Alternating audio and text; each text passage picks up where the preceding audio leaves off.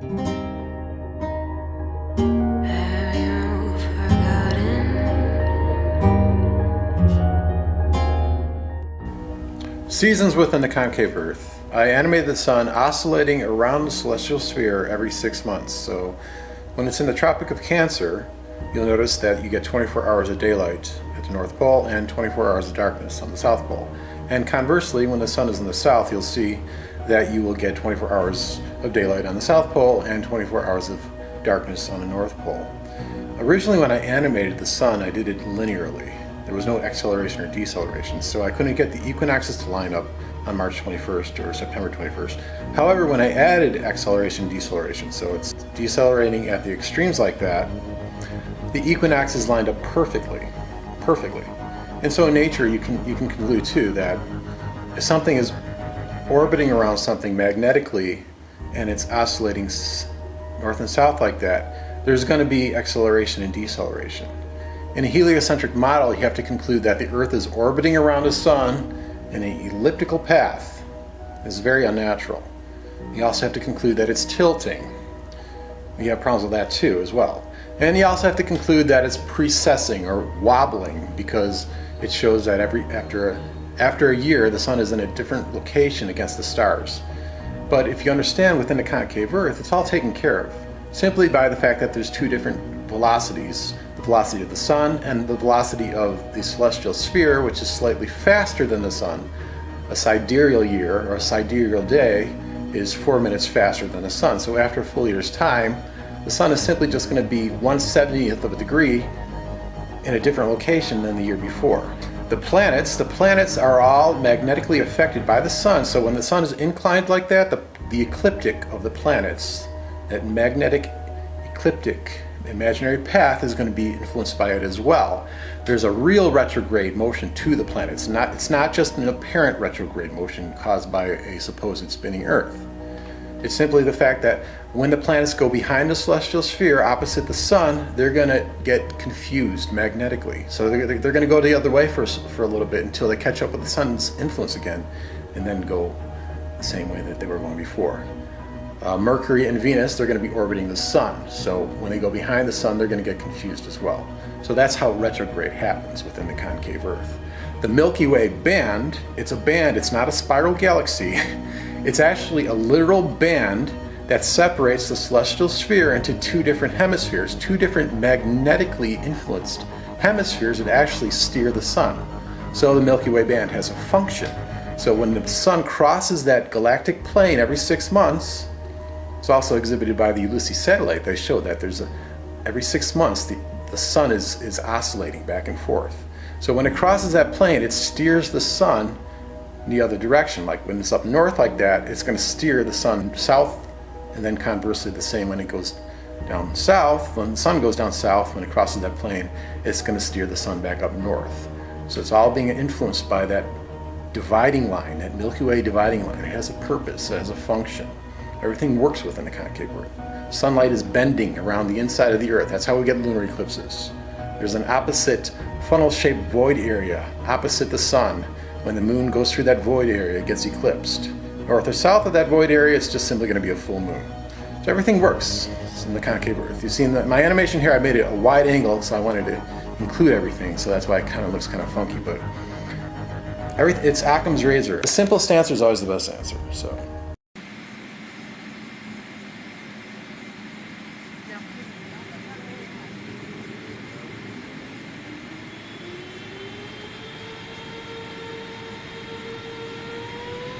SR-71 is going to tilt 8 degrees nose up. Going at Mach 3. The faster you go with a plane inside the Earth, you're going to have to tilt that up more. Now that would make no sense whatsoever if you're trying to eliminate drag. You would want to tilt it down. You would want to get it as level as possible, but you're simply running out of real estate. So they're hiding this information from you. It's the pact, it's the pilot pact, it's the AAPP, the Australian Aviation Pilot Pact, or the American Aviation Pilot Pact. Never a straight answer. Oh, is it the fuselage that's tilting up, or is it the wings that are tilting up? Is the Concorde nosing down the faster it goes, or is it tilting up the faster it goes? Documentation would show that it's tilting up the faster you go.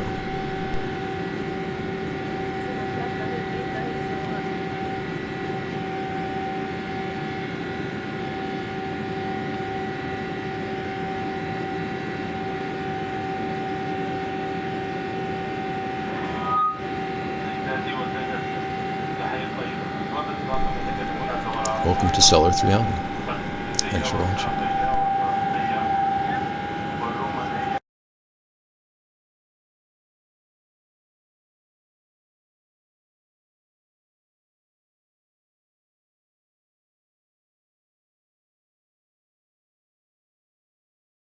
So basically, we're taught that the Earth is fucking convex, that it's spherical, right? Yeah. Mm-hmm. Okay. This one is that it's concave, and that it wraps around space. Space is in the middle. Okay. And that Earth wraps around it. Huh. It's called cellular cosmology. And trip on this, dog. All right. It's trippy. Yeah, I'm it ready is. to trip. Proving conclusively that the Earth curves upward and that we are living on the inner surface of a hollow globe. The sun, moon, and stars all being within the circumference of 25,000 miles. We have here a working model of the hollow globe, or the cellular cosmogony as we call it. So it goes on up. the inner surface of this great shell, we find And wraps here around the western space, is in continent. the middle. Over there is the eastern hemisphere. So the Earth doesn't and spin. Here is the sphere Space of the spins heavens, inside the of it. sun, moon, and stars revolving. Contrary to the Inside of usual a glass thought ball. that the China is beneath our feet, it is in reality above us. Controlled by an octahedron. That the surface of the Earth is round, there can be no question. Everything in existence starts in a 360-degree pattern. Everything. Right. It starts So from as the ball. above, so below. And if you apply the mathematics of that idea to atomic orbitals, and then render it in 3 dimensions, here's what you get. Isn't it beautiful? Here's another.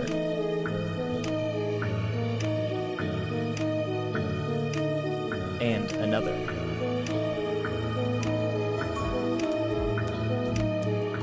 And another. In fact, I made a bunch of these, and they're all mesmerizing and beautiful, and isn't the ground state of the hydrogen atom just so cute? And aren't the excited states so majestic? There's so much structure and detail in them, I just love it.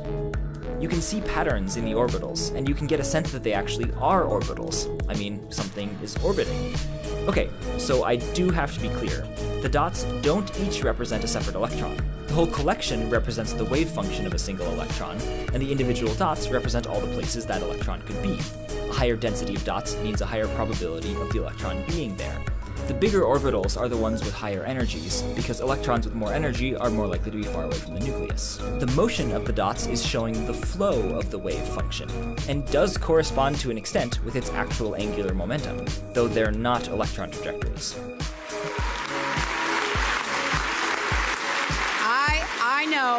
I know we have still not shattered that highest and hardest glass ceiling, but someday someone will, and hopefully sooner than we might think right now.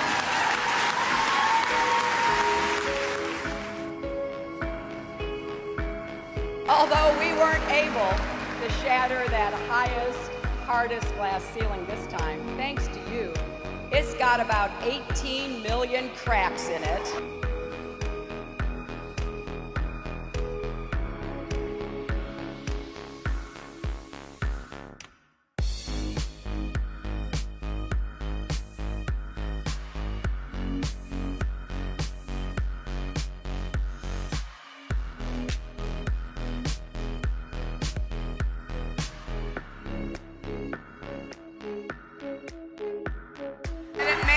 Hard to see tonight, but we are all standing under a glass ceiling right now. now. And the light is shining through like never before, filling us all with the hope and the sure knowledge that the path will be a little easier next time.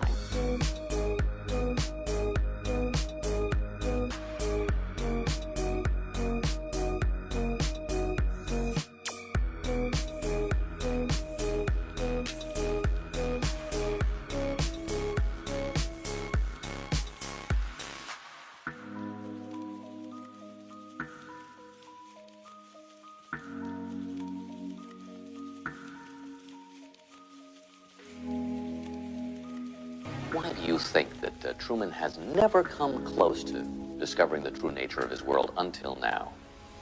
We accept the reality of the world with which we're presented, with which we're presented, with which we're presented. Look what happens as it gets near the bottom. Look how it looks like it's attracted to the bottom. So it curves.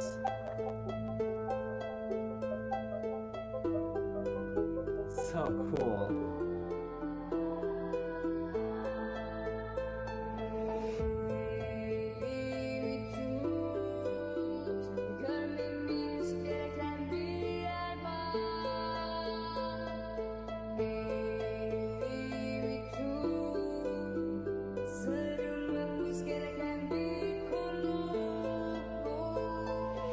Why do you think that Truman has never come close to discovering the true nature of his world until now?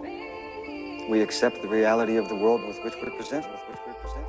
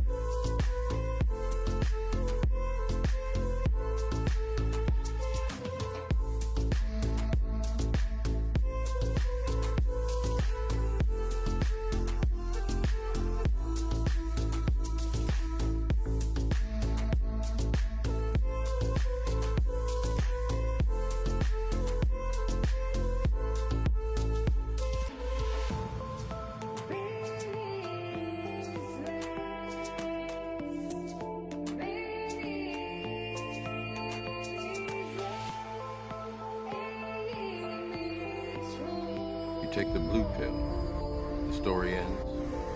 You wake up in your bed and believe whatever you want to. You take the red pill, you stay in Wonderland, and I show you how deep the rabbit hole goes.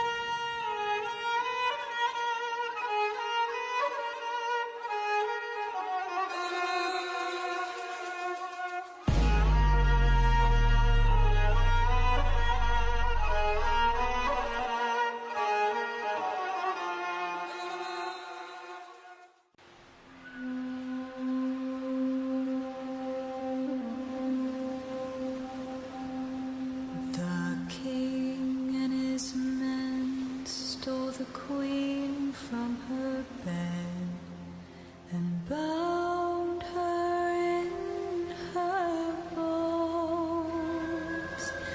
The seas be ours, and by the powers where we will, we'll roam.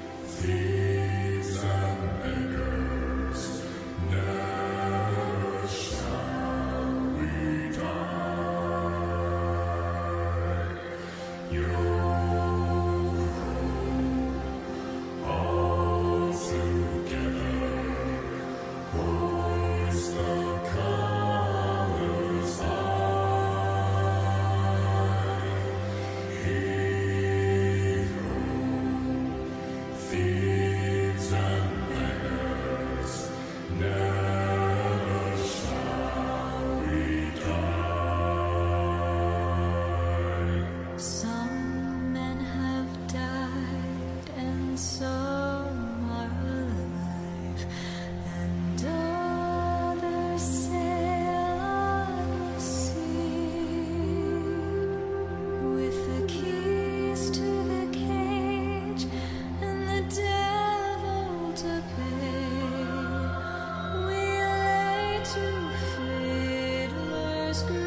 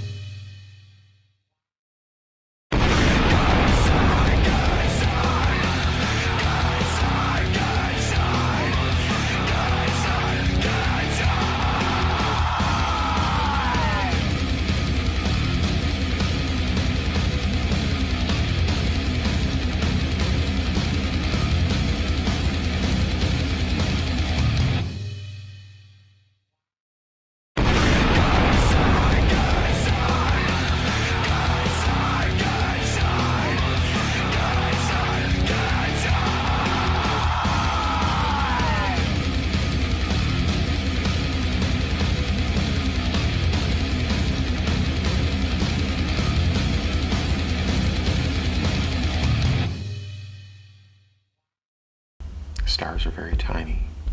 Stars are very tiny, and they're created by sonoluminescence, which is reverberating sound in a liquid.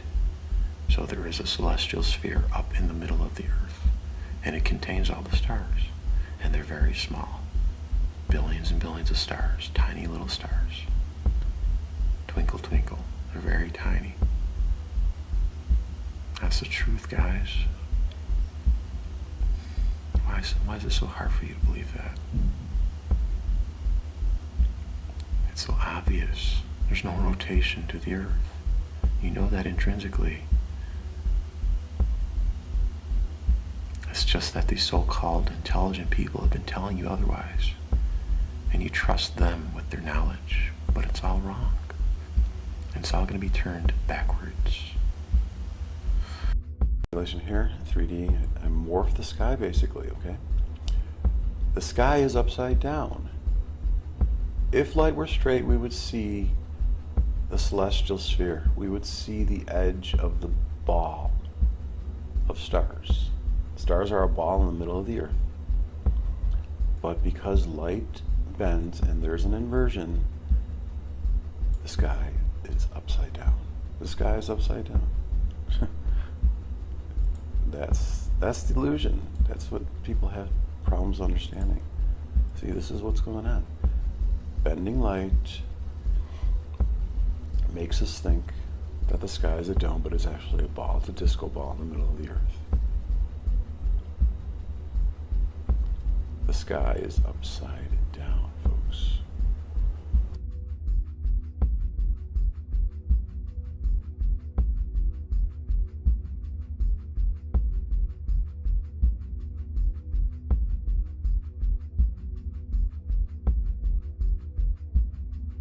So the sky will appear upside down. The sun will appear upside down. The moon appears upside down. The stars appear upside down, and the planets appear. Anything that's far away from you, like the sun, star, moon, planets, will be inverted, will be upside down. In this video, I'm going to easily visually display to you what is going on with the octahedron and the way in which we see the celestial sphere. Remember, I mentioned before that the octahedron acts as a resonant absorptive antenna. If you look at radiation patterns of dipole antennas, it has the same dipole effect, where it is splitting the circle in two, and we see the same type of pattern there with our eyes. Our eyes, wherever we are within the inside of the Earth, whatever latitude we're at. In this case, we're at 45 degrees north. Our eyes are always going to carry it to the center, and it will figuratively split the celestial sphere into two. And so the half that is facing you flips in curvature, and it appears as if that side creates a dome over your head. It's not a real dome, it's a virtual dome. But that is the way that light operates, that energy operates, that electricity operates within the Earth. That resonant absorptive energy that sucks the light up toward the center will always intersect the celestial sphere perpendicularly. That is what creates the sun and the moon inversion. We think the sun is straight across, however, it is curled upward and inverted. Light is always bending up toward the center wherever you are within the Earth. Horizontal dipole radio energy will always bend upward from the ground. This is the illusion that the secret of the universe holds. Proving conclusively that the Earth curves upward and that we are living on the inner surface of a hollow globe. The sun, moon, and stars all being within the circumference of 25,000 miles. We have here a working model of the hollow globe, or the cellular cosmogony as we call it. On the inner surface of this great shell, we find here the western continent. Over there is the eastern hemisphere. And here is the sphere of the heavens with sun, moon, and stars revolving. Contrary to the usual thought that the China is beneath our feet, it is in reality above us. That the surface of the Earth is round, there can be no question. But that we are living on the outer surface of a convex globe, rotating rapidly through space, is pure assumption or guesswork.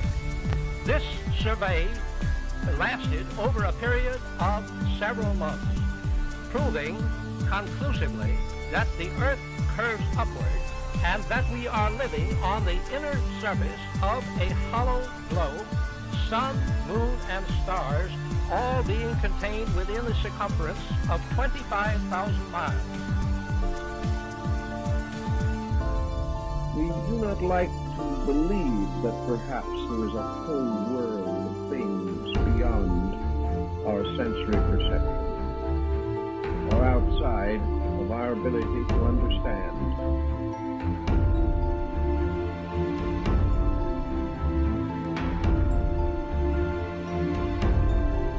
He had to penetrate layer after layer of interpretation.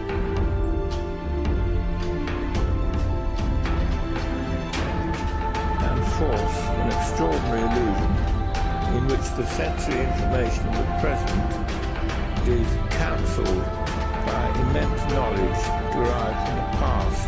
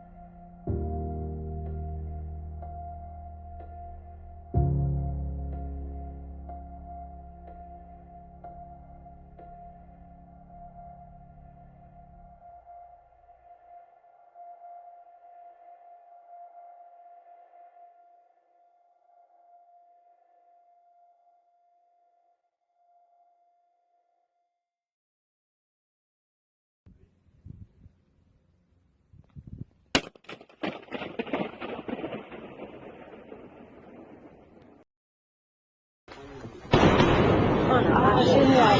C'est impressionnant.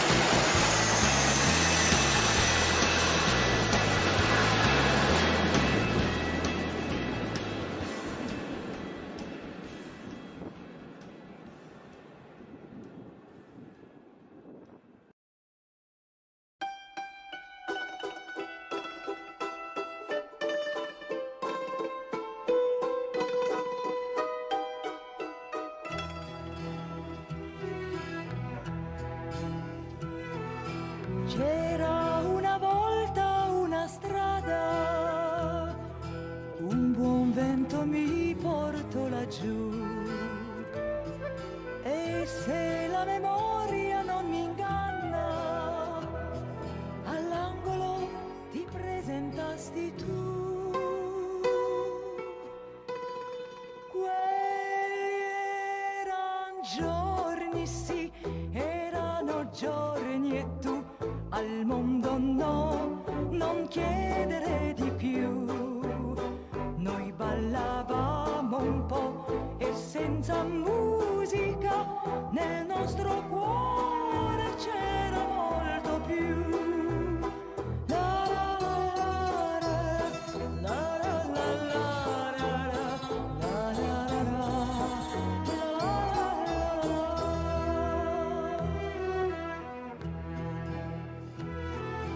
Poi si sa col tempo anche le rose un mattino non fioriscono più. So if you drop a rock in a pond, what's going to happen? It's going to make ripple effects, concentric rings around that rock.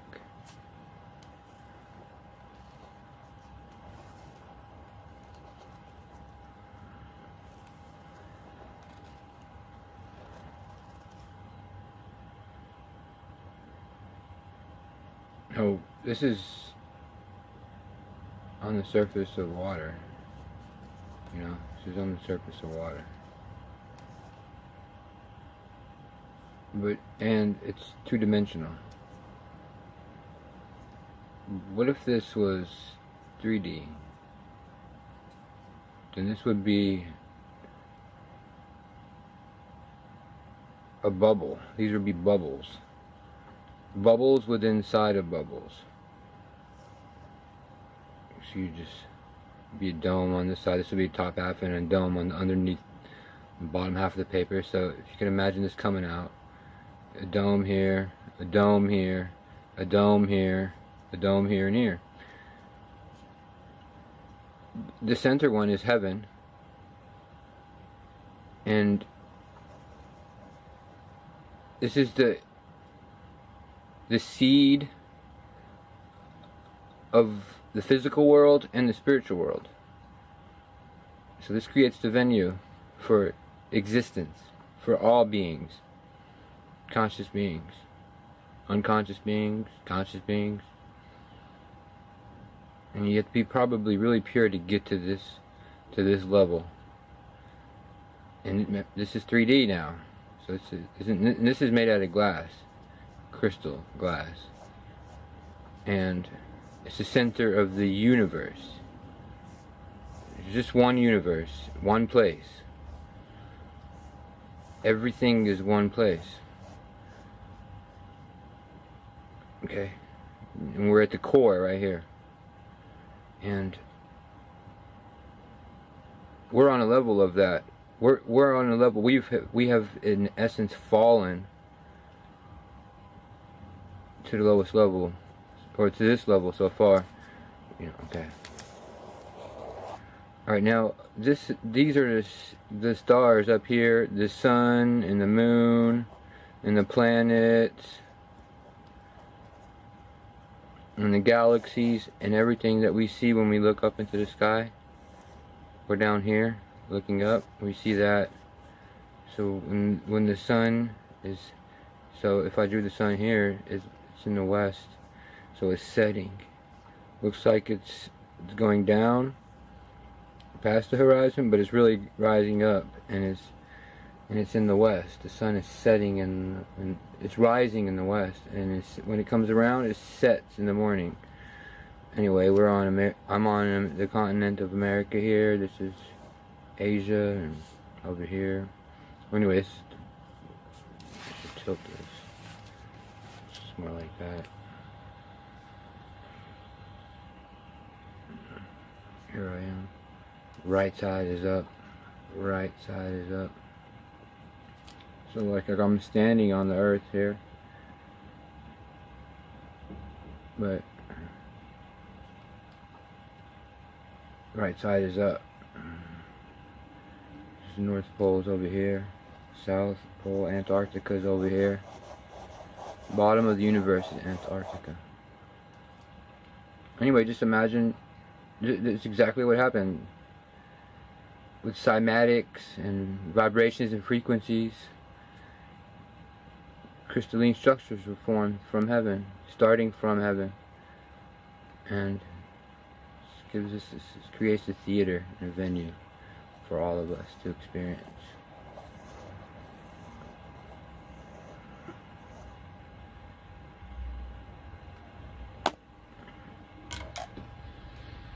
Let me see. So whatever is outside, underneath our feet, it's just further and further away from heaven. This is like unknown territory, uncharted territory. We don't know what's outside, and this might be metal. You know, underneath our feet might be metal, and some layers of magma or something. I don't know, and water, more metal.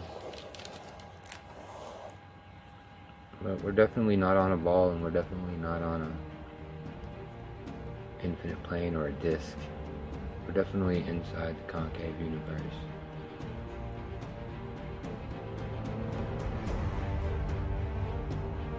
And the champion of the concave universe is Lord Stephen Christ.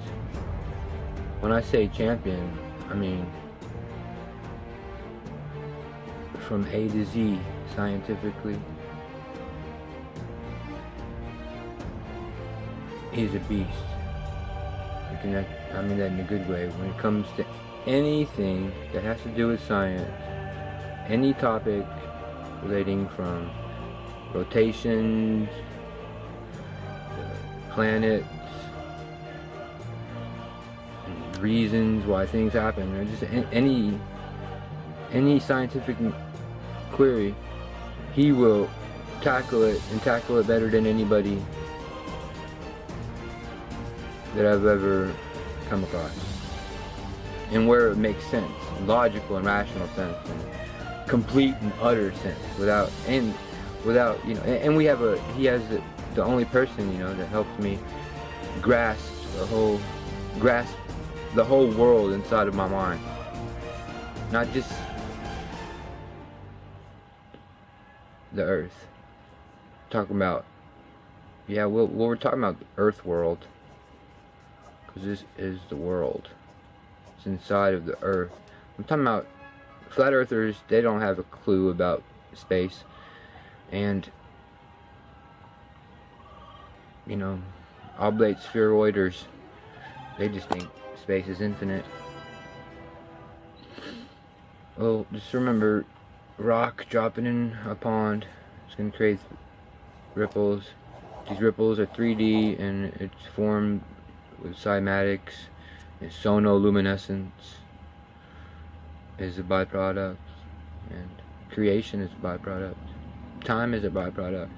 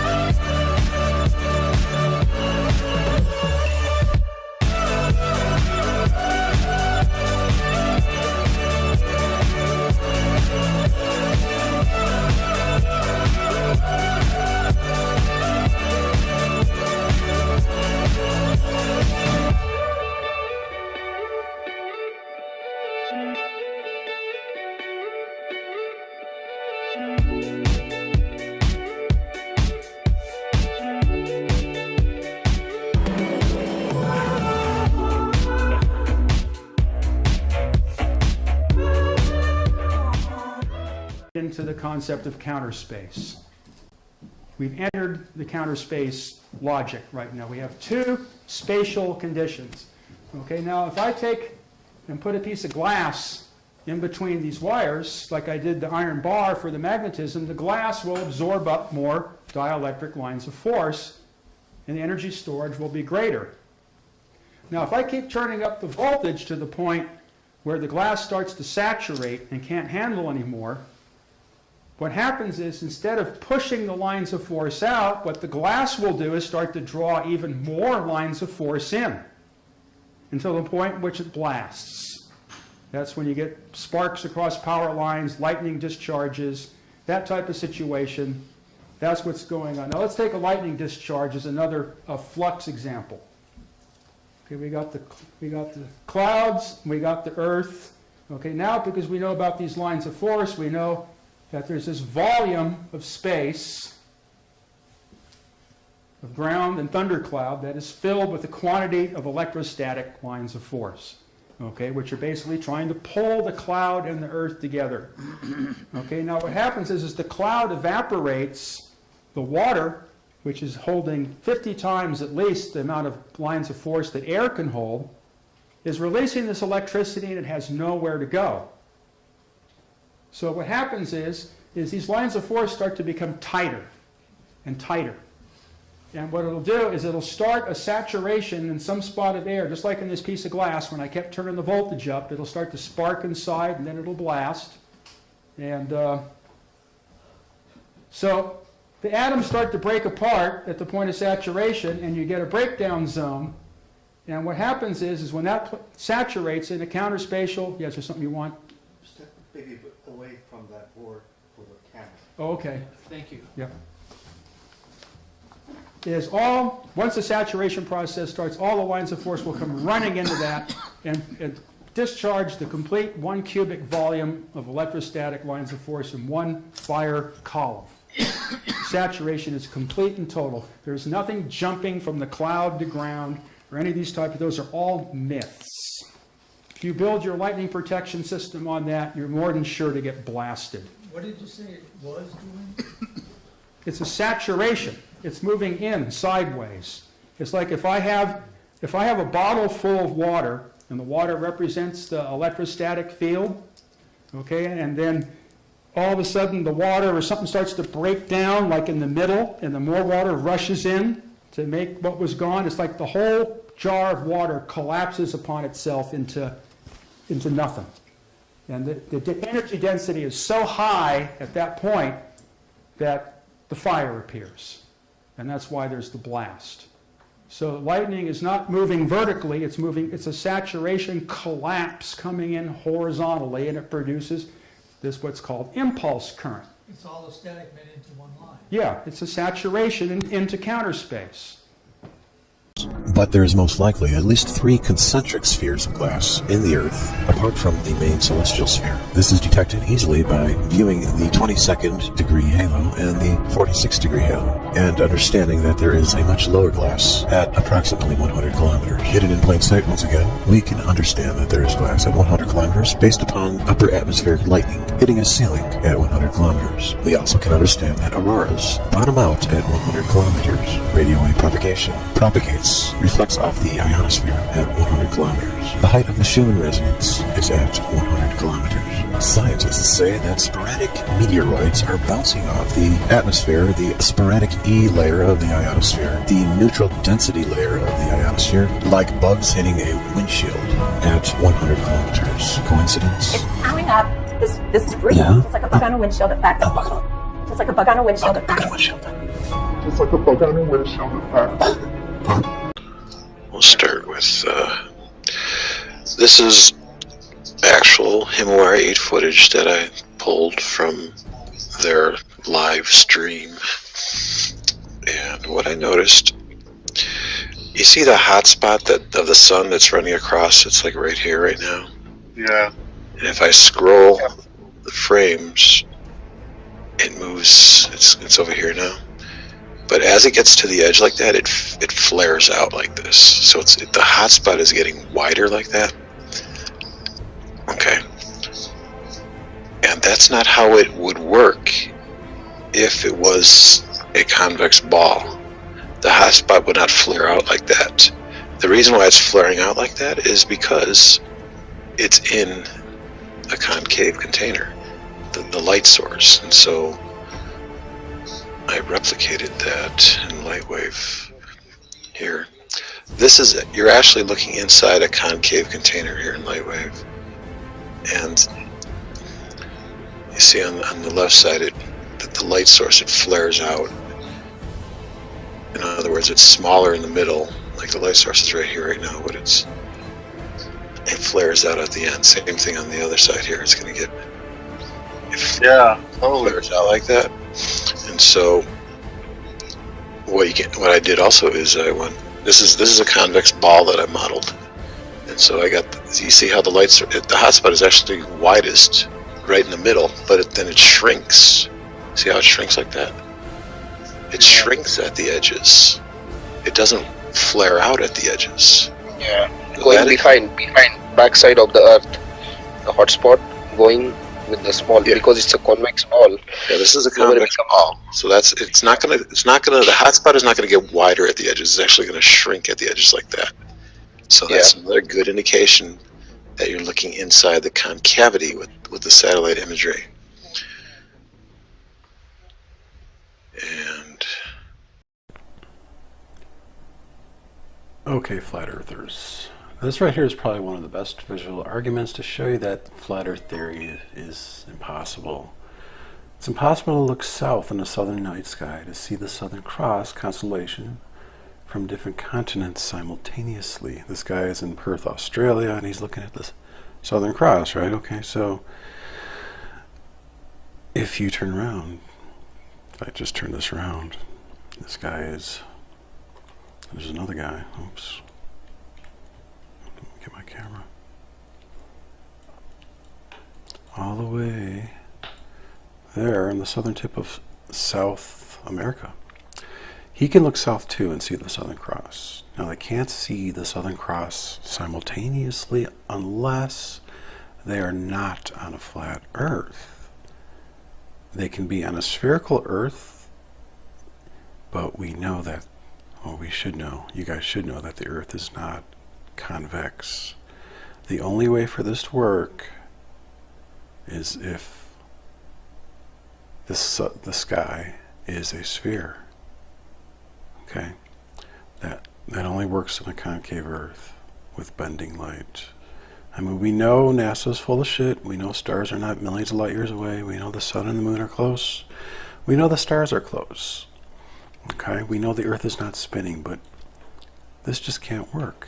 Okay, you could have during the summer solstice, when the sun is in the northern hemisphere and there's not much daytime in the south, you can see the night sky from both this vantage point in South America and from Australia as well.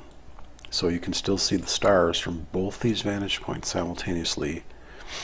And see, these two guys are looking in the exact opposite direction. Okay? They're looking diametrically opposed from each other.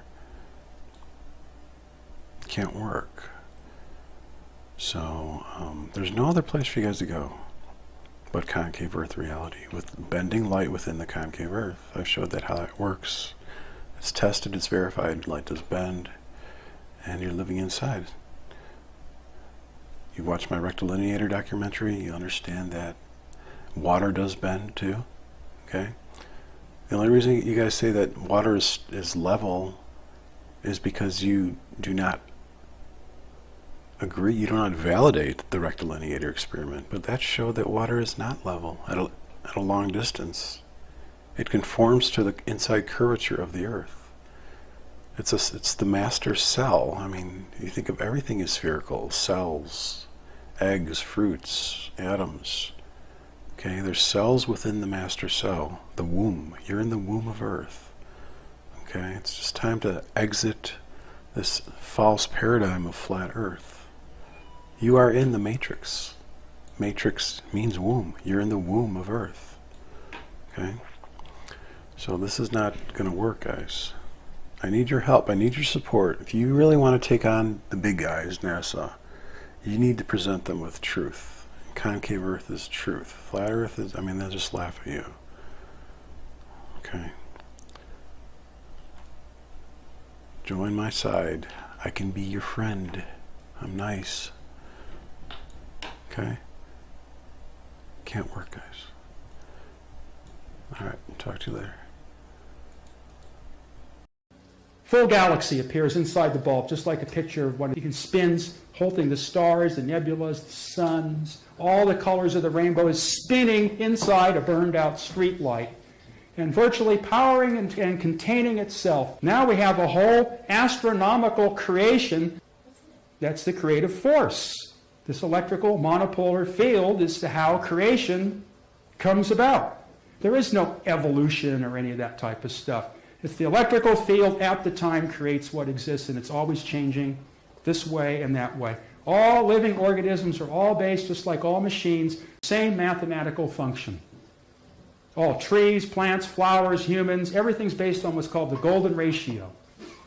It's a definite geometric pattern, and all of these electrical discharges associated with these Tesla transformers are all golden ratio proportioned and tend to be self-organizing and self-powering.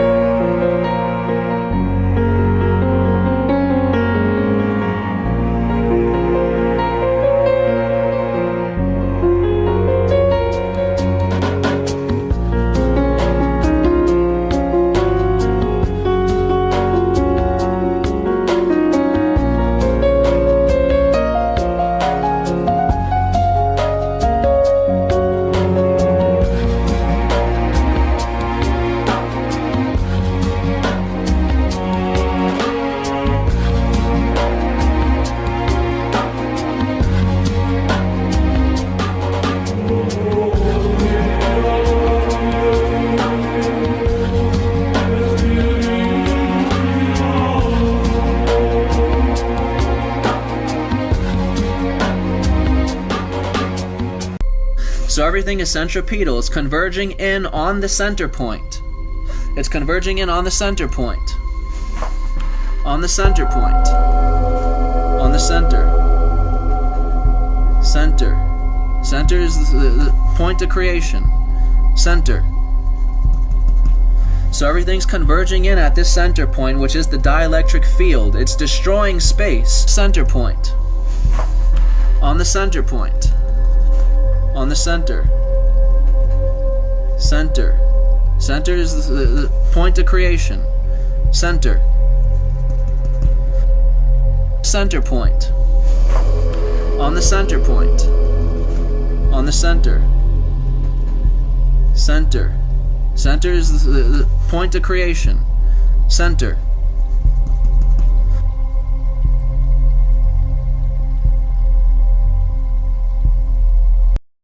There's no inside structure. Yeah, there's only a surface. There's nothing inside. It's not burning anything. There's no fusion in the sun. That's well understood. Well, there's just another way to prove that there is any. It's only in the flares that you get fusion. That's where all the X-rays. The flares, the arcs, and the X-rays, and the microwaves, and whatever result in fusion in the arcs. There's no fusion in the sun. They don't know how the sun works.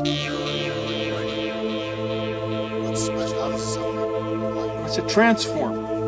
Transforms from some other dimension. It's not burning anything. It doesn't have to. It's a converter. I don't know. Nobody knows. But that's what it does. That's the only thing it can do, because that's how everything works. Yeah, you can say it's taking energy from another dimension, counter space. There's no energy, actually. Most of it you can't even measure in outer space or see. No, you can't see the sun in free space. Not in free space. It's only invisible when gross matter becomes involved, like the Earth's atmosphere and envelope and the surface of the moon or whatever. That makes the light. Otherwise, there is no light. You can see the moon, you can see the Earth, you can see the sun, you can see the stars. We have before us the opportunity to forge for ourselves and for future generations a new world order. A world where the rule of law, not the law of the jungle, governs the conduct of man. When we are successful, we have a real chance.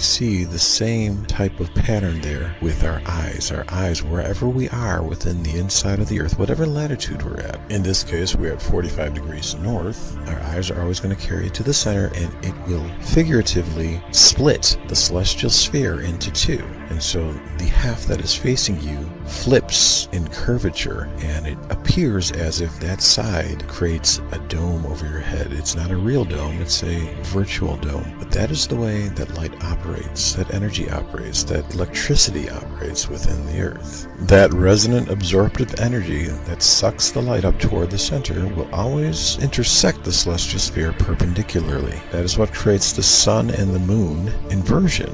We think the sun is straight across, however, it is curled upward and inverted. Light is always bending up toward the center wherever you are within the Earth. Horizontal dipole radio energy will always bend upward from the ground. This is the illusion that the secret of the universe holds.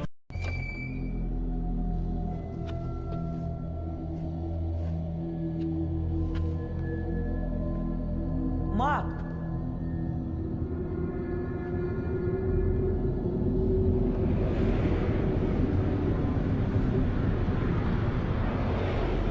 Мак, что случилось? Садись.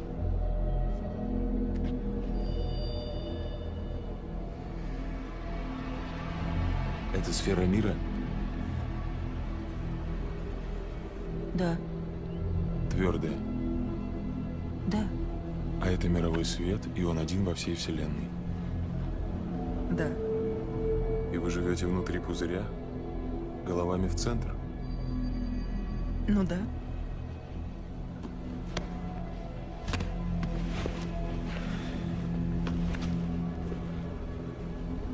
Рада. Все не так.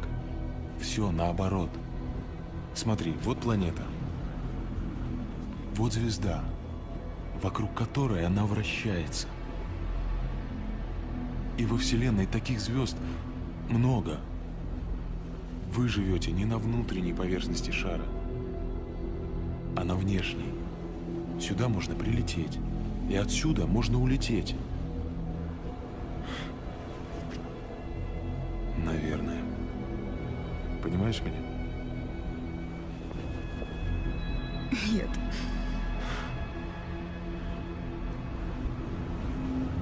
Мак, посмотри вокруг. Горизонт уходит вверх. Горизонт уходит вверх. No society wants you to become wise. It is against the investment of all societies. If people are wise, they cannot be exploited. If they are intelligent, they cannot be subjugated. They cannot be forced in a mechanical life to live like robots. They will assert their individuality. They will have the fragrance of rebellion around them. They would like to live in freedom. Freedom comes with wisdom intrinsically. They are inseparable. And no society wants people to be free. The communist society, the fascist society, the capitalist society, the Hindu, the Mohammedan, the Christian, no society would like people to use their own intelligence. Because the moment they start using their intelligence, they become dangerous. Dangerous to the establishment. Dangerous to the people who are in power. Dangerous to the haves. Dangerous to all kinds of oppression, exploitation, suppression. Dangerous to the churches. Dangerous to the states. Dangerous to the nations. In fact, a wise man is a fire, a light, a flame.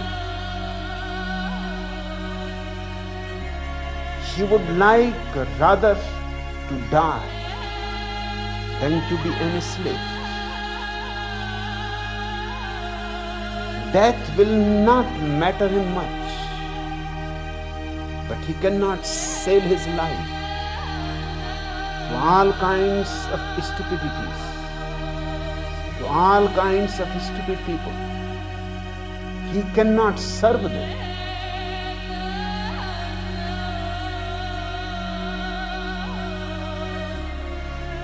Back in 2015, when this whole flat earth movement really got started with Eric DeBay, there's a program that was going on here. And that program was basically to pick up anyone who was against the globe system or against the whole system itself in general. So if anybody wanted to question that system, they would find the flat Earth. The flat Earth could give them all the answers that they needed. Well, in 2015, when Eric DeBay came out with these videos, I immediately got caught up in this because I knew something was going wrong. I've been studying occultism for the last 30 years, and what I've been researching in that didn't seem to line up with what I'm studying in scripture and ancient text. So I started doing an investigation, and Eric DeBay showed me some really amazing things. I was stunned. He showed me the flat horizon. I watched these video balloons, these weather balloons go up 20 miles in the air. I saw a flat horizon. The ground didn't disappear. If I was on a ball, the ground should have disappeared under my feet as I rose. But it didn't. It stayed at eye level. And Eric said, well, if it's at eye level, that's because it's flat. And your perspective is bringing it up. Well, I fell for that. And the reason I fell for that is because there was a whole lot of things I didn't know.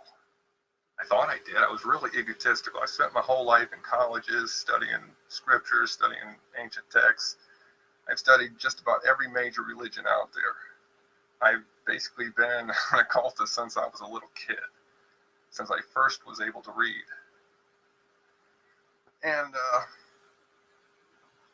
some of them things that I didn't understand that caused my confusion was magnetism and light.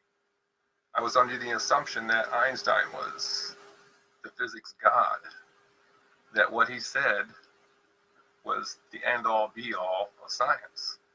If he said the world was made of particles, electrons, protons, and neutrons, and that's what it was, simple as that. And so I believed everything about that, and I didn't understand about Tesla and magnetism and ether. I'd never even heard the word ether.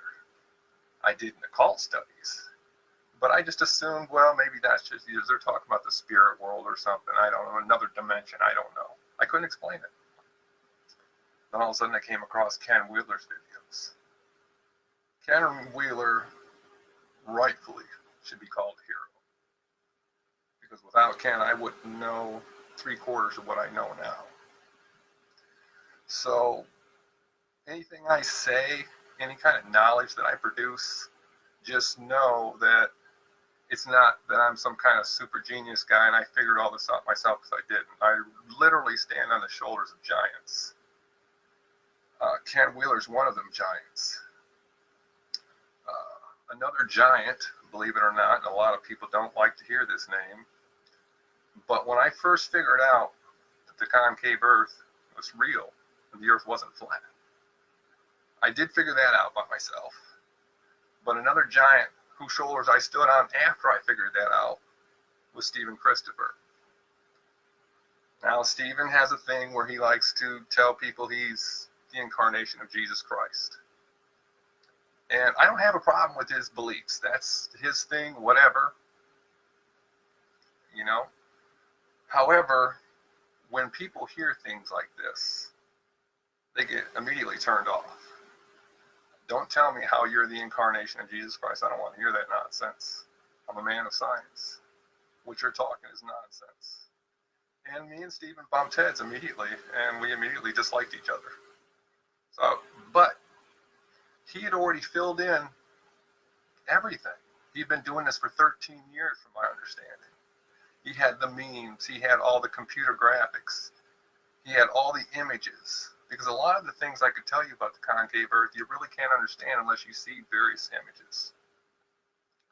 Stephen, you are also a hero, even if you are a little nut in the head. But here's a few things that I see wrong.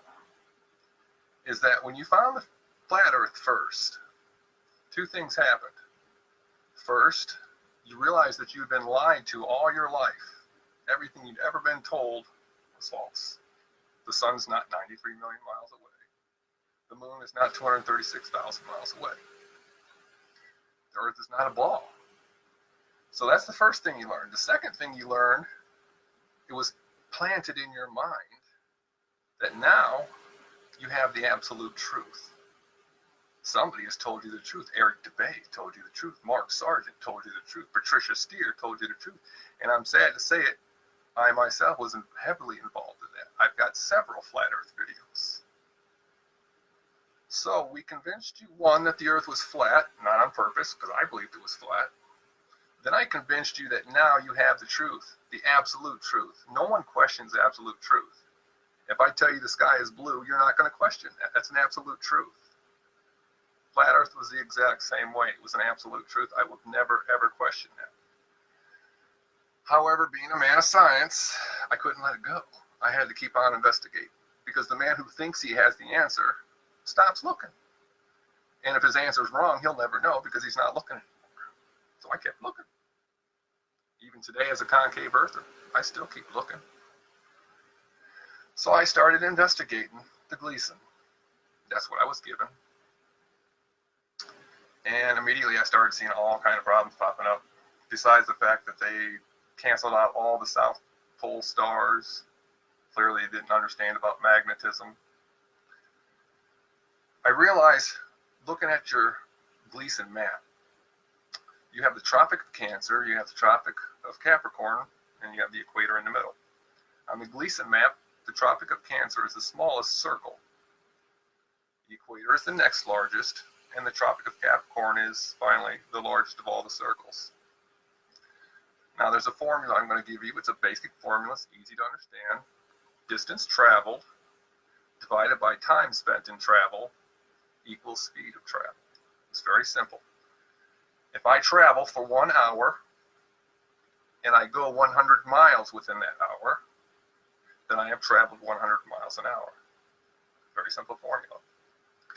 So now you can apply this same formula to anything. So I applied it to the Gleason map. Now here's what I came up with. If I were to travel, if the sun travels on the flat earth and moving at the same speed of 1,040 miles an hour all year, and the sun does fluctuate in speed, but only by about 2%. It travels around 1,037 to 1,039 miles an hour all year round. It doesn't matter if it's winter or summer, that's the speed. We have continents under Capricorn, we have continents under the equator, and we have continents filled with people under Cancer. Everyone can verify that the speed does not change. The sun always travels at that speed all year, period. Now, if the day is always 24 hours and the sun always travels at the exact same speed, then the distance traveled for all three of those rings should be exactly the same. How does the sun travel in Cancer at 1,000 miles an hour and it takes 1 day, 24 hours to make a complete circle, but yet it does 24 hours on the outer ring also? Now, I've heard some excuses as to how this can be, and you're wrong. If you ever watched Olympic runners on a track, where they have, say, eight track runners in a track, you'll notice that the person on the track in the inner ring will be the furthest back. And they will stagger it upwards so that the person on the outer ring will be the furthest ahead, because there's a difference in the distance traveled. Now here's the thing. This completely debunks the flat earth, because if the sun is not traveling in a circle, and that's easily provable, because we have sites at various equators that can verify a straight sun. But if the sun does not travel in the circle, then that means the equators and the tropics are not where you put them. They are not in a circle either. If they are not in a circle and they travel across known lands, that means them continents are also not in a circle. So now you have continents out of place, you have tropics out of place, and you have a sun that does not circle. You cannot explain the South Pole stars. Now, which brings me to my next topic of this Gleason map. I'm sure everyone here is probably familiar with what a torus is, a magnetic torus. And flat earthers like to think that you live in the center of what's called the black wall, or the plane of inertia. And they've showed many ancient depictions of what they think is the flat earth, but it's actually an ancient decorative torus. The problem with your map being in the center on this plane of inertia is that this is counter space. Matter requires space to stay coherent. In a place of counter space, everything is torn apart and destroyed. It's going back to the 0 point. See, the 0 point starts from counter space. That's where everything starts from. The ether literally is heaven. What you read about in your scriptures about heaven, we're talking about the consciously aware ether.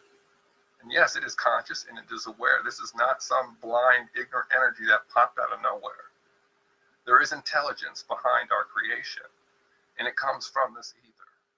And there are three who bear record in heaven. 1 John 5:7. The Father, the Son, and the Holy Ghost. This is dielectricity is the Father. Magnetism is the Mother, or Holy Ghost. And the Son is electricity. We know this to be true because when you have a dielectric object, say like a copper coil, and you rotate a magnet in the center of it, you generate electricity. Isis is magnetism. Ra is dielectricity. El is electricity. The secret of Israel is the production of energy, the production of free energy. This is a science that's been known since the days of Egypt and before.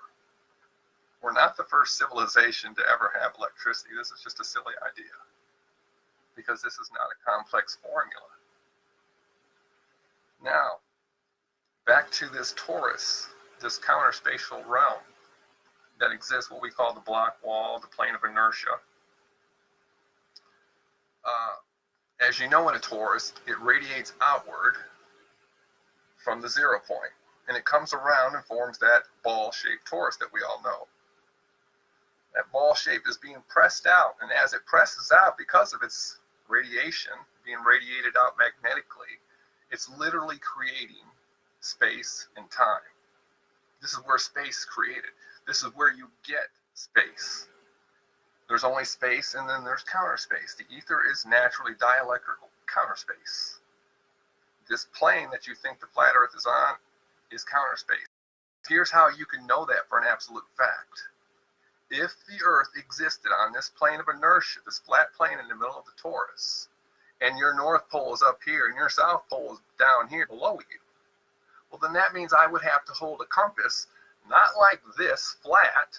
I would have to point the compass upward so that north pointed towards the clouds and south pointed towards the ground. That's not how a compass works. Therefore, your North Pole is not at the center of this earth like that you keep thinking. Like, and all these blood over intent people, these people have been trying to contact me later, and let me just tell you straight out, you guys are nuts. Go away, all right? You're an idiot, period. Now, again, if you understand what a magnet is and how poles of a magnet work, you can understand that you can't live on the plane of inertia. This Gleason map is a joke. And that was one of the first things that made me realize something was wrong with the flat Earth. But I didn't discover concave Earth then. Went even farther. I said, okay, well, obviously this map is not real. The map is straight garbage. The sun does not go in a circle. There is something called, the South Pole. There's Sigma Octantis. The stars circle around it, just like the other northern stars circle around Polaris. There's southern lights, just as there are northern lights. There's a 24-hour daylight, 24-hour sunlight at the South Pole, just as there is in the North Pole. But at that point, I still didn't know about light and magnetism. So I said, the Earth is still flat. It's got to be. I can see it. Eric DeBay showed me that I can believe whatever I see with my eyes. I saw a flat horizon. The Earth was flat. Okay. I just don't have the right map. So I literally drove everywhere. I went to the airport. I went everywhere I could think of. Post offices. I looked at every map I could. I watched the flights leave the airports. I tried everywhere I could think of. Department of Defense, City Council, any shipping agency. If you have to ship something anywhere in the world, you have to have a precise map. Because until the 1980s, we didn't have GPS. Pilots were still flying around. They were still getting exactly where they needed to go. Pilots weren't getting lost. So what did they do before GPS and radar and all that fancy stuff? They were still flying and they were getting to where they were going. So obviously somebody has the correct map. So to make a long story short, I realized that what's called the UTM, or Universal Transverse Mercator map, is your standard rectangle map. I realized that although the continents were enlarged in certain areas and smaller in other areas, generally out of proportion, the map itself was right. The equator went perfectly straight. Cancer has a slight bend. Capricorn has a slight bend, but that's actually a visual thing. And so I got into Pac-Man Flat Earth. And for almost 3 years, if you go look Thomas Thompson up, that's who I was on the YouTube. If you go look up Thomas Thompson Flat Earth, you'll see 99% of my videos are all Pac-Man Flat Earth. I was convinced that somehow, by unicorn magic, I guess, the sun went straight across the sky, and when it got to the western edge of the map, it magically teleported back to the east side and started the day again. Tell me that it's not total nonsense. But being a man of science, I said to myself, well, you know what? It's not that it's crazy. It's just that no one understands this science, and I need to figure this out myself. We just didn't know to look there. But let me look. I'll find the answer. So you'll hear me in the videos talk about this theory and that theory and space bridges and the whole 4D stuff. I'm sorry. I don't care what anybody says. I'm the one that started that because that was the theory that I believed. I was the first person. Me, Lori Frary, and Lawrence Wright. We were among the first to destroy the globe and bring out this Pac-Man. That's what we called it, the Pac-Man theory. So I had to explain, how does a plane fly across the map, disappear off one edge of the map, a plane full of people with all their stuff, and then it has to magically get to the other end? You couldn't do it. It's impossible. I had no choice but to accept it. Somehow, the western edge of that rectangle map was connected to the eastern edge. Somehow there was a bend, so I came up, well, maybe it bends out of reality, but the earth is still flat. Because I still wasn't ready to admit when I failed. My ego was just too big. I'm like, no, I ain't making a mistake here. I'm too smart for that. I've got college education. I've got more occult education than half the people I've ever met. There's no way I can be wrong on this. I'm a genius. Yeah, well, guess what? I was wrong. The map goes around, but here's the thing. I knew that I wasn't on the outside of the ball. I already proved that. At the very beginning of all this research, Flat Earth showed me that much. If I hadn't found Flat Earth, I'd still be on the globe. So I got to thank Flat Earth, even though I'm not a Flat Earther anymore. They showed me something was wrong with the system. So I looked. And I looked and I researched and I did some experiments. That map is connected. That rectangle map, that UTM, I'm sorry, it's right. I don't care what you say. I don't care, if they draw Greenland too big and say, well, Greenland's not really that big. I don't care. So what if it's smaller? It's still in that space, isn't it? It's still in the same distance from all the other continents. All the other continents have to be in relation to each other. You can't just say everything goes in a big old circle. It's not how it works. Because everything has to be in perfect proportion with all the other locations, of all the other continental locations. So there I was. I realized that the rectangle map was right, because I didn't just believe a YouTube video, because obviously the YouTube was lying to me because they told me I lived on a Gleason map. So obviously I can't trust the Gleason anymore. I can't trust YouTube anymore. I can't trust Facebook posts. If I do, then I'm an idiot, because I just got tricked once. Eric DeBay just tricked me and convinced me the earth was flat. I trusted this YouTube. I trusted these Facebook posts. I don't have to do experiments because I can see what they're doing in the video and it makes perfect sense. Well, that's what you get for taking other people's words for it. Now you'll notice that when I make my posts now, I don't argue with people. I really don't care if you believe me. Because you know what? I did the stuff. I know what the earth is. I know where I live. And if you don't live inside the concave Earth, then you don't live in reality. I'm sorry. What else can I say? I can destroy the flat Earth a million different ways.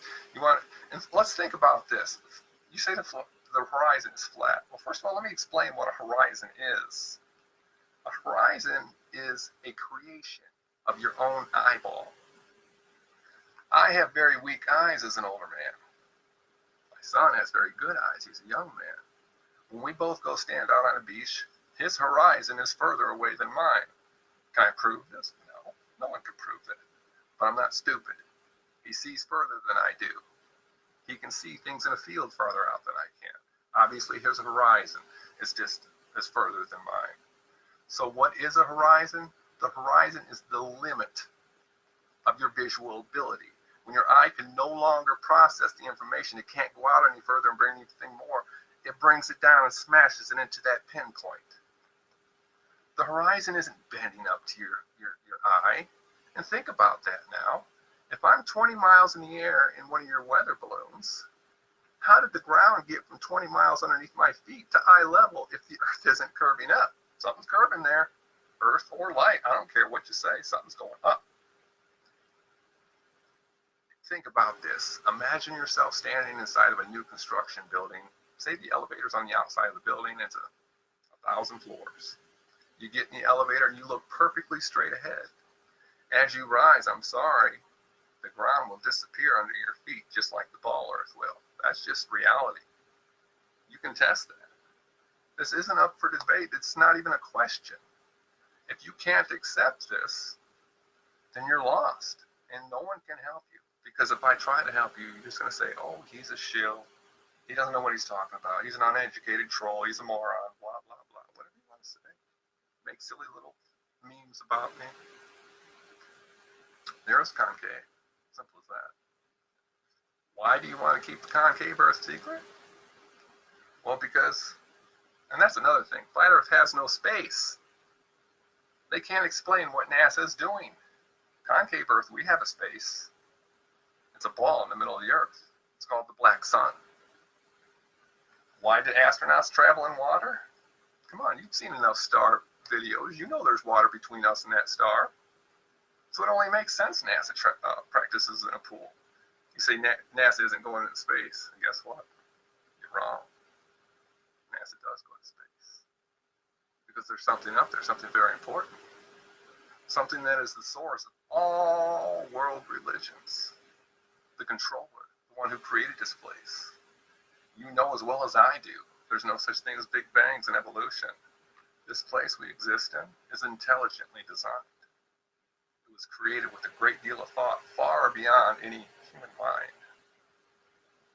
And that creator is right above us. He exists inside the black sun. And that's where 30 years of occult studies come in. Because I already knew about the black sun. But I was given this story, oh, the black sun's deep inside the Earth. It's in the core of the Earth. Yeah, they didn't lie, did they? I thought I was on the ball, on the outside. So yeah, I never found the black sun. I didn't realize the black sun was a celestial sphere above my head. That every single night when it got dark out, I could see the stars go across. I was looking at it. Even though all the cult pictures of the black sun show stars all over it, I never made a connection.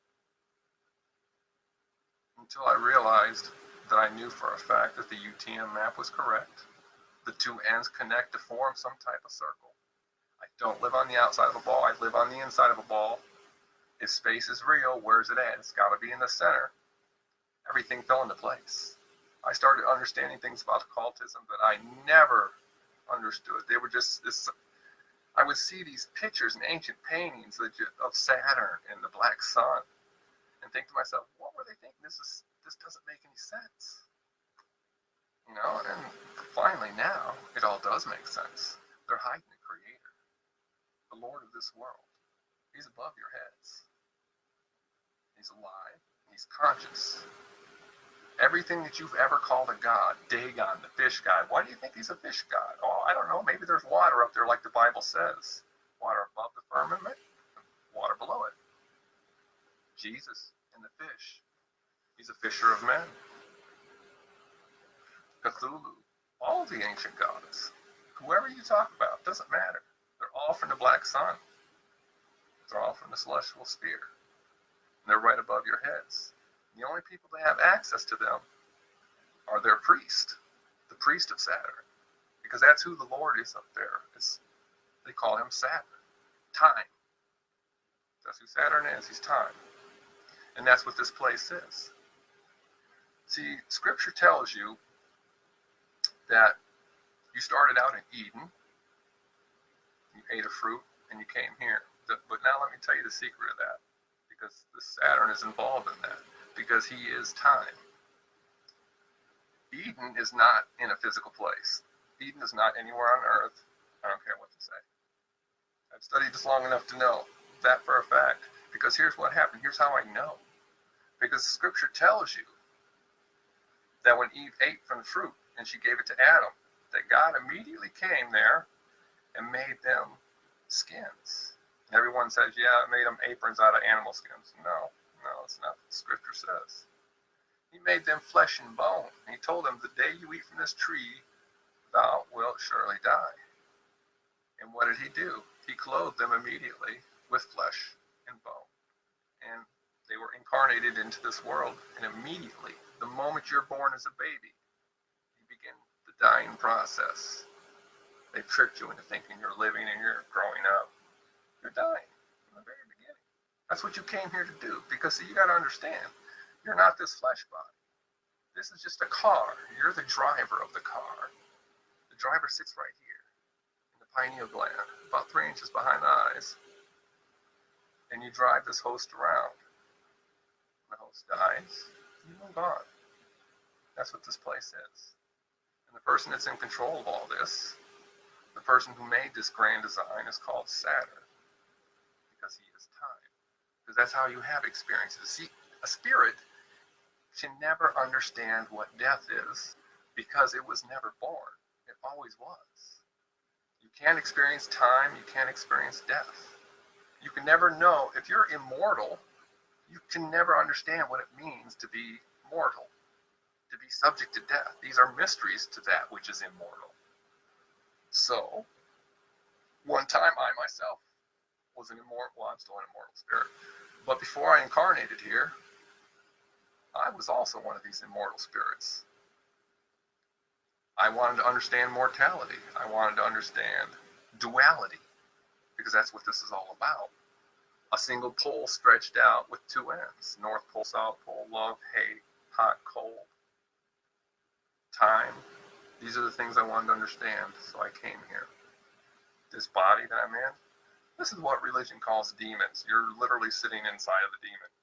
That's why you have something called instinctual drives. This body has natural instinctual drives built into it to eat, sleep, mate, defend. Those four basic things. That's the demon. Your instinctual drives is a real living demon, and you're inside this demon. Why did you come here? Why did all of us come here? To purify these demons, to bring them under control, under the will of the Most High. We came here to make the most evil of places into the most holy. Because see, the story goes, which is actually a description of magnetism radiating out from the ether, but the description goes that Lucifer rebelled and he had to be exiled. Well, before he rebelled, there was only heaven. There was no place to put him. There was no other place, because heaven was all-pervading. Ether is all-pervading. So they made a space for him. Space, literally. The 3D world, this place here. Saturn. That being is real. It's more than just a childhood story. Saturn is a real being, and he's above your head. NASA and the Masons, those are his high priest. That's why you don't get to go in the little rocket programs and all this if you're not a Mason. Because they're his priest. And that's the only way you'll ever get there. I'm not even sure a low-level Mason will get there. You basically have to be 32 or higher, out of the Masons into the Shriners, and higher and higher and higher up the food chain. These people are controlling that. These people are keeping you away from that. These people have destroyed our history. Oh boy, we have an extreme alert tornado warning. Somebody doesn't like me talking. Oh boy. Tornado alert. Okay, well, so what? Anyway, I can't really think a whole lot more. I'm sorry, bro. I haven't been reading any of the comments. I just been kind of going off the top of my head of things I've been thinking about, and things I really wanted to say to people. But since I never make videos, because after I got done making dozens of flat Earth videos, I felt really stupid. I put out all these videos making fun of globe heads. Concave Earth wasn't even a thought back. I never even heard of it back then. I was a disgusting person. I was a troll. You said you were a glober, then obviously you were a moron, you were an idiot, blah, blah, blah. You brainwashed sheep. I was one of those people. Dude, that was so humiliating when I sat back, when my eyes finally opened and I realized the truth. And I looked back at how I had acted, how I treated my fellow brothers and sisters. I swore I would never do that again. Not that I wouldn't make videos, but I would never address my fellow searchers like that again. Yeah, maybe they're still stuck on the globe. Maybe they're still stuck on flat Earth. But there was a time when I was too. There was a time I didn't know what I know today. So, I still have much love for you. Yes, sometimes I get short-tempered every once in a while. I'm human. I have patient levels. But generally speaking, concave Earth is the greatest secret there ever was, because concave Earth hides the Creator. And there's nothing higher or greater than the Creator. See, this Earth, this concave Earth, which was kind of the point I got off track. The whole point of this telling you about the concave Earth in Eden is to tell you that this Earth actually exists someplace. And my research suggests that it's in the Yggdrasil tree, the tree of knowledge of good and evil.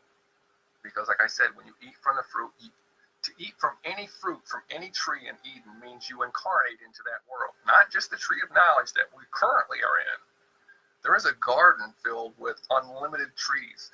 Scriptures say this garden is filled with every tree that is pleasing to the eye and is good for food, except one, Yggdrasil, the tree of knowledge of good and evil, this place here. So, on top of that, this particular tree is supposed to have 9 total realms in it, not just ours. And they're all concave. They're all balls attached to the roots of this tree. Hitler even talked about it. Hitler honestly believed that the world... Oh, wow, I'm losing the reception here. Hitler actually believes that the world was solid rock, and that they were just holes like Swiss cheese. Well, he was partly right. Solid tree.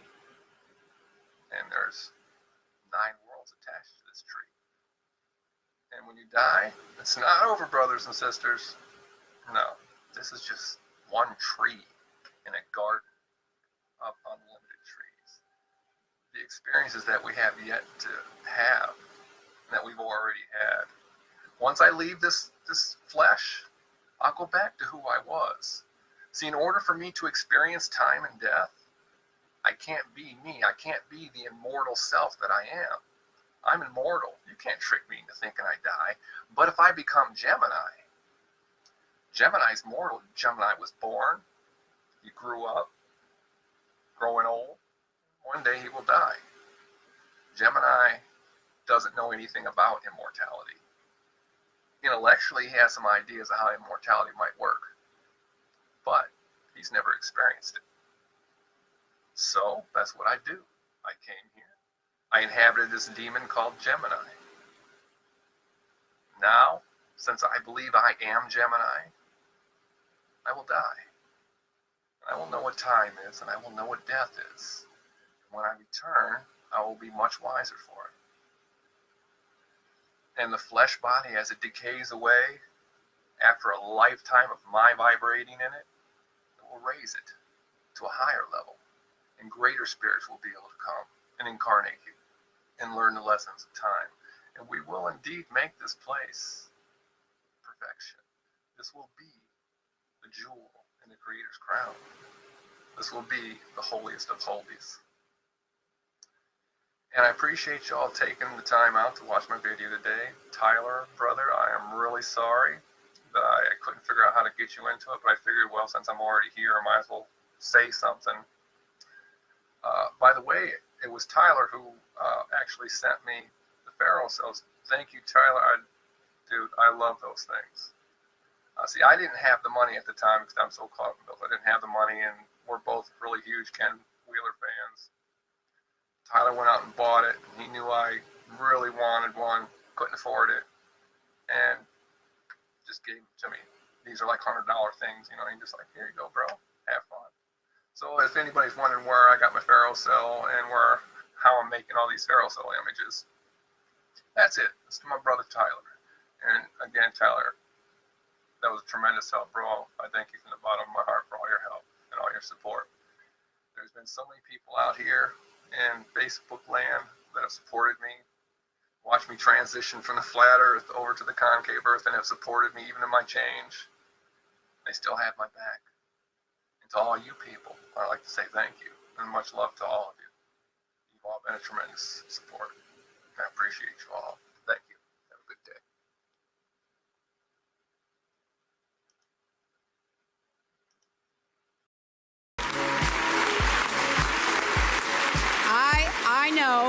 I know we have still not shattered that highest and hardest glass ceiling, but someday someone will, and hopefully sooner than we might think right now.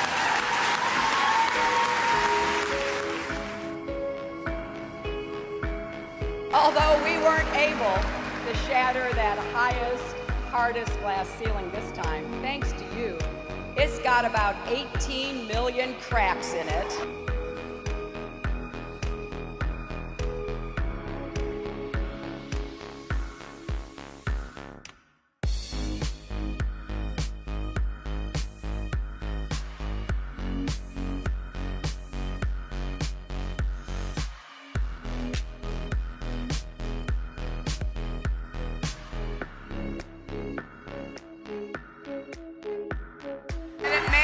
Hard to see tonight, but we are all standing under a glass ceiling right now. And the light is shining through like never before, filling us all with the hope and the sure knowledge that the path will be a little easier next time.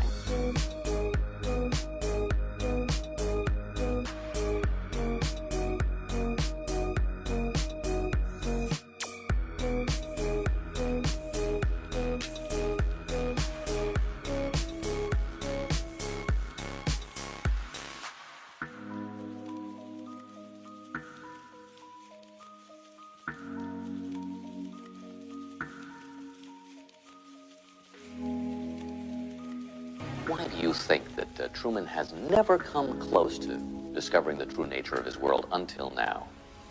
We accept the reality of the world with which we're presented,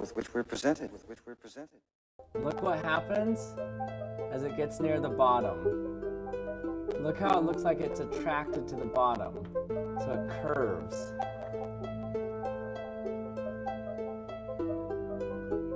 So cool.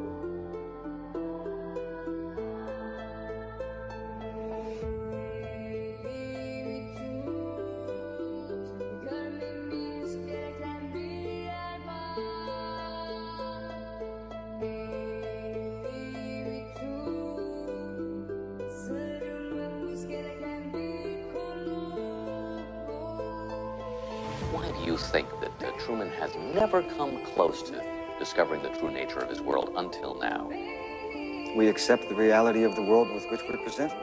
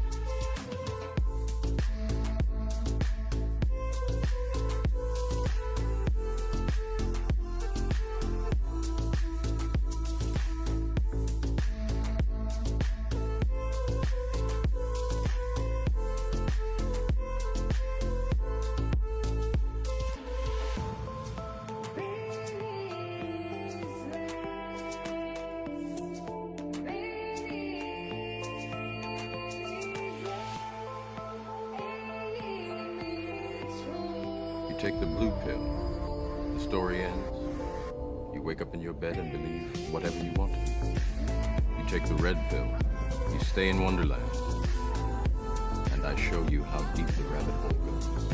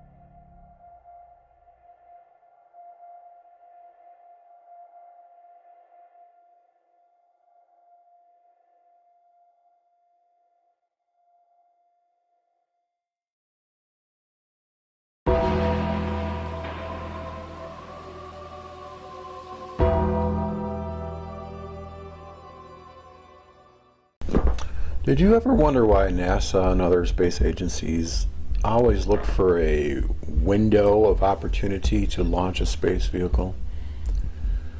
Well, did you ever know in 1962 that the United States Army military performed an operation in the Johnston Islands, Johnston Atoll, and in the Pacific? They called it Operation Fishbowl, where they said they launched high-altitude nuclear rockets, nuclear explosions, up to at least 400 kilometers high. Why would they do such a thing?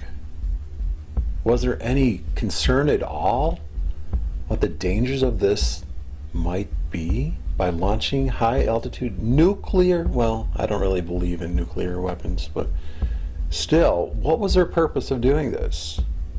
Well, if you understand, you're living inside the concave spherical Earth, and there is a glass sky, a glass bubble above us at approximately 100 kilometers, and they wanted to enter space. Space travel. This is 1962. Okay, this is before, the so-called moon landings. They wanted to pierce a hole through the glass sky. It seems logical to me, doesn't it? Why would they call it Fishbowl? Operation Fishbowl. So if you understand, there's a gaping hole up in the sky for entry vehicles. Okay, re-entry, or when they say re-entering the atmosphere, they actually have like the space shuttle has a heat shield to the bottom of the vehicle, and so once they're up inside inner space above the glass, they have to melt through at an acute angle. That's why the nose cone and the wings of the shuttle are made with carbon matrix. But if you ever look at a space shuttle launch, you'll see, first of all, they will wait for the right window of opportunity in order to launch a vehicle, and then when they actually do it, initially the space shuttle will actually do a rollover, an 180-degree, what they call an orbital maneuver, prior to entering space. And just before they enter space, you'll notice that you'll see a lot of yellow plasmic discharge happening, and even like almost looks like how a hockey player skates across an ice skating rink and there's like ice, particles of ice floating all over the place. See, now right now I show them doing their orbital maneuver. Now let's just fast forward a little bit here. Also, it's kind of interesting too that they always cut away, not always, but sometimes they will cut away just before it enters space. They will cut away to the launch pad again for a good 15-20 seconds or something like they do over here. Why do you think they do that? Is it possible that, okay, now they have the shuttle upright, so the tail, if it were to hit the glass sky, the tail would hit it first, top of the tail. Is it possible that, maybe once they initially hit the glass sky, there's like a jerking movement, like a bumping, so they don't want to show that? Unless it's a smooth transition. Sometimes they don't cut away to the launch pad. So sometimes it's a smooth contact with the glass. So now they go back here, and then you see this yellow discharge, right? Look at the yellow discharge there. What's going on there? Then you see this white shimmering. Look at it, bam. See these particles. There's a huge burst. These ice particles floating off. Look at this. Ooh. Something's hitting something. Wow. Something is hitting. Oh, now there's a separation. Okay. Now the separation happens. Now there's a lift. Okay. Now the space shuttle is not as heavy. So there's an actual lift as it goes through the hole in the sky. Okay? To me it seems they're using the tail of the shuttle. Here, I made it in 3D. They're using the tail of the shuttle to slow the shuttle down as it scrapes across the glass, and also to steer the shuttle, to guide the shuttle to the hole. Okay, I made a little animation here. Make that full screen. You have a little animation here. Okay, once the external tank gets deployed, the shuttle's lighter now, so it can start ascending, and so it angles up like that, and it goes right in through the hole. To me, that seems like the most logical explanation. Even for satellite launches, they wait for the window, they wait for the hole. And we were talking about this on the Concave Earth Forum, and a guy, G-Man over there, was talking about, well, you know, if it's crashing, it would, the vehicle would disintegrate if it crashed into a thick glass wall or with ice attached to it. But if there's a hole, then it can simply just go on right through, and the tail of the shuttle is not only a braking mechanism to slow the shuttle down, but also a guiding mechanism, a way in which to brace the shuttle so it aligns up with the hole and goes right through. And then, of course, on re-entry, the shuttle just uses the bottom of the vehicle to melt through. That's the same with like the Soyuz. Anything that comes back from space, like the Soyuz capsule, it's going to need a heat shield to come back. But entry is possible due to the hole, the Operation Fishbowl hole. So, there you go. Talk to you later.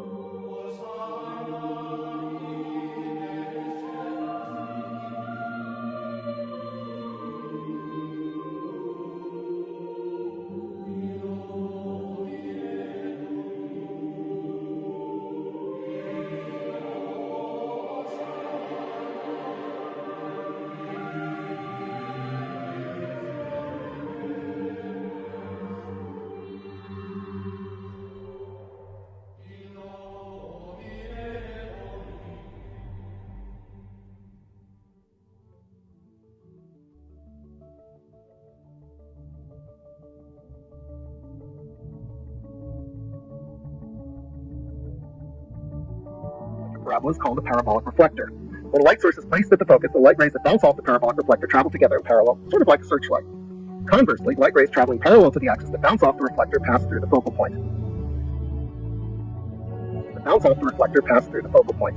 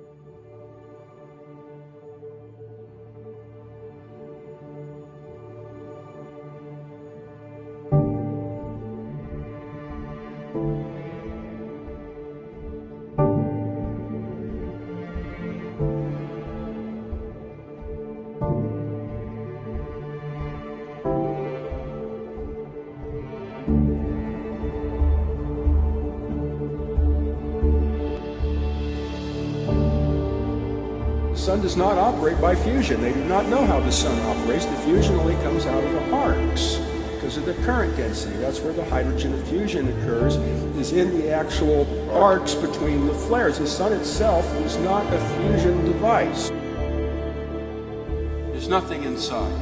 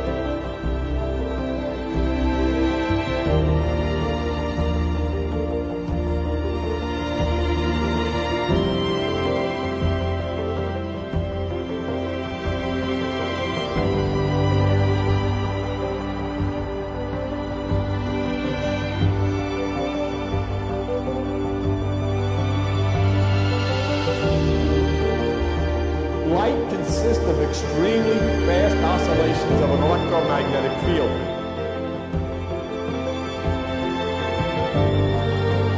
Sphere within a sphere can create electrical tension, and subsequently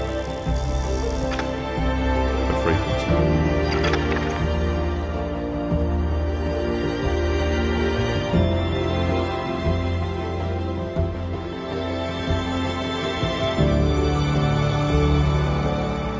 Controls all the frequencies.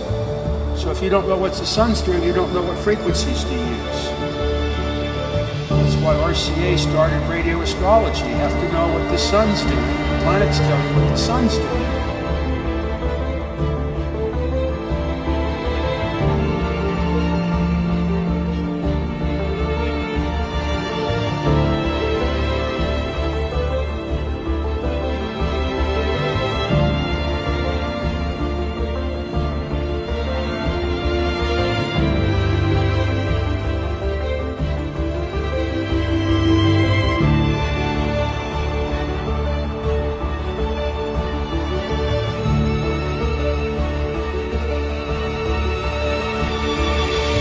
Do we have an angle of light?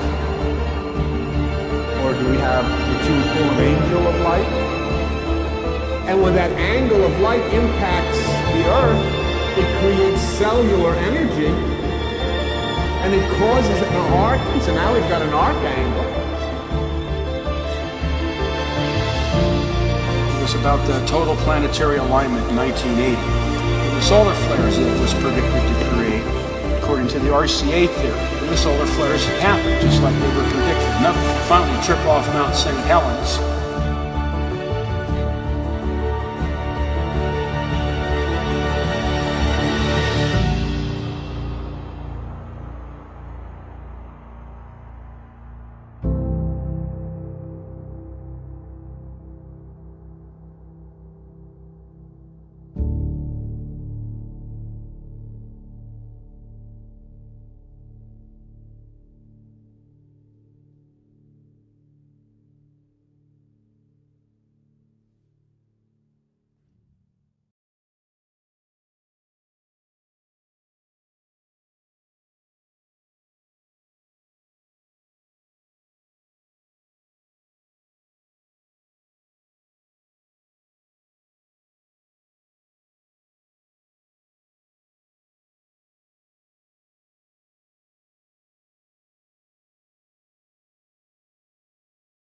I wanted to show you this.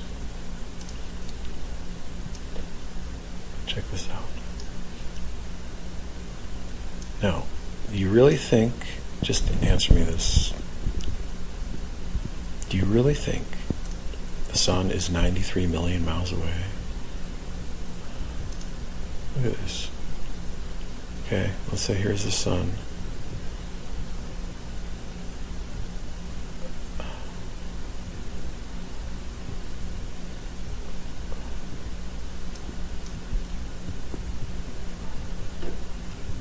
Keep going, keep going, keep going, keep going, keep going, keep going. Keep going, keep going, keep going. Keep going. We're at 45, 46 million kilometers. Here comes the first planet. Coming up. There it is. It's a dot. It's Mercury at 57 million kilometers. Keep going, keep going, keep going. Keep going, keep going, keep going. Keep going, keep going. We're approaching 85 million kilometers. 90 million kilometers. Wow, look at this. Look, another planet. It's a little bit bigger than a dot too. It's Venus. 108 million kilometers away. Keep going, keep going, keep going. Keep going. 128 million. Halfway home, they say. Keep going, keep going, keep going. Oh, look at that. Earth! Now you're telling me this little dot, in comparison with that big yellow circle that's supposedly 93 million miles away, if this little dot tilts 23 degrees in one direction, it's going to change the temperature that significantly, as it does from wintertime to summertime? Are you kidding me? No. The temperature would be constant throughout the entire surface, even the backside of the Earth, if that were the case. There would not be any temperature variance at all if the Earth was 93 million miles away. If this was the correct model of the universe, it just wouldn't be. It's just ridiculous, okay? And plus, too, as far as like the positioning of the sun in the sky, if the Earth was tilted, you would not see any variance in the position of the sun in the sky from this distance. Just a matter of mathematics. It's ridiculous, guys.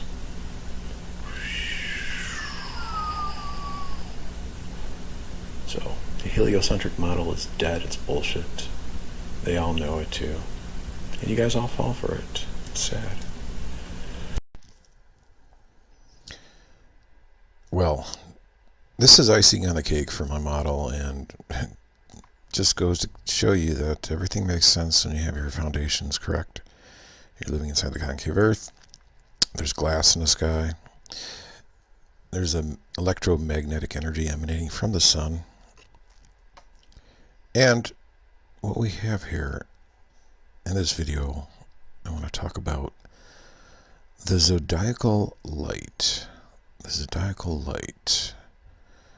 Now, I added that little faint band that you see going a little bit higher than that arc of the ecliptic there. And that has to do with the fact that the sun is electromagnetic, it's behind glass, and it's emanating its field lines out peripherally like that, and then they actually are converging. On the right there, you see that faint spot of illumination. That's called the Gegenschein. And so, let me share my screen here and explain to you a little bit about the zodiacal light.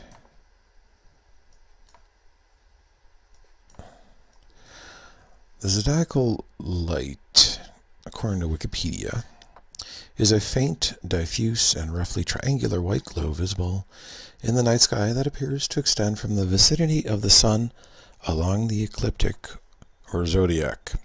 It's caused by sunlight scattered by space. There's their space dust dancer. They love their space dust.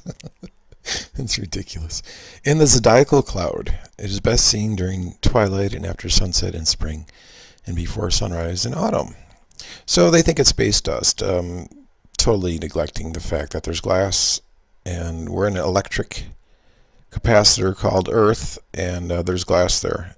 and the dielectric barrier there actually creates the caustic effect that we call zodiacal light. Here's some examples of zodiacal light.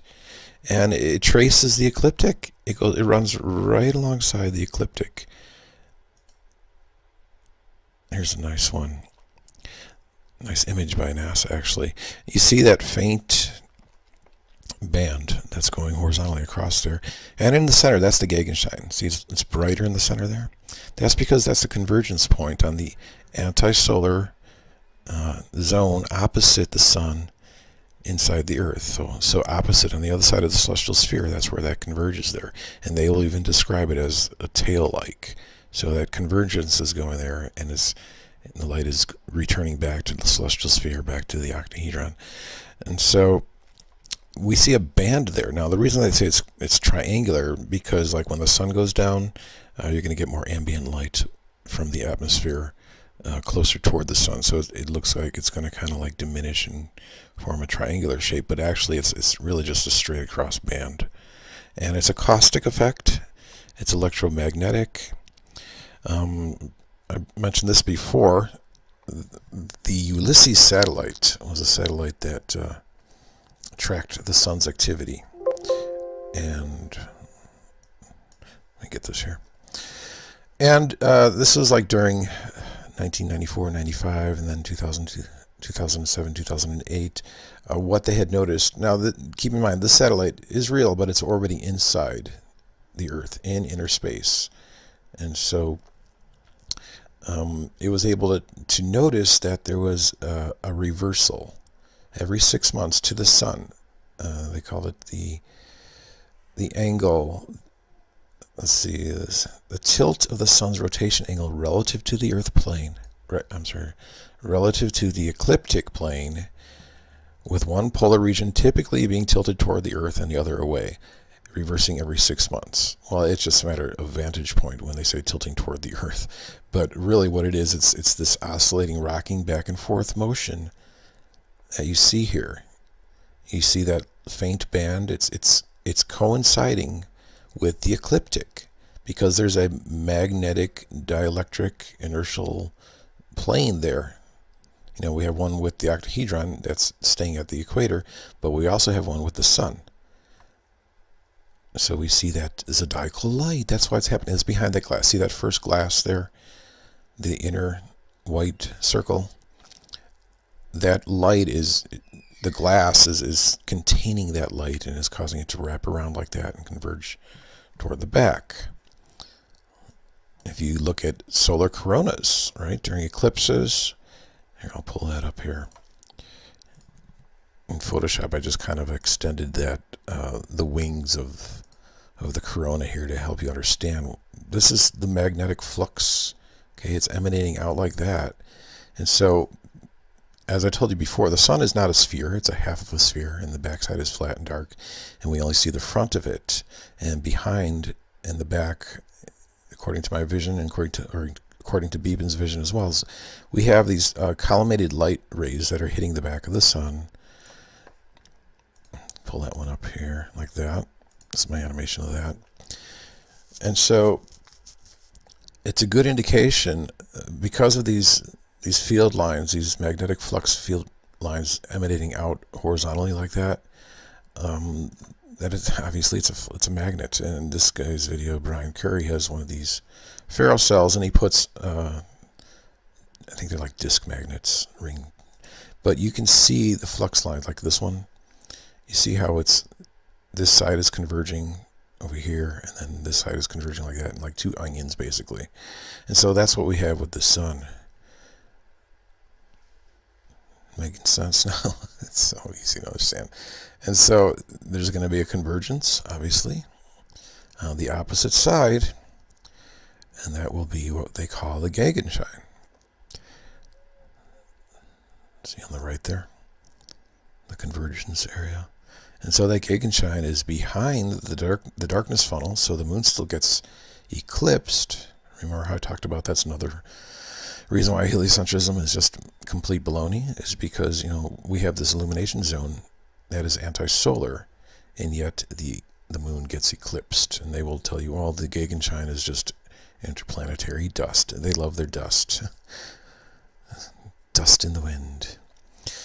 No, that's not what's happening. The fact of the matter is that there's a darkness zone that's in front of the Gegenschein. And so the moon, because it's in front of the Gegenschein, will get eclipsed. It only works with bending light, concave Earth, glass sky. And so this is like icing on the cake. I mean, it's, slam dunk. This is what's going on. What else can I show you here? I talked about that before in this video here. The Beatles and LSC concave Earth, where we have, they will even say, right here, see, we have the magnetic field lines, interplanetary magnetic fields. I mean, this is what's happening.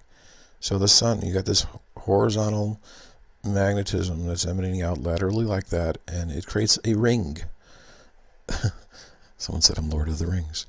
It creates a ring, and then it converges around to the back side. And so in a heliocentric model, this doesn't even make sense. You have no return. You have no return to the magnetic field lines. Remember I talked about that, how NASA says, oh, through some process as yet not fully understood, the sun's field must keep regenerating itself across 4.5 billion years of time. How does it do that? Well, it doesn't do that. It's simply, it's a closed circuit. It returns.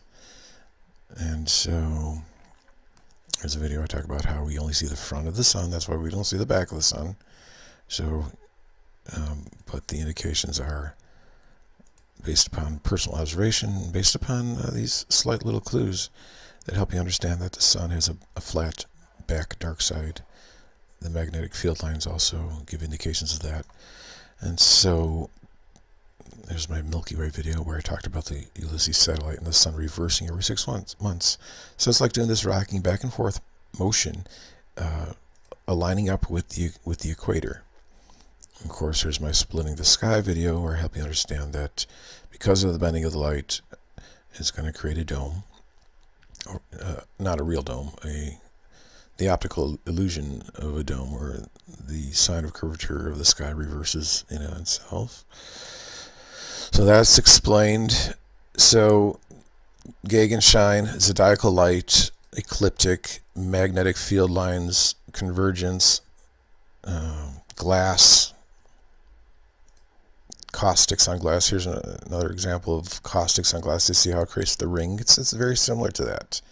The zodiacal light inside glass, glass creating this container to contain the glass and create this ring, because the sun is a magnet and it has horizontal magnetic field flow. Basically, it's a slam dunk for LSC concave Earth.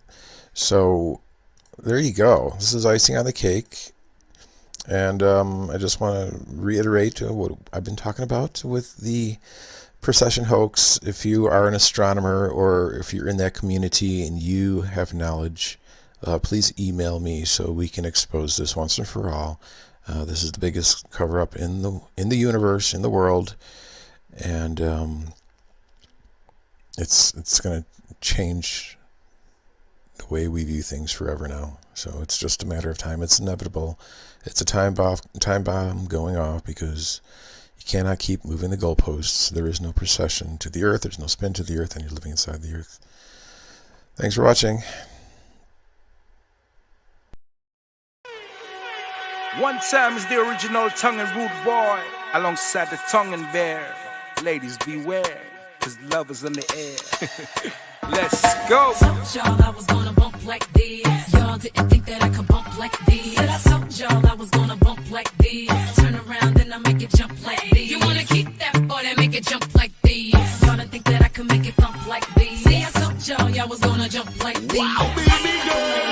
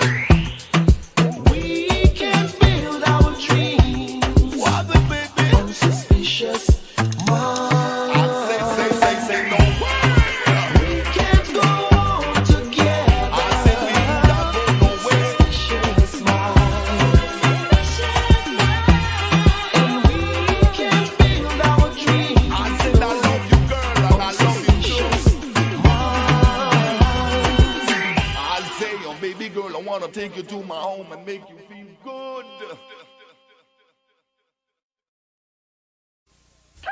Put on the whole armor of God, that you may be able to stand against the wiles of the devil. For we wrestle not against flesh and blood, but against principalities, against powers, against the rulers of the darkness of this world, against spiritual wickedness in high places. You know, when you think about it that way, it's like we're in a real battle. I wonder what it'd be like to be in a real battle.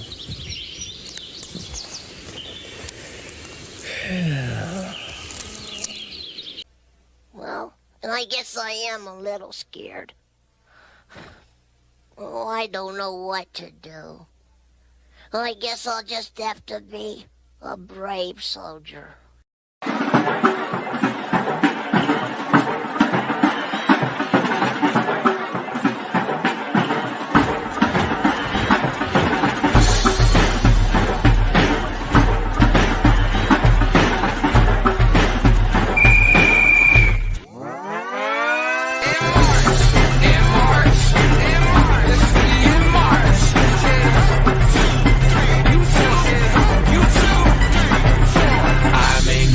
March in the infantry, ride in the cavalry, shoot the artillery. I may never zoom on the enemy, but I'm in the Lord's army. Yes, sir! I'm in the Lord's army. I'm in the Lord's army. I may never march in the infantry, but I'm in the Lord's army. I may never march in the infantry, ride in the cavalry, shoot the artillery. I may never zoom on the enemy, but I'm in the Lord's army.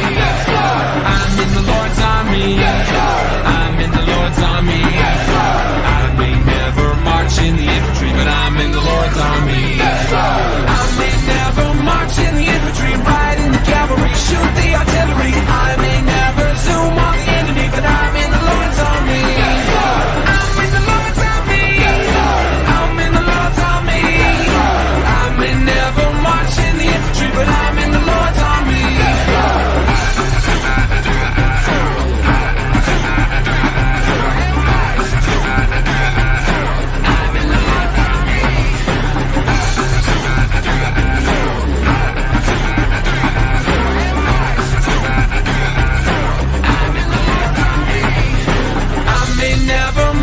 Infantry, ride in the cavalry, shoot the artillery. I may never zoom on the enemy, but I'm in the Lord's army. I'm in the Lord's army. I'm in the Lord's army. I may never march in the infantry, but I'm in the Lord's army. I may never march in the infantry, ride in the cavalry, shoot the artillery. I may never zoom on the enemy, but I'm in the Lord's army. I'm in the Lord's army. I'm in the Lord's army. I may never march in the infantry, but I'm in the Lord's army.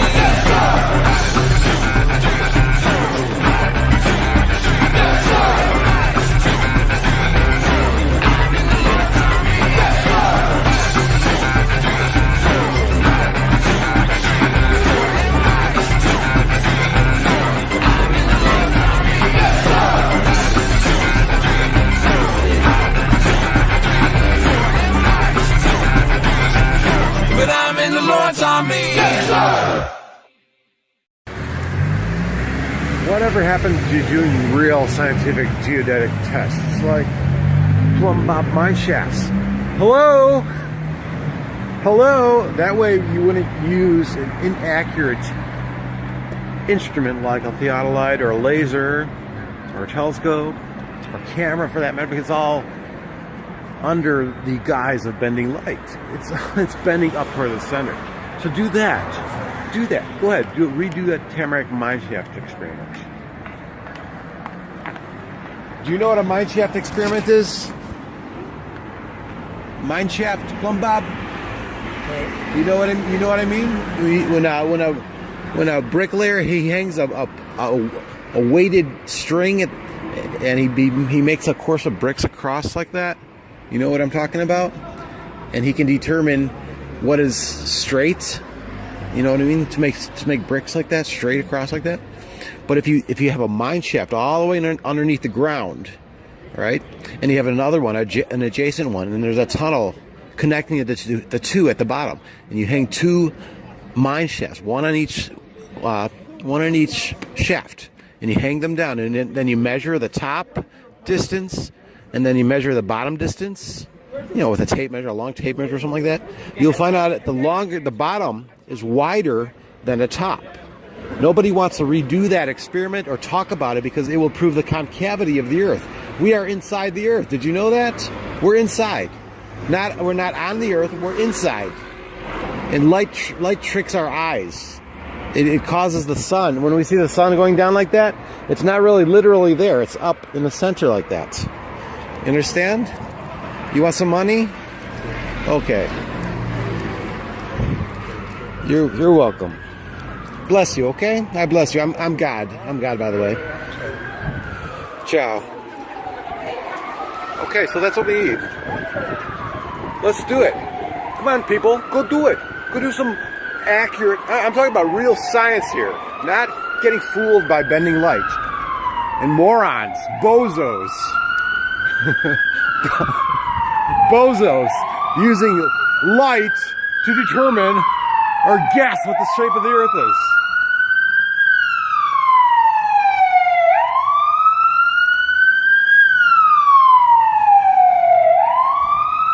Uh-oh.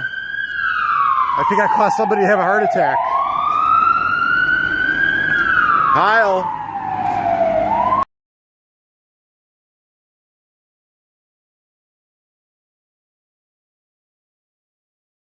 I know of exactly one thing that supports the concave Earth model, and that is the Tamarack Mines anomaly, which is fascinating to me. That experiment. Actually, I don't really talk about it that much because that's speculative, really. Some people that even talk about that possibly wasn't even conducted.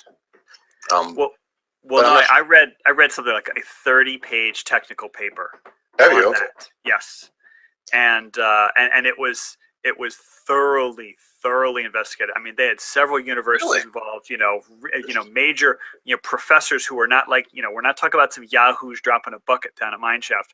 We're talking about full professors who were genuinely intrigued. I mean, they even suspended the weights in like oil, snapping and all that kind of stuff. I mean, these guys, they took it seriously. Wasn't there was a secondary test that was actually conducted in France too, as well, during that time frame, wasn't there? I'm not aware of the France one. Okay. Earth's center of gravity, up or down? Up or down? Why am I even asking you that question? Well, I'm going to read you an article posted on unexplainable.net, which posts the Tamarack mine shaft plumb bob mystery and why two plumb bobs diverged at bottom of mine shafts,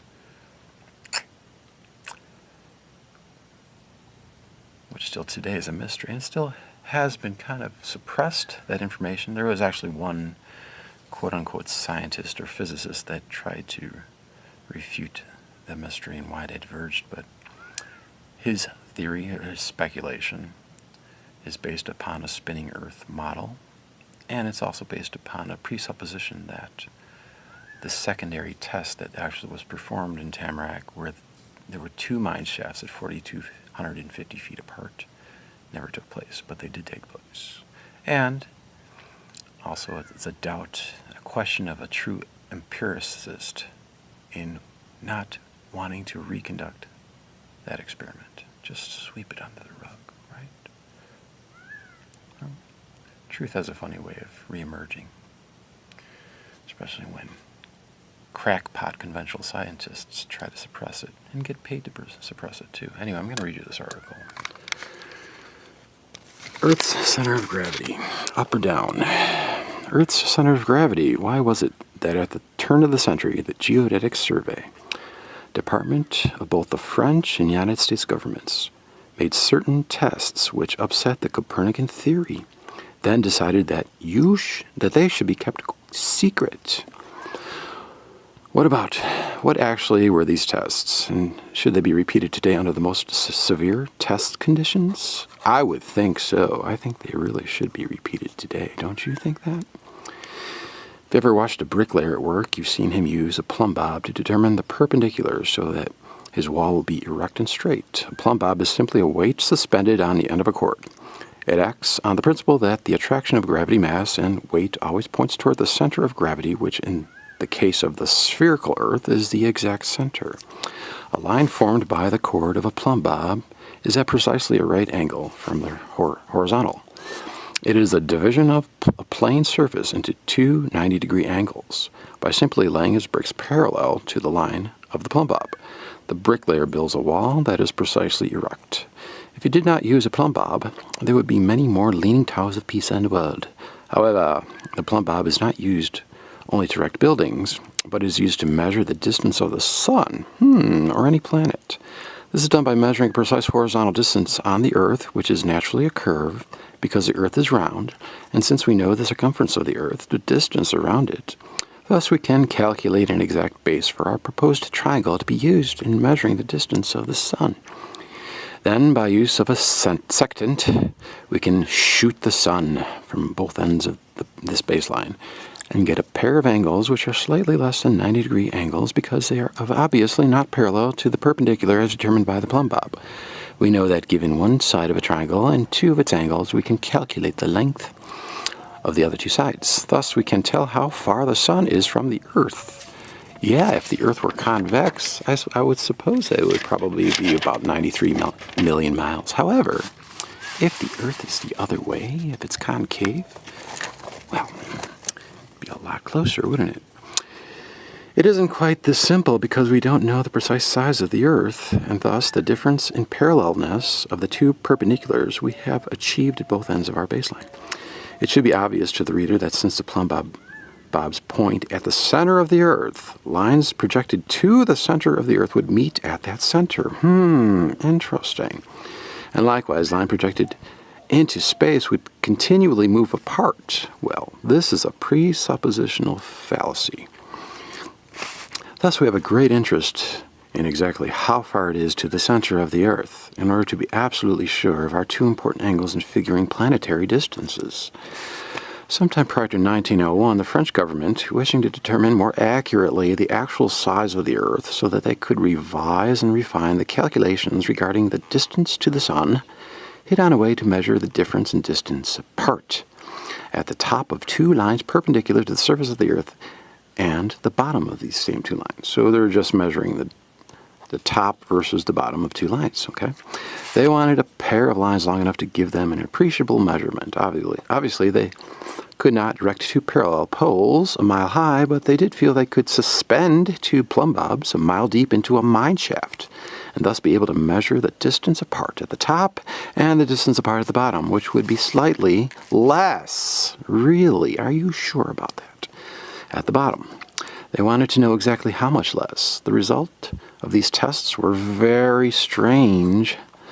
So strange that the French geodetic scientists contacted the scientists of the American Geodetic Survey and conveyed their results to them, with the request that similar tests be conducted in this country. Officially, nothing was done for some years, but in 1901, one of the geodetic surveyors happened to be working in the vicinity of Tamarack Mines near Calumet, Michigan. He contacted the chief engineer at Tamarack and informed him of the information transmitted by the French government.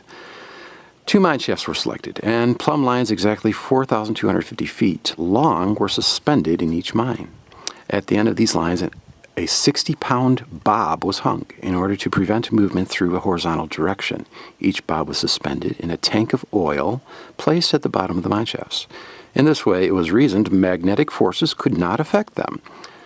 The lines used to suspend the bobs were number 24 piano wires. For 24 hours, the lines were allowed to hang so that there would be no possibility of movement from putting them in place, still remaining in the lines. The measurements were begun. It was then that it was discovered that the French geodetic engineers had not made a mistake. Careful rechecking proved that the lines, contrary to expectations, were farther apart at the bottom than they were at the top. There can only be one implication to such a strange result. The center of gravity is not, as previously believed, at the center of the Earth. Well, it is at the center of the Earth if you invert your Earth. But in fact, it must be above the surface of the Earth, somewhere in space. If these two lines, formed by the suspended plumb lines, were to be extended upward, they would meet somewhere in the void away from the Earth. At that point, by all the rules of gravitational attraction, should be the center of gravity to this planet. It's not a planet. Greatly puzzled and not a little disturbed, the Tamarack engineers sent for Professor McNair of the Michigan College of Mines. With McNair there to check his results, the experiment was repeated, the measurements gone over again, and both men were convinced no error had been made. Professor McNair suggested that the plumb bobs be changed to a non-magnetic metal to overcome any possibility of magnetic attraction or repulsion due to a magnetic ore body nearby. But this was done. The same figures were arrived at. If magnetic influences had been at work, they would have varied with different metals, but they did not. Now, suggested McNair, it would be a good idea to prevent air currents from traveling up and down the mine shafts, which might be affecting the plumb lines. Thus, both mine shafts were sealed at the top. Once more, the figures remained the same. After trying many methods to vary the figures and failing, Professor McNair gave up in complete bewilderment. These series of tests had not gone on in complete secrecy, and it was inevitable that the news of them leaked out. It leaked to a reporter of the Milwaukee, Wisconsin Sentinel who published the story. It stated the crux of the situation. The wires were supposed to hang parallel to each other. The reporter made an error here. They should have hung closer together at the bottom. In a presuppositional convex Copernican Earth theory, which is utter bullshit, but were farther apart below the surface than they were at the surface, and they were farther apart below the surface than they were at the surface, and no one had suggested anything that seems to cover the question. Professor McNair, when questioned, stated for publication that he had proved that magnetic attraction from the Earth or the sides of the shaft did not cause a strange divergence. Then he went back to the Michigan College of Mines and wiped the whole thing from his mind. Apparently, this is true, for he made no effort to contact his colleagues or scientists to call attention to the fact that what they were teaching about gravitation and plumb lines did not actually hold true when put to a conclusive field test. Maybe he was silenced? Is that a possibility? However, we can forgive Professor McNair for his reluctance to pursue the matter further because its implications are tremendous. Indeed, they are totally shattering to our concept of the universe, and in fact, if they can be made to hold true, make a shambles of all our physical sciences. Obviously, Professor McNair was unwilling to so upset his daily routine, or maybe he was paid off or bribed or silenced, nor were the United States and French governments. For as the French put it, the value of the franc will remain unchanged, and bridges and buildings can still be built. So why make an issue of it? Professor Halleck of Columbia University was of a different mind. He heard of the experiment through a professor at the Michigan College. He held that this actually was attraction upon the plumb lines, and in a very astute article told how easily the matter could be settled by using phosphor bronze wires instead of piano wires and lead bobs instead of iron bobs. The Tamarack engineer, delighted to clear his mind of its confusion, followed these instructions to the letter and came up with precisely the same measurement as before. When Professor Halleck was informed of this result, he retired into a dignified and stony silence. Defeated. Not so the Tamarack engineer. He had decided that something was causing this phenomena, and he was going to find out what it was. Plumb bobs suspended in a single mine gave too delicate a difference in measurement, and after all, were not accurate enough to give any reliable figures on the amount of deviation. For instance, per mile, and whether or not the deviation had any relation to the size of the Earth. After all, it had originally been the purpose of the French Geodetic Survey to refine the actual size of the Earth as then known, late 1800s, to a more accurate figure. They had something in mind concerning artillery and as well as astronomy. So this guy, Professor Halleck, determined to create two mine shafts. A second series of experiments were conducted at Calumet, Michigan. This time, 2 elevator shafts into the mines were used instead of 1. Now, this is important because Donald Simonek's refutation of the Tamarack mine shafts, he's claiming that the 2 separate mine shafts experiment was never conducted. And if it wasn't conducted, first I have to question his integrity as an empirical scientist as to why not to reconduct the experiment. But in lieu of that, or instead of that, or regardless of that, he's basing his deviation based upon a proposed centrifugal force created by a spinning Earth, and however you can't account for that deviation with farther apart mine shafts. So his debunking totally falls through the window. These 2 were 4,250 feet apart and were also 4,250 feet deep. They were connected at the bottom by a perfectly straight transverse tunnel. Now, plumb bobs were hung in each shaft and measurements were made. This time it was found that the plumb lines were 8.22 inches farther apart at the bottom of the pit than at the top. It did not take the Tamarack engineer long to discover that this figure exactly represents the divergence that would be necessary to complete a 360-degree spherical circumference. In other words, a shell of force around the Earth, there was only one difficulty as expressed by the plumb lines. It would be the circumference of the inside of a sphere and not the outside. Further, the center of gravity as expressed by the angles formed by the plumb lines would be approximately 4,000 miles out into space, or actually out, 4,000 miles into space, just that, into space, because space is inside the Earth.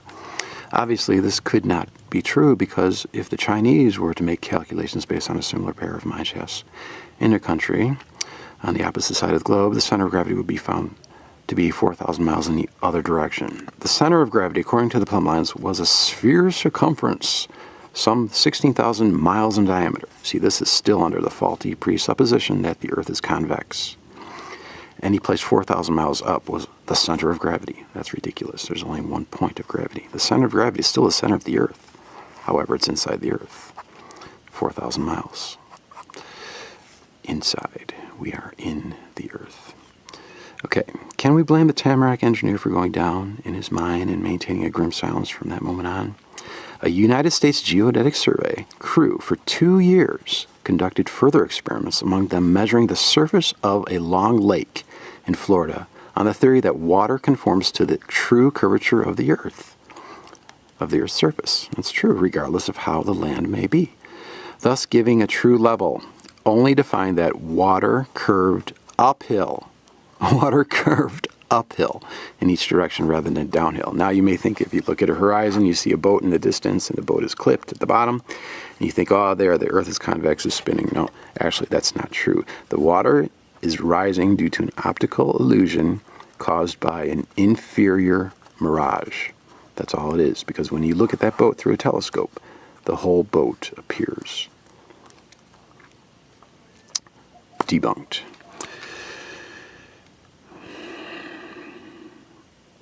So,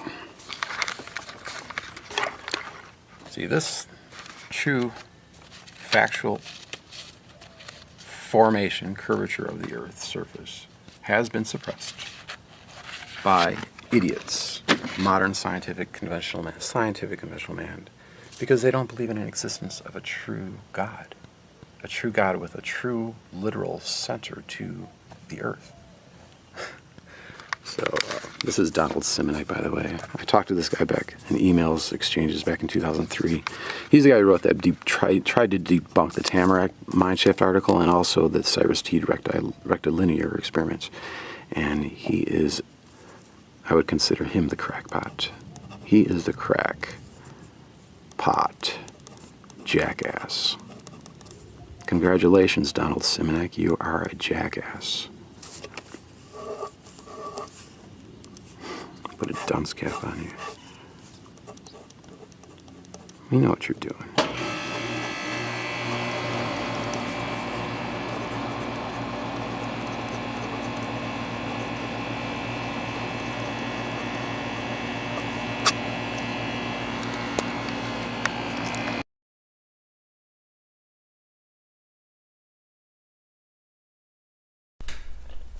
There is totally a glass sky, folks. Totally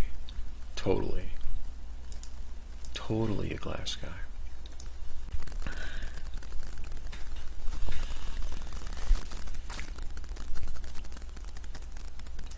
Look at all this evidence that there's a glass sky.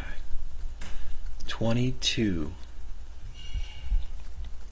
pieces of evidence. Number 1, rainbows, halos, glories, circumzenith arcs, sundogs, and other atmospheric optics, which are created by sunlight passing through glass and being projected onto water vapor. Oh, Romans 8:36. Thanks, Fist.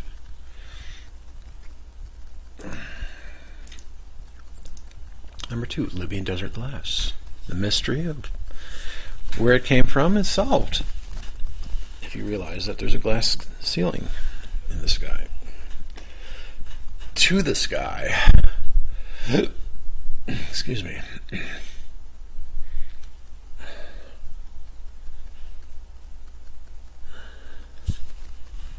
That's because there's crook star space. I'll get to that later. Number 3, tektite origin. You guys know what tektites are? That's another mystery. Scientists, they don't know where the tektites are coming from. They don't know if it's coming from the ground because there's no impact craters where they find them, or if it's coming from space. They don't know. Number 4, megacriometeor origin. Large chunks of ice that fall down from the sky randomly, infrequently, but more frequently lately. Now we know where they're coming from. There's actually a whole ice sheet connected to the glass sky. For you were as sheep gone astray, but now returned unto the shepherd and bishop of your souls.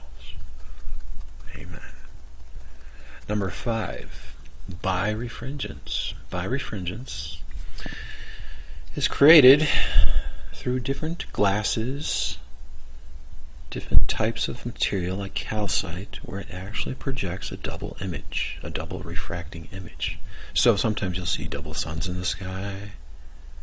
Sometimes you'll see a quadruple rainbow where it's like an offset, like there's another rainbow that's displaced a little bit from the original rainbow. Or you'll see a comet's tail splitting like that.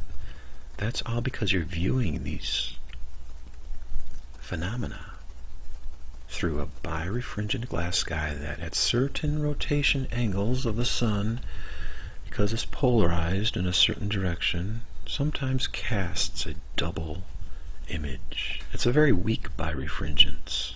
They found it in the Libyan desert glass. They found weak birefringence. But at certain times, at certain angles, it will appear. As a shepherd seeketh out his flock in the day that he is among his sheep that are scattered, so will I seek out my sheep, and they will deliver them out of all places where they have been scattered, in the cloudy and dark day. Cloudy and dark day. It's coming up, guys. 6, ozone. Ozone. Did you realize that ozone is actually generated with the help of the glass sky? And that fresh scent that you smell after thunderstorms? That's the same fresh scent that's replicated in air ionizers with glass plates. The glass actually helps manufacture that fresh scent. Fusion crust. Meteorites are covered with fusion crust. Fusion crust is burnt glass. That means that meteors are melting through the glass and getting covered by burnt glass, by fusion crust. Colorizing of clouds. Sometimes you'll see clouds. They have like a rainbow pattern to them, or reddening of the clouds at the horizon. That's all due to the glass, which casts different colors through different regions of the sky. That's what glass does, folks. Glass disperses the white light. Yeah, the fresh scent after the long cut. That's a good smell. Fist. Greenhouse effect, number 9. Obviously, a greenhouse has a glass ceiling. Same thing with our sky. It has a glass ceiling. It traps air, hot air, infrared heat. Number 10, the Kármán line. That is the line at 100 kilometers is said to be the division line between the atmosphere and space. Interesting. It's the same height as the glass sky. Number 11, ultraviolet radiation block, UV block. Did you know our atmosphere blocks out a lot of ultraviolet light? And did you also know that glass blocks out ultraviolet light? Did you know that? Number 12, lightning. If you ever watched an Eric Dollard seminar, you'll realize that lightning is created by dielectric forces moving laterally near glass. Lightning doesn't form from the top down or the bottom up. It actually forms from the sides. The dielectric forces in direct perpendicular positioning of the electromagnetic forces. Number 13, elves and upper atmospheric lightning. Sprites are called upper atmospheric lightning, and so are elves. Elves are the top of the sprites, and they taper off. They stop. They create this plume at 100 kilometers. That's the height of the glass sky. Number 14, shortwave radio, ham radio. It scatters at 100 kilometers. They compare the ionosphere to a sheet of glass. Well, there's no need really to compare it to a sheet of glass, because it actually is a sheet of glass. That accentuates the radio waves and passes them along to the other side of the inside of the Earth. Oh, it's a tab happy guest.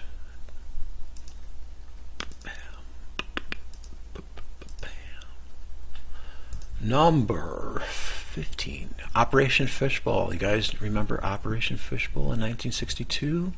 Maybe you weren't alive back then. Starfish Prime. Well, I don't believe they have nuclear weapons, but they said they launched a high-altitude nuclear weapon that exploded at 400 kilometers, and there was an auroral display visible from Hawaii and many other places. See, auroras are created because there's glass. So they burst a hole in the glass sky back then. Operation Fishbowl, does that sound a little bit fishy to you? Well, it should. Number 16. Superior mirages, fata morganas. You know that sometimes at the horizon you'll see this horizontal crease at the edge, and it looks like the sun is going down and going up. It has like a double image to it. Well, that's because the glass actually, due to refraction, creates a horizontal crease, and sometimes it's visible at higher latitudes.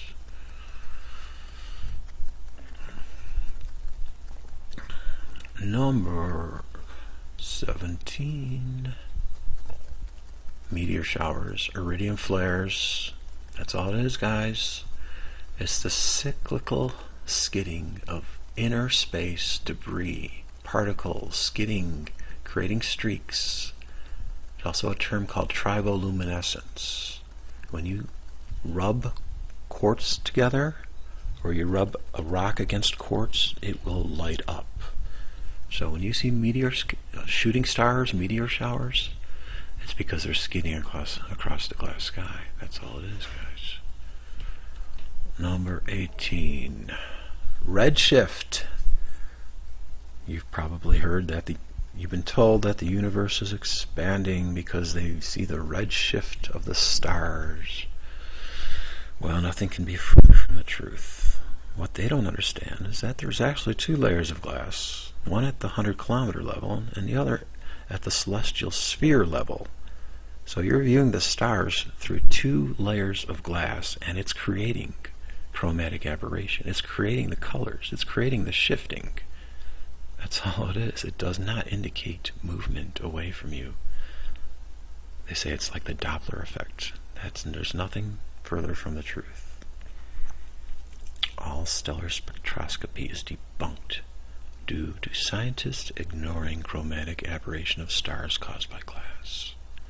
Number 19, aberration of light, stellar aberration. Sometimes astronomers will see slight movement in this, like a displacement in the sky, in the stars, and that's only because the glass sky, it creates a slight apparent displacement of stars due to the refraction. Number 20, space vehicle heat shields, re-entry or entry. They have flush bottoms. They have high temperature resistant material like carbon-carbon matrix used to melt through the glass. And it shall come to pass when I bring a cloud over the earth, that the bow shall be seen in the cloud. Yes, Genesis chapter 9, verse 13. The glass sky was formed after the flood, the global flood, ladies and gentlemen. Prior to the flood, there wasn't a glass sky. But we needed, within the concave earth, within this pressurized system, we needed to push. God needed to push the waters down So he compressed the atmosphere with the glass sky.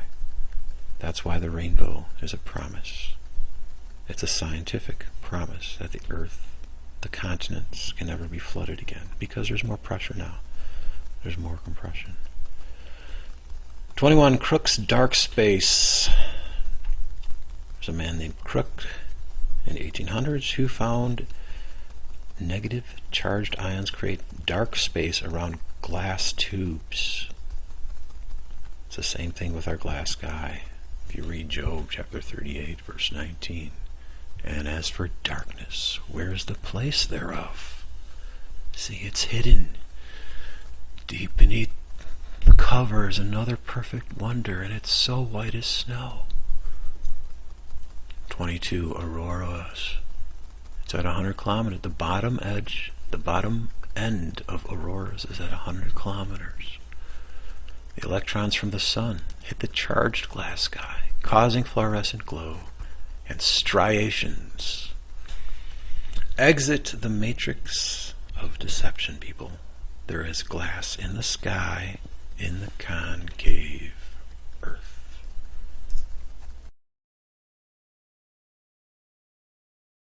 Lord Stephen Christ, claiming he's the true Christ on YouTube.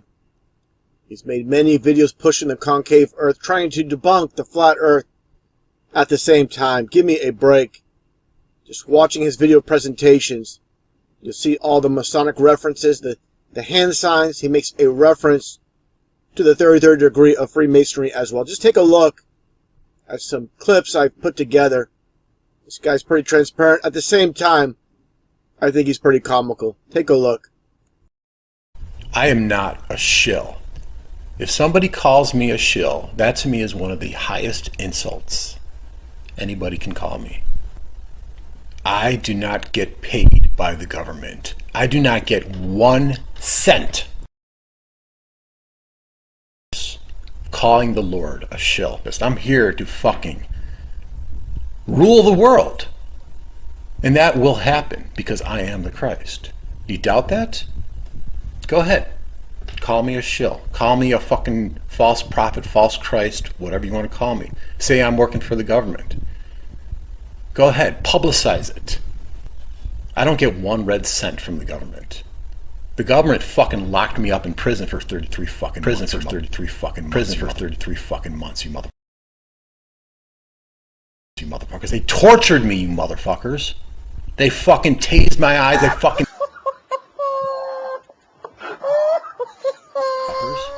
They fucking tased my eyes. They fucking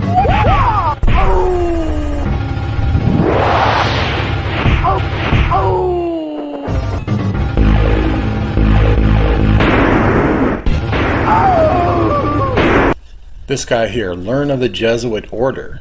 Yeah, I thought I liked his videos. I liked his anti-NASA videos. Yet he has this, he's starting to get this little fucking attitude. Yeah, I'm influential now. I can go after Stephen Christ. Can call him a shill. You fucking snarky little fucking punk bastard.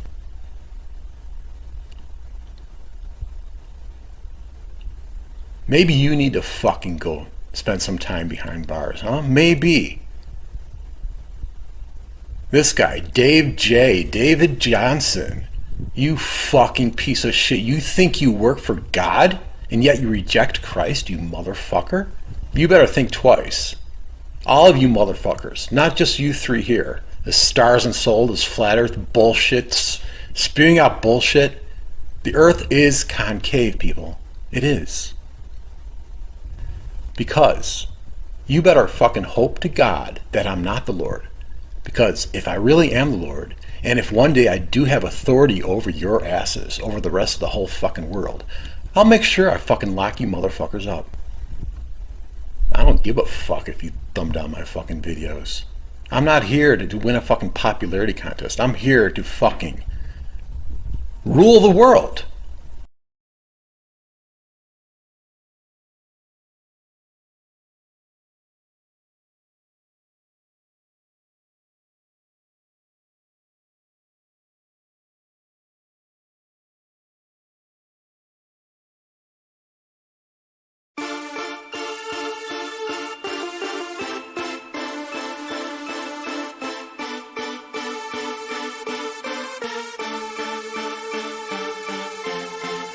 Why all the hate?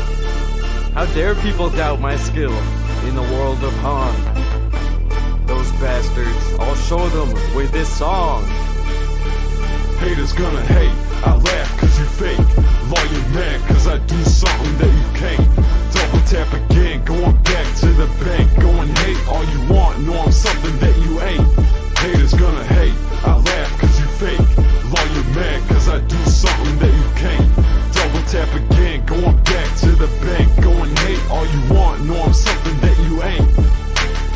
IRL, you may know me as the bitch layer. The in-game, you can see me playing Witch Slayer. Listen closely, hater, can you hear that hat trick? Whipping up the shotty and I'll make your ass backflip. I'm physical, but my playstyle's magic. Do the math, me plus a team equals tragic. Doom bring a habit, winning is a habit. Rolling on my floor, all you got is a hatchet. I solo, but roll deep if there is a problem. But I'm sure with all these items, I can just solve them. Growing so much stronger, I just feel like I'm evolving. Persistent with my killings, everywhere I am revolving. My enemies never seem to live to see another day. Snare, you little punk, ha, you thought you could get away? Just to mess around and watch you die from a venom spray. They disconnect, watch as their picture fades to gray. Gonna hate, I laugh cause you fake. Lawyer mad cause I do something that you can't. Double tap again, going back to the bank. Go and hate all you want, know I'm something that you ain't. Haters gonna hate, I laugh cause you fake. Lawyer mad cause I do something that you can't. Double tap again, going back to the bank. Go and hate all you want, know I'm something that you ain't. Your stats make me snicker, you scout first picker.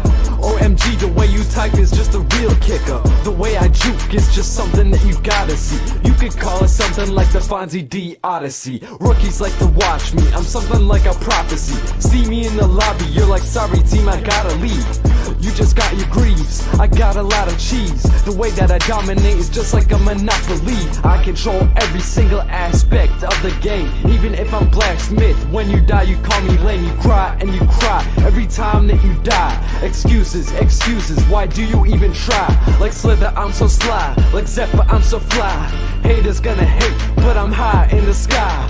Gotta say goodbye to those who do reply. If you are still QQing, wipe that tear from your eye. Haters gonna hate, I laugh cause you fake. Lawyer mad cause I do something that you can't. Double tap again, going back to the bank. Go and hate all you want, know I'm something that you ain't. Haters gonna hate, I laugh cause you fake. Lawyer mad cause I do something that you can't. Double tap again, going back to the bank. Go and hate all you want, know I'm something that you ain't. Haters gonna hate, I laugh cause you fake. Lawyer mad cause I do something that you can't. Double tap again, going back to the bank. Go and hate all you want, know I'm something that you ain't. Haters gonna hate, I laugh cause you fake. Lawyer mad cause I do something that you can't. Double tap again, going back to the bank. Go and hate all you want, know I'm something that you ain't. Okay, last video, the audio was not timed properly. I just wanted to get it up there and show you guys. I was excited. So I just wanted to rush and get that up there. But I want to let you see how I made the actual polarizer here in Lightwave 3D. I show you how we get a half illumination. Right? Let me go to here. There we go. You see how it's, wherever I move, I'm just moving the perspective around. I'm not changing the rotation of any objects. I'm not changing the position of any objects. And wherever we go, where that illumination is going through those two polarizers that are perpendicular to each other, it's creating half illuminated zones in the left or the right, depending on where you go. This is a front view of it. Let's go into wireframe mode here so you can see what I'm talking about. See that? I got a light right there at the top.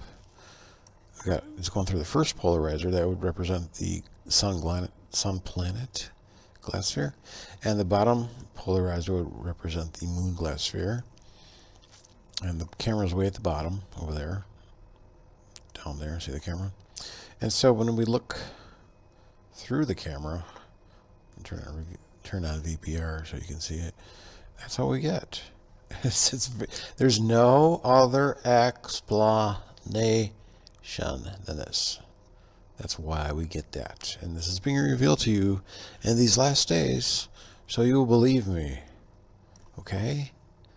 And let's go into Modeler. Let me try Modeler. There's Modeler, and this is how I built the polarization, or the polarizers. It's this top view, just zooming in really close. You'll see it's like a grill. All right, you see how the actual rectangles are, the long rectangles are just like really, really small and close together like that. Zoom back out here, it looks like a complete solid surface, but it's not. And turn that to perspective. You see how I curved it a little bit to make it kind of replicate a section of one of the glass skies anyway. So that's all it is, guys. Let's bring that back into Modeler. You'll see that's what it does. The illumination is coming from the top, obviously, replicating the sun. Now the sun would be, you see it's like a triangle right there at the top, but the illumination would be wider. But what's going on here, because of the bending of light in reality, it's curving around and it's creating a circle. It's creating a halo. It's creating a sundog. It's creating, well, a halo and a sundog. And I turn that around like that. You see, look at that. Half lit, half not. That's exactly what we see. Just moving it around. We're just moving perspective. And it changes. It reverses itself. Okay? Comprendo. Comprende. Let's watch. See, that's what's happening, guys. That's why we get this half-lit illumination sky. Now it'll happen at the horizon, but yeah, you keep in mind the light is bending, and so wherever we look at the sun, whatever, that's a bad convex Earth, but wherever we look at the sun, we're going to see it as if we're looking straight on. So it doesn't really matter where I place it in 3D.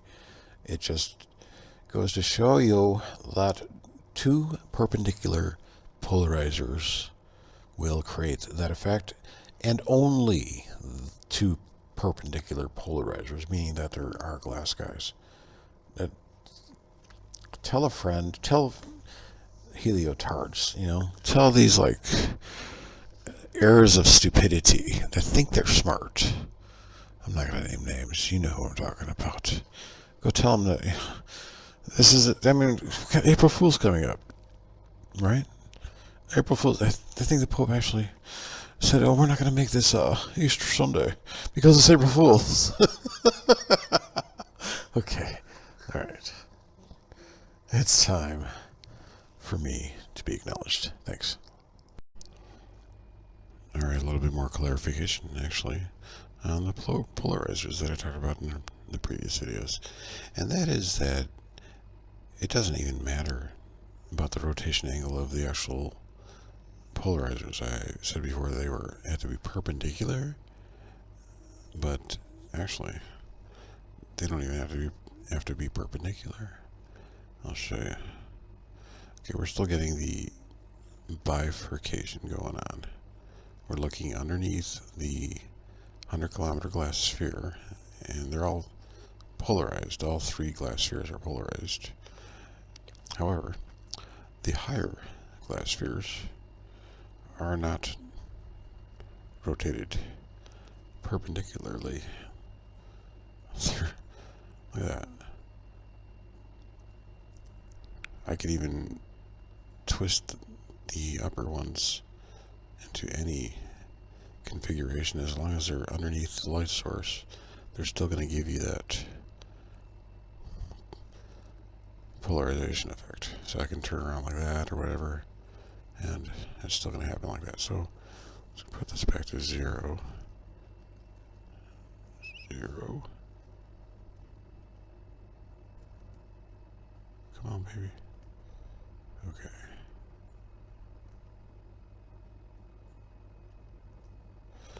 And I'll put the other one to 0 as well.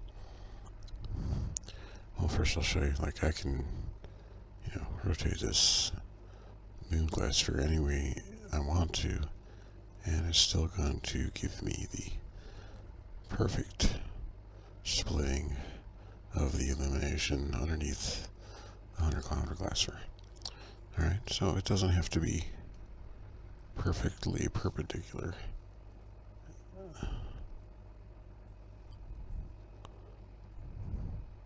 See? I'm just moving around. Oh, there you go. Dark on the right and dark on the left.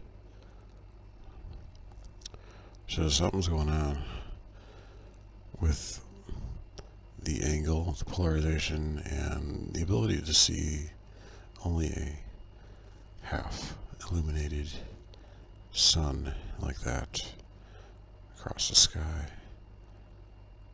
Understand? Alright. We're making progress here. But yeah, this is the reason why.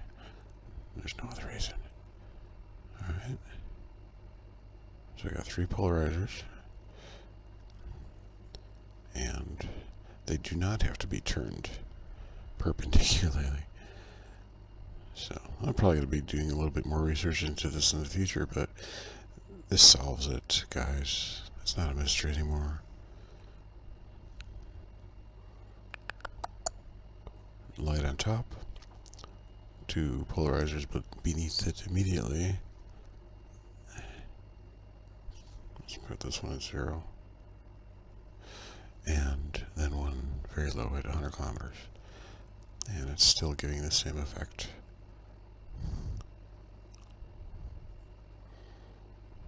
See? Alright, cool. The polarizers do not have to be turned perpendicularly. They could be all going the same direction, parallel. Alright.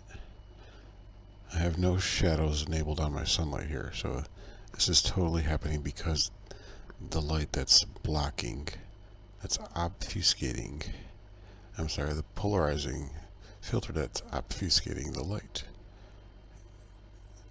It all has to do with polarization. Comprende? Alright. Ciao.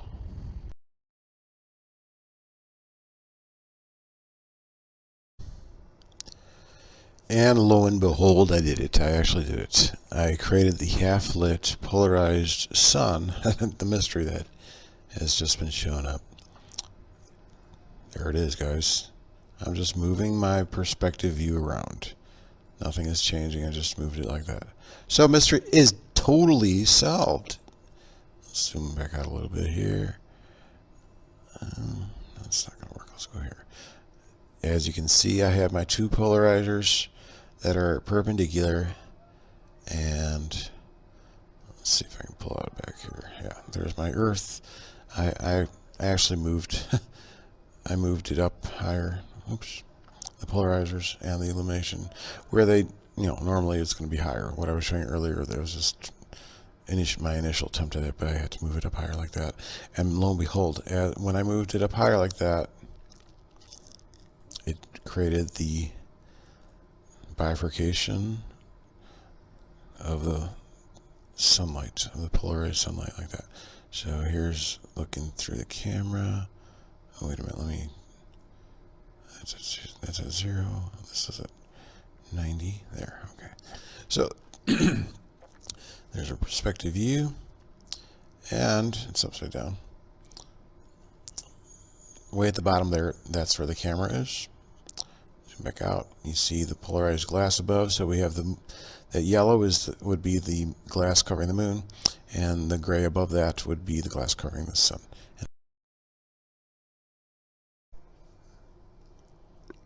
This was brought to my attention in the group.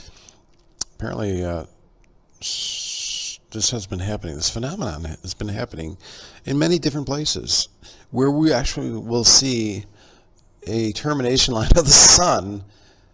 Usually, when I think it's always when the sun is at the horizon, appears to be at the horizon anyway.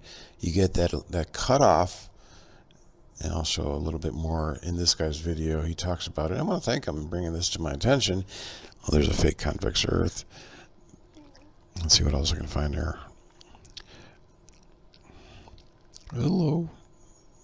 Different illumination happening in it really there's no other option, guys. You really need to understand that there is no other option but the fact that there is glass above and it's polarized glass. Okay? And there's bending light, obviously. You need to understand as well. He also talks about this little streak of light that goes across the sky. Here somebody report or showed him, and he mentioned how you can actually hear the actual, it is a meteor, by the way, it's scraping against the top side of the glass, and he says it sounds like pushing a snowplow across a hard surface. Listen. I don't know if it's a natural phenomenon, if it's not the Tiangong 1. I'll share that with you in just a minute. I don't know. I'll let you guys decide, but I will tell you what he said it sounded like. It also came with sound.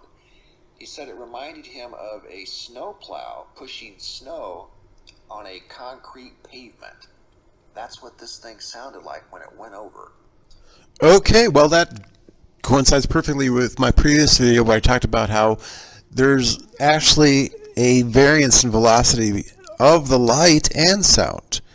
Sound is not a constant, neither is light. And you can watch my slow light video to understand how superconductivity and negative refraction and all these different variables will actually slow down the light way up high to a crawl.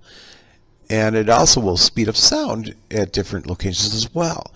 I would think that it would be very, very fast up in the center, just like sound going through water.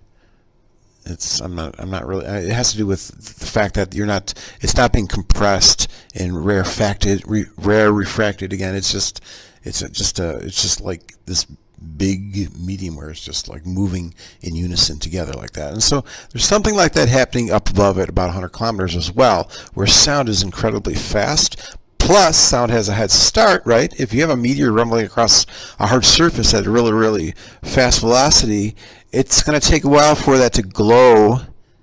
You know, the triboluminescence glow that I talked about. It's going to take a while for that to happen. And so you're going to hear it first, and then you're going to see it. And so by the time it reaches our eye, it's pretty much it appears to be anyway, pretty much at the same time. I also want to talk a little bit.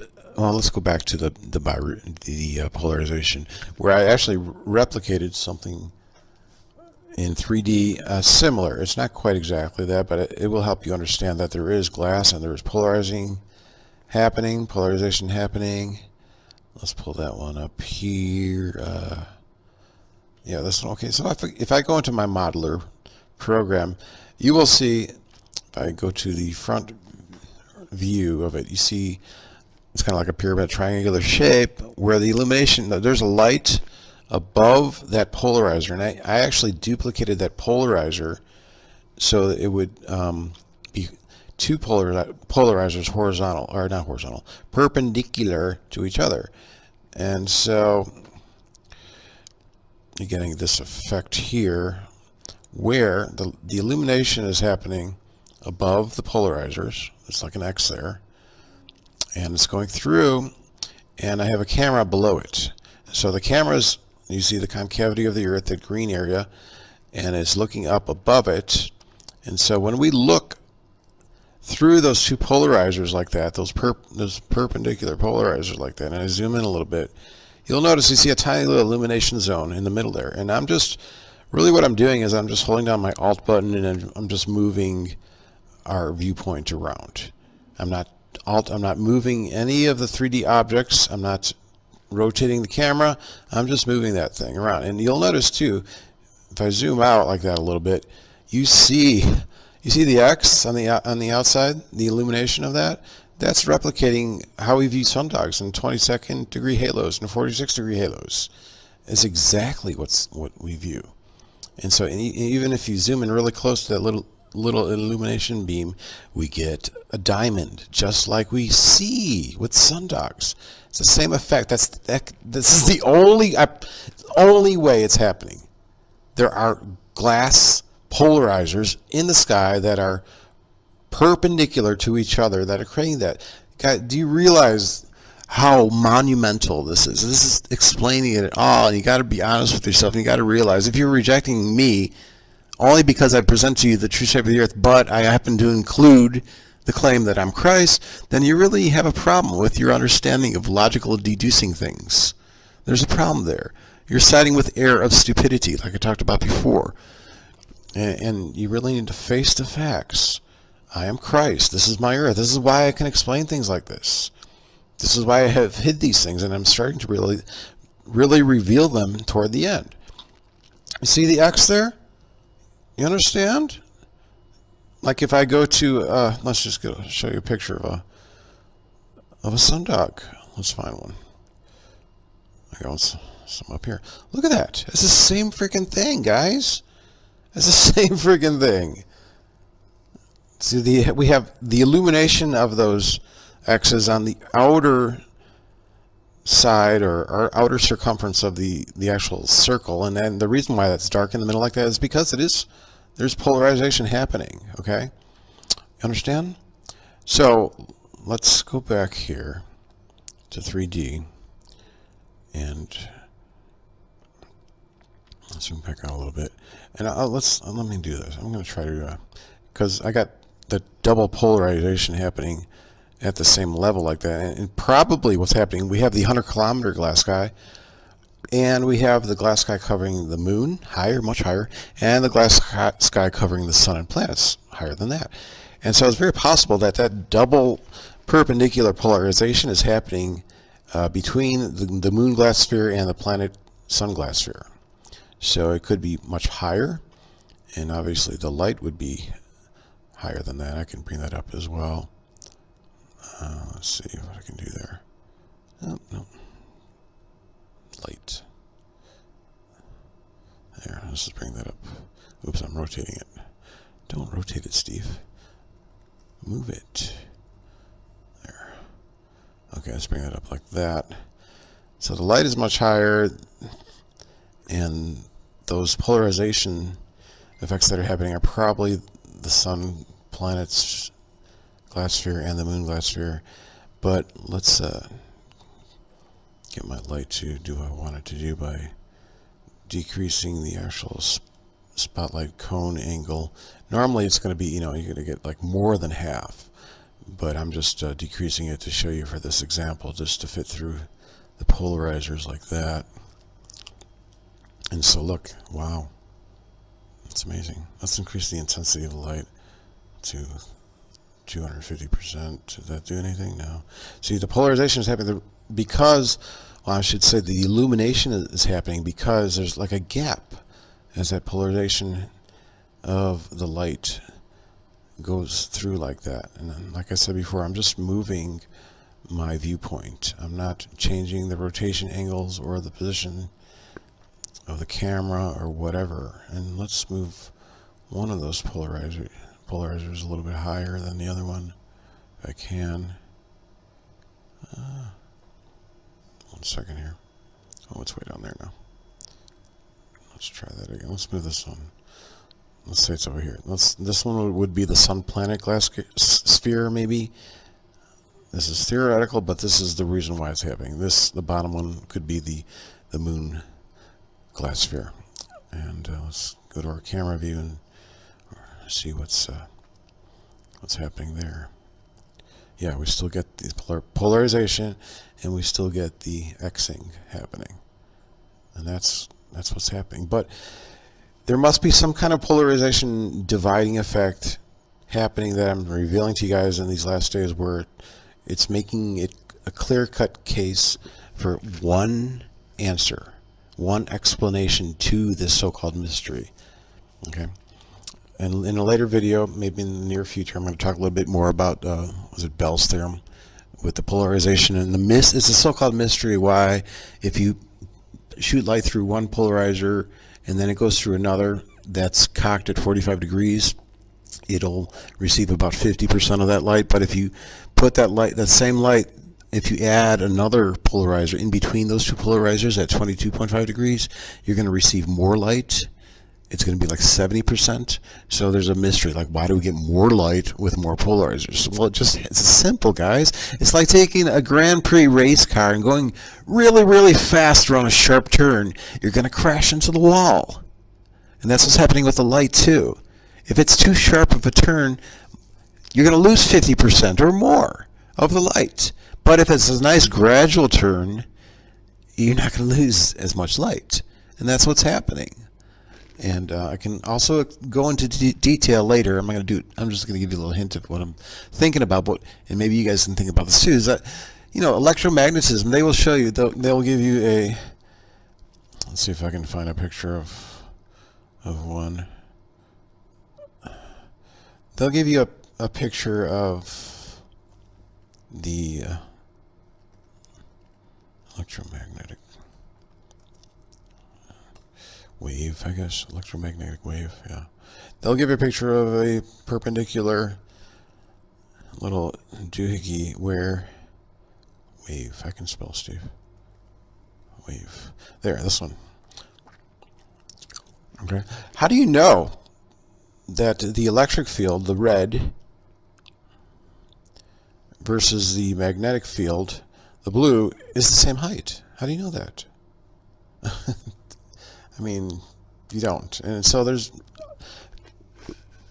that's another reason, possibility why that's happening like that, is because as this light makes a sharp turn like that, it's going to block, some of the light's not going to go through. But if it makes a nice gradual turn like that, it can go through. But anyway, that's another video. So that's what's happening with the mystery, so-called mystery of this. And watch my previous video. I talked about the so-called mystery of these tiny little water droplets on glass. And when you're looking through them, you see, you think, oh yeah, that's why these people are thinking there's like a so-called, quote, sun simulator, end quote, that NASA even built, right?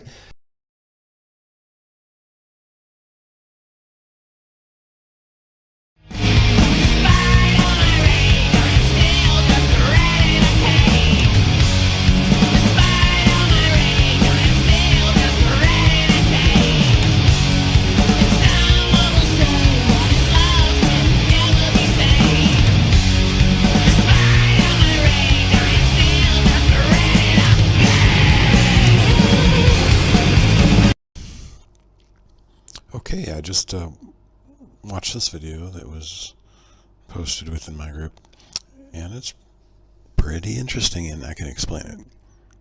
Come here and you will understand what's really happening.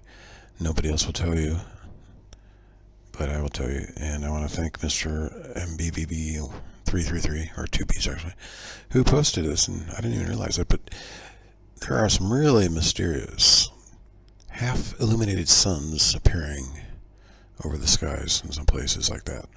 Really, well, that's a fake convex Earth, but that's really weird.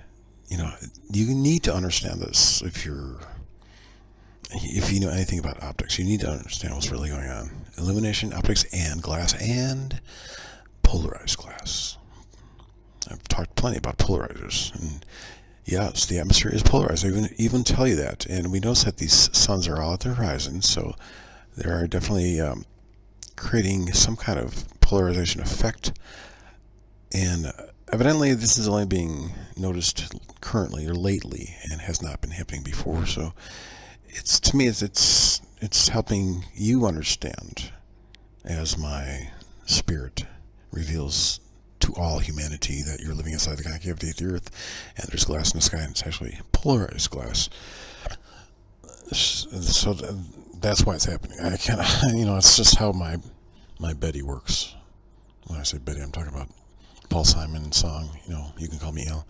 Watch that video if you don't understand that. But anyway, I wanted to go and kind of replicate what is going on. And if I go into my 3D modeler program, I'll help you understand that. Okay, this is my modeler version of it. And what I did, I created this rectangle here. But if you zoom in to it, this is looking down from the top view. If I zoom in really, really close, you'll begin to see horizontal lines. See the horizontal lines over there? We'll get a wire. Texture's good. There we go. So if I zoom really, really close, I'm replicating a polarizer. That's what I'm doing. So it's basically just like a grill. And so let's zoom back out. And I created a polarizer. In one layer, I have a concave sphere. Now you're looking on the inside surface of a sphere. Let me show you what I mean. So, I mean, I've done this so many times when I'm mapping the Earth. I map a spherical texture map on the inside surface of the Earth. And so that's what I'm doing there. And so I bring that into my layout version of Modeler here, and let's go back here. What I did is I put a volumetric light at the top. So you see at the top of that kind of pyramidal shaped illumination. Oh, maybe you don't see it. There we go. Sorry about that. Didn't switch cameras. Okay. So there in layout, we have this illumination. The bottom would be the concavity of the Earth, that bottom white thing. I really should change the color of that. I'm just doing this really quick here. Let me just change it to like a bluish green to represent the Earth. Okay, so there's the Earth. And above the Earth, we see that horizontal black area. That's the actual polarizer. And so the light is going through the polarizer. And let's get a different viewpoint. It's looking down. And this is a perspective view where basically what I did is I have the camera. Let's go back to wireframe mode here.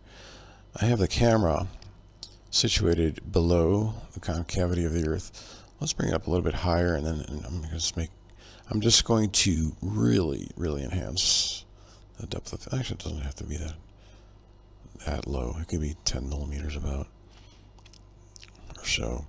Okay, that's good. So, and what I did was I duplicated the polarizer. So I created an X. You see the X there. So looking top down, we see an X like that. And so we have the sun right above that X, or the center section of that X. Oops, I'm upside down there. All right. So we have a light at the top replicating the sun. It's not a simulator. Well, actually, this is the only sun simulator there is. That other thing that ladies talk about, or some of these other conspiratorial nutters talk about, is ridiculous. It's not. You're not using your common sense, and you really are siding with an air of stupidity. It's just as bad as saying you live on a rotating, tilted sphere. I mean, sun simulator, and NASA did it too. Come on, women and people who believe that crap. You really are more. I mean, I don't mean to insult you. I'm sorry, but anyway, let's go back. I'm just going to help you understand what's going on. And I cannot replicate. At least at this moment, I just started dabbling into this, but I cannot replicate that effect as of this moment. But I can help you understand what's really happening here. So if I go back into, let's go to VPR mode, which gives you a kind of like a live rendered version of what's happening here. And we have the camera. Let's look up at the polarizer and see what we see. Oh, look at that. The camera is pointing straight through the polarizers to the actual illuminated volumetric light source. And I'm rotating the camera, and you see a tiny little white dot. And what that dot is indicating is the actual gap between the two perpendicular polarizers. Okay, zoom back out a little bit here. Zoom back a little bit more. Now you also notice here you see a perpendicular set. It's an X on the outer edge of that illuminated circle like that, and that's really replicating what we see with the sundogs in the 22nd and 46 degree halos. We see that horizontal and then vertical illumination where it looks like, people don't understand why we're getting an actual perpendicular illumination like that. And that's why that is happening. Okay, let me take this camera and zoom out a little bit. Or actually decrease the focal length a little bit more. Let's go to 7. Let's try a little bit more. 6. Well, that's not really helping too much.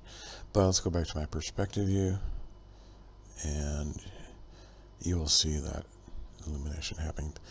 And that's all that's happening. I'm not rotating the light, I'm just rotating the camera. So, I mean, that's why people have different observations of the sun at different locations based upon the angles. And keep in mind, I cannot replicate bending light within 3D, but light does bend. And so it's bending light as well. So you have the different angles at which you're viewing the illumination of the sun, and it's creating this effect. And it's also going to cancel out because of the polarized glass. It's going to, I mean, that's what's happening here. There's no other explanation. I mean, you guys have been looking at this for a while and studying it, and you have to kind of come to the conclusion that there's no other option but glass in the sky polarizing that like that. Okay, you just need to come to terms with that. This is happening. Even Eric brought this up. You see like a, let me change windows here. You see like in this shot here, you see like a birefringence to the edge of the actual cutoff of the shadow, the transition point there, the termination line basically. And let me see if I can get a couple other pictures here. This is when the sun is lower, so it's something to do with the curved light when the sun is at an apparent low elevation. Remember, the sun is not really literally up there because, or not up there, it's not literally straight across because light is bending up toward the center and it actually inverts everything. It's a huge trick. He also brought up this. This is interesting too. And listen to what he says about that. You can hear the scraping sound. Remember I talked about the scraping sound and the mystery behind why we're actually hearing as well as seeing something in the sky, a celestial object streak across the sky. At the same time, normally you would understand that, you would think that light is much, much faster than sound. But we're hearing this at the same time, and I talked about how that's probably happening because the meteor above the glass is beginning to scrape against the glass and make the rumbling sound, he compares it to a snowplow sound going across, and so it has a head start. The sound has a head start. Not only that, there's a variance in velocity. I mentioned that before. A variance in velocity of light. I mean, they will tell you that it's constant, but that's complete bullshit. Only to make the frickin' curly-headed old Einstein one-stone appear to be smart. He's a fool. You know, air stupidity, basically. And so that's what's happening. Let me play this. I don't know. I'll let you guys decide, but so here in just a second. It looks like a triangle of some sort. I don't know if it's an actual phenomenon. If it's not the Tiangong one, I'll share that with you in just a minute. 23rd, Michigan. Whatever this is or was spotted by Dan yesterday evening. He had just enough time to snap 2 photographs, and then it was gone. Said it wasn't an airplane, it wasn't a fireball, doesn't know what it was. If you look at the front of this thing, I'll get a little closer here in just a second. It looks like a triangle of some sort. I don't know if it's a natural phenomenon. If it's not the Tiangong one, I'll share that with you in just a minute. I don't know. I'll let you guys decide. But I will tell you what he said it sounded like. It also came with sound. He said it reminded him of a snowplow pushing snow on a concrete pavement. That's what this thing sounded like when it went over. A snowplow pushing snow on a concrete pavement. Okay, it's a no-brainer. If you watch my previous video, I talked about how little glass bubbles on one side of the glass is going to create that. What that mystery that the FAA has been showing through the reports of the zone or whatever. It's simple, guys. There's no other explanation. And you have to really come to terms with the fact that I'm presenting you truth and concerning the earth, concerning the shape of the earth, concerning whatever is inside the earth, you know, whether or not it has to do with the glass sky or the birefringence or the polarization. It all makes sense. And the only reason the majority of the population is rejecting this is because it seems too weird. Not only that, but because the main advocate, me, claims to be God in the flesh, Christ. You need to come to terms with that. Scientifically speaking, you need to look, you need to separate, and you have to look at the evidence that I present to you. There's no other way to describe what we see in the sky than understanding that there's a glass sky, there's polarizing going on, you know, on and on, there's bending light. There's no other way to explain that. The sound has a variant velocity as well as light. And even at that height, we don't know. It could be similar to how sound penetrates through water. It goes super, super fast. And we also know that light slows. If you watch my previous videos, I talked about that too. At the higher altitudes you go, there's so many ways in which you can actually slow light. Watch my slow light video to understand that. You have superconductivity going on there. That's why we have negative 455 degrees. It's very, very cold. It's frigid. On and on and on. So we hear the scraping of the meteor. It is a meteor, even though the Meteorological Society did not report it. It is during the daytime. You'll notice, we have the triboluminescence of the illumination of the streak happening during the daytime. That's all it can be, guys. That's all it can be. So come to terms with that. I'm presenting you the factual information, and you really need to be honest with yourself. If I'm presenting so much accurate information about the shape of the Earth, and it has been held as a big mystery for centuries and decades and on and on and on, you need to come to terms and realize that maybe my Christ claims are not wrong. Watch my What If video sung by my good buddy Andreas. So there you go. I'm going to talk a little bit more about polarization of light, hopefully in the near future, to help describe a few other things that cannot be described, like Bell's theorem. They don't understand that it's not. Okay. I'll get in. That's another video. We'll get into that later. I'll explain it. It all has to do with the actual as the light goes through the polarizer. If it's too sharp, it's just like a fast race car going around a racetrack. If it's too sharp of a turn, it's going to crash into the wall if it's going really fast. And so if you have a polarizer going through one polarizer, and then the light hits a 45-degree polarizer, it's only going to allow half of the light to go through. But if you put it like a intermediary polarizer between those two polarizers, that's at 22.5 degrees, you actually can allow more light to penetrate through all three polarizers. And that's because the light is slightly bending as it goes through, and it's not making a sharp turn like it does if it just did a 45. It first does a 22.5 and then a 45 like that. You understand what I'm saying? I'll explain it more later. But that's why it's happening. Also, you don't understand. You don't know. I mean, it's possible. You know how they explain the electromagnetism of a light beam? It's perpendicular. You have electricity going on one plane, and then 90 degrees you have the actual magnetism like that. Well, you don't know. I mean, it's possible that that polarized light beam is actually coming in where one of those planes is shorter than the other. And so, well, I'll get into that more later. I'm kind of going off topic here. Well, it's not really off topic, but it's the same. But that's what's happening. Where am I?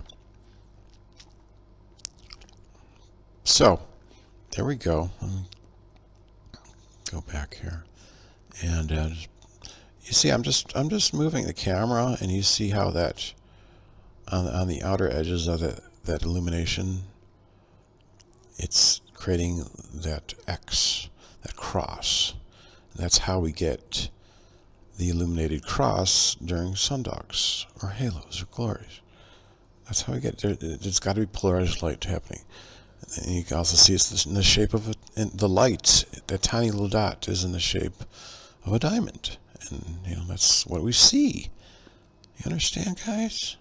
There's no other way to describe what we see in the sky without the glass. Okay, guys? All right. Love you. Ciao. Some of you saw this guy, Soundly, went out to the Lake Pontchartrain to train transmission lines, and it appears like that these transmission lines are bending down convex, as if the Earth were convex round. And if you've been watching me, obviously you understand that that's not what reality is. Reality is like in this graphic I depict here. The light is bending up more than the concave curvature of the Earth. So if you're an observer over here, your sight line is going to kiss the ground or kiss the sea and rise back up. So all the objects in the distance beyond that point, there's going to be a cutoff line. It's going to be occluded. So this is the erroneous assumption that light is straight, and provided much good information for you to understand that light is actually curving up. This video here, I talk about how we have a radio antenna in the center of the Earth. It's an absorptive octahedral antenna, and so all that energy is going to be bending up toward the center, just as in this radiation pattern. It's a dipole radiation pattern of antennas, antenna energy. And so that's what's happening here. See how the edge here, it's curving up more than the curvature of the Earth? And so it gives you a false curvature. It gives you a faux curvature, a false convex curvature. And so because of that curving light, the optical illusion that takes place is that the sky will appear to be a dome surrounding you, but instead it's curving the other way around. So I showed that there. So if you can understand that light bends up, that theodolites, like I mentioned before, if you point a theodolite in 4 cardinal angles, you're going to get different measurements, different deviations of light. It's not that the Earth is shaped one way, it's curved more one way than it is the other. That's impossible. So you have to conclude that it's the variation of the bending of the light that is creating that. And so it's going to give you the illusion of convexity. This is another video I talked about where there is apparent curvature at high altitudes, well, even apparently at low altitudes as well, because of the light that's bending up more than the curvature of the Earth. This is another video I made where I busted Cody's assumption that he's living on a ball by him, just people's ignorance, that they don't understand that light is bending up. And like if you're at this point here on a convex ball and light is straight, your point is tangenting over here and then it's rising up like that. However, if you're inside this concave Earth and your point is over here, the light is bending and is tangenting over here and it's rising up like that. And so the distance, or the the calculated radius of the Earth is going to be virtually the same. And let's see here. In my 3D app, I show you here. Okay, this is a profile view of the concave Earth, or just, it's not to scale. I just help you understand how the light is bending up. But the bottom curved line is the curvature of the Earth, and the top curved line is the trajectory of curved light.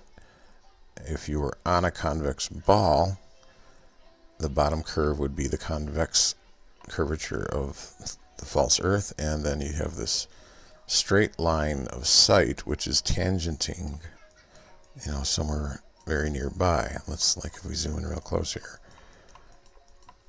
let's go right there. Let's say you're over here at the first transmission line tower, and light is straight. It's apparently it's going to tangent somewhere, and then eventually it's going to start lifting off the surface like that. See how it lifts off like that? However, that's not reality. Reality is, pull this one up here. This is reality, where you're over here initially. Let's say you're at this point, a little bit higher than the first tower, and that curved light, initially it's going to be angled down, but it's always curling up, basically.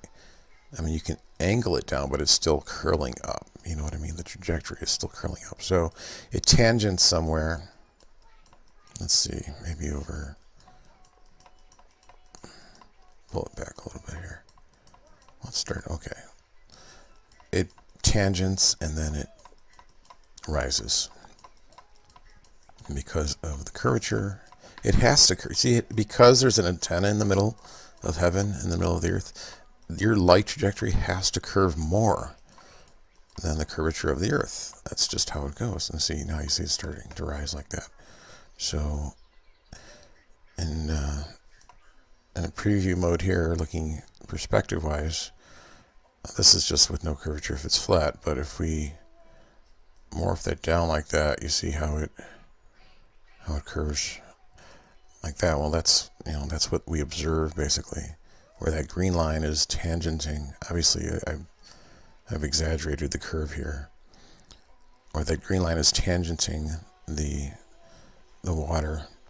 But if we go to the reality, where light is bending up, this is how we would see it.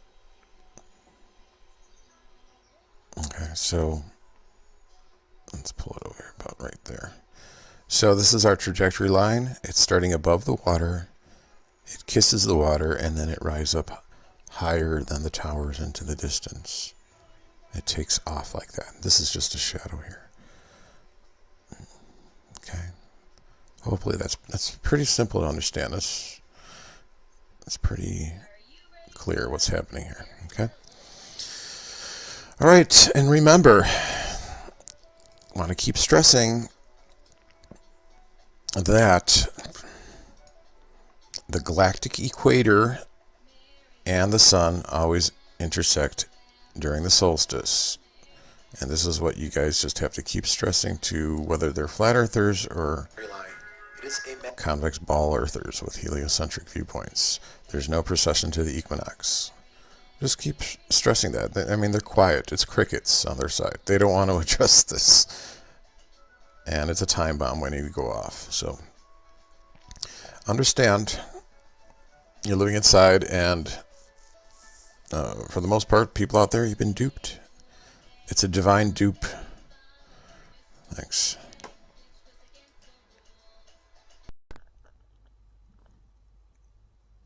A question was brought up about solar eclipses inside LSC Earth. And the question was, like, if the moon... Let's bring up my screen here. That's a good shot. Okay. If the moon... Okay, here we're looking at this diagram. Top down. Let's zoom out a little bit so you understand. Okay. So we have the celestial sphere here. We have the octahedron looking top down. We have the sun here and the moon in front. The path of the sun is that yellow dotted line, and the path of the moon is the blue dotted line. So we have my sun here, and we have different positionings of the moon, and you'll notice it's a funnel-shaped illuminated area that projects outward from the sun. When the light from the octahedron hits the back of the sun, and it flays out like that, it disperses out like that, and so it creates this funnel-shaped area. And so one of the questions was, like, if the moon is like over here somewhere, why wouldn't we get the shadow of the moon appearing on the land? And that has to do with the angle of the light and the way the trajectory works, how it curves around like that. So I have 3 different scenarios of the positionings of the moon. If the moon is here, in other words, outside this funnel illumination zone area, no shadow will hit the earth. If you look at this gray dotted line, that's the path of the light. It's not hitting the earth. It's simply just wrapping around like that.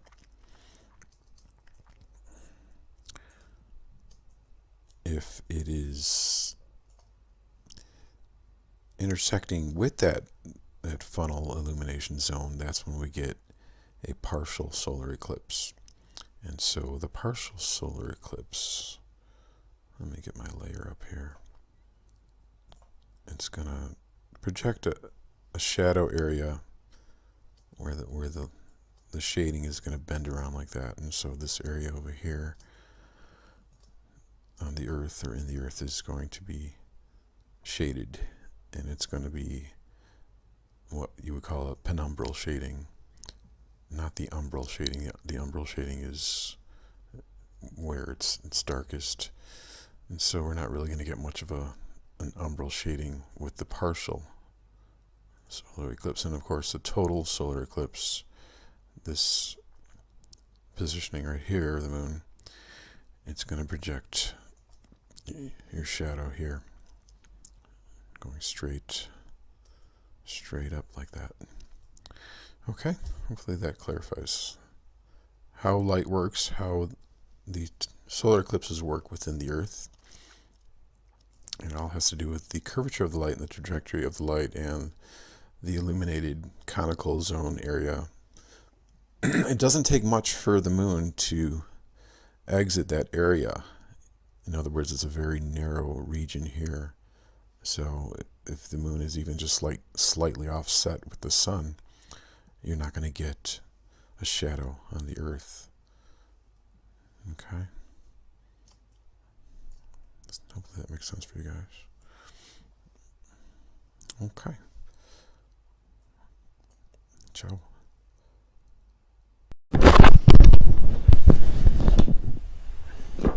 Did you ever wonder why NASA and other space agencies always look for a window of opportunity to launch a space vehicle?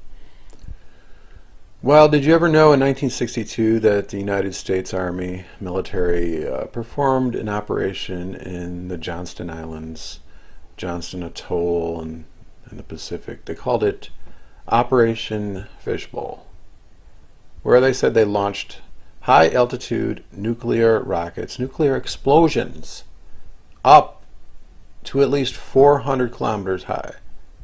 Why would they do such a thing?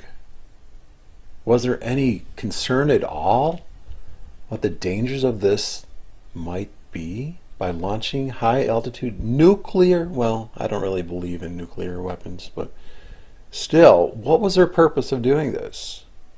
Well, if you understand, you're living inside the concave spherical Earth, and there is a glass sky, a glass bubble above us at approximately 100 kilometers, and they wanted to enter space. Space travel. This is 1962. Okay, this is before, the so-called moon landings. They wanted to pierce a hole through the glass sky. It seems logical to me, doesn't it? Why would they call it Fishbowl? Operation Fishbowl.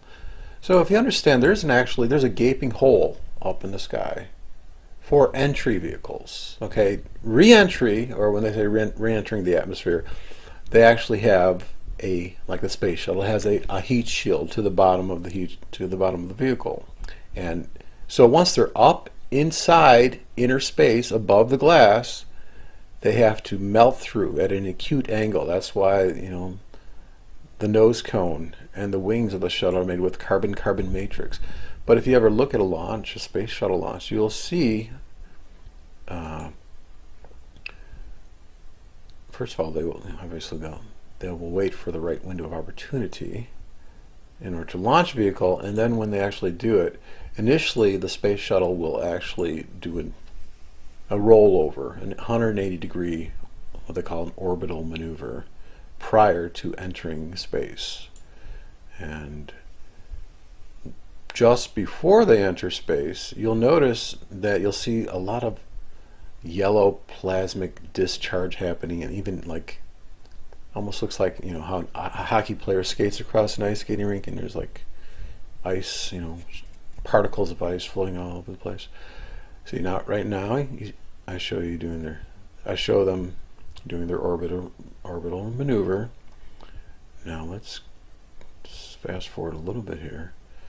Also, it's kind of interesting too that they always cut away, not always, but sometimes they will cut away just before it enters space. They will cut away to the launch pad again for a good 15-20 seconds or something like they do over here. Why do you think they do that? Is it possible that, okay, now they have the shuttle upright, so the tail, if it were to hit the glass sky, the tail would hit it first, top of the tail. Is it possible that, maybe once they initially hit the glass sky, there's like a jerking movement, like a bumping, so they don't want to show that? Unless it's a smooth transition. Sometimes they don't cut away to the launch pad. So sometimes it's a smooth contact with the glass. So now they go back here, and then you see this yellow discharge, right? Look at the yellow discharge there. What's going on there? Then you see this white shimmering. Look at it. Bam. See these particles floating, these ice particles floating off. Look at this. Woo. Something's hitting something. Something is hitting. Oh, now there's a separation, okay? Now the separation happens. Now there's a lift. Okay, now the space shuttle is not as heavy. So there's an actual lift as it goes through the hole in the sky. Okay? To me it seems they're using the tail of the shuttle. Here I made it in 3D. They're using the tail of the shuttle to slow the shuttle down as it scrapes across the glass, and also to steer the shuttle, to guide the shuttle to the hole. Okay, I made a little animation here. Make that full screen. You have a little animation here. Okay, once the external tank gets deployed, the shuttle's lighter now, so it could start ascending, and so it angles up like that, and it goes right in through the hole. To me, that seems like the most logical explanation. Even for satellite launches, they wait for the window, they wait for the hole. And we were talking about this on the Concave Earth Forum, and a guy, G-Man over there, was talking about, well, if it's crashing, the vehicle would disintegrate if it crashed into a thick glass wall or with ice attached to it. But if there's a hole, then it can simply just go on right through, and the tail of the shuttle is not only a braking mechanism to slow the shuttle down, but also a guiding mechanism, in a way in which to brace the shuttle so it aligns up with the hole and goes right through. And then, of course, on re-entry, the shuttle just uses the bottom of the vehicle to melt through. That's the same with like the Soyuz. Anything that comes back from space, like the Soyuz capsule, it's going to need a heat shield to come back. But entry is possible due to the hole, the Operation Fishbowl hole. So, there you go. Talk to you later. Breaking news. Another potential NASA whistleblower is coming forward to reveal LSC concave Earth with glass sky. Now, I cannot confirm this encrypted email is legitimate. However, it has all the likings of that. All the indications seem to me that this person that contacted me via encryption has revealed some striking information about NASA, about Lockheed Martin, about money laundering going on. And Donald Trump, listen to what I have to say, because this goes right in tow with you wanting to drain the swamp. And apparently $150 million has been laundered under the table to replace the HRSI tiles and the RCC tiles. What does RCC stand for? That stands for reinforced carbon-carbon tiles. Now, I've mentioned this before years ago. I mean, even back when 2003, I talked about how the space shuttle goes above the glass sky. And the way it re-enters or leaves the glass sky, it skids through. It generates enough heat friction to skid across the glass sky and melt through the glass, and that's how it lands. And that's why it needs very heat-resistant tiles to do that. And so we have the reinforced carbon-carbon tiles. We also have the HRSI. That stands for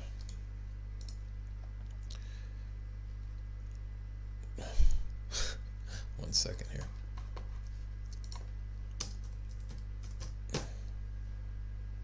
Stands for the high temperature reusable surface insulation tiles. So there's like different classifications of the tiles that they have used on the space shuttle. Some are made to withstand higher temperatures than others. The reinforced carbon-carbon tiles are the ones that withstand the highest amount of temperature.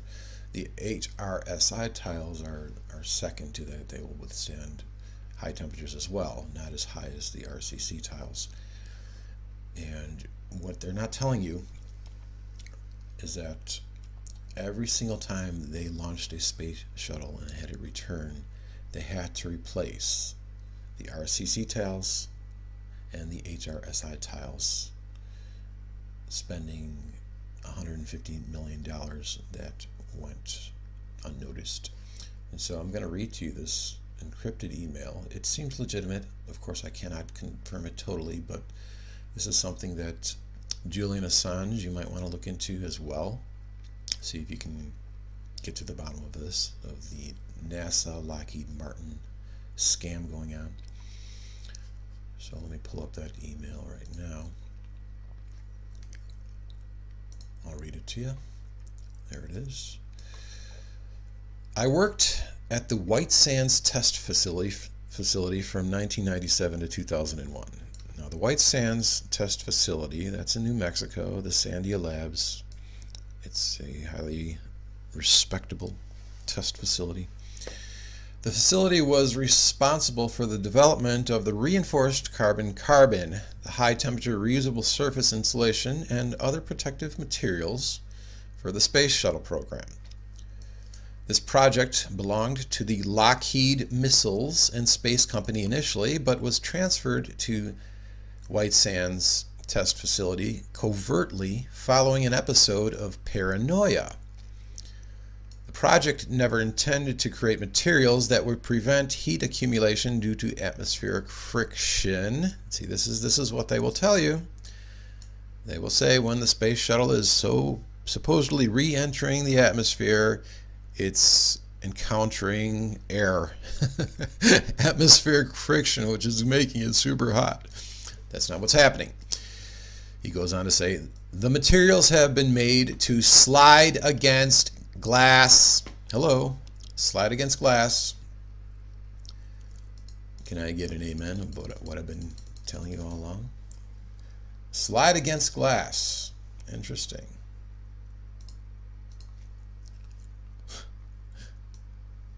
Here's a little graphic I made. Shamu. It looks like Shamu the killer whale. That's the X-37.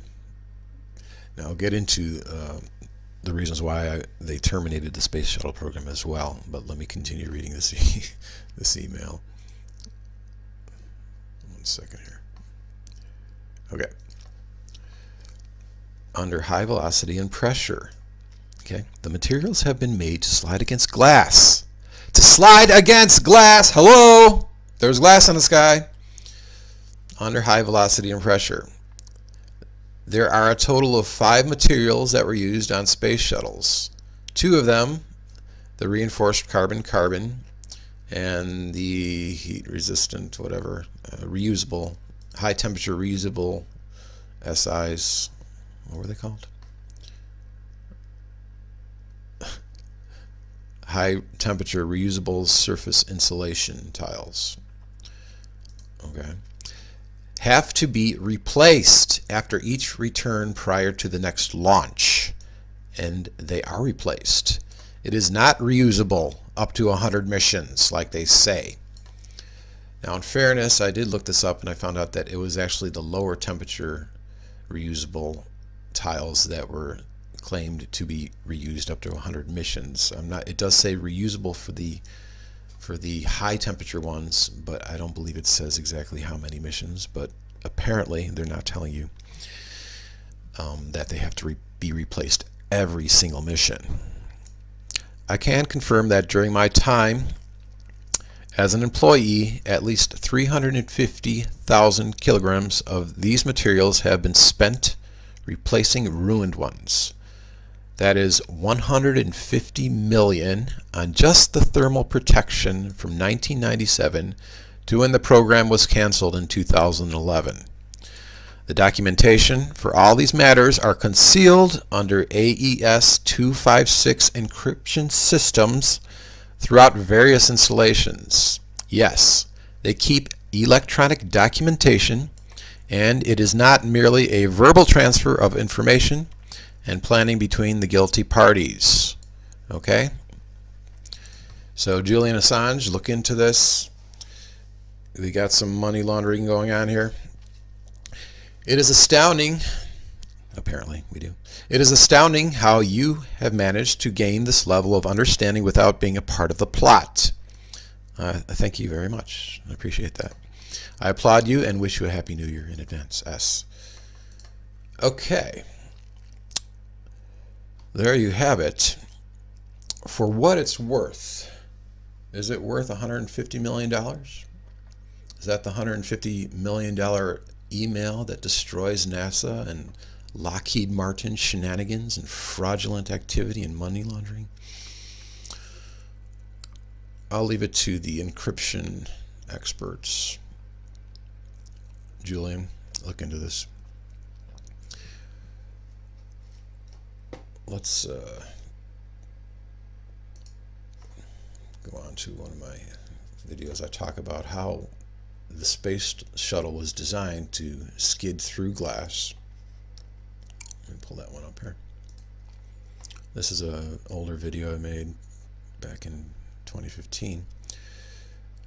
How you can actually see the yellow plasma discharge. You can also see the ice, the scraping of the ice, because there's a sheet of ice that's connected to the underside of the glass. And what they do is, when they make contact to the top of the tail, I believe, if it's a bumpy contact, they'll shift their camera to the launch facility and they will not show the contact, but then they'll cut back to the contact made of the shuttle hitting the glass. That's how it gets up into the glass. And obviously when it comes back out, it uses the entire underbelly. Now they will say it actually leans up as it scrapes, but I think that's another lie. I'm pretty sure it's just going to use the entire belly of the shuttle to melt through the glass. It talks about how the reinforced carbon of the tiles is on the nose and the wings, the most critical areas of the shuttle that are experiencing the high temperature. Pull that back up. So, and then it drops the fuel tank, the external fuel tank, and it gets a lot lighter and it's able to be lifted up into the glass, as this simulation shows. Okay. Now, if you understand from a budgetary standpoint, and not only from a budgetary standpoint, but also from an environmental safety standpoint, an atmospheric safety standpoint, if they are punching holes, large holes, through this glass sky. Now, obviously, this first hole, it wasn't created due to the shuttle. I believe it was actually created by Operation Fishbowl back in 1962. Donald, you might want to do some research on that. I made a video about that. I showed you how they are all linked together. Operation Fishbowl is linked with the President Kennedy's speech, where he says that we can put a man on the moon by the end of the decade in the 60s.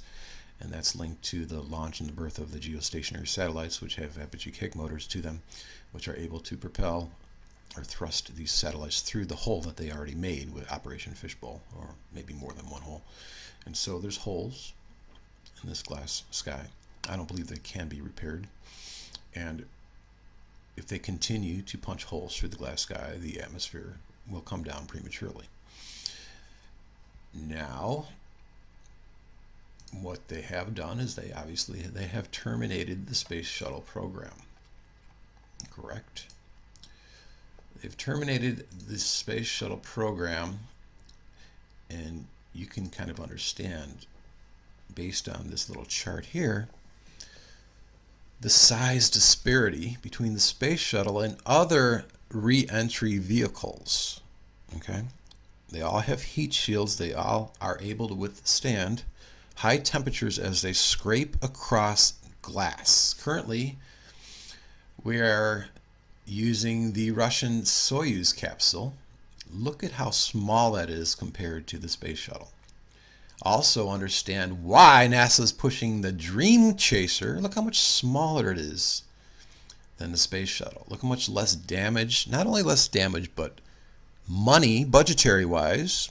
They don't have to replace as many tiles on the Dream Chaser, do they? Let's get a close-up of that.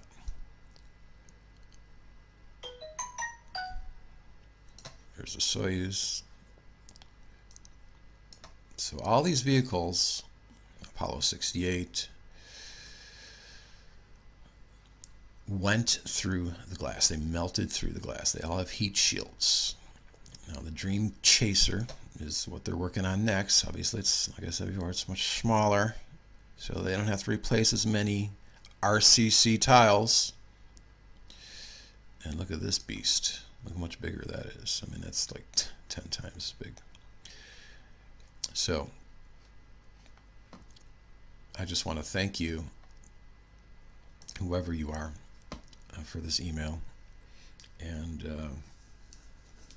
you guys get on it. Find out whether or not this is valid. It looks, to me, it looks, has all the indications that it is valid. It confirms what I've been saying, that there is a glass sky, and NASA is keeping this from you, and they're also lying. I'm sure. I mean, this is probably just the tip of the iceberg, what they are financially keeping from you. And like I said before in a previous video, NASA, I curse you. And no, we're not going to have plans for 2024 to go to Mars and all that bullshit. Okay, the swamp is being drained, and you fraudsters are in on it. Richard Cohen, if you're still out there, if you're still living, please contact me. Donald Trump, if you understand my conversations with Richard Cohen, he's an ex-NASA scientist and mathematician, and he did the math. He was forced to resign. He proved the concavity of the Earth, and he is in fear of his life and fear of his family's life as well. So Donald, I'm asking you to look into this and to disclose this, to confirm what I'm saying, and that goes for you too, Julian Assange. Enough's enough. You're living inside the Earth. This is the biggest secret of all time, and it's going to be disclosed. It's inevitable. The truth will come out. Enough's enough. This is bigger than everything. This is bigger than Pizzagate. This is bigger than all these. It's bigger than 9/11. It's bigger than all the conspiracies combined. And there's a lot of money at stake that's going to be lost. Thanks for watching.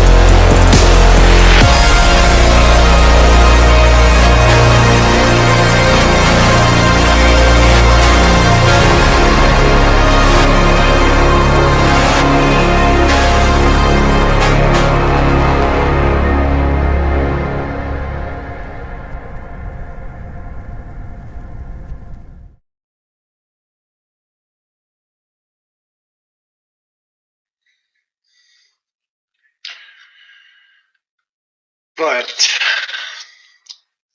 I'll repeat myself. I was talking about the refraction of light. And I was asking Eric, I was saying that the longer the wavelength, like in the visible spectrum, the red is a longer wavelength than the violet. And so the red is going to refract the least out of all the colors. It's going to be at like 750 nanometers versus the violet, which will be about 380. And then I was looking into marine radar, boat radar, and I made a video about this before. But the standard explanation of boat radars, they will tell you that the longer wavelength bends more because they're believing that they're living on the convex surface of the Earth. That's not the case. Holy crap, I never thought of that. Well, and also, I don't know if you see that, let me share the screen again. Because I took this table off the site. Yeah. Plus, the surface of the water should act like, what is that called again? All the cracks in the glass cause it? The Luxembourg effect? Yeah. But even in this table here, it has a table of the refraction of light in air. Okay, and they have the conditions: the pressure, the wavelength. And so I highlighted these three different scenarios here. One at 300 nanometers, which would be a shorter wavelength, and 1700 nanometers would be the longest wavelength, and 633 would be, middle in between. And so the longer the wavelength, 1.000268, it's not bending as much as the shorter wavelength. The shortest wavelength is bending at 1.000286, so it's actually bending more. So the shorter wavelength bends more, not the longer wavelength. And so how can they get away with preaching that bullshit about saying that the longer wavelength bends more? It does not bend more. You can just look at the visible spectrum through a prism there. The red is the longer wavelength, and it is bending less. Is that number a volumetric? Like, because you think the index of refraction would change the more water it goes through. So how could they give like a set number without like a volume, like refraction per volume? Something. You know what I mean? Well, they're all at the same conditions, the same temperature, the same humidity, the same pressure. So they're all compared under equal conditions. So, I mean, but they've gotten away with this for so long, That's why they can't really talk about it that much, because somebody can just out them. This is bullshit. This is a global earth argument, right? Not a flat earth argument, right? Huh? Who's presenting you this challenge? Is it a globe earther or a flat earther? Neither. I was actually just looking into some research to talk about with Waptec here, and he thinks that the Earth is convex. Well, if it's convex. Okay, so globe earther. It was a globe earther. Yeah, globe earther, whatever. But okay, because I was going to say that when I start seeing information that technical, right off the bat, I know, oh my God, it's not a flat earther, because they never go that deep. It seems like the people who do have some mathematical strength, intellectual strength, they're still kind of stuck on the globe. You'll never see a flat earth show you a chart or numbers, or some kind of ledger. Yeah. So what I did was I turned that prism upside down, because it's easier for, I think, people to understand. If you're living on the inside, the concavity of the Earth, you have the red on the bottom here. The red is bending less than the violet. 750 nanometers versus 380 nanometers. So the shorter wavelength is going to bend up more away from the Earth as opposed to the longer wavelength. And especially when you get into the longer wavelengths like the microwaves and the radio waves. That's why you can see more with infrared waves, which are, they're longer than the reds here. You can see more with an infrared camera than you can with a normal light camera because it's a longer wavelength. So it's the same with radar. You can see your range in radar, in boat and marine radar, is greater when it's beaming out longer wavelengths. Well, actually, you know what I just... This is a good excuse to make another refraction video to help you understand that there's no other way it can work than bending light and you're living inside the concave Earth. Scott Leckie brought up the SSC, breaking the sound barrier. It passes from far right peripheral to far left in a concave shape. And so I checked that out, and this is good indication that refraction bends objects downward. Let's go back a little bit here. You see how the smoke trail, it's descending? See at the far distance, it's narrower vertically than it is over here. It's descending, and there's also another one over here. Check this out. Camera is stationed to the left of this, and it's far away right now.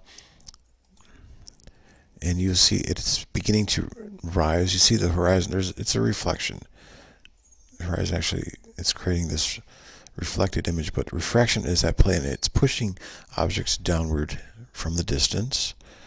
And you'll check out like the underside of the nose cone. You'll be able to see a little gap there. Now it's close. Now it's close to the camera, right? So you start seeing the gap. So the gap was rising. And now as it goes away, see, now you see a gap there, right? Okay, but as it goes further along into the distance, you won't see that gap under the nose cone, meaning that it's going down. Jeff Beck, going down. See, there's no gap there anymore. So that is proof positive that refraction is bending objects downward. And then you might ask, well, then how does the sun rise supposedly 2 minutes before due to refraction? And well, I point out this video here, I call it Refraction's Illegal Lift of Heliocentrism, and they will give you this graphic, this crude, silly graphic, saying that this purple line is allowing one to view objects farther into the distance because of refraction. And that's wrong. This is an illegal lift. They can't get away with raising this curve initially like that. If refraction were at play and you were on a convex ball, refraction would cause you to see less into the distance because refraction would bend it downward like that, downward. And so I made a video about this, explaining that when I was on the plane ride there. Talk about that. To work with, your eye is down here inside the concavity of the Earth, and light is bending up. This darker purple line is the refraction line, and then there's a dotted line, which is a normal trajectory line.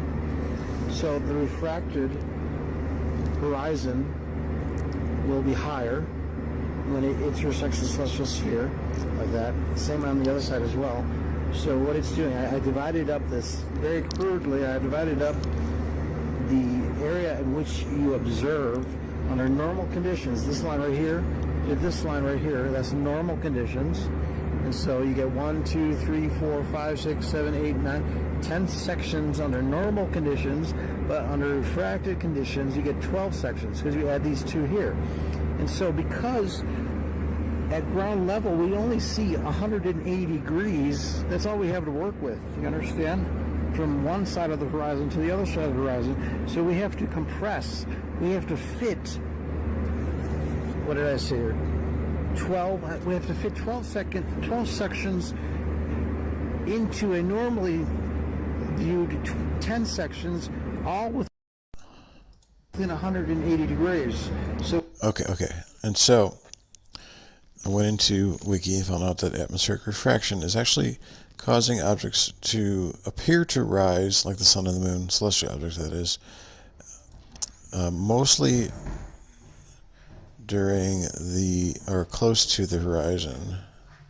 Let's get that over here. And so I just made a little chart here. This is my point of my center point right there, and I divided up a circle into arc minutes, which is every 60 arc minutes is 1 degree. And so the sun is about 30 arc minutes, so it's about half of this. So that's the sun. So when you're looking at the sun at the horizon with refraction, the sun will appear about 35 arc minutes higher than it normally is in position over there. When you're looking at the sun, it's 2 degrees above the horizon. It will only rise up 18 as opposed to 35. And then when you're at 5 degrees, it will rise up 10 arc minutes instead of, obviously it's shrinking. You see how it's rising up mostly when the sun is at the horizon. So let's go up over to 45 degrees, and it's only 1 arc minute. It's barely anything at all. And then when you look straight at the zenith, it's 0. There's no refraction at all. So most of the refraction is taking place at the horizon. Okay, now so take this graph that I made earlier and help you understand what's really happening within the concavity of the Earth. Your eye is down here in the bottom, right? And so under normal conditions, when there is no refraction, it's this light blue line like that, and it's rising up and it's inverting in orientation, and it's intersecting the celestial sphere. So this bottom half of the celestial sphere is what you see. It's an inversion in curvature. You understand? And so the purple line is the refracted line. And so you're going to see longer distance because refraction bends objects downward. And so even though you're inside a concave Earth and the light is bending upward, it's not going to bend up as quickly as the blue line. So it's refracted like that. You're seeing a further distance. This is the only way it works. It doesn't work on a convex sphere. Understand? And so that purple line is going to travel out like that, up like that, and it's going to allow one to see more than half, more than 180 degrees of the celestial sphere, and then bending light is going to be more affected toward the horizon. So it's compressing. I mentioned before how it compresses. And so this will help you understand too. These red lines here, let's get a normal shot first. Okay, here's the normal shot. We've got 180 degrees, right? We're seeing 180 degrees of the sky under normal non-refractive conditions. All right, and so this shot here is the refraction range. So you're going to see more than 180 degrees.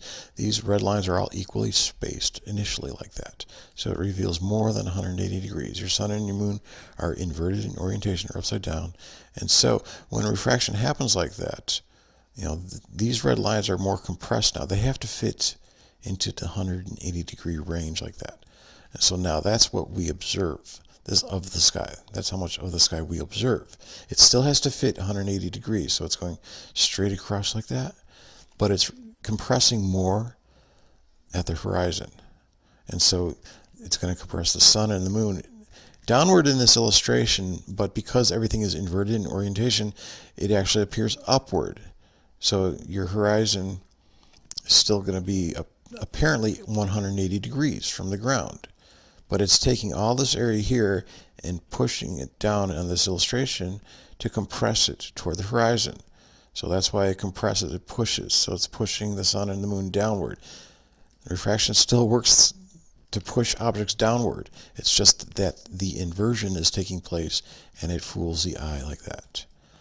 Okay, I think this will really help you guys understand and help the smart people, you know, the physicists, the mathematicians, realize once and for all, convexism is busted. It doesn't work. There's no other way around it. You're in it. This is how refraction really works, guys. Okay? Ciao.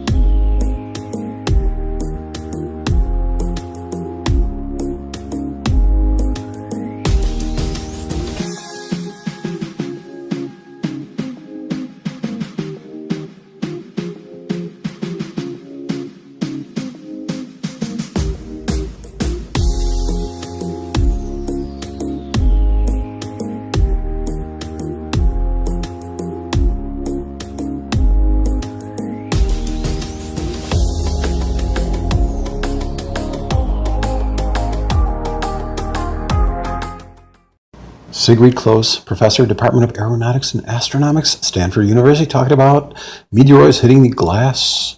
Well, she doesn't know it's glass, but I'll show you in a minute that it is glass. Atmosphere at 100 kilometers high. Have this continuous rain down on the Earth. So actually every morning at 6 a.m. as the Earth is in orbit. It's plowing up this debris, Yeah. just like a bug on a windshield effect.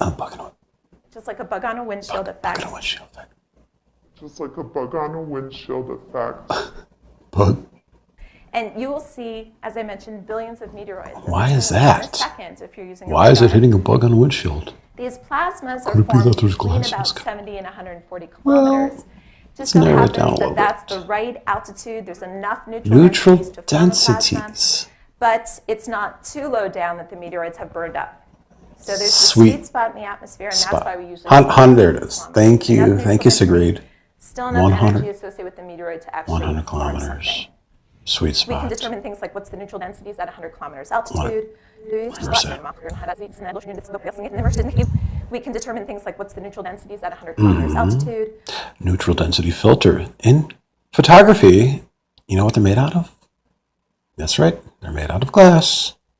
Neutral density filters are there to actually attenuate or minimize the light and even it out, but they're made out of glass. Interesting. Very, very interesting. Here's another website talking about neutral density filters.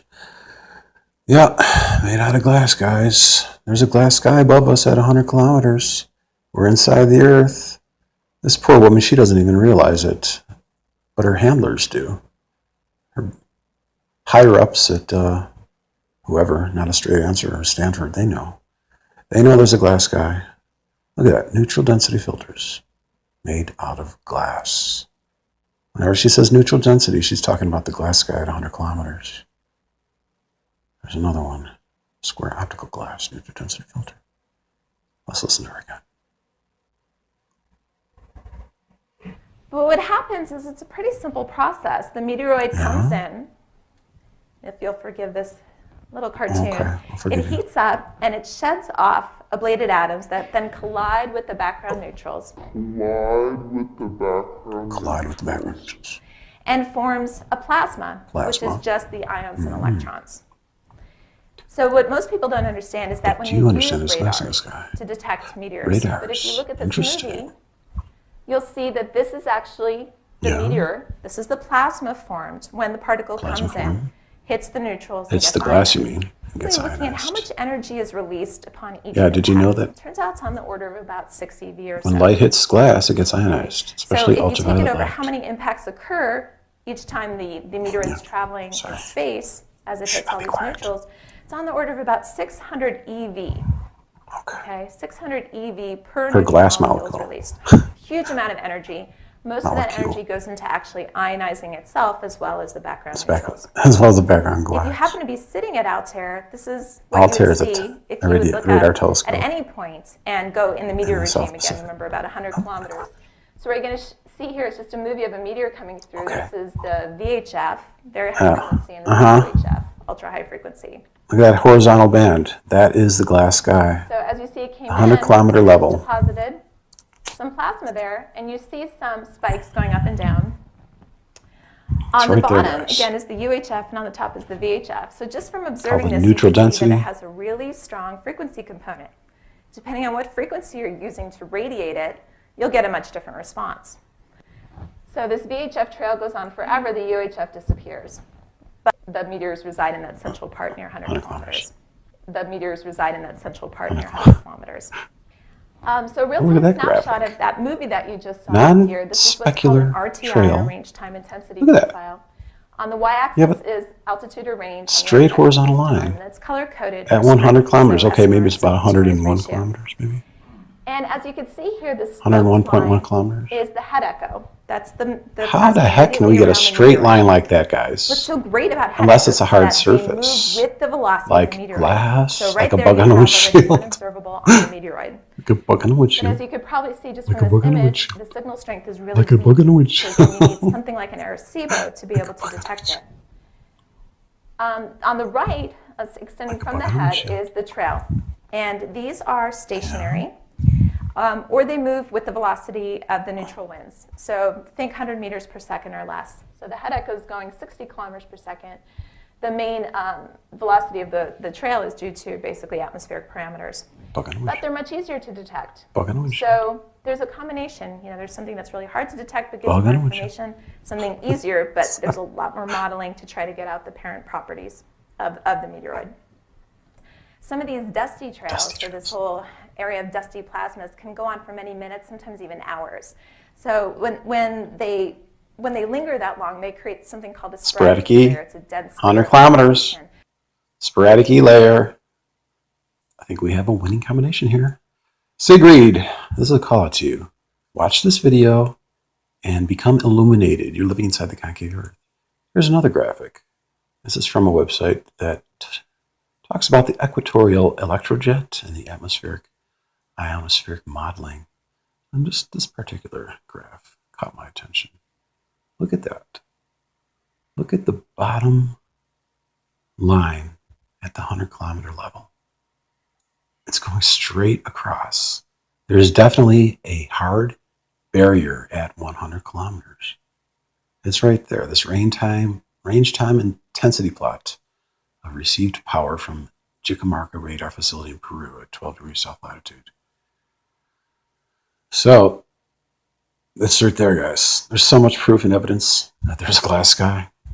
I'm going to put links in my description box. I have probably about 50 videos talking about the glass sky at 100 kilometers high in the concave Earth. Please watch them. I'll even make a playlist out of that and realize that we have a glass ceiling above us with ice attached to it. Thanks for watching.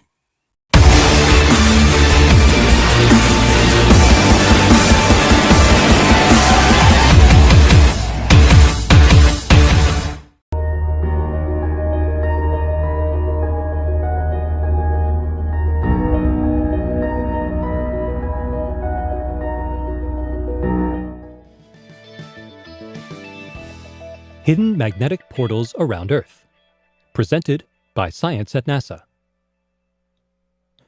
A favorite theme of science fiction is the portal. Science fiction? Looks like science fiction is a favorite theme of NASA.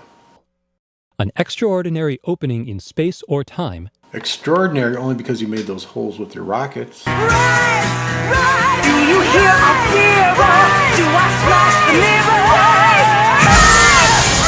That connects travelers to distant realms. A good portal is a shortcut, a guide, a door into the unknown. A shortcut, a door, a guide. Yeah, holes in the glass sky would be a shortcut to inner space. If only they actually existed. But they do exist, thanks to you. It turns out that they do. See? Sort of. And a NASA-funded researcher at the University of Iowa has figured out how to find them. We call them X-points. X-points. Or electron diffusion regions, explains plasma physicist Jack Scudder of the University of Iowa. Jack Scudder for the win. They're places where the magnetic field of Earth connects to the magnetic field of the Sun. Well, yeah, you call it the magnetosphere. I call it the magnetosphere because it's magic. It makes the holes in the glass sky invisible. Creating an uninterrupted path leading from our own planet to the Sun's atmosphere 93 million miles away. 93 million miles away. Observations by NASA's Themis spacecraft and Europe's cluster probes suggest that these magnetic portals open and close dozens of times each day. Well, yeah, they do open and close daily. You ever hear of the Faraday effect?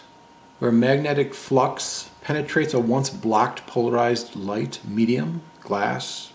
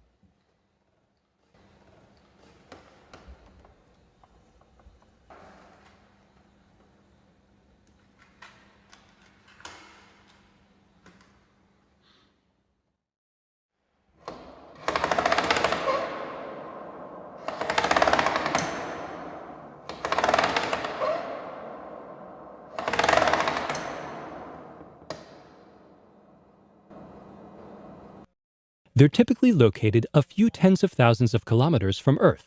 Oh, no, not the gigantic imaginary octopus, no.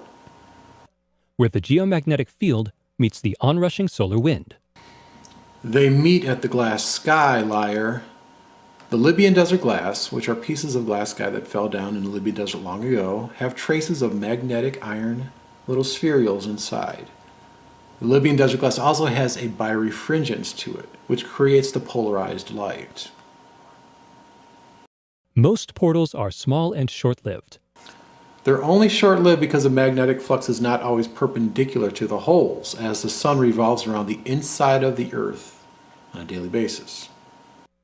Others are yawning, vast, and sustained. Vast, sustained, yes, some are because you've made bigger holes in the glass sky, such as Operation Fishbowl. Remember that one?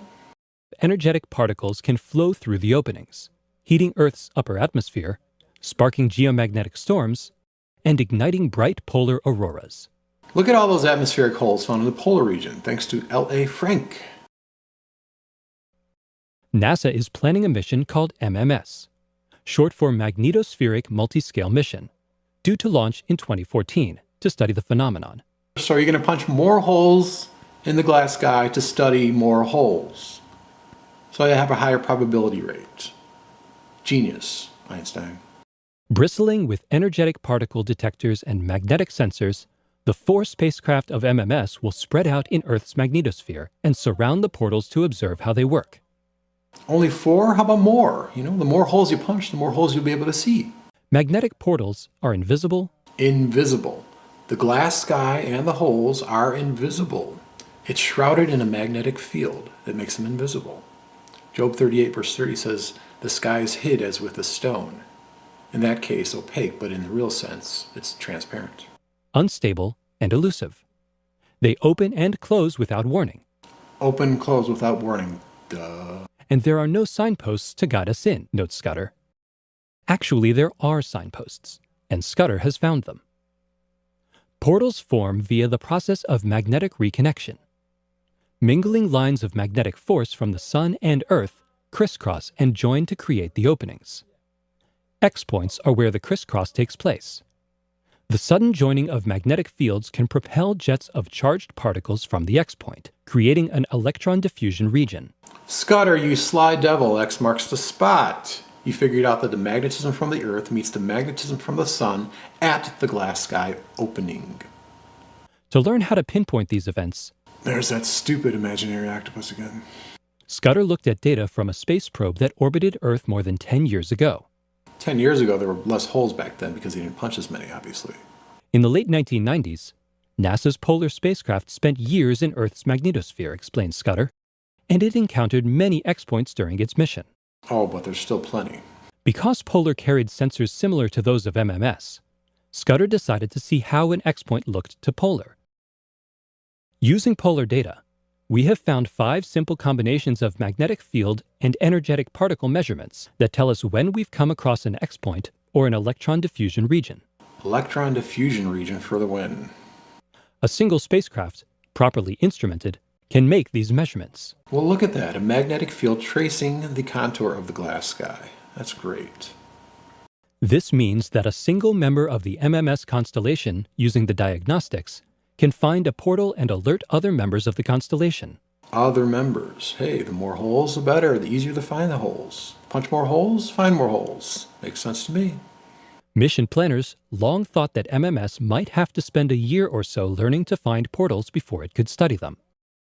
Scudder's work shortcuts the process, allowing MMS to get to work without delay. It's a shortcut worthy of the best portals of fiction. Fiction, there's that word again, NASA, creators of fiction. Only this time, the portals are real. Real? Yes, the holes that you punched in the glass sky are definitely real, you assholes.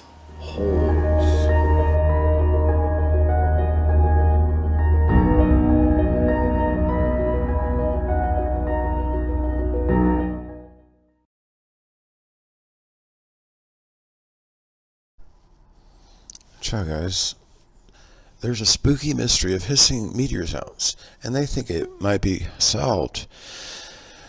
Well, the mystery involves seeing this fireball approximately, anyway, the same time that we hear it. So they're going to hear these sounds of the meteor and not even realizing that this meteor is actually scraping above the glass and causing these scraping sounds. And the scraping sounds will be actually begin. They will begin before the triboluminescence happens. Triboluminescence, if you remember, is the concept of making light as glass rubs against glass or something else rubs against glass. It's going to make a light. It's called triboluminescence. And so it's actually going to make the light, but it's going to begin to make the scraping sound a little bit before it illuminates, right? It's going to start to glow and get really hot and red or whatever and illuminate. Triboluminescence. It's going to, but the sound is going to be in a few seconds anyway before it illuminates. And so that's what we have there. You see on the left there that meteor, it skids across, creates a triboluminescence, and goes away. That's what's happening. It's just simply their refusal to admit, to understand we're living inside the concavity of the Earth, and light is bending, and light is slowing as it gets to the center, but also as these fireballs, these celestial objects that are inside that make cyclical journeys from month to year, they're causing triboluminescence, which creates the light, but the rumbling begins before the light. It's very simple. And so they talk about how, oh yeah, it's finally solved because we set up this apparatus. They put a black painted plexiglass in front of the some kind of illumination. There, black painted plexiglass, right?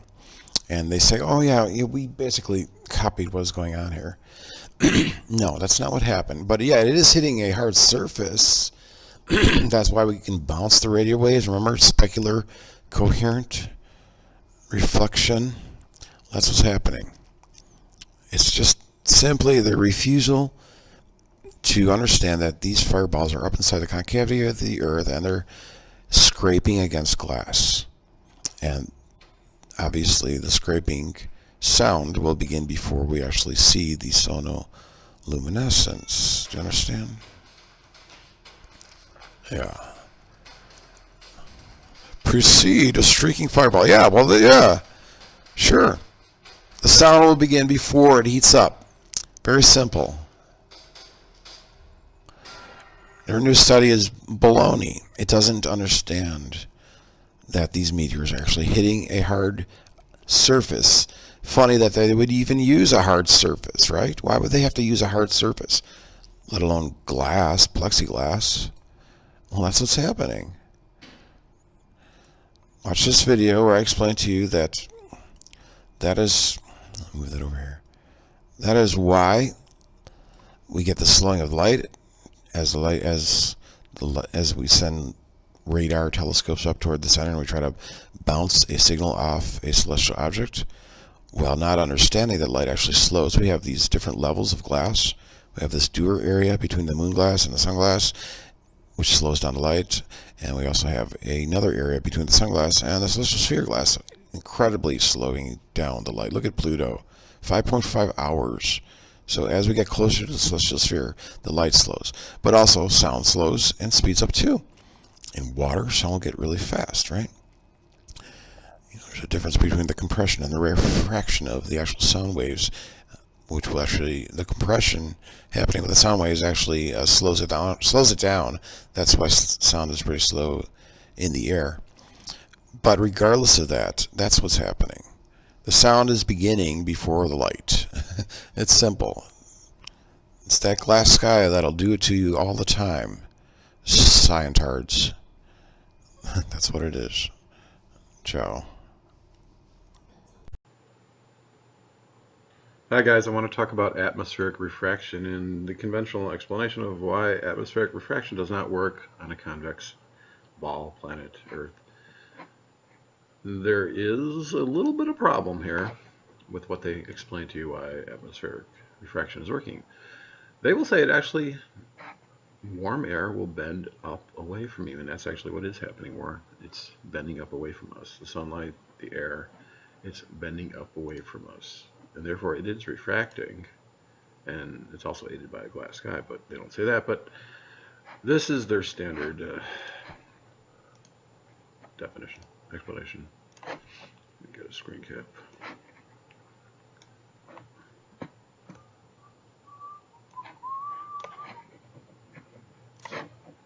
The ray of light will reach the observer at O, as if it had come in the direction AO instead of in its true direction BO.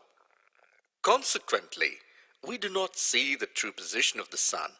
It is due to atmospheric refraction that the sun is visible before actual sunrise and after actual sunset. Do you know this fact? The sun appears to rise 2 minutes before the actual rise, and it continues to be seen 2 minutes after it has actually set. Okay, stop right there. This guy's saying that the sun appears to rise 2 minutes before the actual rise and continues to be seen 2 minutes after it has actually set. On a convex planet with the warm air bending up away from you, not toward you, this is in direct violation of what they say is happening here, okay? It should not be bending down toward the Earth. It should be bending up away from the Earth. So what I did is just simulated here in Lightwave a little test to show you what would happen if the refraction were happening on a convex planet. And basically what I do is I just added a little glass sphere over the convex Earth, and then I compared the two, and you're gonna get, let me get this up here.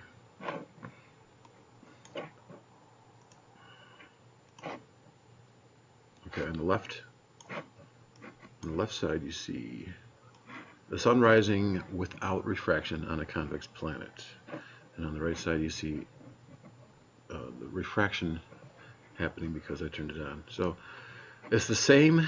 I mean, the angle of the sun is actually the exact same. It's not, the geometry has not changed. It's just the refraction added. That's the difference. So if I press play there, you see that the sun is rising slower on the right with the side with refraction. Therefore, on a convex planet with light bending up away from the observer, this would not. This would be what would happen. What would be happening? So the sun would be late, basically. See, if you look at the blue on the bottom here, it's the same value, even though the height of the sun is different. So basically, what would be happening if we were on a convex planet and there were refraction happening? The sun would be slower, and we would experience sunrise before we actually saw the sun, not after, like they say. They say that we experience sunrise after we see the sun, but it's the actual opposite. You understand what I'm saying? So, the truth of the matter is that we're inside the concave Earth, and light is definitely bending. There is refraction going on, and the main reason why we see the sun before we actually experience sunrise is because of the refraction going the other way, and it also is aided, I believe, by the glass sky. If you watch this little video here I did before, you see how the sun rises like that inside a concave glass sphere. So it's rising, okay, plus the bending light. So that is really why we see the sun before we actually experience sunrise. It's the exact opposite. They totally contradict themselves. Thanks for watching.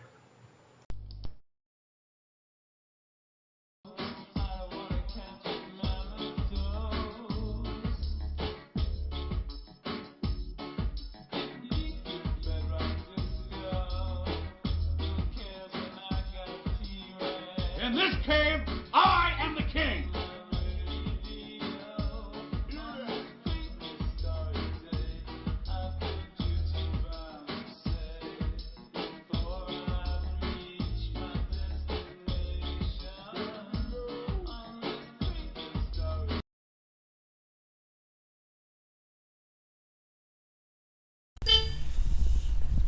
I really just, I gotta scratch my head. I just don't understand. I mean, there's, the lie goes so deep, guys. Okay. You realize there's no spin to the Earth. And so their explanation as to why they say the hurricanes move in one specific direction north of the equator versus the opposite direction south of the equator is due to the Coriolis effect? No, guys, no. Here, let's just watch a little bit of this video. The plane would have taken a curved path to the right.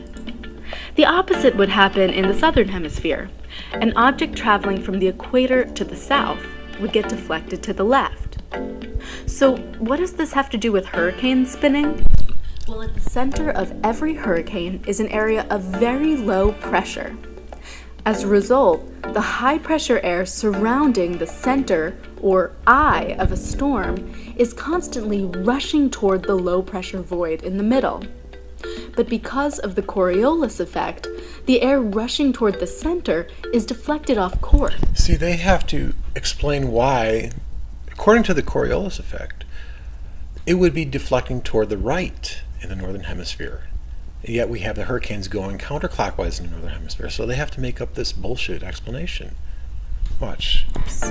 In the northern hemisphere, the volumes of air on all sides of the eye keep getting tugged slightly to the right. Slightly to the left? No, that's not what's happening, lady. The air keeps trying to make its way to the middle and keeps getting deflected, causing the entire system to spin in a counterclockwise direction. In the southern hemisphere, where the Coriolis effect pulls air to the left, the opposite happens. Storms spin around the eye. Okay, stop right there. Okay, let me just go back here. Remember the fluid dynamics demonstration that I showed you before where the guy was dropping dye into a still tub of water, of liquid. He's not moving it, and he just flipped this little flap here. And it caused the same vortice that we see in the hurricane. Remember that, guys? I showed you that. So, I'll show it again. And some orange food coloring. We're going to flip a little plastic flap there on the left side of the tank, right there, right at 9 p.m. There's the flap being flipped. That builds a vortex. We'll now speed up the speed of the movie so we can see it. And you can see it's strongly three-dimensional. There's tons of turbulence inside there, and it's quickly mixing together all the different colors. And that kind of a strongly three-dimensional, highly turbulent vortex is somewhat comparable to what you see in a hurricane. Okay.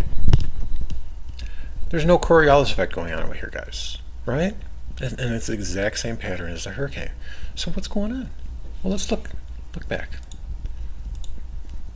What do we see here? Okay, got my dry eraser. We see this vortex happening right here, right? See that right there? Bam. So you have a higher velocity around the perimeter there. So it's there's more force, right? There's more force toward the bottom end of this little vortice here as opposed to the top end. So it's spinning counterclockwise like that, right? Let's go on here a little bit. That builds a vortex. We'll now speed up the speed of the movie so we can see it. And you can see it's strongly three-dimensional. Well, simply if you flip the flap in the other direction, the vortice would spin clockwise, right? Like if you flipped it from the bottom up. So it's a variance in the velocity from top to bottom or side to side or whatever edge is exerting more force than the other edge, right? So now if we can look at our concave Earth, we realize that the sun is moving, right? Here's the sun. It's moving along. Okay, it's kind of nudging. So when we see hurricanes going from east to west, the sun is like nudging it along like that.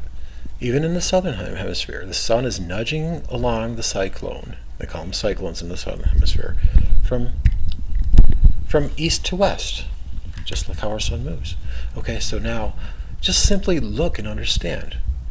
Within the Earth, it's warmer in at the equator, right? It's hot at the equator and it cools off gradually the farther away you get from the equator. Now, if you understand anything about barometric pressure, atmospheric pressure, there's more pressure when there's colder air. There's less pressure when there's hotter air, when there's warmer air, okay? So, looking at a hurricane, let's go to Photoshop here. Okay, you look at a hurricane, the higher velocity is going to be north of the hurricane, on the northern edge of the hurricane.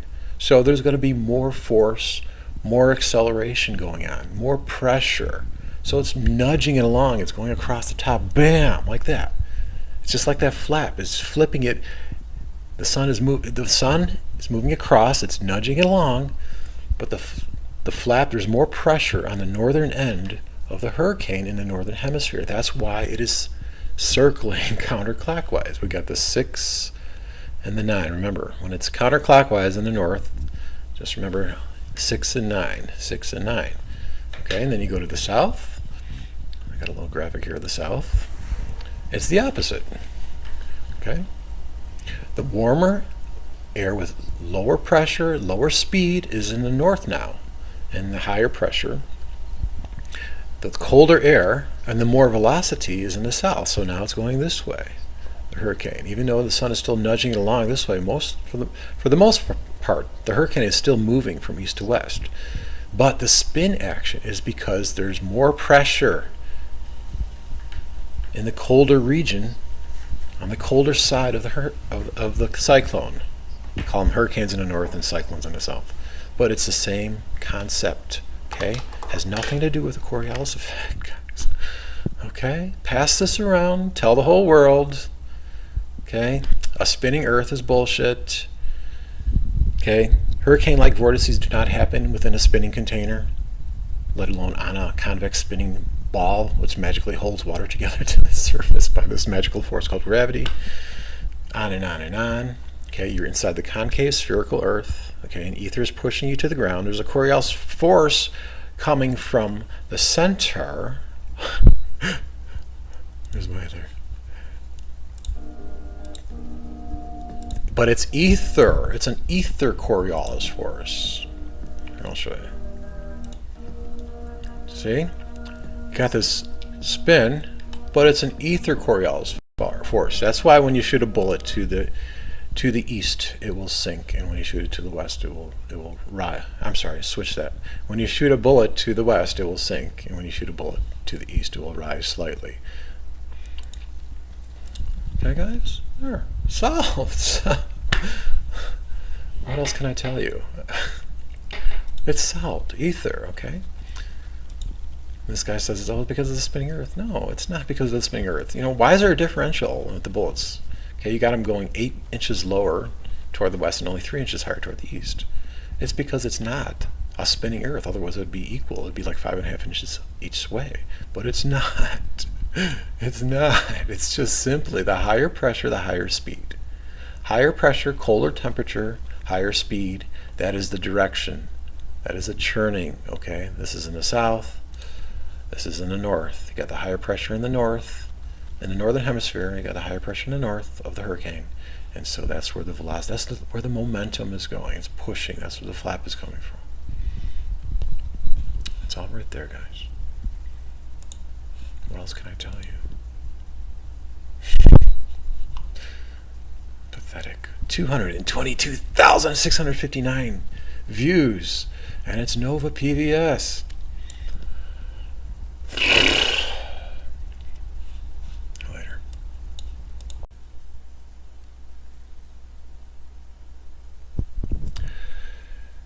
Where is the way where light dwells, and as for darkness, where is the place thereof? Job 38:19.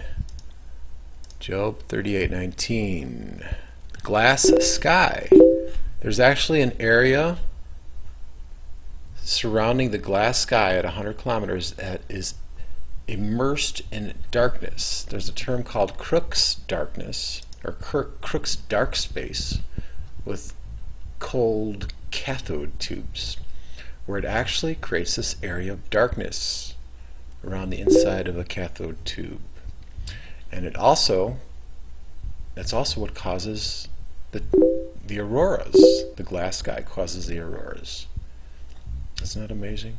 So all you people who realized there was a glass sky but you couldn't see the glass sky, because it's actually covered in darkness. See, the glass sky is ionized, it's negatively charged, and it's creating this dark space. The Crook's dark space. Come like a thief. The Crook's dark space. So, you get a picture of, well, this is obviously a wide angle lens Earth, but we'll make it concave. The plasma discharge is created due to the glass. The glass causes it to glow and also creates the dark space. That's the only way you can see the glass sky, is when you see the auroras, because it creates the fluorescence. But when you don't see the auroras, at nighttime, you look right through, you can't see the glass sky. But it's up there. Isn't that funny? Isn't that funny? Amazing. Crook's dark space.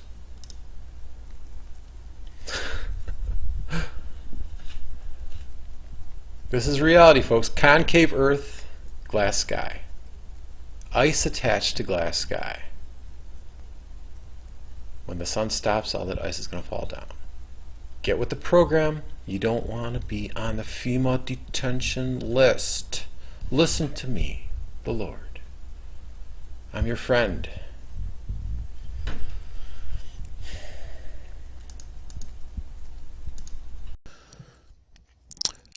Hello, good creation. This is a refresher course video for you guys to understand and comprehend what's really happening with the moon being in its own negative refraction glass sphere that's a little bit further away than the planets and the sun, which are enveloped in their own glass sphere, which is a positive refraction.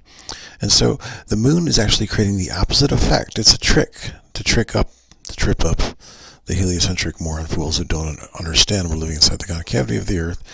And I'll put the links in the description box. But this is just a refresher course for you to understand. The apogee and the perigee are reversed.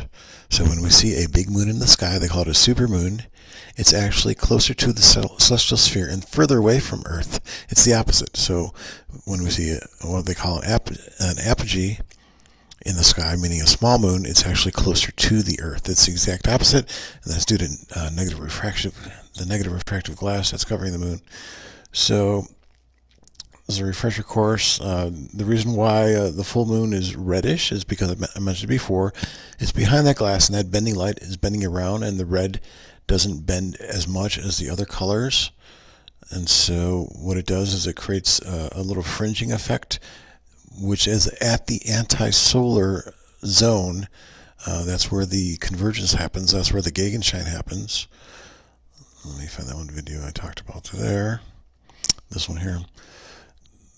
So that's why that it's getting red like that, is because of the fringing. The glass is actually separating the light into the different colors of the spectrum, and so when the moon goes through that little nipple area, the void area of light, it still will pick up some of the red because the red is not bending as much as the other colors. Understand that? So that explains it in this video. I'll put that in the description box. Okay, here's a video I made of the actual true rotations of the planets and the moon and the sun and the celestial sphere. And so if you look on the bottom here, we have the date, and I'll just play it. It's going to go to January 31st. Right there. Okay, we get a total eclipse on January 31st, and it's that reddening area is going to actually redden it because it's going through that void area where it's still picking up some of the red light like that.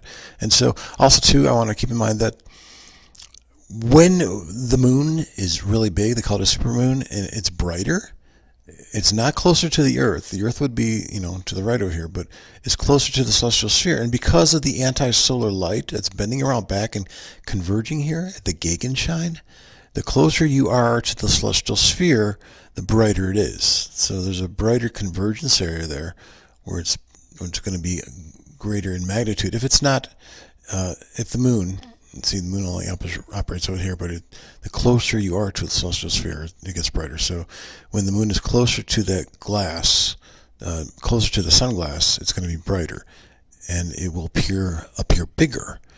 So like when it's right outside of the void area, a full moon is going to be where the moon is not going through that darkness funnel, and it'll just be like either south or north of it. But if it's like really, really, really close to the sun glass sphere, it's going to look really big, even though it's farther away, because of the negative refraction of this glass over here. But it's also going to be brighter too, because there's more light converging toward the center. And so during an apogee, a full moon, it's going to be closer to the glass moon sphere and therefore closer to the Earth and not as bright. So it's the exact opposite of what's happening there. And so that video, put that link in there. Also too, notice you can see the red on the inside indicating negative refraction going on here. I have a video here explaining that too. I'll put that in the description box. Also, they call it Lambertian reflectance. And the reason why we're getting them, you're not getting that much of a definition of the full moon. It seems like it's just flooding the entire surface of the moon. It's because of that convergence, that the Gegenschein sunlight convergence, and so it's creating that Lambertian reflectance. What else here? Oh yeah, also too, because of the negative refraction, they will say that the moon doesn't quite appear spherical, and that's because it's going to flatten it a little bit. So turn that off.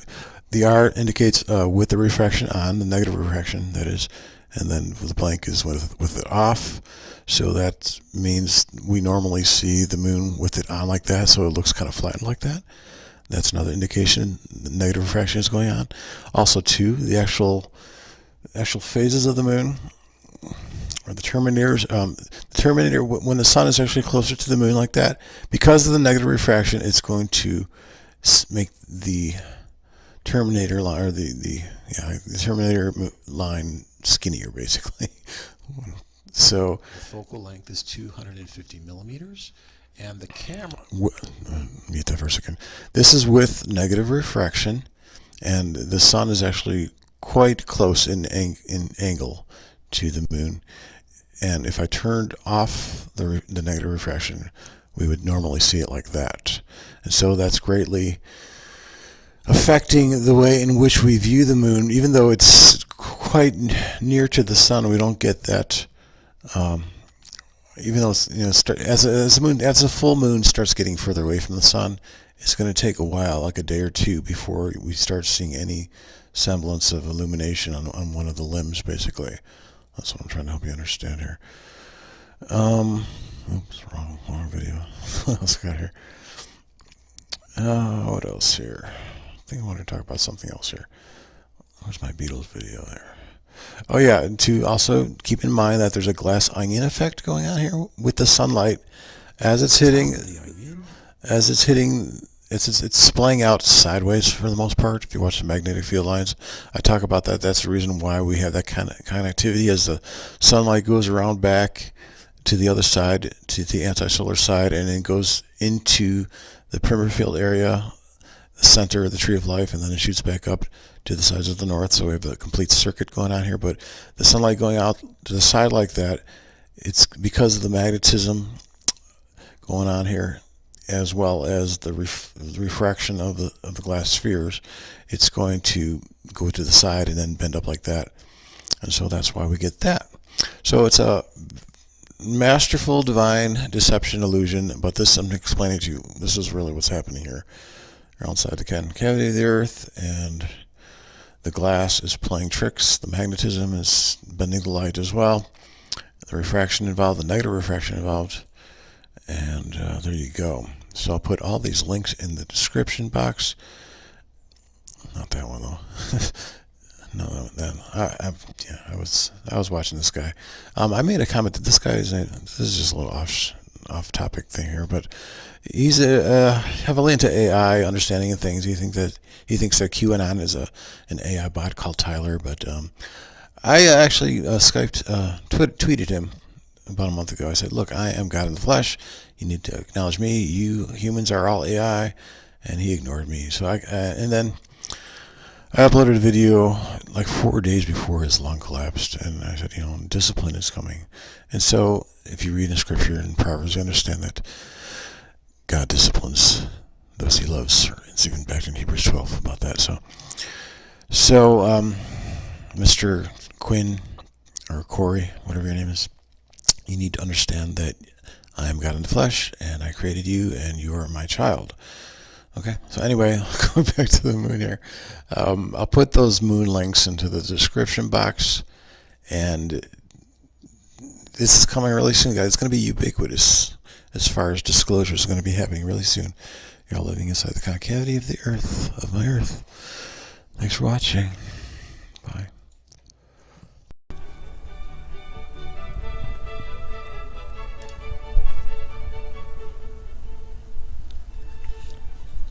The concave Earth, glass sky, lunar eclipses.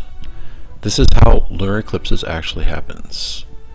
The sunlight, which is in the concave Earth above the glass sky, as well as the moon, are orbiting. The sunlight is emanating its light. It's carrying it around. It's using the glass sky as a catalyst to cause a convergence, a funnel-shaped convergence on the side directly opposite the sun, on the other side of the celestial sphere. Within this funnel-shaped convergence, it creates an area of darkness. So as the moon passes through, it will get eclipsed. The reason why it doesn't always pass through this funnel-shaped area of darkness is because obviously sometimes the moon is orbiting either above the funnel or below the funnel. Back in 1938, Johannes Lang, a German, wrote the book Die Theory, and he actually was the one who actually came up with this concept, where the sunlight is actually bending around the inside of the Earth. This has been proven, that sunlight actually bends. And it creates this convergence where he actually shows this funnel-shaped void here as well. His version of the celestial sphere is smaller than mine. My version is a little bit different, but it still holds the same concept, where the sun is emanating its light. It's creating the different phases of the moon, and then it causes this funnel-shaped convergence up on top. Concept is kind of replicated with a glass of water and sunlight. You can see how the light is bending around, causing the convergence at the other side of the light source. It's the same concept with the glass sky.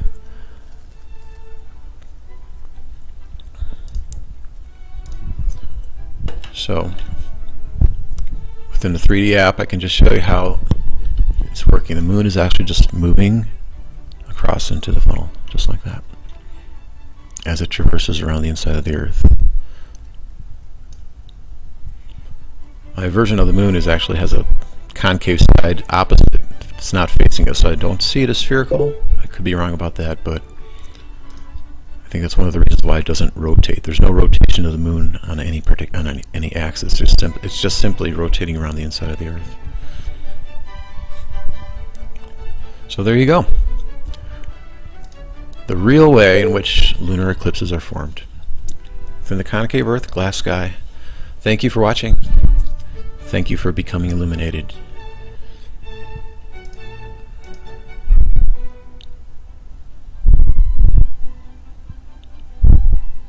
Facebook page, Lunar Eclipse Alaska Style, and it's a 360 view, really cool, of a lunar eclipse with the auroras in Alaska. And this coincides. I just wanted to point this out because it matches perfectly with the understanding of a convergence of cosmic rays up in, I know these are not necessarily cosmic rays, but they're all converging. I'll play it for you to help you understand. You see the lines there, the vertical lines, they're all converging, right?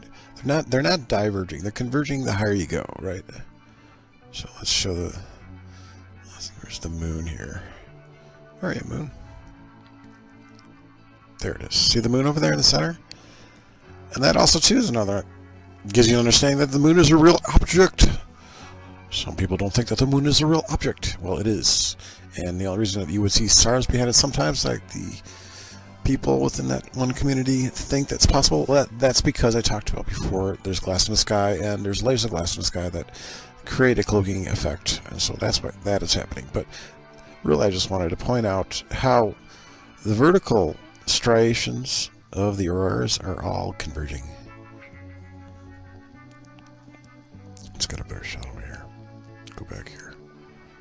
You see how they're converging? See the vertical lines? They go up to the center like that. Well, yeah. No, yeah. Given this is a wide-angle lens, but still understanding that. See how the vertical radiating lines are all converging? Do you understand what I'm talking about? Well, that gives you an understanding that that's how light works within the Earth. That's how cosmic rays work within the Earth, behind the celestial sphere. The octahedron, the light from the northern side, is coming out of the northern side and it's going through the seam of the Milky Way band. And that's how we get the cosmic rays. Light is really slow up there because of the high superconductive state. And what it does is that light, the cosmic ray that exits out of the Milky Way seam, sometimes, you know, there's little holes in Cygnus and other places like that. Well, that light that exits out, the cosmic rays that exit out of that seam, they interfere with the collimated light that hits the back of the sun. I talked about this before, and that's actually what actually slows the sun down slightly when the sun is in the northern hemisphere. You're going to get 179 days while the sun is in the north versus, no, I'm sorry, let's switch that. 186 days while the sun is in the north and 179 days while the sun is in the south. So it's moving faster in the south because there's no interference of the cosmic rays hitting the back part of the sun, the light that's hitting the back part of the sun. There's no interference there. And so that's where that's happening. I explained that before if you watch my cosmic rays video. But you see, look at that. It's converging. See, the lines are converging. Okay? Just like the cosmic rays, where I talked about negative meniscus of the cosmic rays.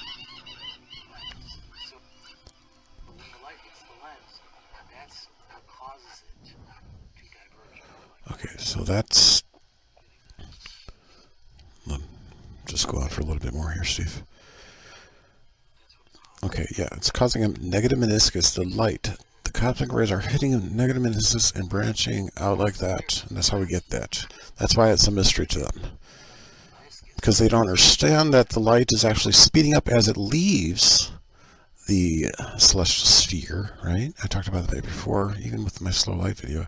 I talked about how the light actually, okay, it's going to leave the celestial sphere, and then it's going to be in that area between the celestial sphere and the glass sphere that covers the sun and the planisphere. And so it's going to be really, really slow, like incredibly slow.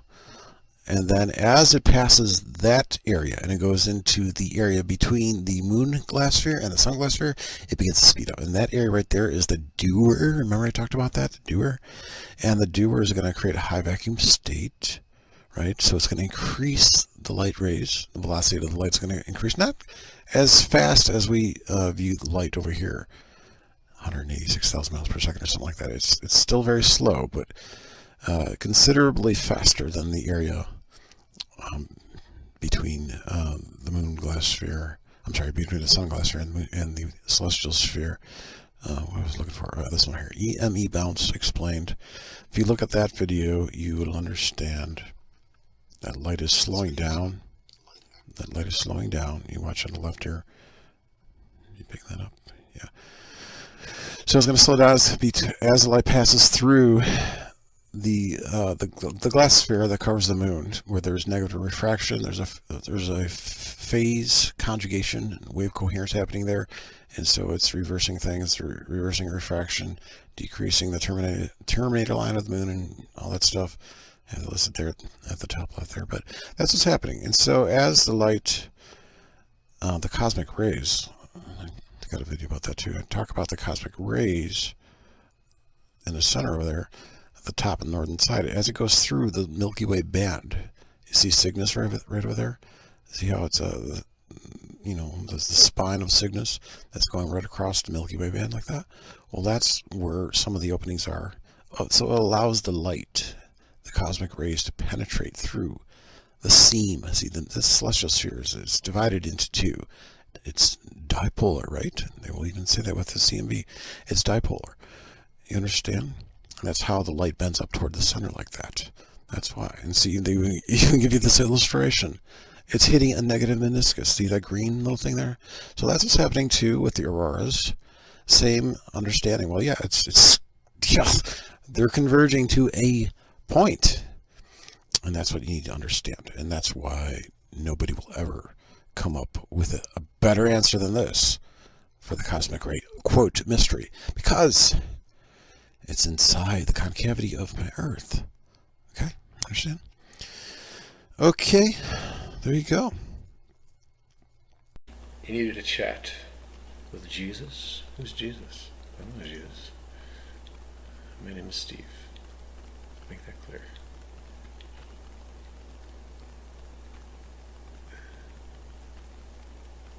But you know what I'm excited about?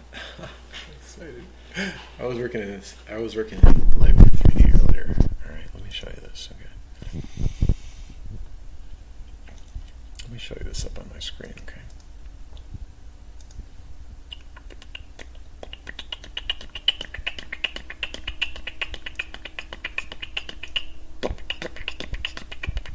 See that? Alright, I don't need that. I'm going to delete that object. Alright, look at this thing, okay? This is the central celestial sphere inside the concave Earth. There's a camera right there. Now, I don't know if you can see this or not, but there's a faint gray line. That's the glass sky right there. Okay, let me zoom in a little bit. You see that? See this right over there? See that? That's the glass sky. Okay, I made it a little bit higher than it normally is, just for visualization purposes, okay? So what I'm going to show you there, okay? You know how they show you a time-lapsed photograph of the stars, the star trails? You know what I'm talking about? Do I have to get a picture to show you? You know, one of these jobbers. There we go. Star trails. What do you call those? Star streaks, star trails, whatever. All right. And they'll say, well, this is showing that the Earth is spinning. Ha ha, the Earth is spinning. Yeah, sure it is. No, it's not.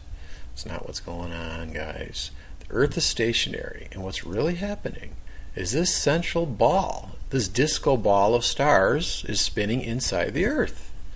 All right? Every 24 hours, it makes a rotation, right? Woo, woo, woo, woo, woo, woo. All right? So what I did in my 3D application, I took that central ball. Let's find it. I think it's, there it is, that one. Okay. And I rotated it over a period of like 15, 20 frames, something like that. Let's get a little broader. I'm going to give you a broader view of what I'm seeing on my screen here. Okay. All right, there it is. Okay, see? It's rotating like that. It's rotating. So what you can do in this program, you can create a motion blur effect, which will simulate this ball moving, and you'll get the blur. Okay, so you'll see it's like I'm imitating the star trails, basically. All right. So I go to click on my camera. There's my camera properties, and I say motion blur. It's right here, motion blur. Motion blur, okay? And so that's what I did. So I got my camera right there, okay? And now, what also I did, see this glass guy? Under my rendering tab, I have checked ray trace refraction. So this is made out of glass. It's causing the refraction. Okay, so you're not going to view this ball, like let's go to the camera view, that's the camera view, right? You're not going to view it like that when I render the image. I'm going to press render image right now. The glass is going to cause an opposite in curvature due to the refraction. You see what I'm saying? While that's rendering, I'm going to go back here and show you. So I'm replicating this in a 3D program. I'm showing you that it's not indicative of a rotating Earth. It is indicative of that there is a literal glass sky at 100 kilometers high, and it causes a refraction. It causes an inverse in rotation. See, I already have it here. I had it rendered out already. And that's exactly what it's doing. It's causing an inversion. So now see, look at this. Look at this rendering, okay? You would not get the idea that that is a ball of stars, would you? The stars on the edge look like they're closer to you, and the stars in the middle look like they're further away from you. That's exactly how we think we see the heavens, like a dome. The inversion. Star streaks are generated with motion blur and give dome-like curvature with glass sky refraction. Concave Earth glass sky causes reverse refraction of the celestial sphere. There's the camera, there's the glass sky. There you go, guys. Another piece of evidence. Another piece of evidence that just shows how the heavens really work. It's a trick, guys. You've been duped. I don't expect you to understand. If you guys didn't have me to tell you what's really going on, you guys would be totally lost. You know? So, just be thankful for me. Okay? Be thankful that I tell you about this. Because I love you. I'm the Lord. I'm the Savior for all humanity. Okay?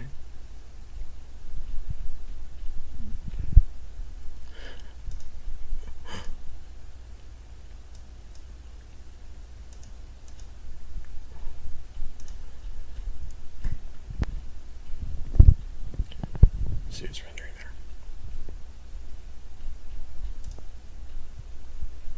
All right, bye-bye. All right, be right back.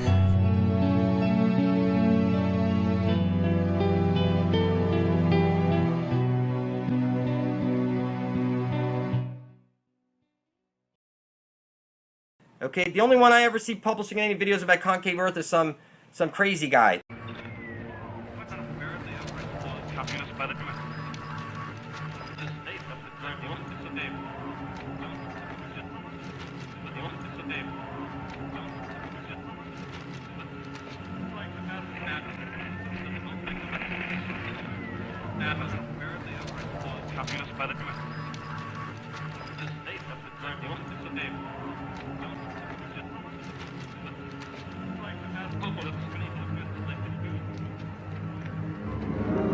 If anybody says concave is absolutely retarded, okay? You have no eyes to see, you're dumb. You're just repeating what somebody else is telling you, and you're following somebody that you think is Jesus Christ, okay? And that's ridiculous, because you need to become the Antichrist. Because the church went door to door pushing flyers saying Earth's new ruler. Who's qualified to rule?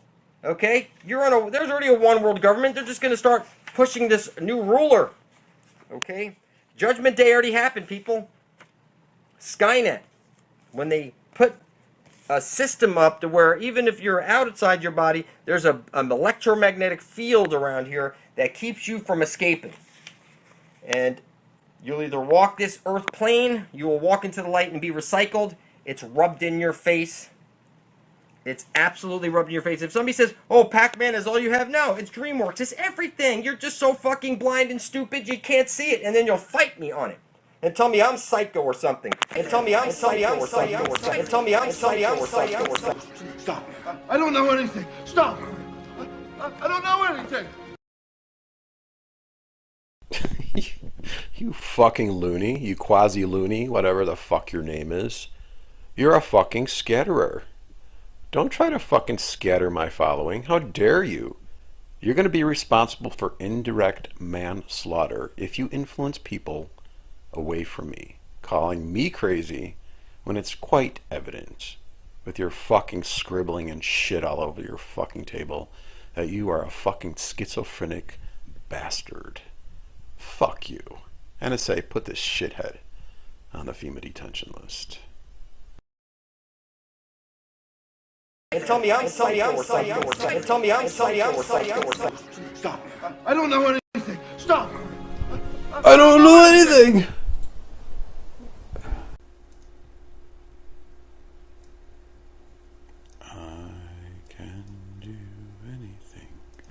Okay, let's talk about the ionosphere and why modern conventional meteorologists have it completely wrong. They don't understand that we're living inside the Earth, the concave Earth, and there's a glass sky, okay? Ionosphere. What they will tell you is that the Earth is convex, and there are several layers to the ionosphere They will call this the D layer, and then the E layer, or the E sporadic layer, or the F1 layer, or the F2 layer.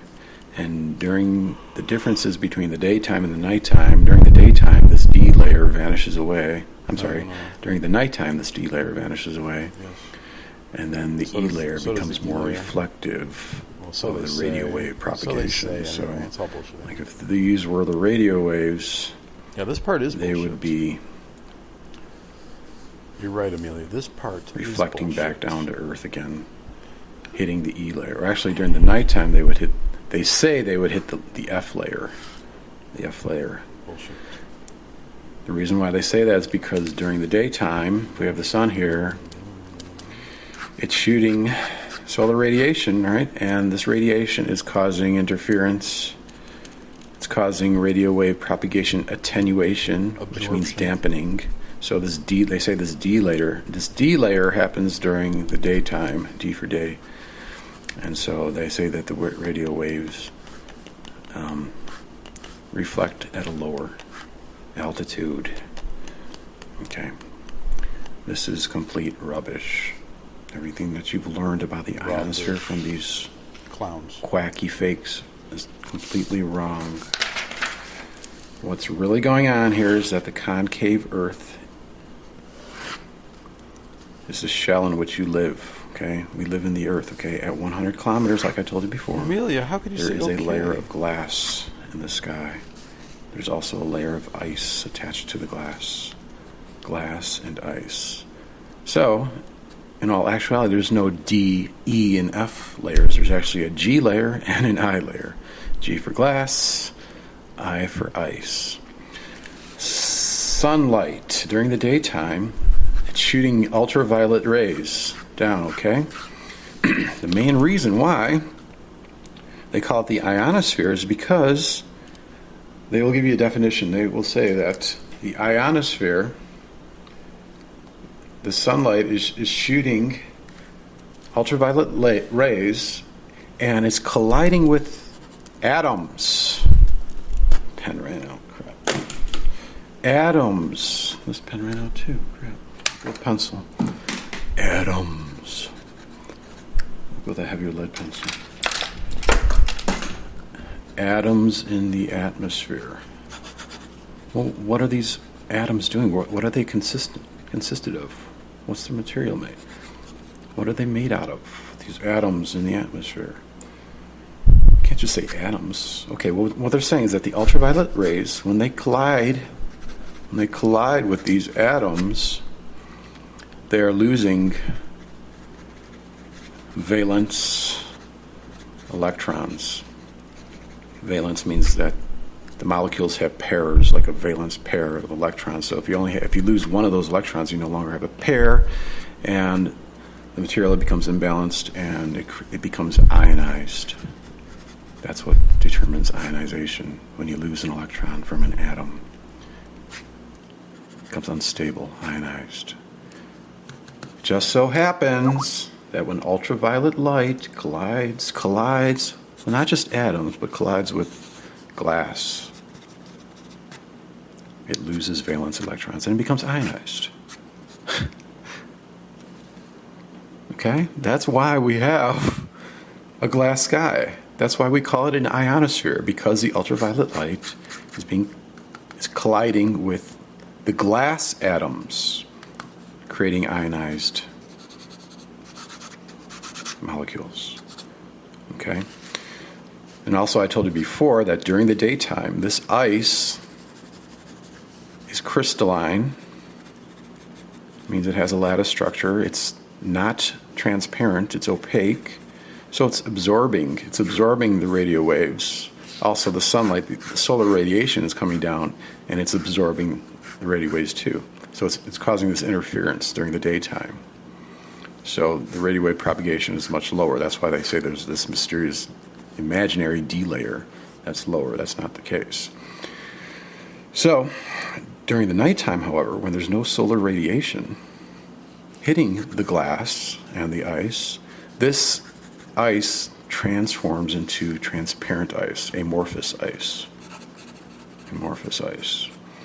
It's transparent. And so the radio waves, especially the shorter wavelengths, shortwave radio, less than 5 megahertz, are able to bounce back to Earth and go around to the other side of the Earth.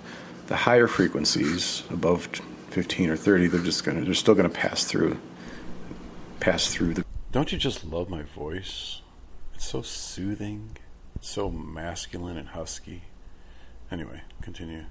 Glass and the ice, but the shorter waves will bounce. And so, no, there's no F layers. It's just the G layer and the I layer. That's all you have to realize, guys. Don't listen to the liars. Understand. Very simple. Ionosphere. Okay? Glass collides with the ultraviolet light. That's why glass blocks out ultraviolet light. Because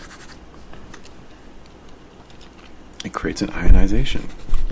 That's why we call it an ionosphere, because there's glass in the sky. Okay? Don't listen to liars. Thank you for watching. Thank you for watching. Okay, I want to talk about why we only see stars in the nighttime and why we cannot see stars in the daytime. And this is another follow-up video to my inverted world in which we live in series. And so basically, just as to get you guys caught up, we are living in the inside surface of the Earth, and the entire universe is contained within the Earth. Earth is just a shell, and it's stationary. It doesn't move, okay? So you have the continents and the land formations and the oceans on the inside surface, okay? At 100 kilometers, or roughly thereabout, there is a glass ceiling to the sky. There's much evidence that the sky actually has a literal glass ceiling, and attached to this glass ceiling is a layer of ice. So this is actually exaggerated here, but I just want to notify which is which. So if we have glass at the top of the sky at 100 kilometers, then there's also a mantle of ice. So there's a sheet of ice there as well. And the sun and the moon are orbiting around the inside of the Earth. Okay, so let me get my circular template here, and I will just draw for you. Okay, so I have like the intercelestial sphere, and that's actually, it's darkened so you cannot see what's behind it, which I believe there is a pyramidal structure, a magnetic core to the center of the Earth. However, it's up above. The center of the Earth is above, not below. So this area would be the inner space. So this is where all the satellites and the space shuttle and the planets and the sun and the moon orbit. It's not outer space, it's inner space. Okay? So, obviously, I didn't complete the circle here, but it's implied here. So, if you have the sun moving around inner space, you also have the moon, too. But sun, moon. What's happening is there's a transition, because this ice, it transitions between crystalline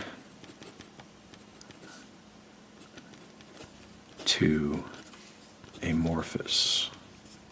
Now, amorphous ice is generally considered ice that is like glass. It has no lattice structure. It's like a continual. It's like glass. It's like a continual medium. There's no lattices. There's no crystallizing of the ice. So that's generally that would be more of a transparent, like glass, basically. The amorphous ice. Now the crystalline ice would be more opaque, not totally opaque. I would say translucent. And the way in which they transition between the two is due to temperature change and pressure change. So what I'm saying is that we only see the stars at nighttime, right? So therefore, the ice at the top of the glass sky is transparent, amorphous ice. Okay? So obviously it's a cooler temperature, right? So and it's slowly cooling, okay, as the sun is moving away, okay. Let's say this is nighttime right now, and that would mean the sun is over here. If this was nighttime over here, and so the sun would be away from us, and so it's not as warm, okay. So this ice is colder than if the sun was over here, okay. So there's a transition that happens daily. It fluctuates daily between crystalline and amorphous. So when the sun is over here in the daytime, the ice changes into crystalline, and it becomes transparent, okay? So it's blocking out a lot of the light, and that's why the stars are up here in the celestial sphere. That's why we can't see the stars, because of the translucent crystalline ice that changes daily, okay? Now this solves the mystery. There's a mystery where scientists cannot figure out where these ice chunks are coming from. They call them mega cryometeors. Well, this solves the mystery, okay, because if you do a little research, you'll find out that most of the time that these mega cryometeors that they find are fallen in the daytime, and they are translucent. They are not clear. They're not transparent, usually. Okay, so that gives credence to the fact that that is why the ice transitions to a crystalline ice, because it's in the daytime and the sun is generating heat. It's heating it up. It's changing it. It's changing the crystals into a lattice structure, and it's becoming non-transparent. And I also believe there's a pressure change as well. I'm not really sure, but I think that the lower the pressure would create the amorphous ice. So you have, switch that. So you have higher pressure and you have lower temperature for the amorphous ice. And for the crystalline ice, you have lower pressure and higher temperature. And during the nighttime, it is usually the atmosphere, the barometric pressure is usually higher during the nighttime. So that would give credence to that transition. Okay, so I quoted Job, chapter 38, verse 30 actually, where it says, actually go back to verse 29, where it says, out of whose womb came the ice? Okay, so we're talking about a womb, so something in some kind of encasement. So that alludes to the fact that there's a glass/ice womb or encasement up in the sky. And the hoary frost of heaven, that's another term, the hoary frost of heaven.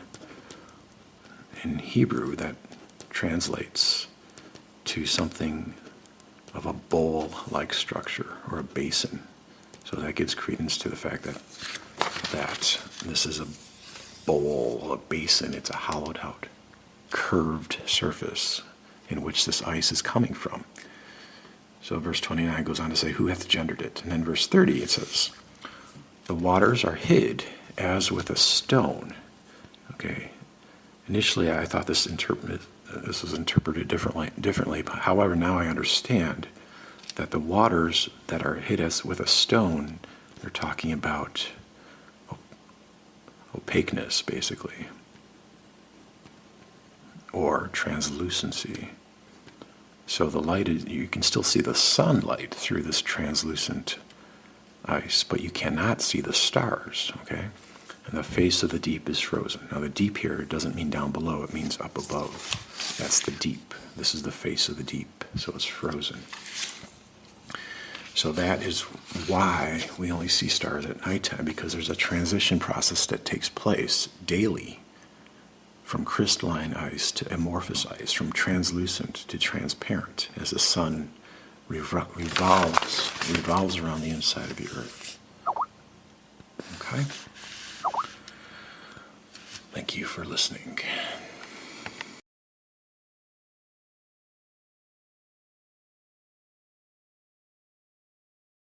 Okay, a couple things I want to talk about is the fictitious force that you have learned about. A fictitious force of gravity. Gravity is a fictitious force, okay? What you've learned is that you think, okay, they tell you that gravitational pull, you know, at the center of a mass attracts other objects. Well, that's not true. The only reason they believe that is because they believe that the Earth is convex, and they believe that the center of the Earth is there's a magnetic core to the center of the Earth. Well, actually, there's a magnetic core to the center of the Earth, but it's not down below; it's up above. As I told you before, it's in the center of heaven, which is in the center of Earth, and it does have a magnetic core, and it is emanating magnetic fields throughout the inside of the Earth, and it also is emanating toward the sun too. So the sun is a conduit for that magnetic force. The only reason and then they say, oh, they'll conclude that, okay, like Jupiter has moons, right? And the moons are being attracted by Jupiter by the gravitational pull. That's not true. That's electromagnetic pull. Another thing they'll misapply gravity to is tides. It's not the so-called gravitational pull of the moon that attracts or that causes the water to rise. Okay, in this system, the true system that you live in, the Earth is stationary and there is ether, otherwise known as luminiferous. Now, this luminiferous ether was actually kind of discarded when Michelson Morley conducted experiments, and they detected that there was no interference pattern between shooting different light rays at different locations and having it reach a target at the same time. That's because they were under the faulty presupposition that the Earth was spinning. There is no spin to the Earth. Okay. If there's no spin to the Earth, then something's got to be spinning, because we see the stars and the moon and the sun move across the sky. So it's actually the stars, not everything inside the Earth, every celestial orb that you see in the sky, that's what's moving inside the Earth. And so this ether, it pushes the force downward. It's the same thing.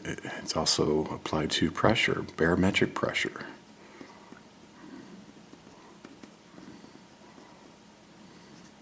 The greatest pressure, the greatest density is toward the inside surface. Greatest pressure.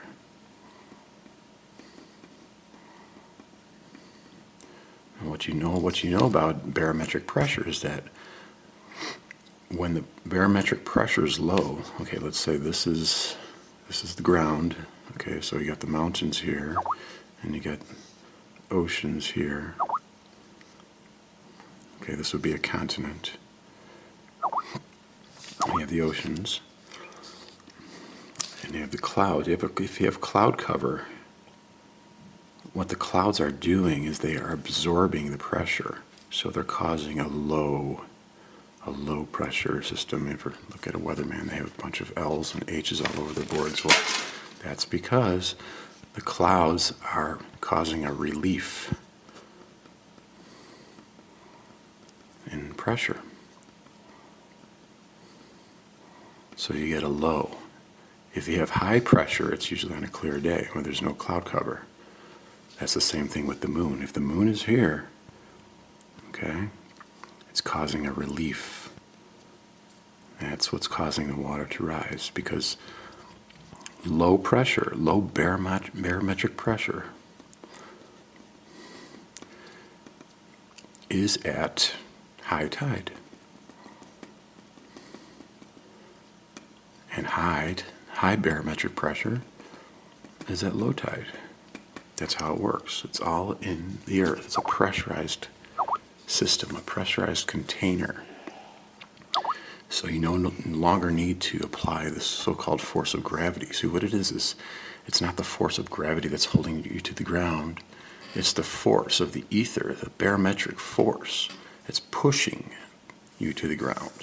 And objects with heavier densities, like say you had a block of lead and you had a block of wood. Well, the density in the molecules of the wood is not as dense as the lead, okay? There's more mass here because the ether is pushing down, okay? This was the ground. And it's filtering through the wood easier than it is the lead. That's how it works here, okay? The higher you go, right? If you're here up on the Rocky Mountains here, you weigh less because there's less pressure. There's less barometric pressure. There's less etheric pressure. So this whole thing about gravity is bullshit. It's a fictitious force. Everything is pressurized in the system, okay? The main force is magnetic and ether.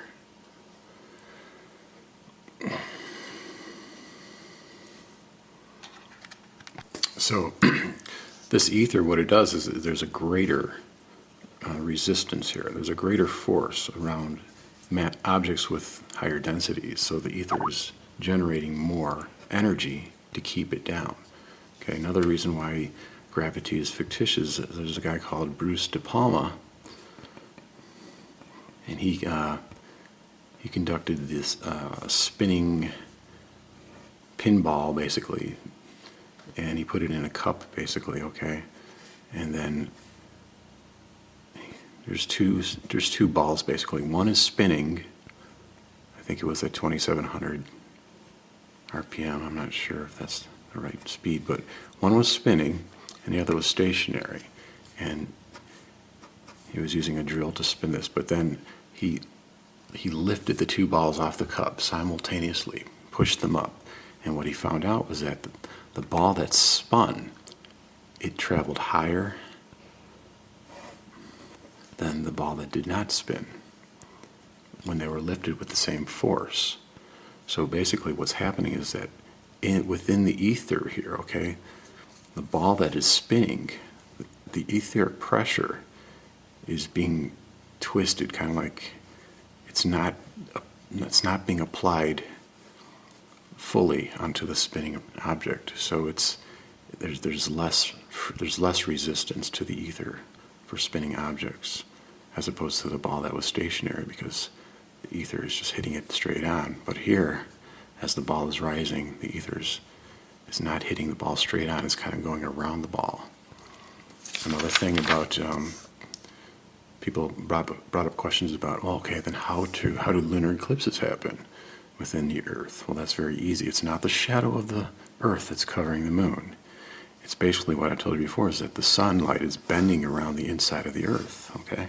So if this is the sun, let's put the moon over here now. See, the sunlight bends around like that, and that's what illuminates a full moon, okay? It's bending around both sides. However, what it does is it creates this little area. It's like a little funnel-shaped void of light. So as that moon passes through that void area, that area of darkness, it gets eclipsed. That's how lunar eclipses really happen.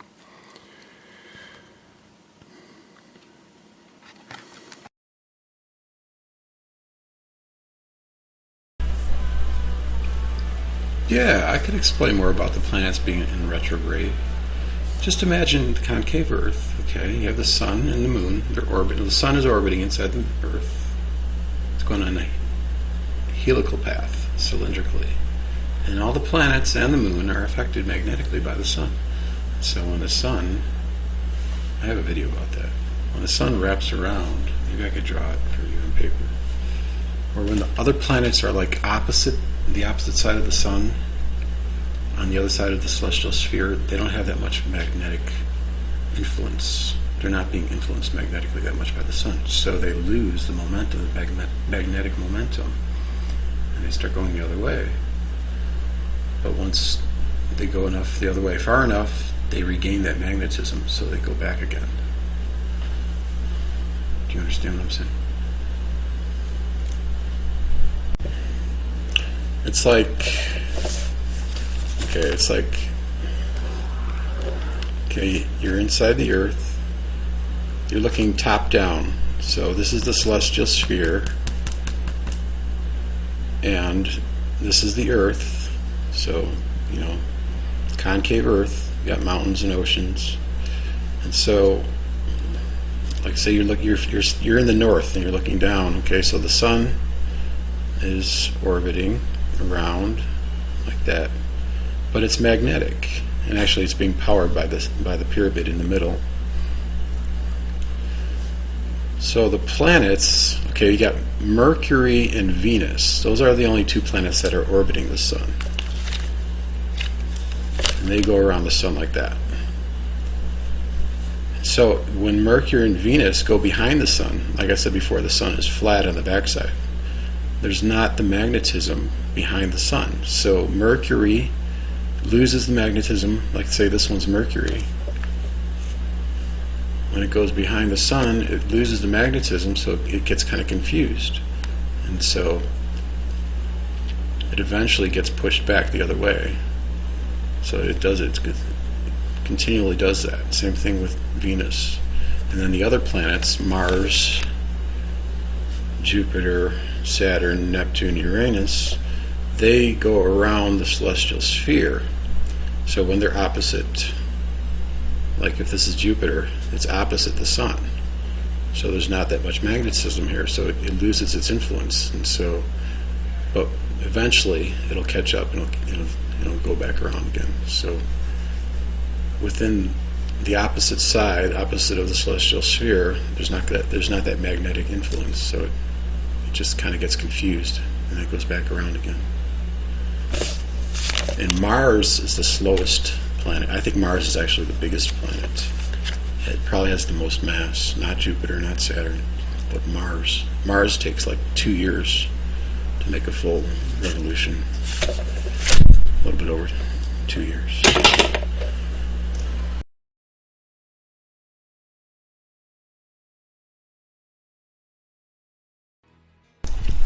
Yes, Sabat, that is a bullshit explanation. Obviously, they're not accounting for the glass sky. They're just saying it's the ice crystals, the hexagonal formation of the ice crystals creating the halo. That's not what's happening. It's very simple. You shine a flashlight on a window, you're going to get a halo. It's simple. It's very simple. But I was talking about the dark area within the circle. Because sometimes if you look up in the sky, you see this halo, this 20-degree halo. The area that's within the halo, the sky area, gets darker. The reason why it gets darker is because that's how polarizing filters work in glass lenses. And we know that the sky has a slight polarization to it because it has birefringence that was found in the Libyan desert glass in Egypt. It has a weak birefringence to it. So at certain angles, the way the sun is turned upon the glass sky at certain times, it's going to darken the sky slightly. So that's why that area within the halo is dark. It's a polarizing effect.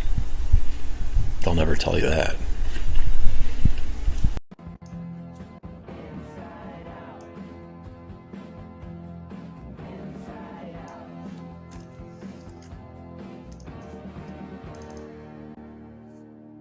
I'll give you a visual, okay? Let's make a meteor.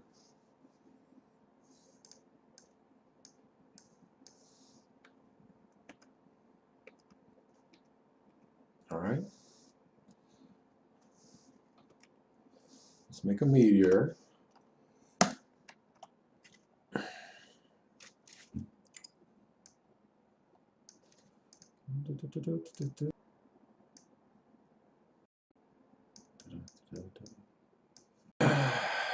Another vision should take. Sky is convex. I disappeared. Where'd I go? Oh, sorry about that. Sorry about that. I got a hotkey on XSplit. I'm sorry. All right, let's make the sky convex. All right. Thanks for telling me, though. Okay, let's bend it just slightly. Slightly bend the black sky. Oops. Oops. Oops. There we go.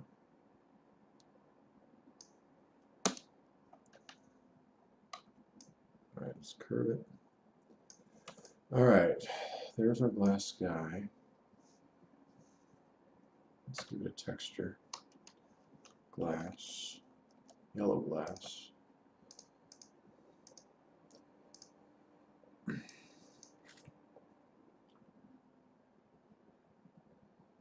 Used to be, used to be a freelance graphic animator, designer, whatever. All right, so now also with this glass sky, okay, there is a sheet of ice connected to it. So let's make the ice, bring that down. That, let's give it a white coating, ice. There could be some ice on the top of the glass too, I'm not quite sure. But for posterity purposes, we'll just leave it on the bottom. Okay, so we've got the glass and the ice. Glass, ice, composites, okay.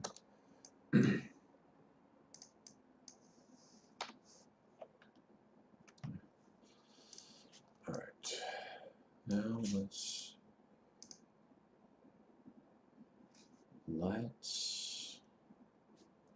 give the meteor a texture.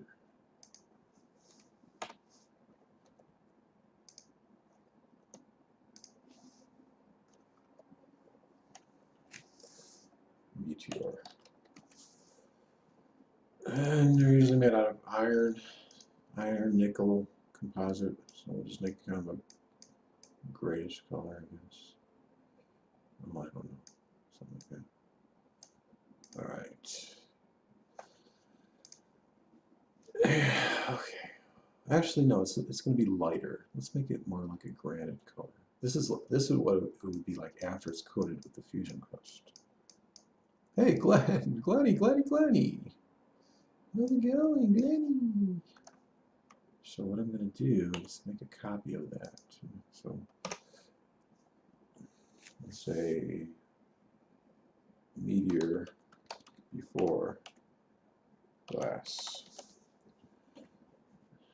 So I'll make it like a lighter color. Okay. All right. So this is just a really crude way of doing it, but let's turn off the cages.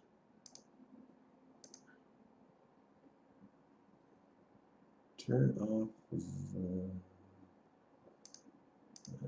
yeah.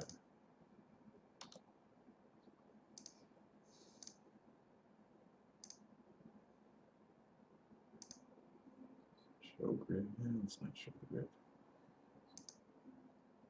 All right. So basically,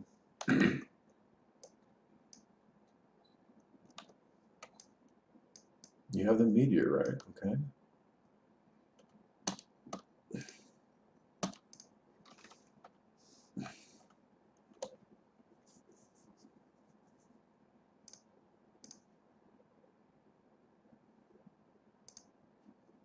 Okay.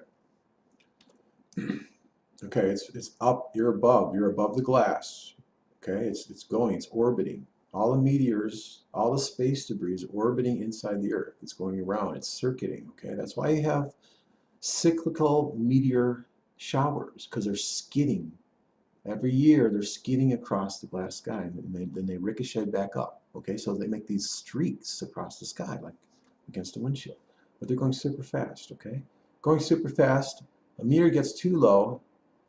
The wild heretic thinks that they're actually being spat out from the sun, the iron. So that's where he thinks that the meteors come from. That's probably true, though. So let's say a meteor comes, it's going really fast, just orbiting. I don't know how fast is, did they say the space shuttle goes? Like 14,000 miles per hour or something. But anyway, it gets really low, starts skidding, okay? Once it starts skidding, it's really hot. It's generating heat friction, right? So once it gets really, really, really, really hot, it starts melting through the glass. And then what happens, after it comes out on the other side, right, on the bottom side, it's going to be covered in burnt glass. It's encapsulated in burnt glass. And then it falls to the ground.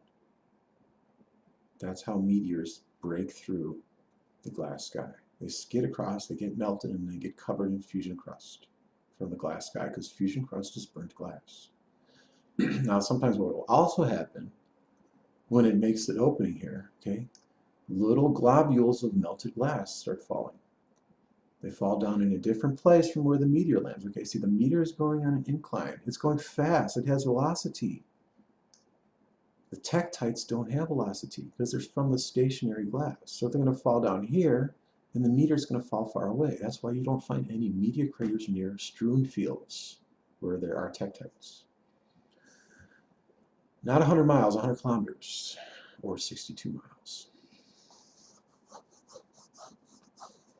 Why don't you get sucked into space? No. There's very little so-called gravity at this point. It's really ether that's pushing you down. You're being pushed to the ground.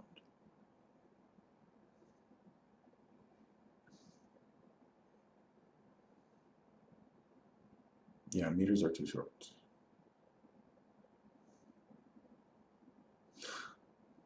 Well, that's how. That's why meteorites have fusion crust, because they are covered in burnt glass. Okay. Capito.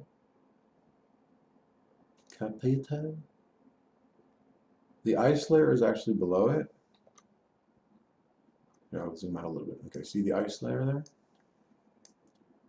So you got glass on the top, maybe an ice layer on the top too, but also you got ice on the bottom. Okay? So when a megacry meteor falls, this ice mantle, a chunk of that falls to the earth.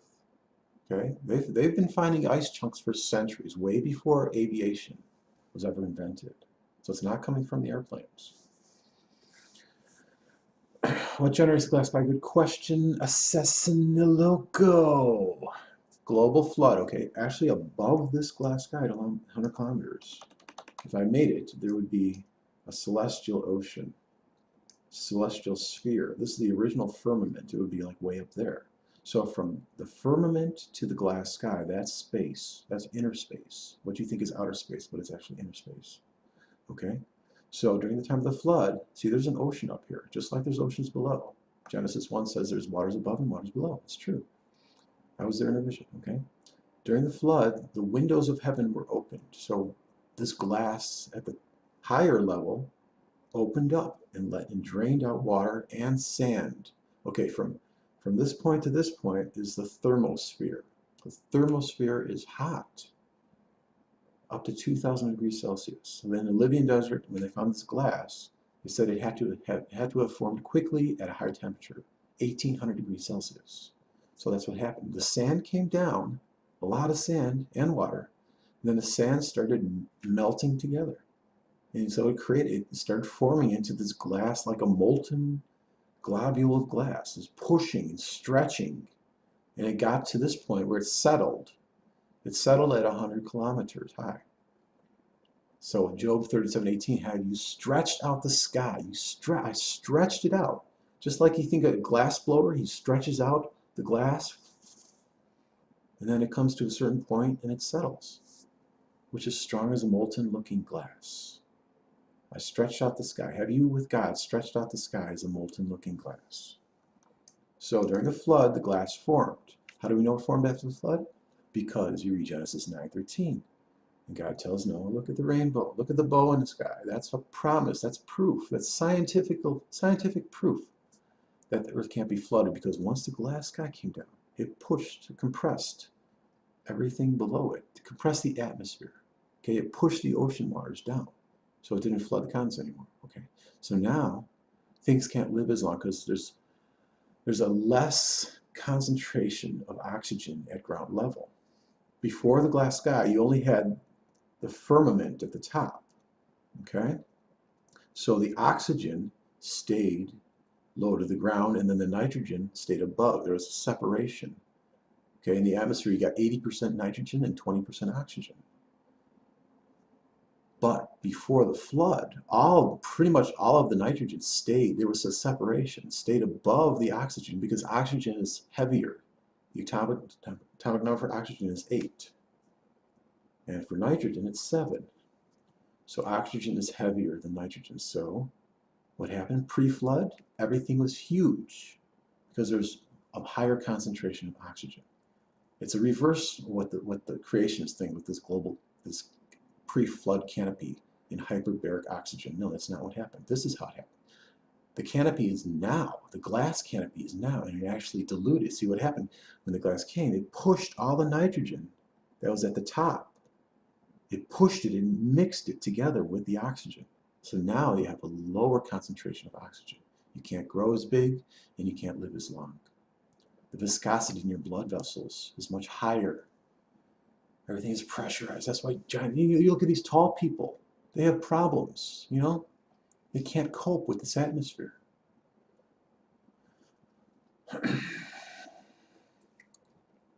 Compito? What passage? Genesis 9:13. That's when the rainbow is formed. The rainbow is a result of glass. Glass. Shining white light through glass, you get the spectrum.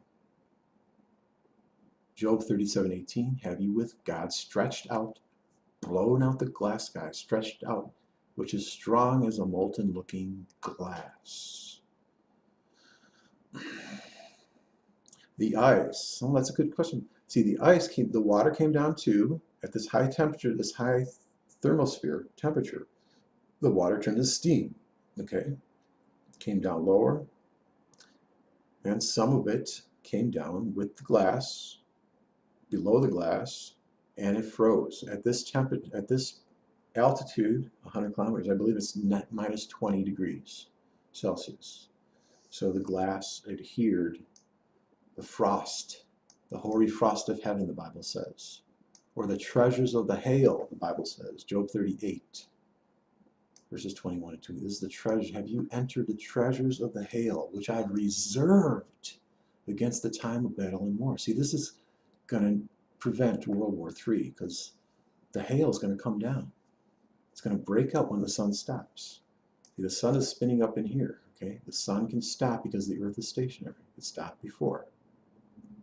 So when the sun stops, it starts putting heat to the ice. And it also starts warping the glass. The glass gets warped. It starts stretching again. It's going to come lower. The heavens were bowed. Psalm 18. They came down. So the ice melts, cracks, breaks up, and falls down all over the world. Yeah, it was hot in the thermosphere. The sand did melt, but then it cooled. It rapidly got hot, and then it rapidly cooled at that level. So now it's cool at ionospheric 100 kilometer level.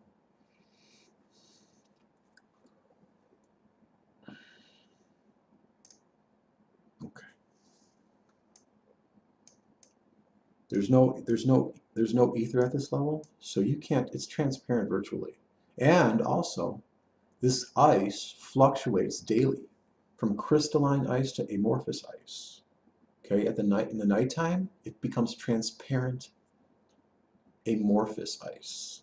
In the daytime, when the sun is shining on it, it crystallizes and it gets semi-transparent or translucent. That's why you can't see the stars during the daytime, because the translucent ice blocks out most of the light, except for the sun, of course. You see sometimes you see the moon, but you don't see the stars during the daytime. During the nighttime, this ice is just going to transform, slowly transforms to transparent. So that's why you see the stars at nighttime.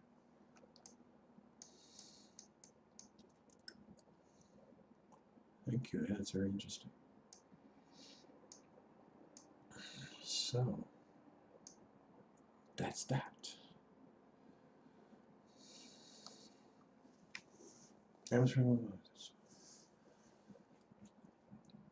Atmosphere filled with moisture. That's why we don't see them. You don't see the stars because that ice sheet becomes semi-transparent. It becomes translucent. It's not transparent, so it blocks out a lot of the light. Starlight is faint, okay? Sunlight is strong. So you're going to see the sun, but you're not going to see the stars during the daytime.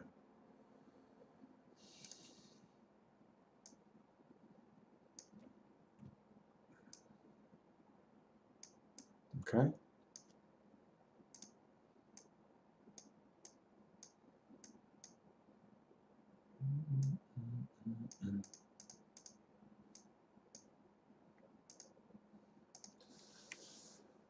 Your vision is curved.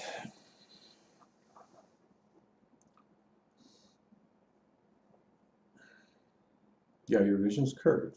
You're curious how the vision is curved in a full spiral to see the sky instead of the ground further up, because it's more curved. The curvature of your sight curves more than the actual Earth, so you're not going to see the Earth.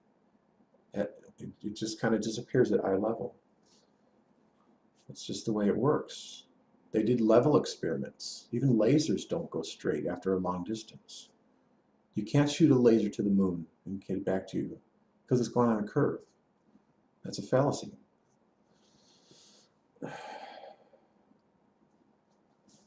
And also it's going through the glass. You're beaming it. It's a very difficult science to actually beam the moon and have it shine back. No, there's no mirrors on the moon.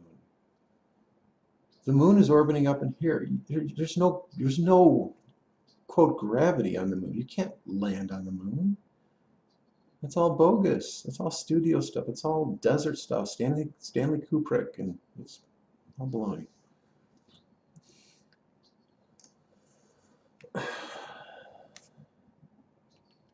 So, oh, you put God in quotes. You don't believe me.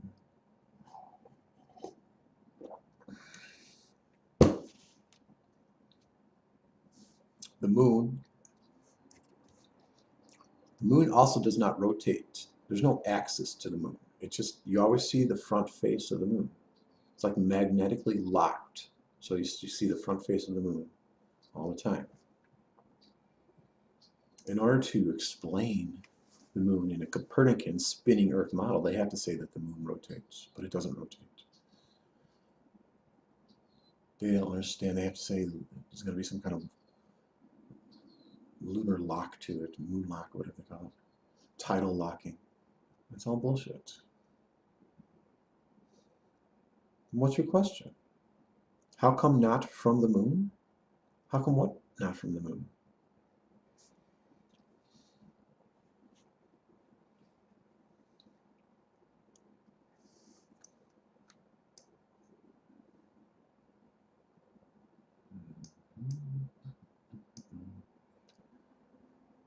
Oh, yeah. Okay. I'm sorry. Yes.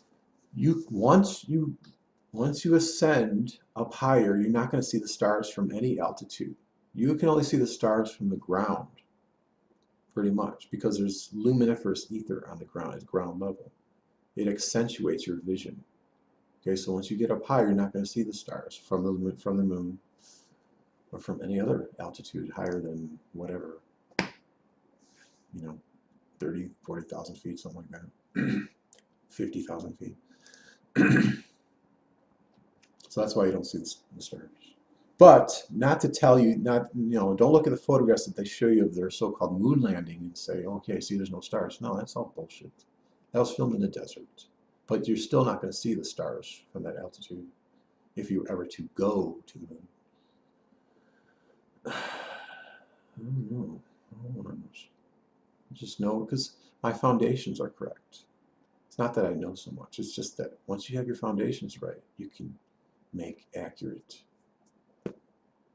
assumptions.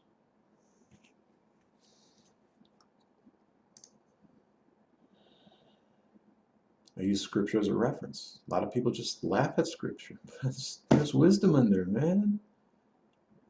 It's foolish. It's foolish to just reject the Bible.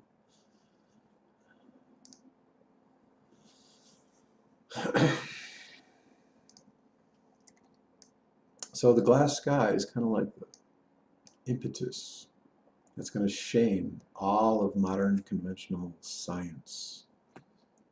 They forgot about the glass sky. They forgot that they're living in the earth and it's concave. This is teaching wisdom to babes and turning wise men backwards, making their knowledge foolish. It's prophesied to happen that way. So the pride of man is shot down with this, with the glass sky.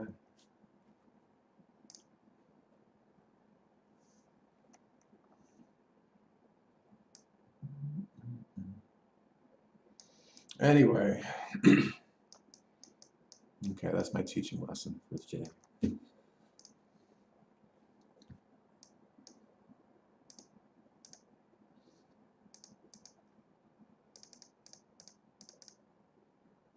You're welcome.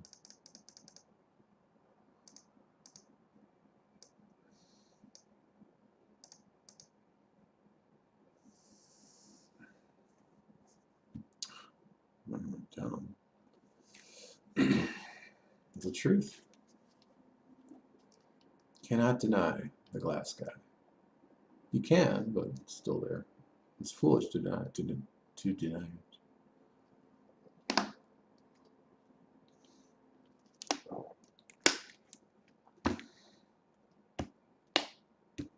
Watch my videos. So much freaking evidence. Birefringence.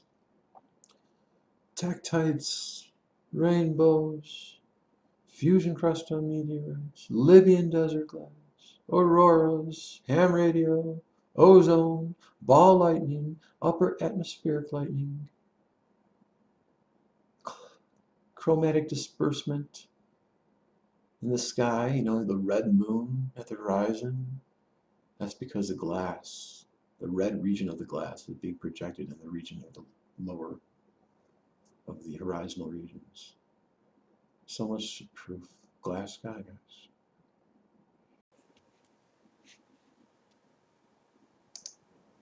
Okay, I'm gonna educate you people about this whole spinning Earth fallacy that you think, because you guys are just so retarded, and you guys need to know the truth. There's an excellent article that the Wild Heretic put out about the heliocentric theory is wrong. The spinning Earth spinning around the sun is completely wrong. There's so much evidence, good evidence, that supports this view. I'm just gonna read it to you, okay? So just sit back down, relax, and just listen to me read this article to you, okay? There are 5 pieces of solid evidence that heliocentric theory is wrong that I know of. The first one requires a bit of visualization, but is very difficult to explain otherwise. 4 others are 99.99% certain, bordering on the ridiculous. You would literally have to make stuff up to try and counter them, and they have. So without further ado, let's begin. Exhibit A, the path of the sun. Observational fact. The sun in the sky during the summer in the northern hemisphere, above the Tropic of Cancer, travels in a southern arc across the sky, which is a west-west-south direction, until noon, and then west-west-north direction until midnight, as this illustration below shows. Sun is traveling in a southern arc. Okay? It's rising, and then it's slowly going south, and then it comes back north up again during the sunset. Heliocentric theory. The Earth spins in an anti-clockwise direction. This is their theory. If viewed looking down from the North Pole, it spins on its axis just over 360 degrees in 24 hours and travels around the sun in 1 year. Well, that's cut off. The window's cut off. Let me fix that. Hold on 1 second. Get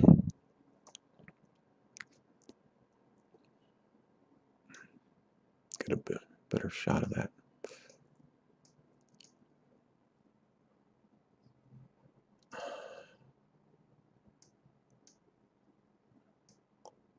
Okay, that's better.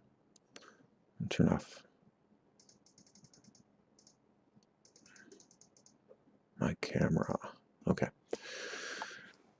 It tilts, so they say, 23.44 degrees on its axis, so that at the height of the summer solstice, one hemisphere will be nearer to the sun than the other, and in 6 months on the other side of the sun, this same hemisphere will be further away, winter solstice, as this diagram demonstrates. Okay, they got the diagram there. Yeah, it was a super close-up shot. So this is what they're saying. They're saying that the Earth is spinning. They're saying it's tilted, and then every year it goes around the sun. So to recap, the heliocentric theory states that the northern hemisphere above the Tropic of Cancer, which would be over here, in the summer solstice tilts toward the sun at 23.44 degrees, as this illustration below shows. Northern hemisphere summer solstice. Okay. So far, so good. The sun is seen to travel in the sky east to west because the Earth is so-called rotating in the opposite direction, west to east. Now in the above diagram image, any location in the northern hemisphere, NH, above the Tropic of Cancer, as it rotates anti-clockwise. At daybreak, the NH is rotating in a downwards direction, east-east-south, until noon, where it reverses and travels upward, east-east-north, until midnight. The sun is seen to travel in the sky in the opposite direction, which is west-west-north, until noon, and then west-west-south until midnight. This is a northern arc, as the flipped illustration below demonstrates. Okay. Are you with me so far? This is what they're saying about the heliocentric theory. As we can see, this is exactly opposite to how the sun is seen to traverse in the sky. No matter what the season, the sun in the northern hemisphere above the Tropic of Cancer never travels in a northern arc. Ever. It never travels in a northern arc. Not in winter, not in fall, spring, not in summer. So that right there tells you. I mean, this is just one. I mean, he's got a whole score of these proofs. So much for heliocentric theory. If it does not tilt, there's no way heliocentric theory can explain the seasons. This means that it is the movement of the sun which must create the seasons, making the rotation of the Earth redundant, unless, of course, it is a mixture of both. It is much, much more likely the Earth does not rotate at all, which is actually what science says. Especially since there is no observational evidence whatsoever for a rotating Earth, which leads on to Exhibit B. Exhibit B. Where is the constant wind? The density of the Earth has been calculated at 5,515 kilograms per cubic meter. Whether accurate or not is unknown. The density of air is 1.204 kilograms per cubic meter at room temperature, 4,580 times less dense than Earth. Okay, that's very important for you to understand, because if you believe the Earth is rotating, you have to conclude that the air is rotating at the same speed as the Earth. However, the density is so much less. The density of air is so much less than the density of Earth. A denser solid object does not carry a less dense gas along with it when it moves. This is self-evident, as it is the basis of aerodynamics, as shown in this video below. A moving solid object, 100 kilometers per hour car, leaves a gas air behind, creating a 100 kilometer per hour wind in the perceived opposite direction of the moving car. When the solid planes are more perpendicular, it will push gas, such as air, away from the solid object, such as a fan. The Earth although a spinning squashed globe would push a little air out into space due to its slight undulations, but by and large would be very aerodynamic, as this man spinning a basketball shows. A very aerodynamic globe.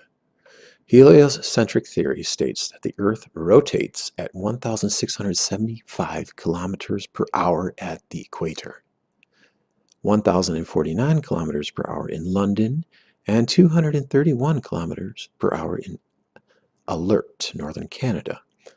This rotation would cause winds of almost equal speeds on Earth's surface, constantly. The fastest wind speed known to man is an F5 incredible tornado with wind speeds of 420 to 511 kilometers per hour. The tornado in Oklahoma in 1999, which killed 38 people and destroyed 8,000 homes, traveled at 486 kilometers per hour, the devastation of which we can see below. There is nowhere on Earth that has a constant wind speed of between 1675 kilometers per hour and 231 kilometers per hour. Nowhere. If there were, nobody living below Greenland could venture outside. Do you understand that, people? Do you understand? Okay? Wind. If the Earth were spinning, because the atmosphere is so much less dense than the Earth, it would not be spinning along with the Earth. Okay? This is so simple for you to understand. We would all be living in underground caves. Sometimes there are days of no wind, sometimes a mild breeze. The wind travels in all kinds of directions, sometimes changing by the second. Clouds move with the wind and can travel in any direction, but mostly go from west to east. This contradicts heliocentric theory, as the Earth is supposed to rotate west to east, which would create winds going in the opposite direction, east to west. Oops. Another piece of self-evident incredulity. There's more. Are you listening, people? Exhibit C, hovering, flying, and falling. Even more obvious is the fact that the Earth does not rotate under hovering objects. A helicopter which hovers above the ground at any height from 1 meter all the way up to its upper limit of around 8,000 meters never experiences the ground traveling 231 kilometers per hour to 1675 kilometers per hour, west to east, or in any direction, in fact. Okay? It's very simple. Helicopters, whatever, if you jump up in the ground, you're not going to land in a different place because there's no spin to the Earth. Simple logic, guys. Same applies to those machines which traverse the sky, such as airplanes. The only differential between a one-way and a return flight is changes in wind speed and direction. Okay? If you took off from New York, you went to Los Angeles in a plane, theoretically, you'd get to Los Angeles a whole lot quicker than you were if you were to go the other way around. The rotation of the Earth has no effect on travel time of an aircraft. It is the headwinds and tailwinds that cause the change in travel times. A mere 65 miles per hour wind is more than enough to cause a difference in travel time of 5 hours when you are traveling long distances. See? All right, let's move on. Let's talk. One more thing I also want to mention too. The analogy that they give, the heliocentric advocates give, is that imagine that if you're on a bus, or you're in a bus, or you're in a plane, or you're in a moving car, and you jump up, you're going to land in the same place. Well, that analogy is not correct, because the correct analogy would be being on top of that moving vehicle. Therefore, if you were on top of a moving car, if you were on top of a moving airplane, if you were on top of a bus, and you jumped up, you definitely would not land in the same place. So let's be real. Let's be real about that. That's what you're really comparing it to. You're comparing the spinning Earth. You're saying you're on a spinning Earth, which you aren't in the first place. You're actually in the Earth because it's concave. But the motion that you say is happening, that you say is all relative, it's not correct. The analogy you give is not correct. You have to be putting yourself on that object, not in the moving object, on the object. Okay, let's continue. Let's Let's check a flight along the equator, just to be sure. Maldives to Singapore, and back fits the bill. Singapore Airlines has 2 flights come up. Maldives to Singapore, west to east. Takes 4 hours, 45 minutes for both flights. And Singapore to Maldives, east to west, takes 4 hours and 30 minutes, and 4 hours and 25 minutes respectively. The Earth is supposed to rotate at 1675 kilometers per hour west to east at these locations, which are 3,388 kilometers apart. A Boeing 777 travels at 885 kilometers per hour at 10,675 meters in altitude. Do I really need to do the math? No, you don't, wild heretic. Flying from Singapore to the Maldives would take about an hour, including takeoff and landing, if the Earth were rotating under the plane. Going the other way, it is worse, as the plane can only fly half as fast as the rotating Earth. So you would have to continue flying all the way around the globe, east to west, just to get back to Singapore. This is an obvious fallacy. So we have gone from 8,000 meters to 10,675 meter altitude, and still the Earth does not move under our feet. If we go any higher, there won't be many air molecules left to be magically velcroed to the solid Earth's surface by a mystical and yet unknown force, which there must be for a heliocentric theory to exist. But let's go higher anyway.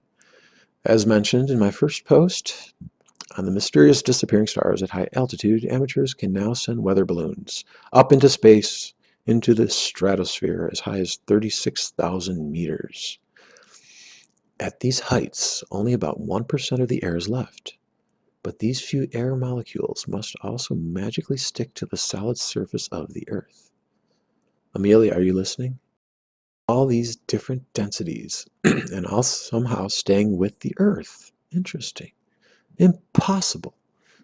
Look at the time these balloons are in the air and the difference in distance between landing and taking off. Here's the first one. Launched at 13:07:38. Hit the ground at 16:04:40. Highest altitude 29.7 kilometers. Distance from launch 108.4 kilometers. Launched in Maine would give a rotating Earth speed of 1,181 kilometers per hour at 45-degree latitude. That means the Earth should have moved 3,500 kilometers under the balloon, making it land in the middle of the USA. But it did not, did it? No. Second example is the website page, even worse. Okay. So when you take off in a balloon, when you launch a weather balloon, it lands virtually in the same place. It doesn't land far, far away.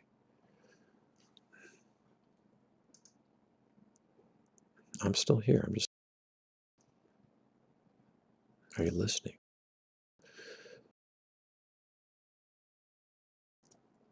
Of surface air and all the other air densities on the way to the ground, and Felix himself being obviously heavier than air, all moved with the rotating Earth in tandem, by some magical, mystical force unknown to man.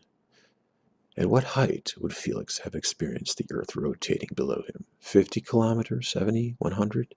The heliocentric advocates will have to make up a magic number. Why not? It's all fantasy after all.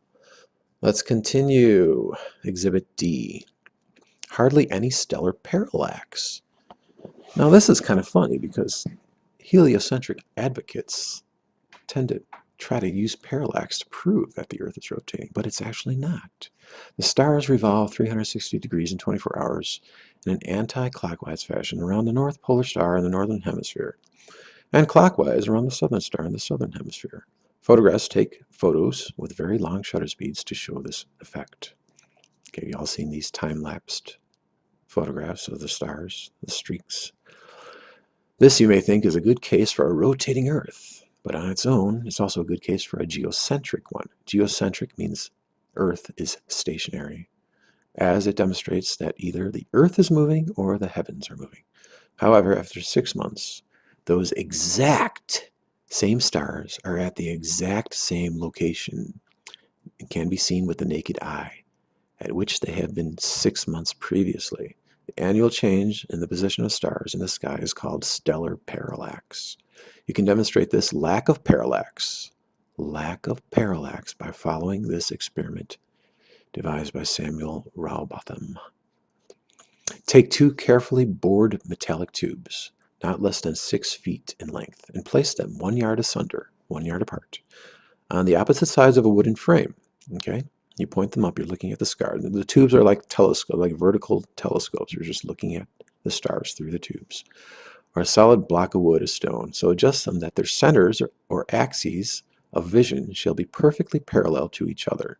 Now direct to the plane of some notable fixed star, a few seconds previous to its meridian time. Let an observer be stationed at each tube, and the moment the star appears in the first tube, let a loud knock or other signal be given, to be repeated by the observer at the second tube when he first sees the same star. So it'll be like a knock knock. A distant period of time will elapse between the signals given.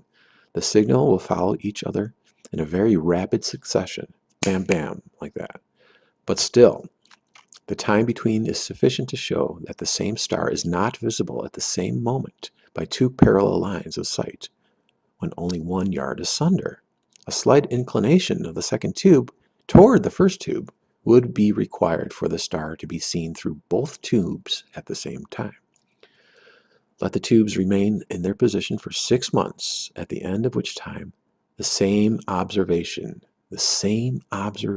or experiment will produce the same results. The star will be visible at the same meridian time, without the slightest alteration being required in the direction of the tubes, from which it is concluded that if the Earth had moved 1 single yard in an orbit through space, there would at least be observed the slightest inclination of the tube, which the difference in position of 1 yard had previously required.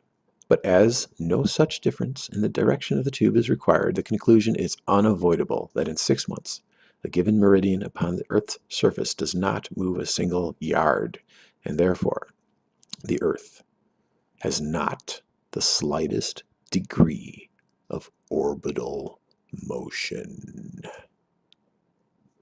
This is such a well-composed article by Wild Heretic. Kudos to him. Traditionally, stellar parallax has been notoriously difficult to measure with even the best of modern equipment. The angles involved in these calculations are very small and thus difficult to measure. The nearest star to the Sun, and thus the star with the largest parallax, Proxima Centauri, has a parallax of 0.7687 plus or minus 0.0003 arc seconds.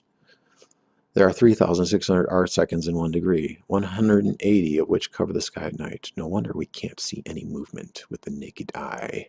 Even so, movement for only a tiny fraction of the stars can be measured at all by modern equipment. Amelia, that's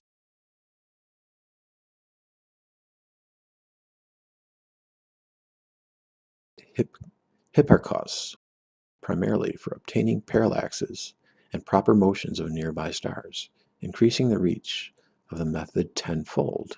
Even so, Hipparchus is only able to measure parallax angles for stars up to 1,600 light years away, a little more than 1% of the diameter of the Milky Way.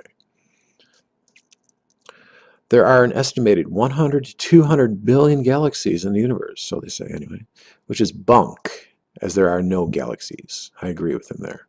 Each with up to 100 trillion stars. So being able to detect movement in 1% of the stars out of our galaxy is a minuscule amount. We also know about our space agency's weird and wonderful orbiting machines. So even this 1% is unlikely to be true.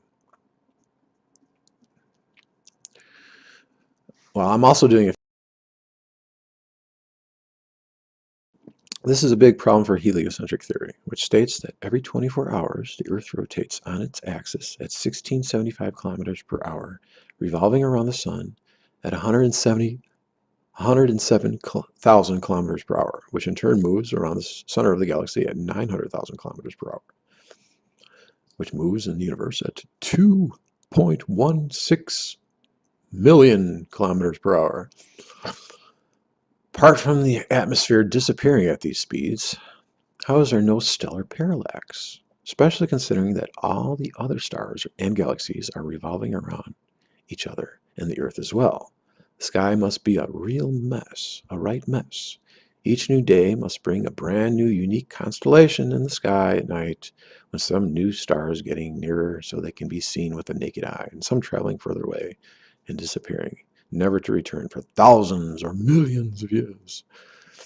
Before we move on, this lack of stellar parallax is the reason why advocates of heliocentric theory give the unbelievably enormous distance the heavenly bodies must be. They must be that far away from the Earth. They can't measure it. The stars must be thousands and millions of light years away, with the Milky Way 100,000 light years across, 1 light year being 9.46 trillion kilometers, because there's no or little detectable stellar parallax. Otherwise, heliocentric theory would be definitely wrong. All right. So, stellar parallax, another reason why the Earth is not spinning. Exhibit E, scientific experiments. How do we know it is not the heavens or space which moves about us instead of the Earth, which causes both the rotation of the stars and any of their hard-to-detect parallax? We know now it is the former, thanks to an experiment in 1871 by astronomer royal George Airy, which is this. If stellar parallax is too small to see with the naked eye, then why not artificially increase it? If the Earth rotates at the same speed constantly, then by slowing the light down, by filling the telescope with water, the angle of star movement would increase. If stellar parallax increased, then the telescope would have to be tilted more to see the same star and prove a rotating Earth once and for all. And guess what? As confirmed by others, the most careful measurements gave the same angle for a telescope with water as for one filled with air. This is called Airy's failure. It proved the rotation of the heavens, not the Earth, which moves stars. Airy's failure, look it up. I'm going to give you the link to this article. There's no reason for you guys to believe in a rotating Earth. The heliocentric advocates were now desperate. What was needed was another observable experiment to still offer the possibility of a rotating Earth. Enter Foucault's pendulum in 1885.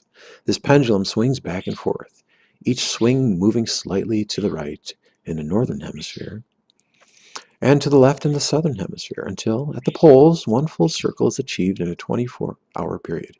It doesn't move left or right at all at the equator. Interesting. Okay, there's a Foucault pendulum in California. There's an illustration of the pendulum moving. You see this blue line? That's the rotation circuit as it's swinging back and forth. It's actually kind of rotating slightly like that. As you have noticed, this is the same phenomenon as the stars rotating every 24 hours around the polar star, which was proved not to be caused by a rotating Earth thanks to George Airy. Unfortunately for the heliocentric supporters, Foucault's pendulum is also a problem. In 1954 and in 1959, Maurice Elias noticed that during a solar eclipse, which lasted 2.5 hours, the angle of the pendulum changed dramatically by 13.5 degrees. The whole angle shifted.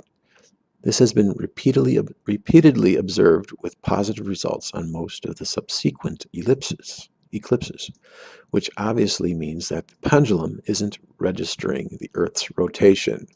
Okay? The pendulum is not registering the Earth's rotation, but the motion of something else instead. With Airy's failure proving that the Earth does not spin, the heliocentric theorists needed to quickly show, with no further doubt, that the Earth rotated. Enter two staunch supporters of heliocentricity, Albert Michelson and Edward Morley, who in 1887 set up a device which split up light, one beam in the direction of the Earth's supposed rotation, and one at right angles. The two light beams, they recombined and hit a photographic plate. Okay, here's their illustration here, okay? You have the light source, and you have this mirror that's splitting up the beams, okay? One of the beams is going straight through it, and one is going at a right angle. So you have these mirrors that are reflecting back the beams, back to the central mirror, and then they're detecting them here. So they're saying that these two beams, theoretically, if the Earth were rotating, would hit the detector at different time intervals. One would get here quicker than the other, but that's not what they found. The two light beams then recombine and hit a photographic plate. The difference is speed of the two beams would create an interference pattern.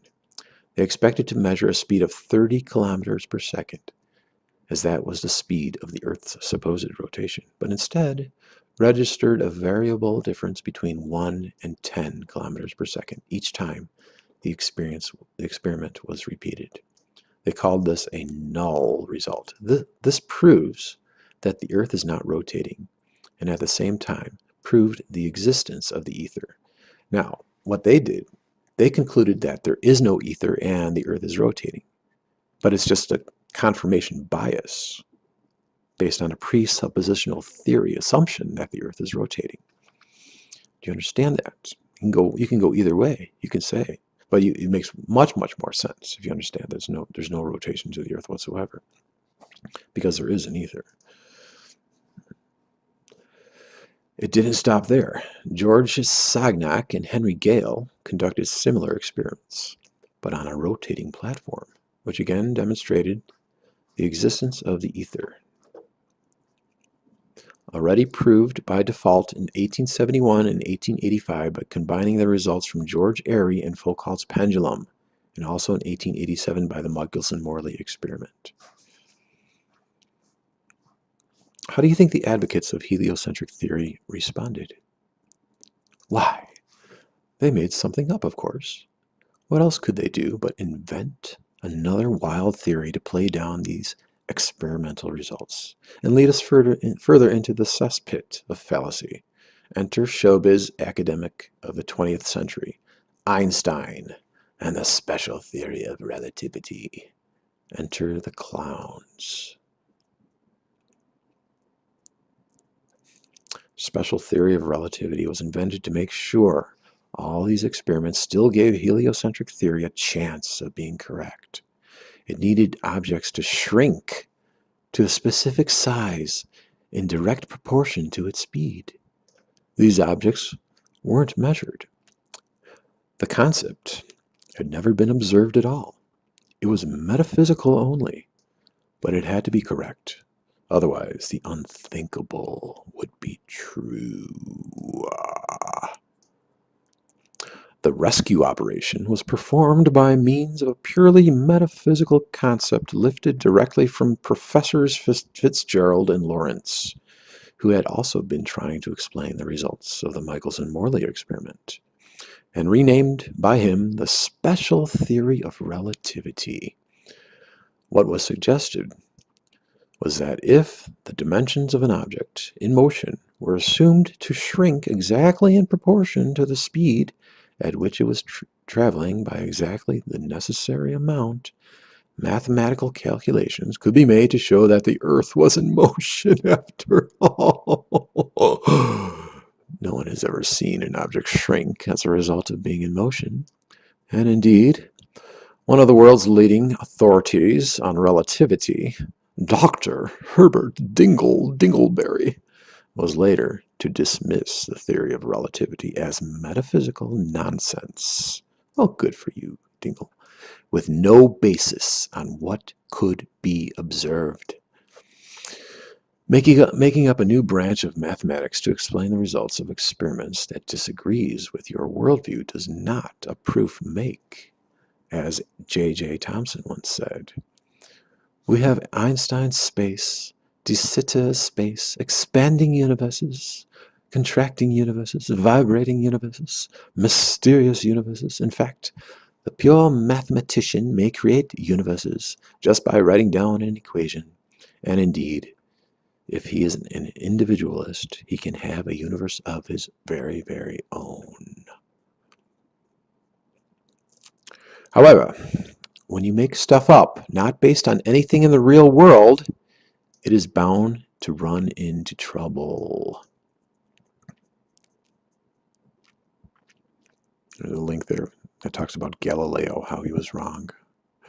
Ironically, when special relativity failed due to its internal contradictions, Einstein had to invent general relativity to shore up the facade, and in the process, he had to take back the very two foundations he had discarded in special relativity, namely A, that nothing can exceed the space of light, and B, the existence of the ether. Oh, you accepted it back, Albert. Good for you, good boy. In the end, Einstein's theories were a mass of contradictions, which are covered over by obtuse mathematical equations. Despite this nonsense, the heliocentric, quote, authorities, end quote, pushed it through with all their media power and academic might, so that once this new mathematics was firmly established, they had carte blanche to sneak in other bad science when experimental observations went against them, like black holes, dark matter, wormholes, and other such unobservable and unverifiable nonsense. The worst offense, though, was trying to tie in the Coriolis effect of a rotating Earth with observable atmospheric phenomena. The Coriolis effect is an optical illusion whereby an object traveling in a straight line,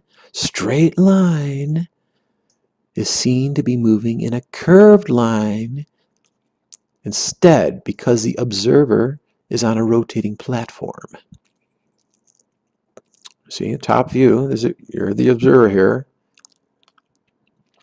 If you're going to be watching that object move in a straight line as you're rotating, it's going to look like the object is curving, but it's not. It's just an optical illusion. They say it is this effect which causes moving objects to be deflected in a clockwise direction in the northern hemisphere and an anti-clockwise in the southern hemisphere. An example of which are large cyclones. This is obviously false. The Coriolis effect is not a force. It is an optical illusion. It cannot cause objects to be deflected. Their trajectories remain the same, which is straight. Cyclones do not travel in straight lines, but just appear to be curved because we are on the surface of a rotating sphere, end quote. Their size ranges from under 222 kilometers to over 888 kilometers, making their curves far too tight and localized. Plus, they are very high altitude images looking down on cyclones from above. Is the camera rotating with the Earth to get the curved perspective? How can a cyclone twisting on itself be a straight line? Is this image even real?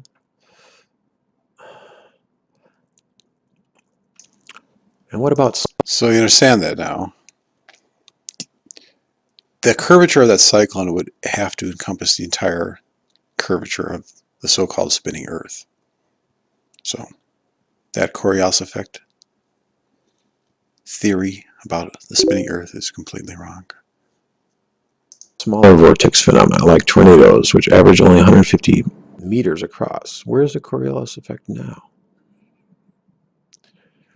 If you wish to study further the fallacy of linking the Coriolis effect with atmospheric phenomena, the Miles Mathis work is a must. Okay, conclusion.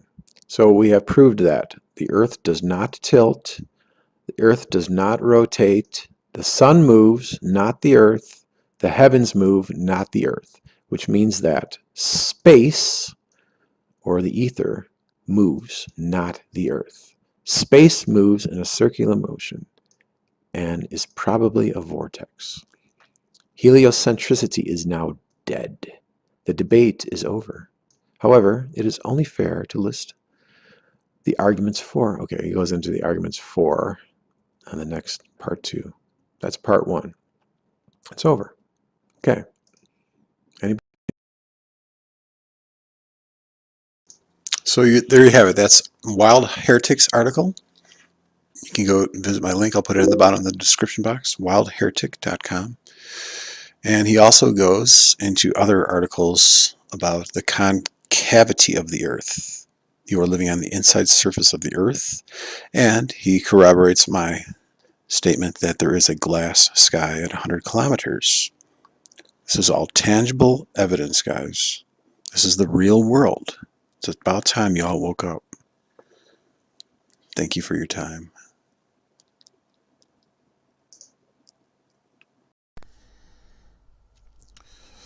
Well, another NASA scientist comes forward cryptically saying that we are living inside the sphere. As far as Richard Cohen goes, to this date, he has not contacted me ever since the last time we talked, which was a couple weeks ago.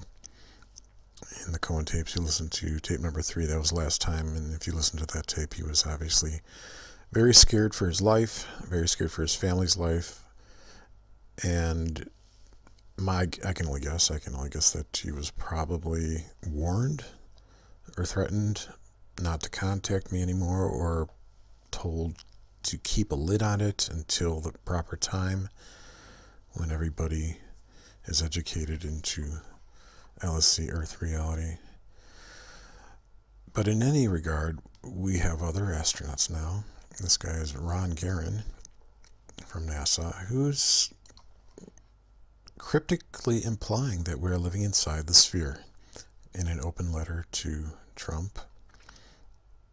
I'll just scroll down to the part where he's talking about the shape. Consulting the science community as he planned, as a NASA astronaut who lived and worked in space. I know Earth is not flat. Interesting he would bring that up, because obviously there's a lot of question these days in the conspiracy circles. A lot of people think the Earth is flat, but it's not flat, obviously, if you just have some objectivity and look into it and use your common sense and logical deduction skills. But it's not, obviously, it's not a spinning ball either. In any regard, I'll go on here. That we live in a highly interrelated and interdependent biosphere. Okay? We live in a sphere. A biosphere, biology, life, biosphere. What is biosphere? Biosphere, by the most general biophysiological definition, the biosphere is the global ecological system integrating all living beings and their relationships, including their interaction with the elements of the lithosphere, the geosphere, the hydrosphere, and the atmosphere. Lithosphere. What's a lithosphere? Lithosphere, the rigid outer part of the Earth consisting of the crust and upper mantle. Well, we're living inside the Earth. We're living inside the you can call it a lithosphere. Sure, why not? A geosphere, it's virtually the same thing as a lithosphere. Context, sometimes the term lithosphere is used instead of a geosphere. Yeah, we're living inside a geosphere. Hydrosphere, what's a hydrosphere? Hydrosphere, all the waters on the Earth's surface, such as lakes and seas, and well, if we're living inside the sphere, we're living inside the hydrosphere as well. And the atmosphere, well, obviously in the atmosphere, we're living inside the atmosphere as well. So, interesting here. Oops, wrong screen there.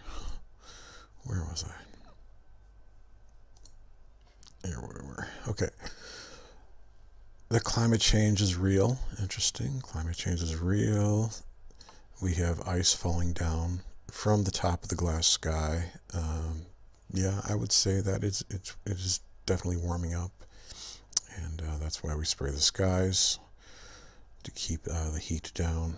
People so often speculate that if world leaders could see Earth from space like astronauts and cosmonauts do, everything would be different.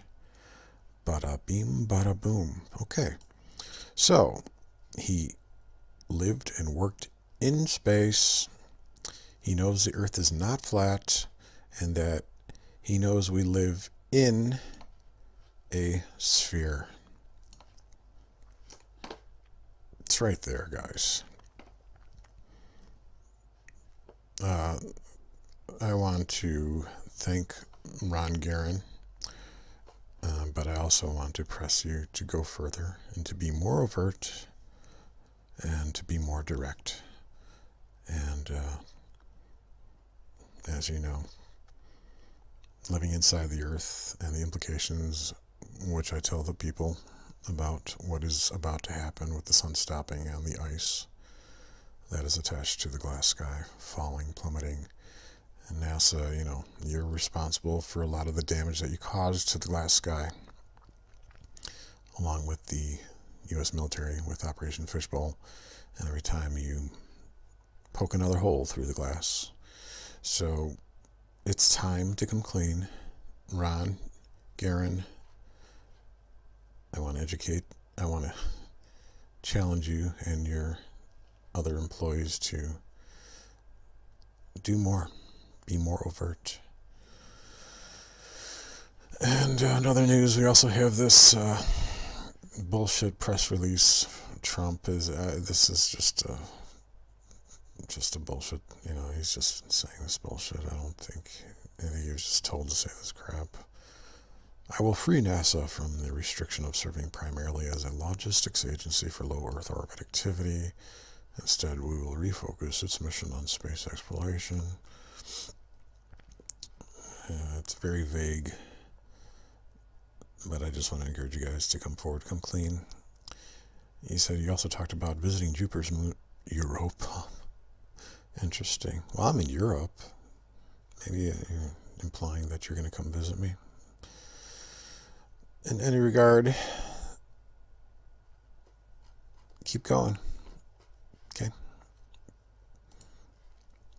Anything related to educating the public and informing them, let's be less cryptic, that we're living inside the sphere. We're living inside the spherical, concave, cellular Earth.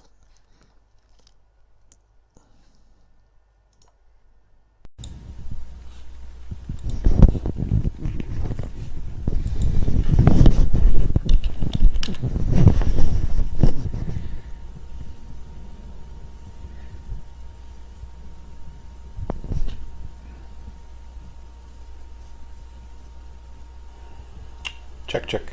Mic check. Hear me okay? Hear me okay? Okay, so we're getting good. Wow, guys. I have to restart my computer. This is like, you know, I've been, oh man. Ever since I've realized that there was glass in the sky, from 2003, I've been waiting, praying for a day like this to happen. Now, I don't want to get my hopes up too high, because if this turns out to be some kind of object thrown from an airplane or something, but the way it looks, I mean, that looks, it was really cold. It's yellowish like Libyan desert glass. So if they do comparative analysis against the Libyan desert glass, and they find out that it's the same elements, same structure, has birefringence to it, has the carbon tubings to it, has all the elements that the Libyan desert glass has. If they find out that it's like that, then, my friends, we have a match. It's pretty wild. Yeah, it's Libyan colored. Oh, wow.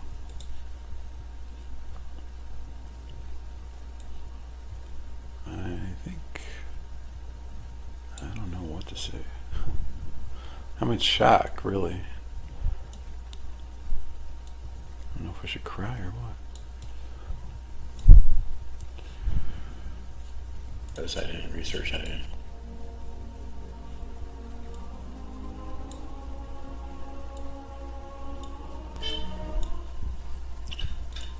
Well, I've been waiting for this day. On my Google alerts, I have glass in the sky. And I just checked my Google email, and it fell in glass. It looks like it fell in Australia. Because this article is from Melbourne, I believe. You know, I was so excited I didn't even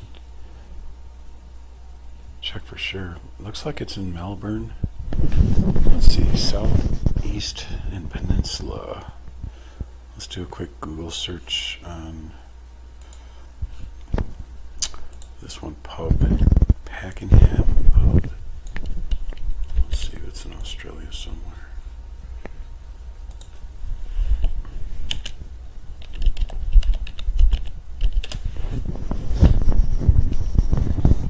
Pakenham Hotel. Is that it? Do they call this a hotel as well?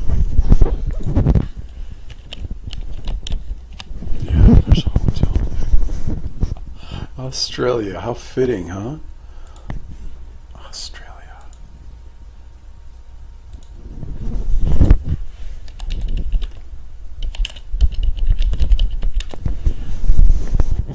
Oh, this is amazing.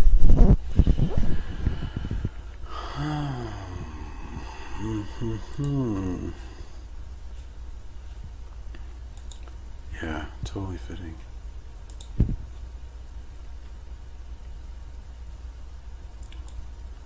Pakenham Pub, Australia. Get this chat window going here.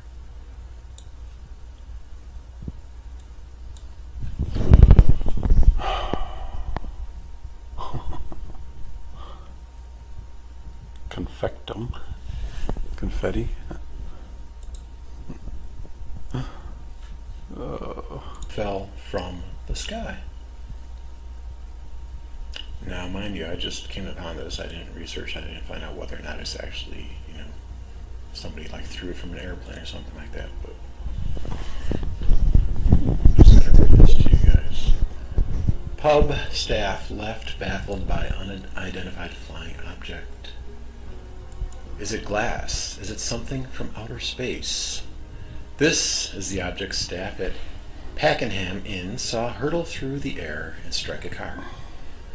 Staff at Pakenham Pub had been left baffled after an unidentified flying object fell into their car park.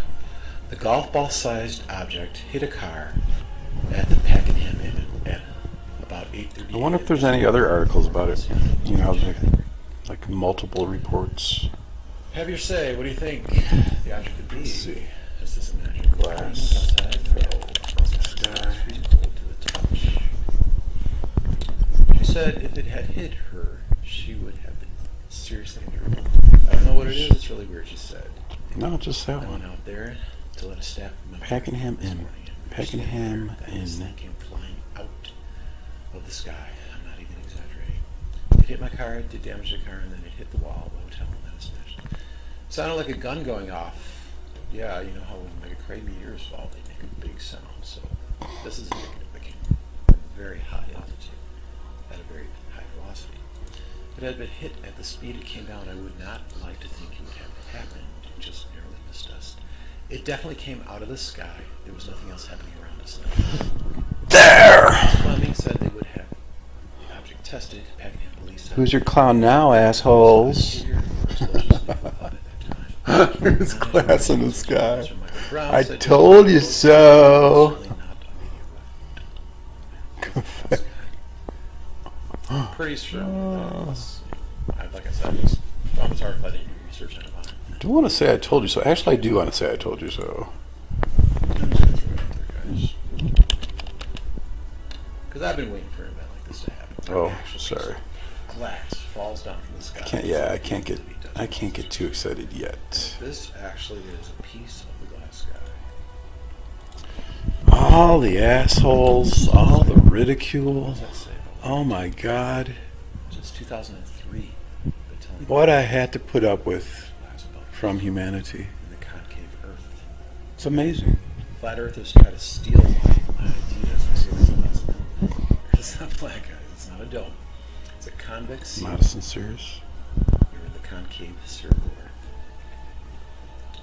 And this one looks like it's yellow.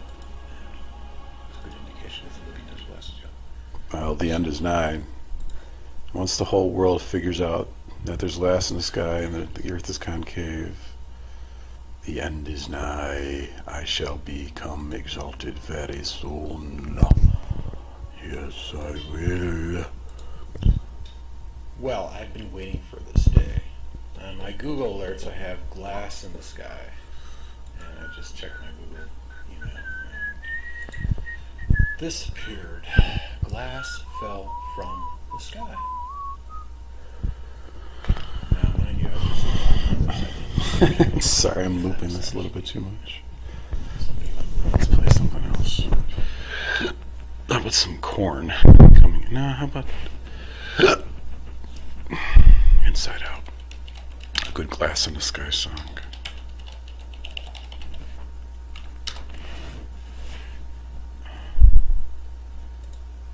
It's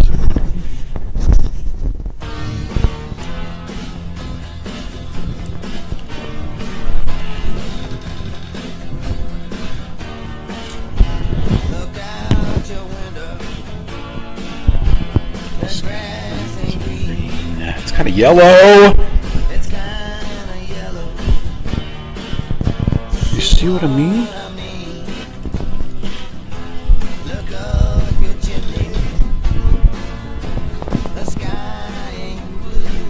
Yeah, I said corn. We'll play it next. It's kind of yellow, you know, it's true. It's so hard to figure what it's all about.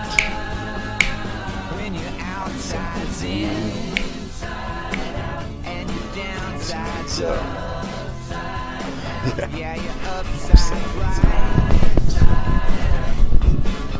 yeah. Don't it make you want to scream and shout when you're inside out?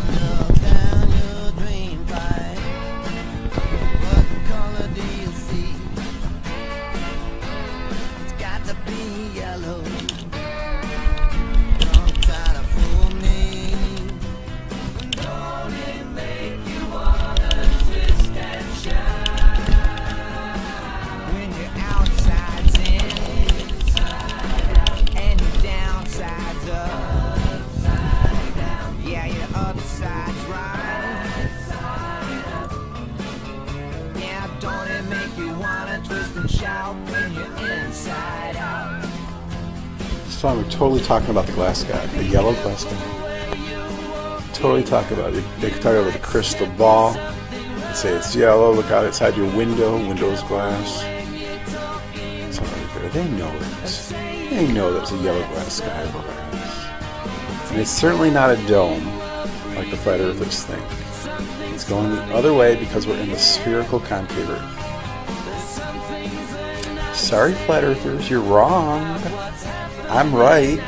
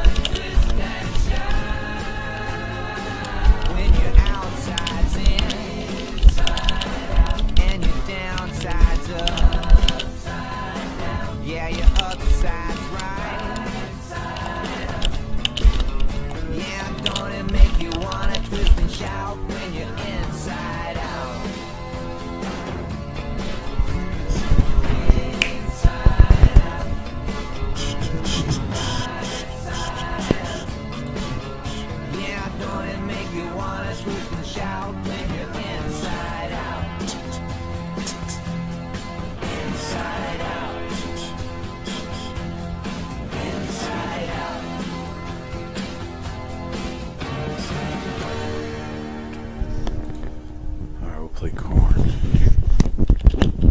Coming undone. That video, did you see that video?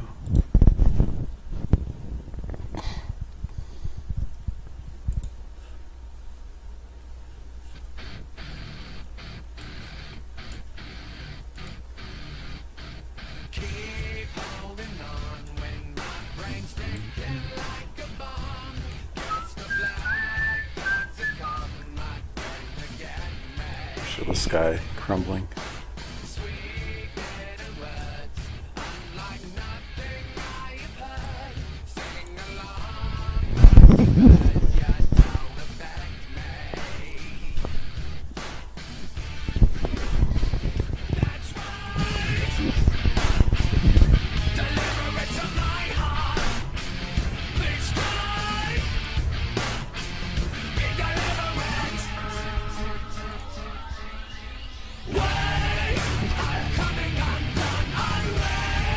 Oh, a glass guy.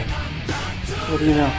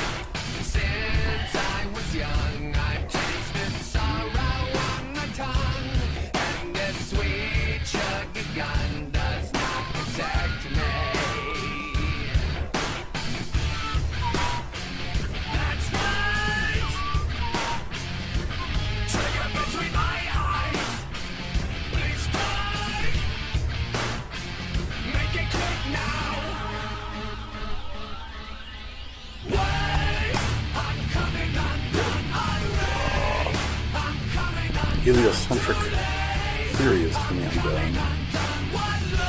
Convex Earth is spinning. Bullshit is coming undone. Flat Earth bullshit is coming undone.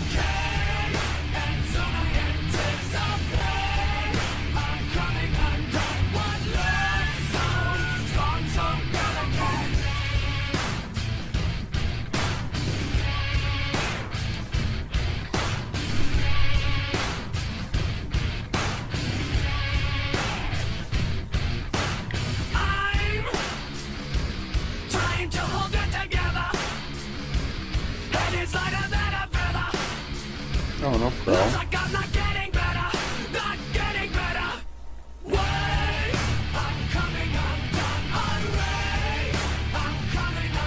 It's okay, keep it quiet.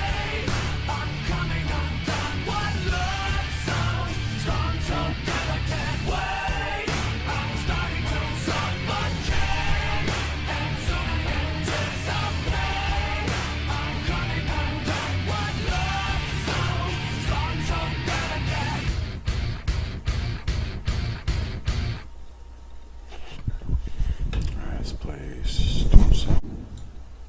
Oops.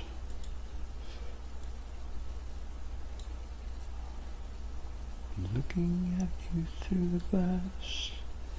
Don't know how much time has passed. Let's play that again.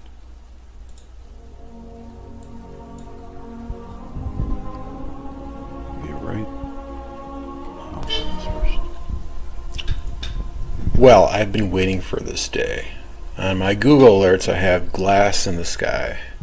And I just checked my Google email, and this appeared. Glass fell from the sky. Now, mind you, I just came upon this. I didn't research. I didn't find out whether or not it's actually, somebody like threw it from an airplane or something like that. But I'm just going to read this to you guys.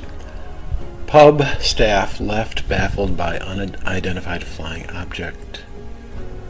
Is it glass? Is it something from outer space? This is the object staff at Pakenham Inn saw hurtle through the air and strike a car. Staff at Pakenham Pub had been left baffled after an unidentified flying object fell into their car park. The golf ball-sized object hit a car at the Pakenham Inn at about 8:30 a.m. yesterday morning before bouncing onto a wall and shattering.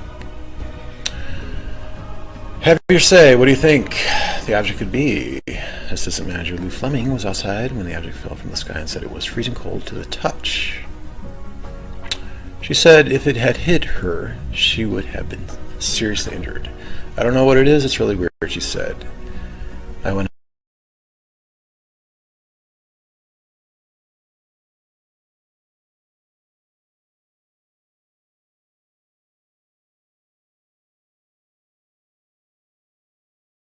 Come on, play.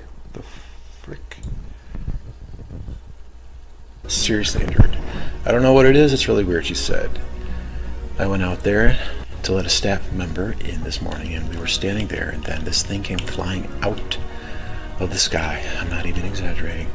It hit my car, it did damage to the car, and then it hit the wall of the hotel, and then it smashed. It sounded like a gun going off. Yeah, you know how when mega-cray meteors fall, they make a big sound, so this is indicative. It came from a very high altitude at a very high velocity. If it had been hit at the speed it came down, I would not like to think it would have happened. It just barely missed us. It definitely came out of the sky. There was nothing else happening around us. Nothing was broken. Miss Fleming said they would have the object tested. Pakenham police said there had been no reports of odd behavior or explosions near the pub at that time. Monash University Associate Professor Michael Brown said, judging by photos, the object was almost certainly not a meteorite. It beats the glass sky. I'm pretty certain of that, unless, like I said, I just found this article. I didn't do research on about it, and I didn't do any research about it, but I'm just going to throw it out there, guys.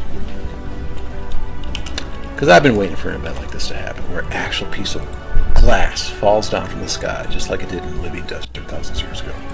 And if this actually is a piece of the glass sky,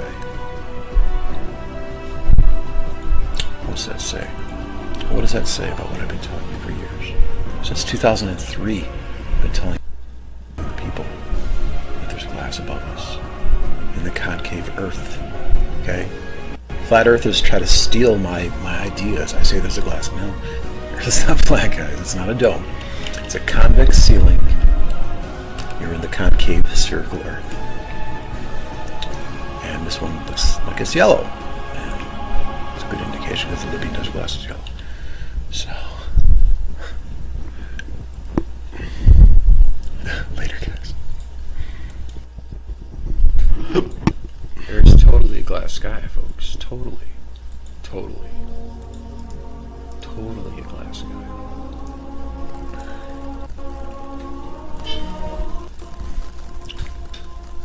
Well, I've been waiting for this day. Look at all this evidence. On my Google alerts, I have glass in this. Hi, how you doing? Have you heard the news? Rainbows. Has everybody here heard the news? Glass fell from the sky in Australia. created by sunlight passing through glass and projected into water vapor. Oh, Romans 8:36. Thanks, Mister.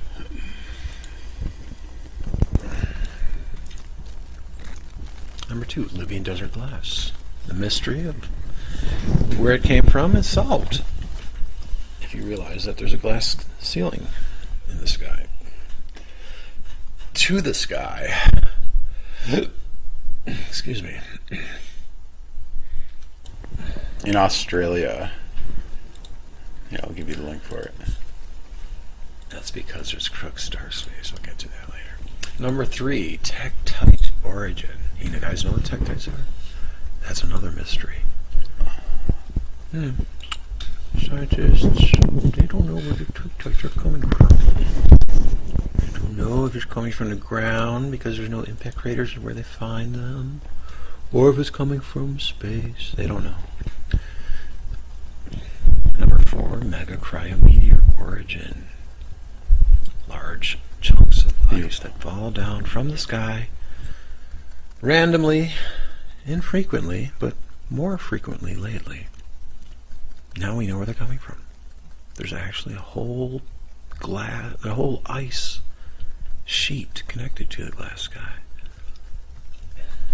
For you were as sheep gone astray, but now returned unto the shepherd and bishop of your souls. Amen. Number 5, birefringence. Birefringence is created through different glasses, different types of material like calcite, where it actually projects a double image, a double refracting image. So sometimes you'll see double suns in the sky. Sometimes you'll see a quadruple rainbow where it's like an offset, like there's another rainbow that's displaced a little bit from the original rainbow. Or you'll see a comet's tail splitting like that. That's all because you're viewing these phenomena through a birefringent glass sky that at certain rotation angles of the sun, because it's polarized in a certain direction, sometimes casts a double image. It's a very weak birefringence. They found it in the Libyan desert glass. They found weak birefringence. But at certain times, at certain angles, it will appear. As a shepherd seeketh out his flock in the day that he is among his sheep that are scattered, so will I seek out my sheep, and they will deliver them out of all places where they have been scattered, in the cloudy and dark day. Cloudy and dark day. It's coming up, guys. 6, ozone. Ozone. Did you realize that ozone is actually generated with the help of the glass sky? And that fresh scent that you smell after thunderstorms? That's the same fresh scent that's replicated in air ionizers with glass plates. The glass actually helps manufacture that fresh scent.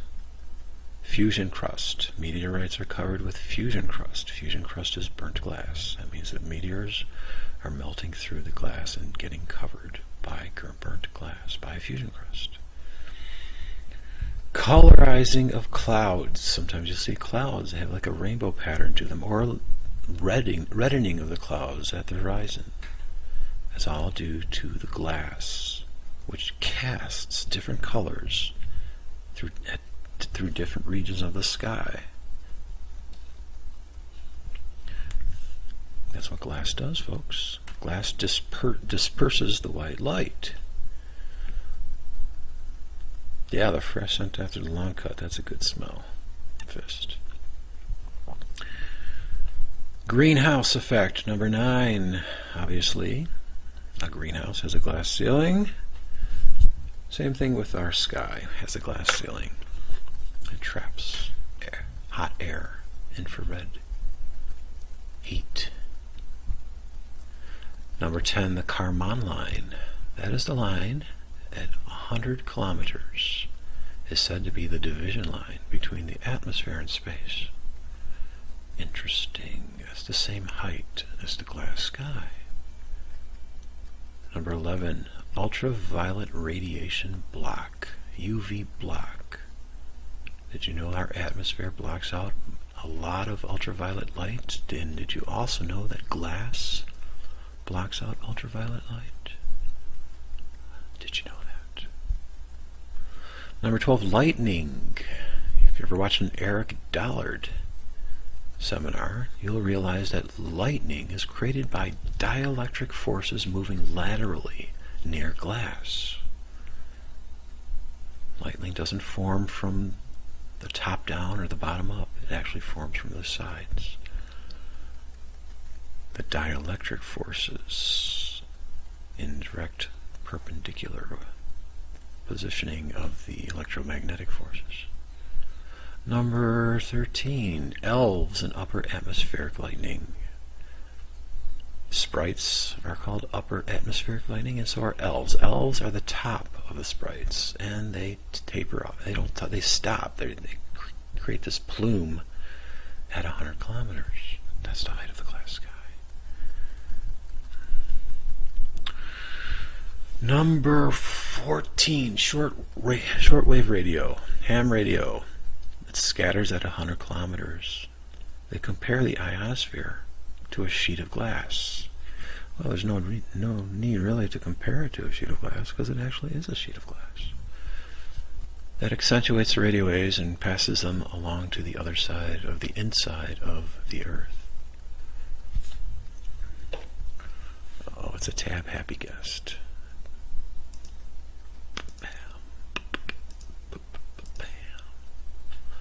Number 15, Operation Fishbowl. You guys remember Operation Fishbowl in 1962?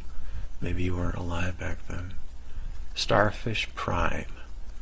Well, I don't believe they have nuclear weapons, but they said they launched a high-altitude nuclear weapon that exploded at 400 kilometers, and there was an auroral display visible from Hawaii and many other places. See, auroras are created because there's glass. So they burst a hole in the glass sky back then. Operation Fishbowl, does that sound a little bit fishy to you? Well, it should. Number 16. Superior mirages, fata morganas. You know that sometimes at the horizon you'll see this horizontal crease at the edge, and it looks like the sun is going down and going up. It has like a double image to it. Well, that's because the glass actually, due to refraction, creates a horizontal crease, and sometimes it's visible at higher latitudes.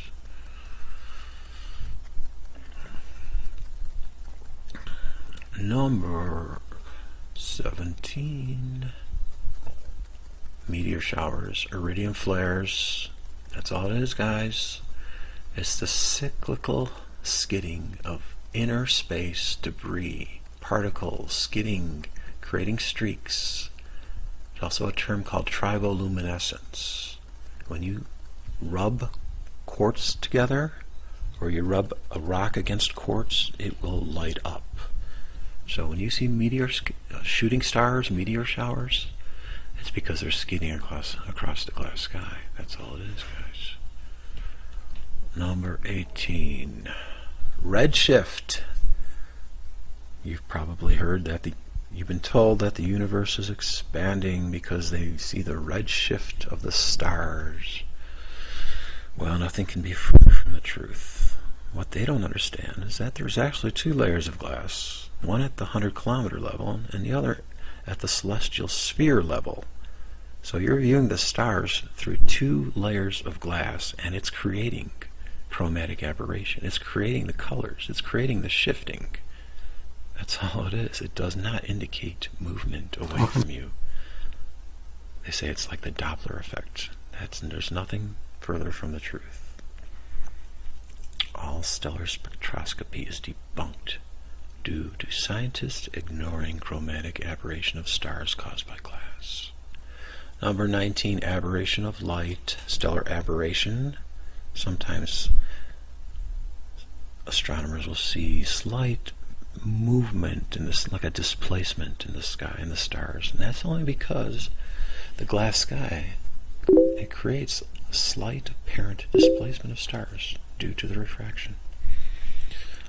Number 20, space vehicle heat shields, re-entry or entry. They have flush bottoms. They have high temperature resistant material like carbon-carbon matrix used to melt through the glass. And it shall come to pass when I bring a cloud over the earth, that the bow shall be seen in the cloud. Yes, Genesis chapter 9, verse 13. The glass sky was formed after the flood, the global flood, ladies and gentlemen.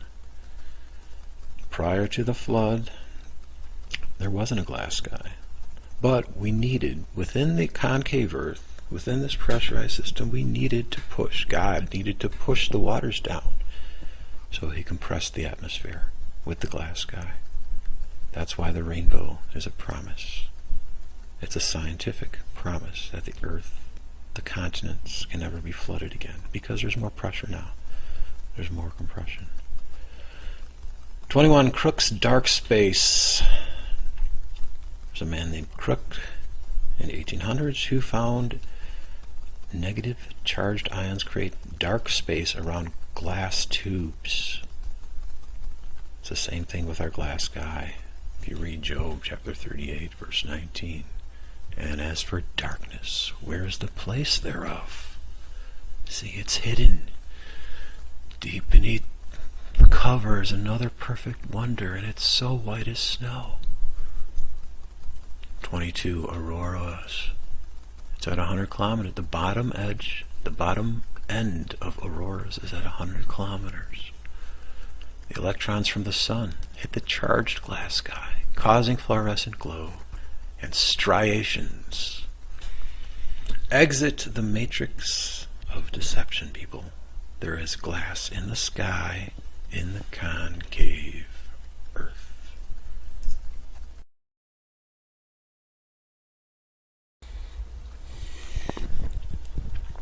So do you realize that this falling of glass from the sky, if proven out to be of a mysterious origin, and if it's similar to Libyan desert glass, do you realize how shattering people's worldview will become? Do you realize that the people will start looking to me and realizing that I was right all along? All the absorption of all the ridicule that I've endured. 12 years telling people that there's a glass ceiling to the sky. And very few people believe me. And I just... Do I want them to stampede? I don't know. But, you know, there's probably going to be some sort of stampede. An avalanche, as Sufjan Stevens puts it. It's going to be an avalanche.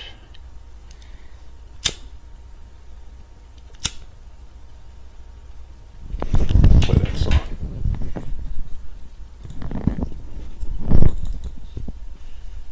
Avalanche. Sufjan Stevens. Well, Christ does mean crystal. Right? Wouldn't the Christ be telling the whole world that there's a crystal sky? I think so.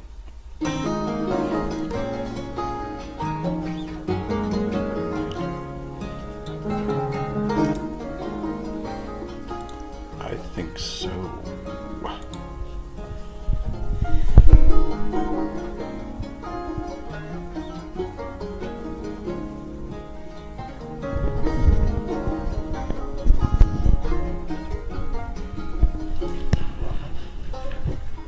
I call you gather neighbors, I call you once my friends, but I trust when you labor and put my head to rest.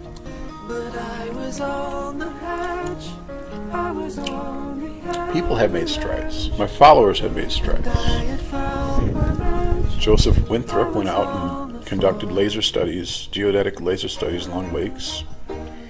He showed that the water is actually curving upward. I'm here to disseminate the message. I'm not here to do tests. The message of the kingdom, that of Christ, destruction's at hand. Earth is concave and there's glass in the sky.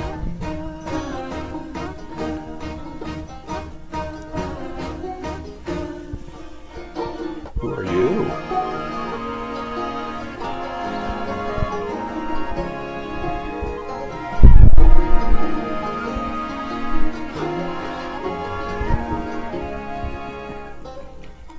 I took a train from Virginia to Illinois, my home.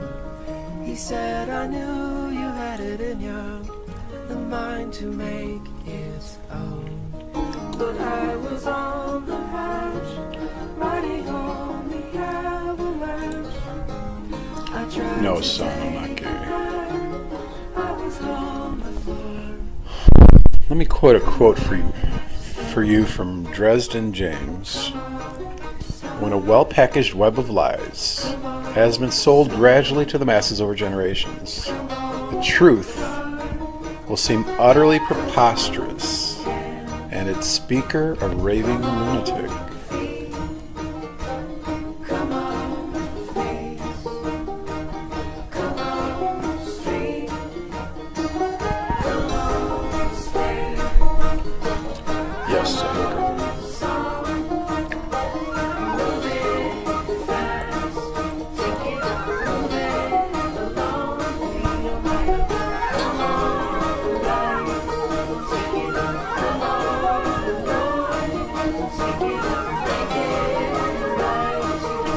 Societal moral adherence. Well, it's going to be relevant to everybody really soon.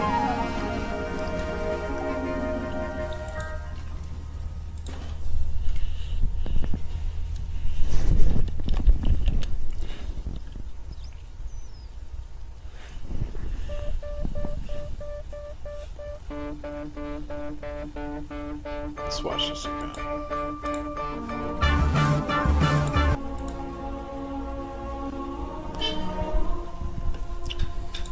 Well, I've been waiting for this day. On my Google alerts, I have glass in the sky. And I just checked my Google email, and this appeared. Glass fell from the sky. Now, mind you, I just came upon this. I didn't research. I didn't find out whether or not it's actually, somebody like threw it from an airplane or something like that. But I'm just going to read this to you guys. Pub staff left baffled by unidentified flying object. Is it glass? Is it something from outer space? This is the object staff at Pakenham Inn saw hurtle through the air and strike a car. Staff at Pakenham Pub had been left baffled after an unidentified flying object fell into their car park. The golf ball-sized object hit a car at the Pakenham Inn at about 8:30 a.m. yesterday morning before bouncing onto a wall and shattering. Have your say. What do you think the object could be? Assistant manager Lou Fleming was outside when the object fell from the sky and said it was freezing cold to the touch. She said if it had hit her, she would have been seriously injured. I don't know what it is. It's really weird, she said. I went out there to let a staff member in this morning, and we were standing there, and then this thing came flying out of the sky. I'm not even exaggerating. It hit my car, it did damage to the car, and then it hit the wall of the hotel, and then it smashed. It sounded like a gun going off. Yeah, you know how when you create meteors. You don't understand. The kingdom of God is at hand. This is indicative. Destruction is nigh. There's going to be martial law. Very high velocity. It had been hit at the People won't have opportunity. I would not like to think it would have happened. Just to conduct themselves immorally. It definitely came out of the sky. There was nothing else happening around us. Nothing was moving. Ms. Fleming said they would have the object tested. Pakenham My girlfriend is sleeping there right had been now. no reports of odd behavior or explosions near the pub at that time. Monash University Associate Professor Michael Brown said, judging by photos, the object was almost certainly not a meteorite. Speaks the last guy.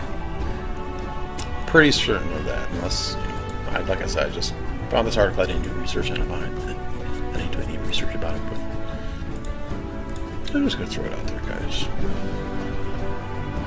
Because I've been waiting for an event like this to happen, where an actual piece of glass falls down from the sky, just like it did in the Libyan Desert thousands of years ago.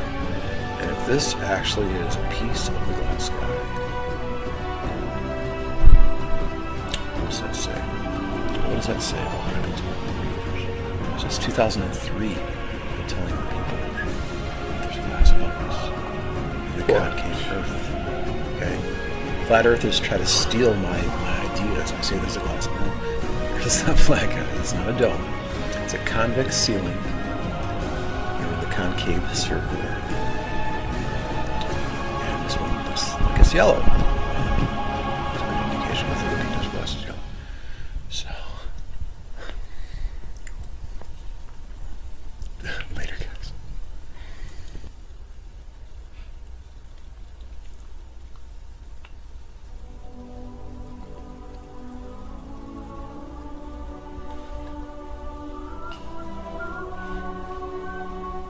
Well, today in the Daily Mail, and actually over the past 2 or 3 days, there have been 2 specific results confirmations of cosmology that have everything that I've been talking about. I've been telling you for years now. One is that they're questioning is dark matter a fluid. I'm telling you that dark matter is actually dark water. Watch my videos, you'll know that I say that. And that stars are dark sound. matter is simply dark water. It's all coming together, In guys. Psalm 18 it talks about the dark waters of the sky. Dark water and the thick clouds being the nebula, but martial law, I know. It's necessary for the implementation of the kingdom of God. Is dark matter a fluid? You don't understand anything about authority. Galaxy clusters, but results suggest they may not. The kingdom of God is an imminent kingdom. means in the flesh. Could instead be like a fluid. I'll leave the link to this It means the article. Christ, me, A number of theories run into it being a fluid. Dr. Massey. and rain over Now, here. the dark matter And I will enigma use the military. is as a simply word. dark waters. Read To Psalm instill the 18, verse kingdom. 1, dark waters. Okay? So, if you understand that the spiral galaxies are History actually has not encased in included water, me. it's a homogeneous, it's an It's going to be different isotropic this time. medium in which it causes everything within that spiral cluster to have the same rotational speed, if there's any speed currently. Because I believe what happened during the flood is that the windows of heaven were open. This thing simulates the glass firmament above that's holding the celestial ocean, not the firmament at 100 kilometers, the higher one, the initial one. Okay, and so there was sand in this initial firmament before the flood. And then when it says the windows of heaven were opened, the sonoluminescent stars, there were many that clustered together, and they're creating there's a lot of heat. Okay, it's creating nuclear fusion or whatever. I'm talking about global martial law here, guest. Through global that's martial that's why it says law. the windows of heaven were opened. So the water got hot, the sonoluminescent stars got hot, and they burned a hole. I'm going to pour this heavy whipping cream to simulate Nothing the nebula. like Nebula that means has ever cloud, happened remember? before. It's It's just a unprecedented. cloud. Cluster of clouds, okay? So now, when the windows of heaven were opened, obviously, Oh, yes, trained it this. That's why we have spiral galaxies. It will be. Because they are. I guarantee you that. See the drain there? Stop. It's still spinning. There it is. There's your dark matter. Dark matter is dark waters. Come to judge humanity. All because It's the whole concept of Christ coming back the second time is to judge humanity. the celestial sphere up in the middle of And the he earth will and use stars. military force to judge humanity. Nebula Absolutely. means clouds. Okay, everything is I will use military force to dark judge matter's humanity. mystery Absolutely. solved once again. Understand? So the windows of heaven were actually closed. People are in for a because big the heat fucking subsided shock, I'll tell you that and the right now. glass firmament sealed back up. So the remnant, the spiral remnant, is left behind. That's all it is, guys.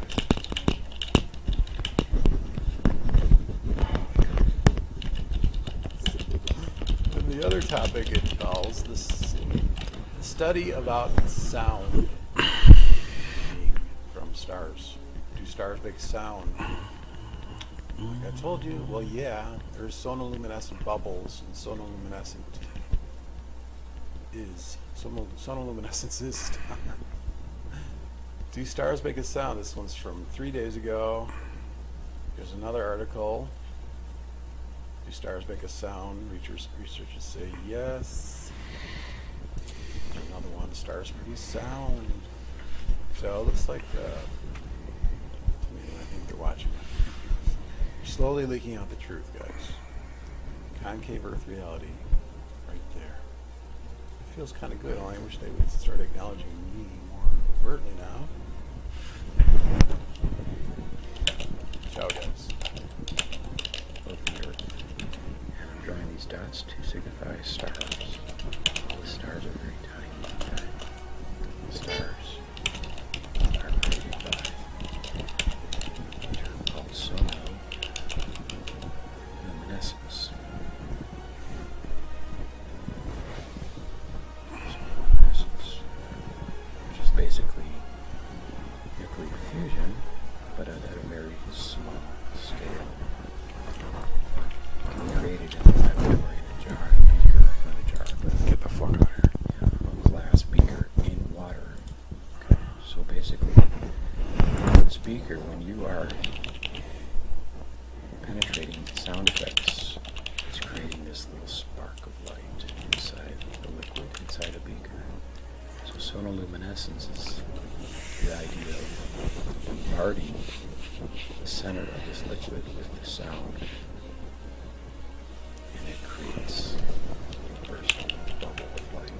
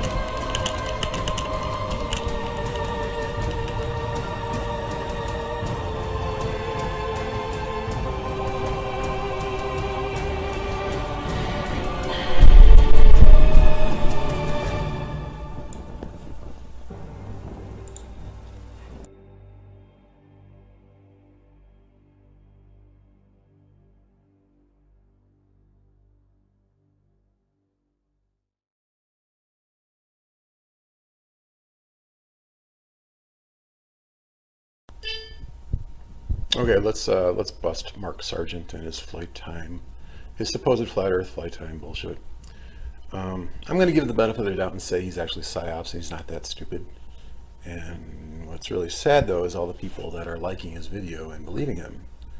That to me is telling of their fatuousness. But anyway, let's down to make the math. watch this.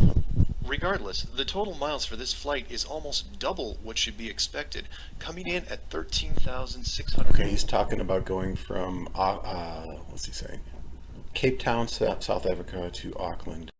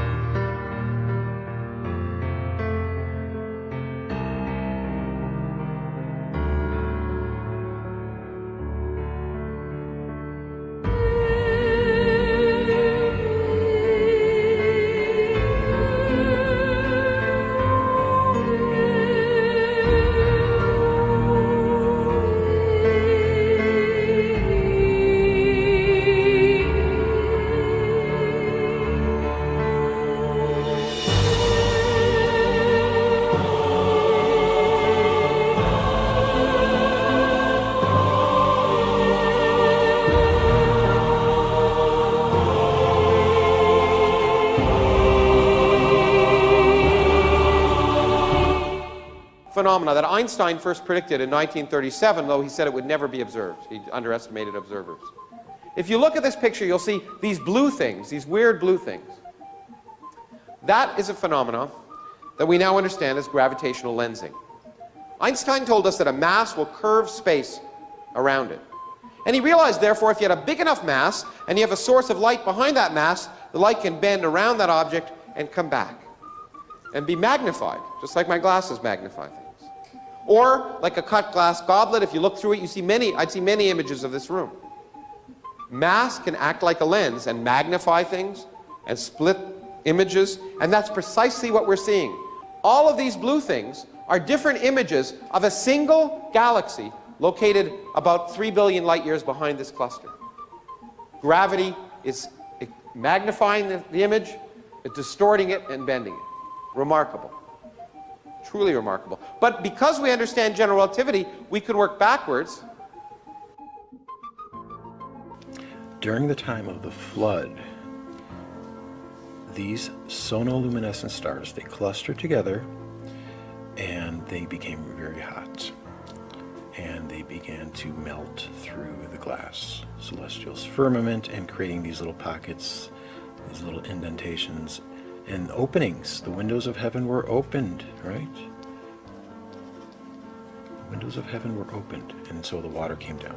The water also came up from the fountains of the deep of the earth. So we had water coming down and water coming up.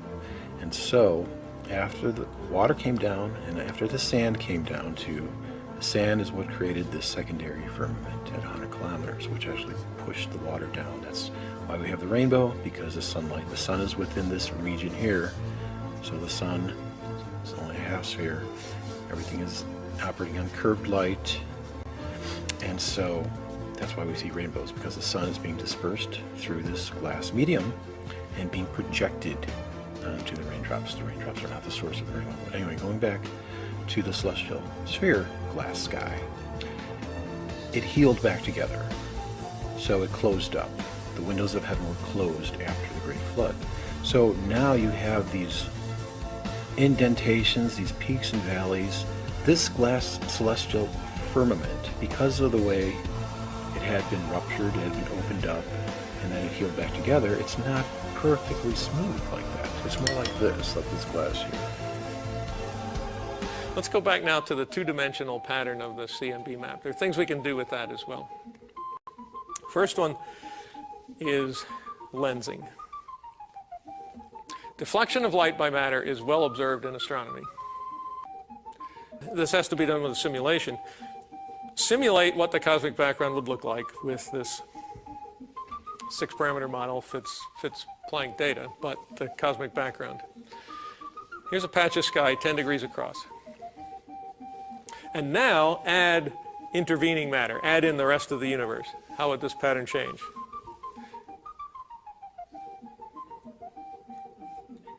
Catch that? Unlensed, unaffected by intervening matter, and affected by intervening matter. The lensing rearranges the CMB pattern a little bit.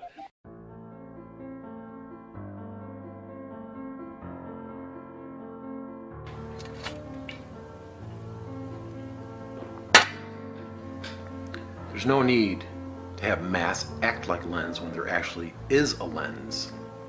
A cut glass goblet lens of the celestial sphere, damaged after the flood.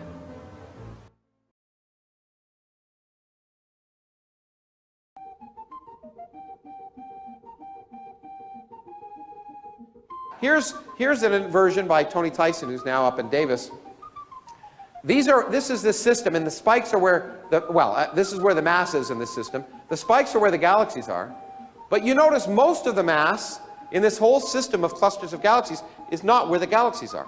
It's between the galaxies. It's where nothing is shining. About 50 times as much mass in this system, and in all systems we can measure, comes from stuff that doesn't shine. And physicists, with their linguistic perspicacity, have called it dark matter. Tiny bubbles and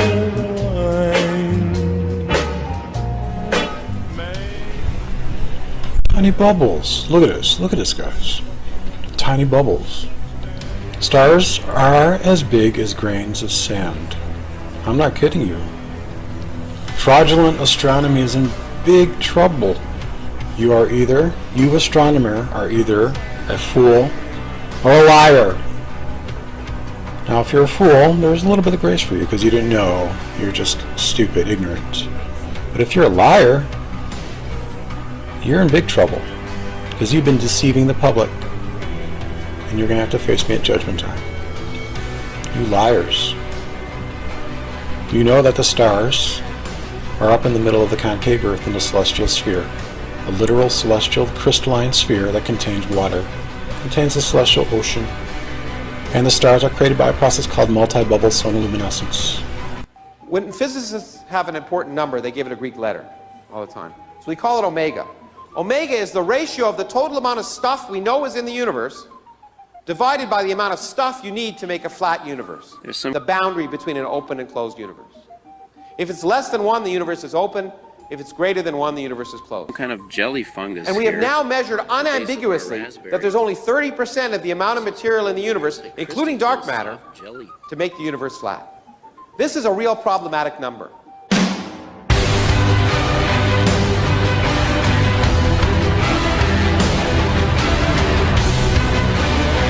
We now know the universe has only 1/3 the amount of matter to make it flat. The problem is that theorists like me knew the answer. The universe must be flat. Why? Well, there are 2 reasons. There's the one I normally say, which is it's the only mathematically beautiful universe, which is true. But there's another reason I don't usually talk about, but I'll talk about here. It turns out that in a flat universe, the total energy of the universe is precisely 0. Because gravity can have negative energy. So the negative energy of gravity balances out the positive energy of matter. What's so beautiful about a universe with total energy 0? Well, only such a universe can begin from nothing. And that is remarkable. Because the laws of physics allow a universe to begin from nothing. You don't need a deity. You don't need a deity. You have nothing, 0 total energy, and quantum fluctuations can produce a universe. So if the universe isn't flat, we're worried. Because then you've got energy at the bigger beginning of time. So that was another reason that people like me were pretty sure the universe was flat.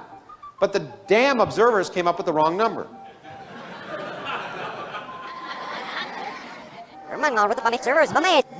But the damn observers came up with the wrong number. Well, if the damn observers come up with the wrong number, just make shit up. Radiation coming at that surface. On this surface is a very important scale, 1 degree. Why 1 degree? Because that represents a distance of 100,000 light years. Now, the surface existed when the universe was 100,000 years old, and Einstein tells us no information can propagate faster than light. So that means nothing that happened over here at that time could ever affect anything that happens over here. But more importantly, if I have a lump of matter that's this big across at that time, it doesn't even know it's a lump, because gravity can't have traveled across it. So it's like Wile E. Coyote in those cartoons when he goes off the cliff. He waits a while before he collapses, okay? And such large lumps won't collapse. So the biggest lumps that can have collapsed at that time will be 1 degree across, and that gives us a cosmic triangle. Because we have a ruler that's 100,000 light years across. A couple assumptions there, Larry, that you are totally erroneous about. Number one, you're making the assumption, the uniformitarianism assumption, that things happen gradually over time. 14 billion years old. Dear Lord. No. The universe is quite young, happening very catastrophically with cavitation. But anyway, going back to your 100,000 year 1 degree scenario, I mean, do you not even understand? Have you ever heard of the concept of the concave Earth? This is not Earth. No. And this wall that you talk about is the celestial sphere. It's the wall, it's the dark waters and the thick clouds of the celestial sphere, which contains water. This is glass, crystalline glass, okay? The stars are embedded in here. That's where the sonoluminescence is coming from. That's the wall. That's the wall there. And then a concave Earth. Okay, you're inside the Earth. You have the glass skies. Okay? You're looking, this 1 degree that you're talking about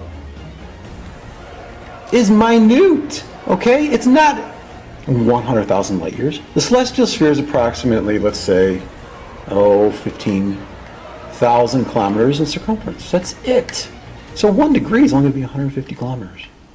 So if you're measuring 1 degree and you're putting triangulation coordinates on 1 degree of 150 kilometers, that's relatively small. But you stretch it across 100,000 light years. It's asinine. There is no light years, Larry. Wake up. Wake up, man. You've been drugged. You're living inside the concave Earth. This wall is the dark waters, the thick clouds of the celestial sphere. The heavenly pyramid is above that. You don't see that. That's what's going on there. The universe is not flat. And they say light. No, light bends, Larry. Light bends.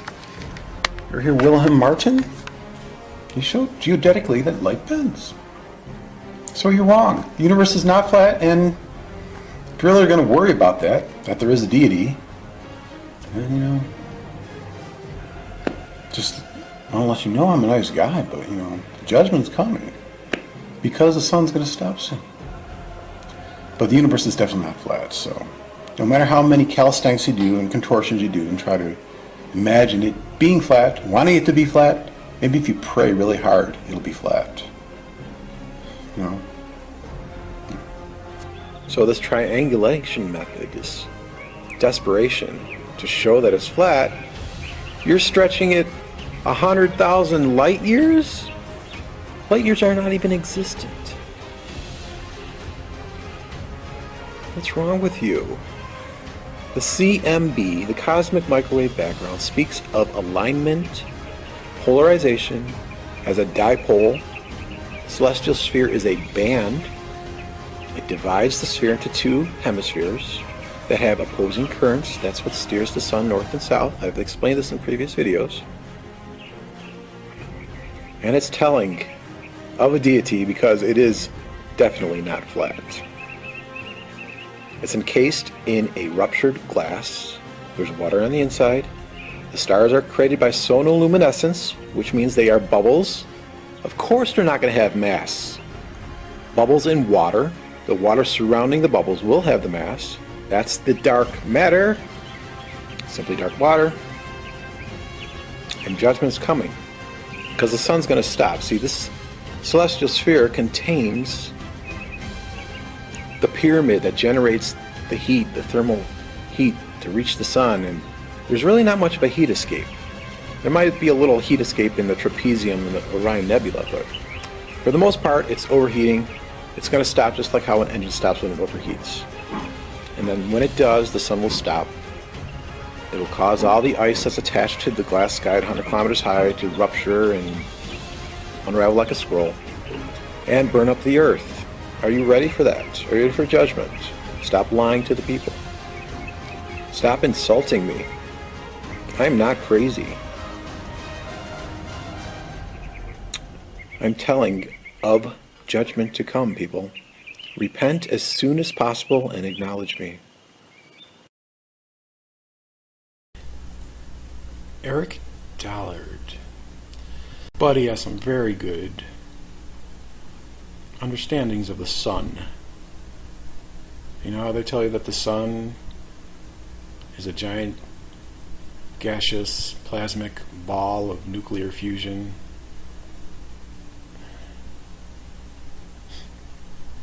And through helioseismology. It's a term, it's called helioseismology. They think they can, by studying the sound waves that the sun gives off, they can predict what's inside the sun. They can even break it up into different layers. Total bullshit. Total baloney. I'm drinking wine. Let me cap the chat for a second. So, anyway.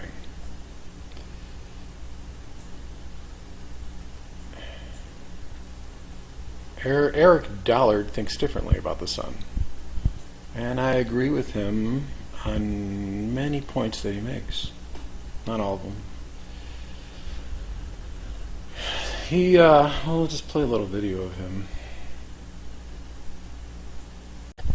I'll get my earbuds in.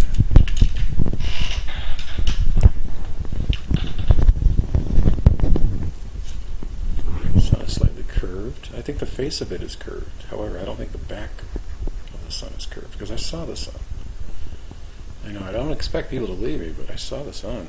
I was up in heaven. I turned around, I saw the sun. It was dark and it was flat. But Eric says the sun is hollow. Let's see if I can find that one video clip of that.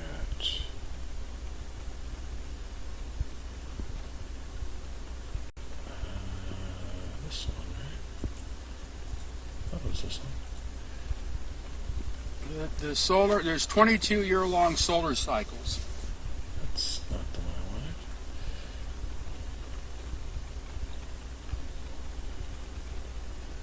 Well, I'll keep watching. Let's see. Of deadness and activity. Oh, let me cap that for you.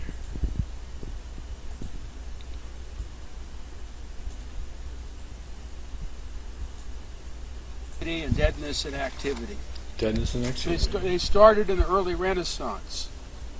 They peaked out around World War II, and now that we're in cycle 24, the sun's going dead. The sun's going dead. It's not an ionosphere. The sun is going dead. That's kind of interesting. The sun is going dead. The sun's going to stop. It's like the solar cycles are ending. Solar cycles are ending. So today the solar flux is 140 something. It should be 200 something. So the sun's only operating at half power right now for this part of the cycle. So you don't have the ionosphere that you need in order to communicate to other parts of the world. It's all dissipated. So ham radio's dying. Well, I made it so there was no ham radio available for a year during the minimum of the cycle. Now we're at the maximum, and the maximum is no better than a minimum. So now the question is when it goes into the minimum in the next 7 years, how dead is the sun going to get? The last minimum, it got record dead. Very dead. The solar flux never dropped below 60, ever. This time it went down to 58. And you couldn't communicate via the ionosphere. Hey. So the sun can be reconfiguring for a cold, dead cycle, like in the Dark Ages.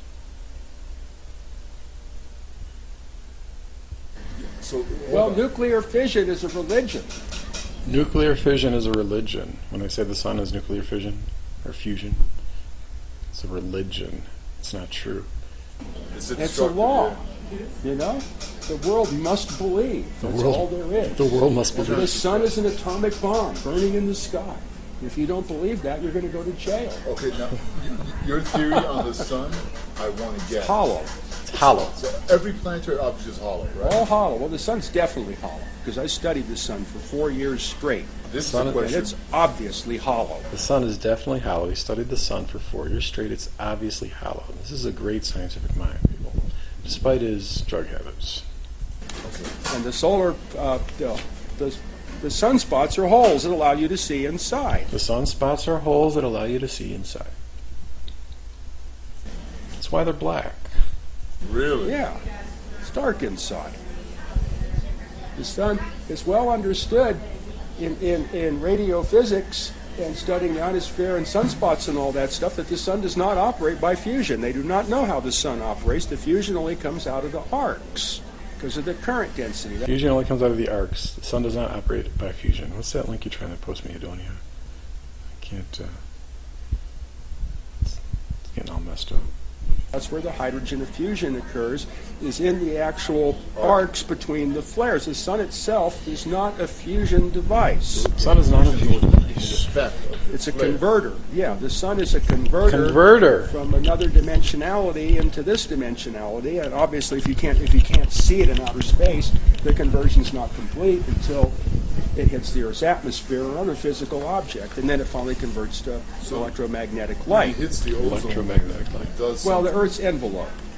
Earth's envelope. Yeah, Earth's envelope is undefined. Yeah, but you have to get in the Wilhelm Reich about that. Like we were talking about how you can't see the stars anymore. Yeah. So the sun, you say, makes its quote-unquote energy through some electrical etheric process? Yeah, because of its voltage, its So- position. Would you call it some kind of etheric lamp? A lantern? Yeah, of it's some like a kind? giant Tesla lamp. You know, in A Tesla lamp, a lamp. Remember the Wild Heretics website? It's a sulfur lamp. The sun is a light bulb in the earth. It's not burning anything. So it's an etheric electrical Converter. And It's converting from primary force to secondary force. Primary force to secondary force. Primary force, remember I told you? The pyramid up in the middle of the earth is the primary force. The top of the pyramid is extending its light to the sun, which is the secondary force. Father to son. Father of lights, no shadow of turning, James 1:17, to sun. Primary force to secondary force. A converter. The sun is a converter of energy. conversion is complete once it hits the upper atmosphere of the Yeah, Earth. then once the emission interacts with physical matter, then it reverts to its reduced form, the waste product, which is heat and light and mechanical activity. But it doesn't start off like that, and its origin is undefined because it comes from what people like to say another dimension. Another dimension. Counter space. Counter space. Sunspots are holes inside. Holes in the hollow sun. Holes in the hollow sun, yeah. There's a photosphere that generates the light, and it's contiguous. It's not contiguous. Well, yeah, I would It's call it the ether within the atmosphere. The luminiferous ether that generates the light, yeah. little things that move around. Contiguous. Yeah. It's an arrangement with little glowing spots. And Well, this is important, Keepy. This is important. This man, I wrote him a letter today. in between. It's a veil. And that's where the illumination of the sun originates, is in that veil. It doesn't come from the inside. There's no nuclear furnace in the middle. There's none of that shit. And that's understood. When I studied this stuff in Sonoma State, that's understood. There's But no they have to nuclear continue this fusion popular in the- image that the sun is a nuclear bomb burning in the sky. Scarcity. Because that's everything's got to work on destruction. Exactly. Burning Right. something. Yeah. Yeah. Like the caloric theory. That's another. Yeah, big part of whatever. It has to bullshit. be the laws of thermodynamics. You have to pay. So It you has to have be a no- meter. If you can't put a meter on it, it's not real. Do you have any respect? So, maybe you've seen this video of mine. It's a recreation of my vision of the back of the sun. This was back in 2003, early 2003. I was half asleep, half in a vision, so it seemed as if I was there in real life. I was up in the celestial ocean. Okay, remember I told you there's a celestial ocean that encompasses, or actually there's a firmament that encompasses the celestial ocean, encompasses the stars up in the middle of the earth. And I was on this raft. I was floating. It was very peaceful, very mesmerizing. And I looked through the water and I saw the back of the sun. And the back of the sun was like this, dark, flat, because there was these parallel rays that were hitting the center of the sun. And obviously the end of these rays made a line across the sun, giving the appearance that it was flat. There's also a ring around the sun. And then I saw the moon behind the sun making an eclipse. So it was just amazing to watch this. And so this, it felt like I was experiencing something in real life. And so, with Eric Dowd's understanding, semi-accurate understanding that the sun is hollow, that it's a converter of energy from a primary source to a secondary source, right? Father to son. With an understanding that it's not nuclear fusion, that sunspots are indicative of a hollow center. I wrote him a letter. Let's see. I went to his website. He doesn't take emails, so I just mailed out a letter to him. I just like scribbled it on note paper, but I'll just show you the letter I wrote him. So we'll see if he responds. Dear Eric Dollard, I have seen the back of the sun. It is flat and dark. And I drew a little chicken scratch illustration. A ring of light, dark, flat, light rays hitting diameter, view from heaven. Look me up. There's also glass in the sky and a sheet of ice connected to the glass 100 kilometers high. The earth is fucking concave and stationary. We all live inside. Contact me so I can give you the proper platform. There isn't much time before the sun stops. Stephen Christopher, Lord Stephen Christ on YouTube. So I just sent it out today. We'll see if he gets back to me. But anyway, I was making this little 3D model of the concave Earth. I know it doesn't look concave, but it actually is. You can't tell the difference in a 3D program. The land formations are actually inside the Earth. And so, let me get the camera adjusted. See, I zoom in real close. There's the camera.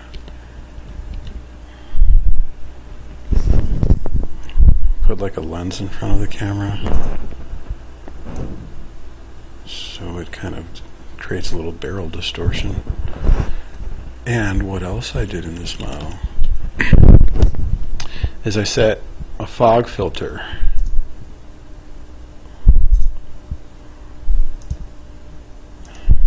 See, fog type.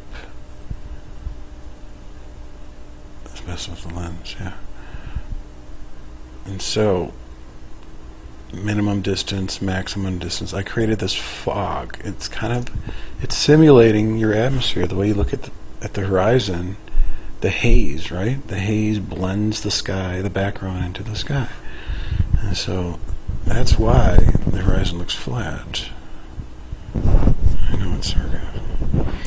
And so, like if you make a rendering of this image, press F9.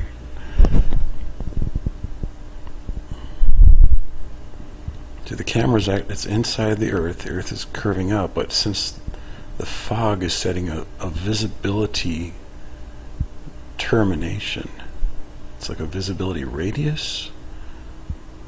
See how that works like that? It makes you think that the Earth is either flat, the horizon's either flat or convex, but certainly not concave.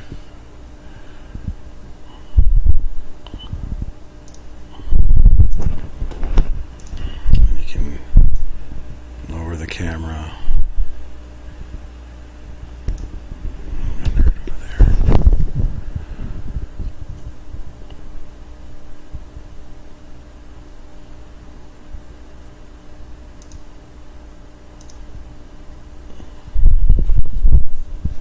See, I also have a volumetric lighting set, so when you get lower in altitude, the sky turns back to blue, just how it does normally in the atmosphere. So you're still getting this cutoff, you're still getting a horizon. That's why we see a cutoff. That's why we see horizon, because there's a visibility radius, a visibility limitation, because of the haze or the fog or whatever you want to call it. You guys understand what I'm talking about? Could raise the camera higher. But the funny thing is that, like I said before, the horizon always stays level with your eye.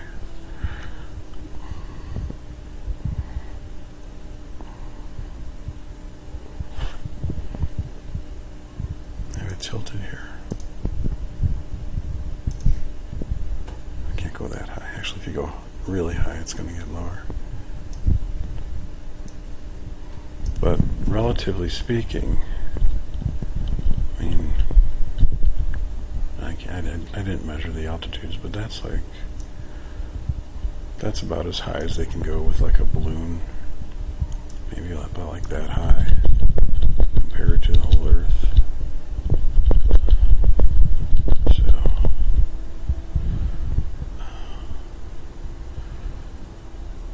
Yeah, I didn't specify, I didn't make it all accurate. I didn't take the time to do that. I'm just kind of fiddling around with it.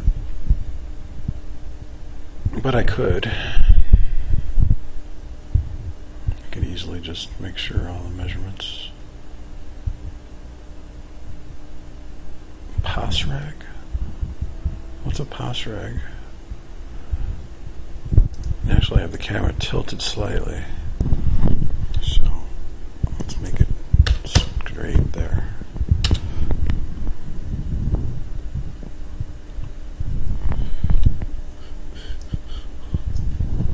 There.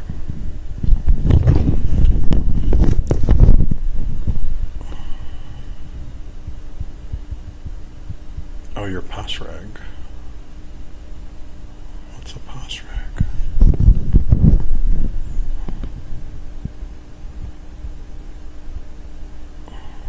All right, Matthew. Have a great day. So this is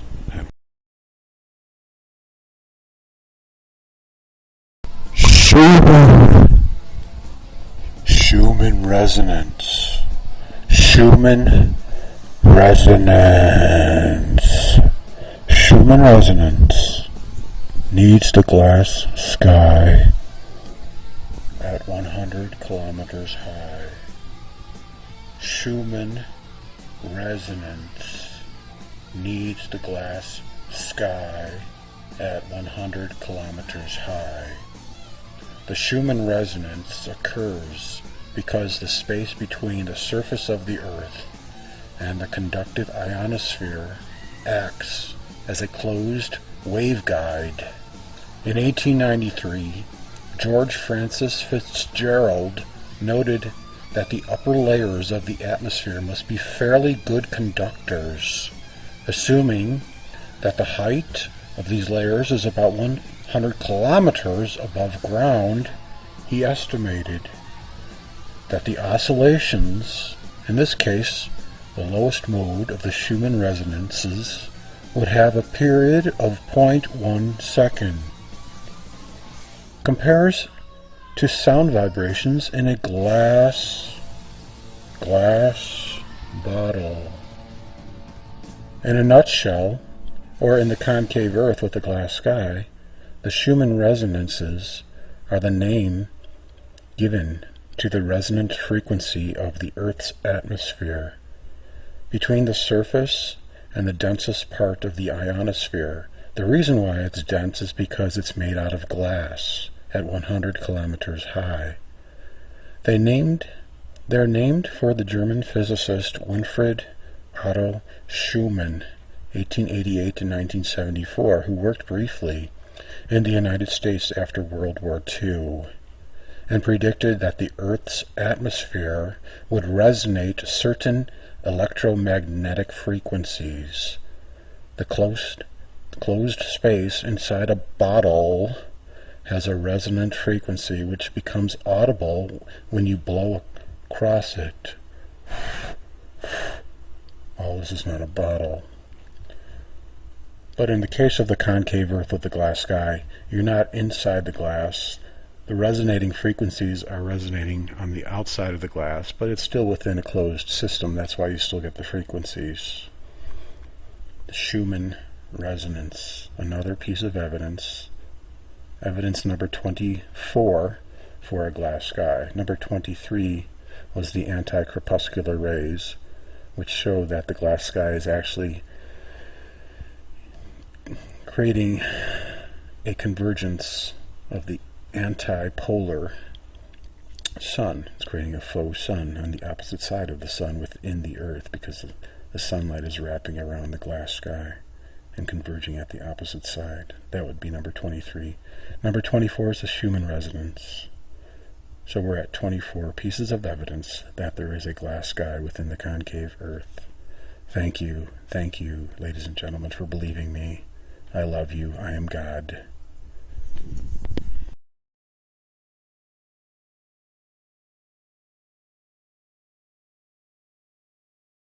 Hey, 426, are you an asshole?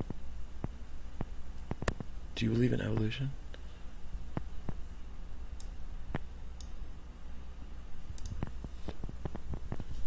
Huh? 426?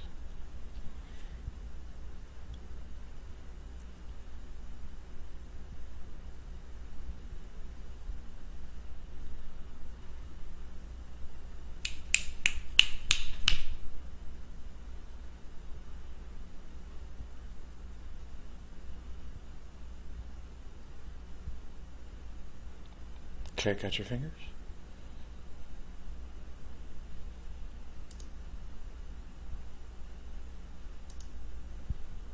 Oh, there you are.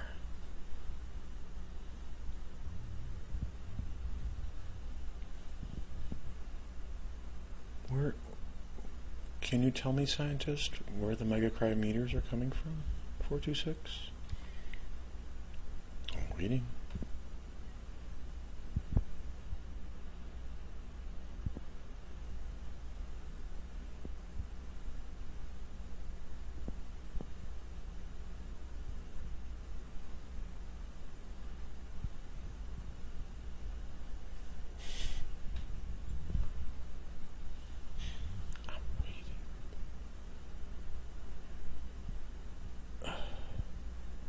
I was hoping for an intelligent response. Okay, get the fuck out of here. You're gonna get some demons in your sleep tonight. 426. Okay? All because you hate me. I'm God. Okay, let's continue.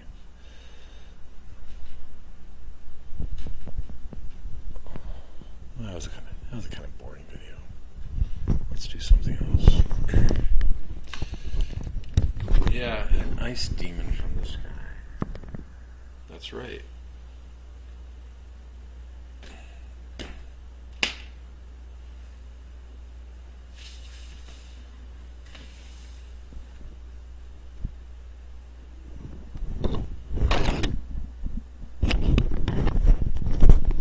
You're an evolutard, a fucking evolutard.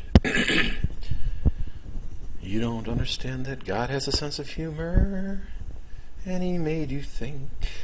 You evolved from monkeys, and then from fish. You are a fucking evolutard, and the joke's on you. The joke is on you, you evolutard. The joke is on you, I get the last laugh.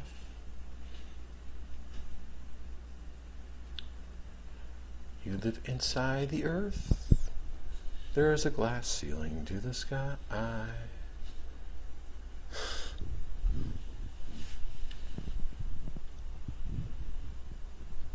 just love the irony.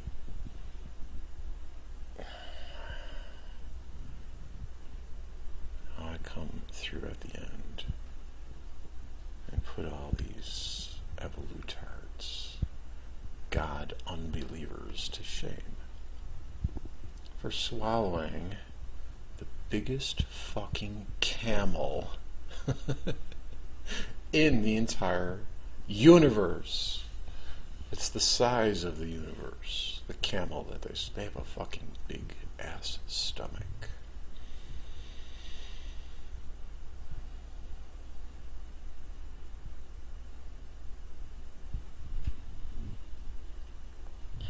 Big ass stomach. Yeah. How the fuck did you fit that camel in your stomach in the first place?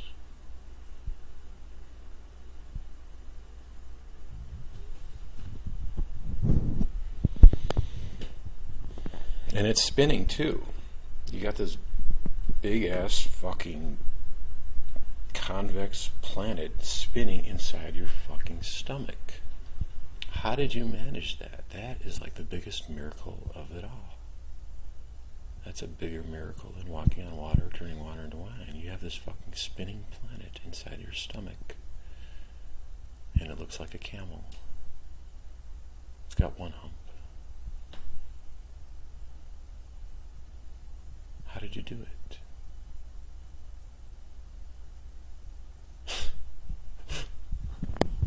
Hi, Olivia. How did you do it, people? Evolutards, atheists, heliocentrists. How did you do it?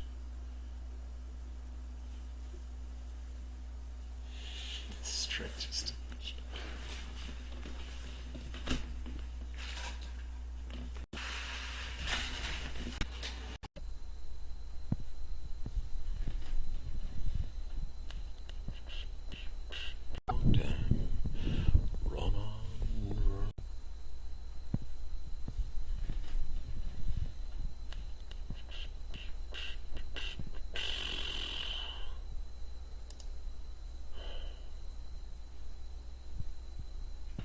You can run on for a long time. Run on for a long time. Run on for a long time. Sooner or later, I'm gonna cut you down. You can laugh for a long time. Laugh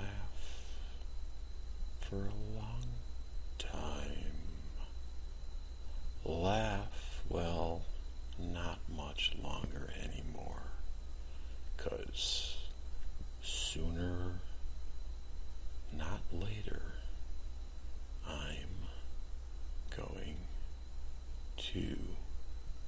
to cut you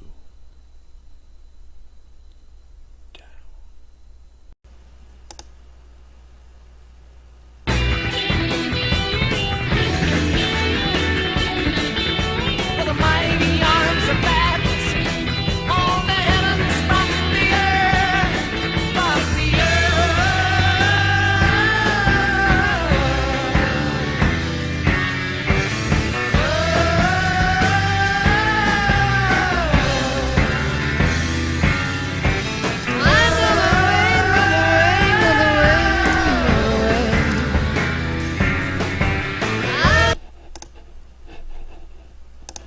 Good morning, people. Remember Romans 13. The powers that be are ordained of God. Be thankful for chemtrails. Be thankful for the mighty arms, the many arms of Atlas that hold the heavens from the earth. Do you have understanding now? Are you done being confused why they're spraying the skies with chemtrails? Oh, to ride the wind, to tread the air above the din, the mass confusion. Oh, to have understanding. Oh, to have your foundations based in the true form of the earth, the concavity of the earth, and that there's a glass sky, and that there's ice attached to that glass sky, and that ice has been falling down for centuries, and it's increasingly falling down lately. Mega cryometeors. The Earth is definitely warming. Thanks to anthropogenic heat, man-made heat, metropolitan areas, CO2, population increase, okay? We breathe, we exhale CO2. The Earth is heating up. And because the sun rotates inside the Earth is stationary. The sun can stop and it will stop. That will be the final day and the final hour. When the sun stops, all that ice is going to come crashing down on people, on places, houses, everywhere. Two will be in a field, one shall be taken, the other left. One shall be hit by the ice, the other left, okay? Two shall be at the mill, two shall be at the bed, two shall be at Starbucks. One hit by the ice, the other missed. When the sun stops, it will burn up the Earth. So even if you're missed by the ice, you're going to die if you don't listen to me and take preparation. Not preparation of physical preparation, preparation of your understanding, of your mind. Your foundation is based in the true form of the Earth, and the foundation of understanding to seek first the kingdom of God. That was what you're commanded to do, Christians. Seek first thy kingdom come, thy will be done. Well, that's about to happen. The New World Kingdom order. The powers that be are ordained of God. Okay? They are spraying the skies, the UN Geoengineering Governance and Technology Policy, code-named Atlas, is a multinational joint operation to prevent the ice mantle that is attached to the glass sky within the stationary concave Earth from breaking up and falling prematurely. The secret is too much truth for the public to bear. Therefore, they do not bother telling you. But the fact is that there is a rushed effort to prevent the heavens from crashing to the Earth prematurely as the Earth continues to heat up.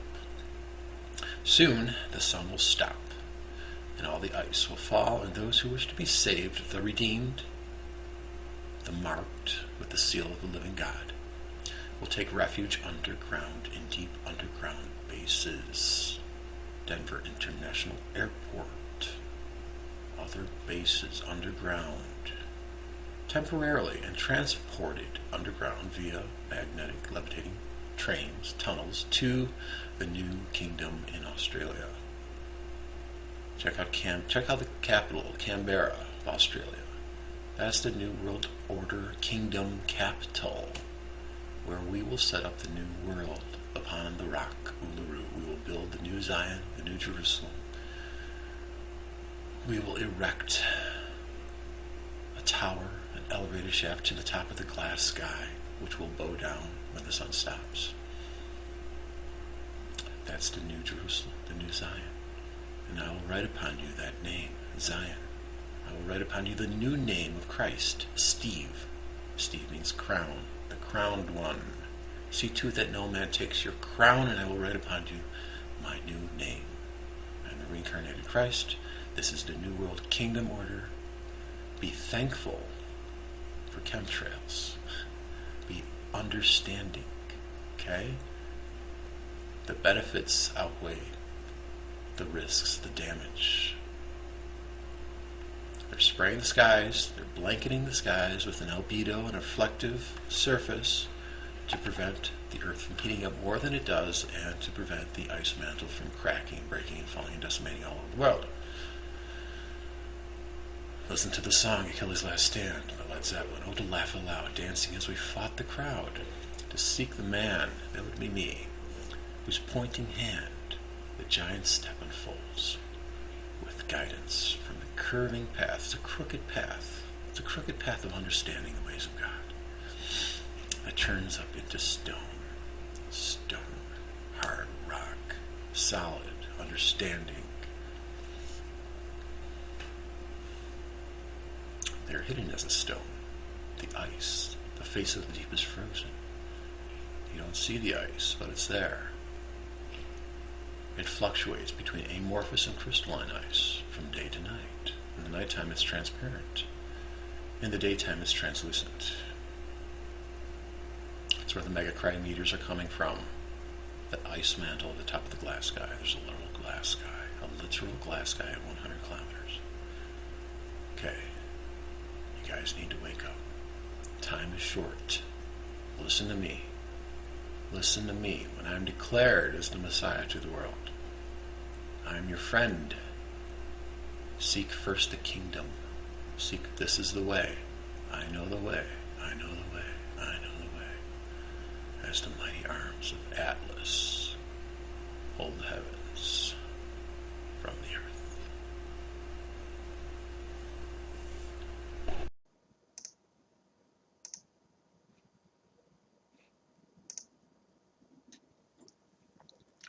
Okay, what I want to talk about is superior mirages. Sometimes you'll see a double, like a sunset or a sunrise or a sunset when the sun is going down, and then it has this crease in the sky. It's like a reflective crease. Actually, it's a refractive crease created by the glass sky. Now, scientists will tell you that is due, that's called a superior mirage, and they'll say it's due to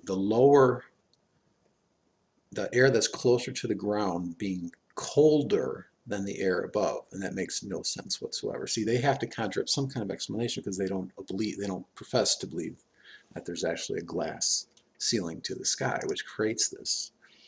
Let me show you what they say. Their explanation: a superior mirage occurs when an image of an object appears above the actual object due to the refraction, well, that's true, or bending of light waves from the object down toward the eye of the observer. Downward refraction occurs because air closer to the ground is colder and therefore more dense than air higher up. Well, that's all backwards. I mean, that's not the way it goes. I mean, if you understand anything about the temperature of the atmosphere, it gets colder when it goes higher, not lower to the ground. The sea level, the temperature is consistently decreasing as you get higher. So it makes no sense. So at the higher latitude regions, the polar regions, you can sometimes see this crease in the sky, and that's created because there's a glass sky. That's the only reason. That's the only reason why you see double suns in the sky sometimes. Or sometimes you'll see with the sun rising at one end of the horizon, and the actual opposite end, you'll see that sun rise as well, because it's actually creating this refraction or this reflection, or both, toward the opposite end of the inside of the Earth. We're living on the concave surface of the Earth. So I made these animations in Lightwave 3D, and the one on here, let me pull that up. Let me get that for you. Okay. The one on the left is with refraction. Basically, and the one on the right is without refraction. You can see basically there is an invisible sphere, a glass sphere that's covering these two objects, the bigger circle and the smaller circle. And that is, when I turn the refraction on, this is what you see on the left. You see the smaller white circle. Actually, it's not a circle, it's a ball, it's a sphere. It retains the same height as it goes across. So when you see the sun rise and sunset, it's going to retain the same size, even though it looks bigger at the horizon. That's due to the illusional effect of having the images in the foreground actually make it appear to be bigger at the horizon, but actually it's the same size.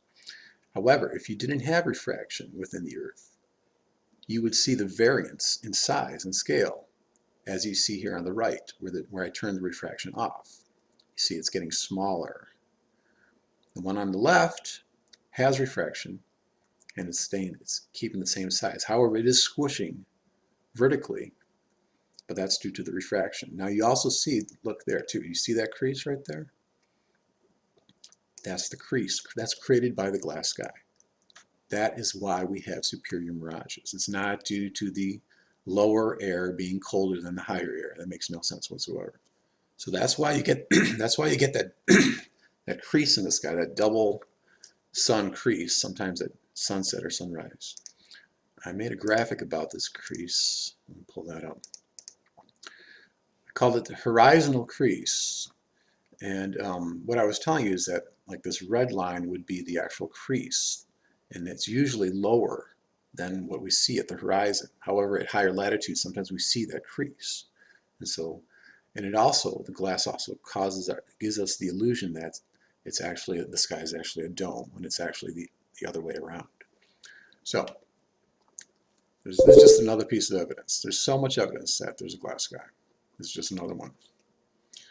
Go to my webpage, you can see all the different evidence. Also check out Wild Heretic's page. He corroborates what I've been saying, that we're living in a concave surface of the Earth, that the universe is tiny, it's contained within the hollow, inverted, concave Earth. There's actually a little layer of glass in the sky.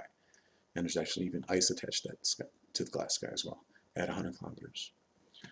Check it out. Believe it's true. Truth is stranger than fiction, guys.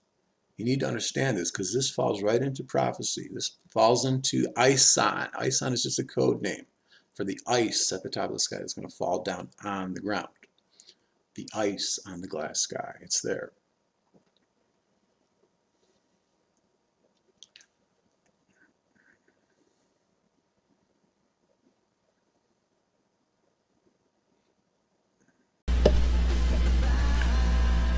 Eric Dallard. Yes, well, he's got some good ideas about the sun, which are more accurate than conventional science. The sun, definitely, I would agree with him. It is a transformer, or what else does he say it is? It transforms energy from another dimension. He says that the sunspots are actually indicative of holes in the hollow sun. He says there's no nuclear fusion going on in the sun. He says the sun is hollow. I agree.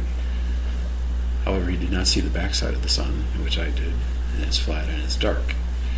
And he doesn't believe in a concave Earth, as far as I know, but he does give out good information about how lightning is formed, how the atmosphere itself is like it's a gap between two different realms of electromagnetic conductivity. Okay, you got Earth, which conducts electricity, and then you got space, which conducts electricity, and then you have the atmosphere as like a gap. It's an insulator, and the reason why it's an insulator, because glass is an insulator. He doesn't realize that, and he also talks about how lightning is formed with the dielectric forces laterally creating the lightning, which I agree. That happens near glass. He even mentions that. It happens near glass. So, as far as personal life and his addiction to meth and amphetamines, I don't think we'll go there. He has some personal issues, some dysfunctional interpersonal relating issues. I saw that one video where it talked about how he takes advantage of people, he plays the victim a lot, he's got a meth problem and all that stuff. But he's got some good information about the sun. Okay, so a lot of my enemies out there, like, there's this guy named, what's his name? Bob Potato Face Atari.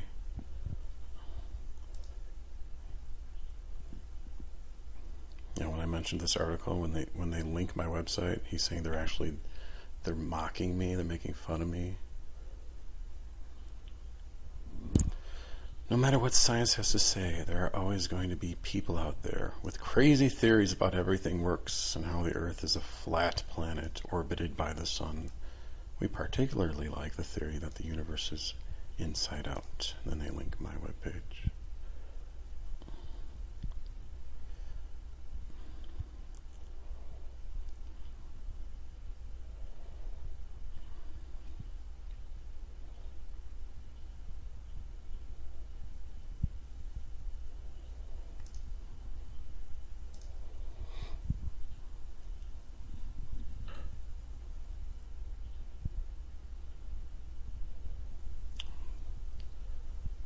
Funny thing is that I'm going to have the last laugh.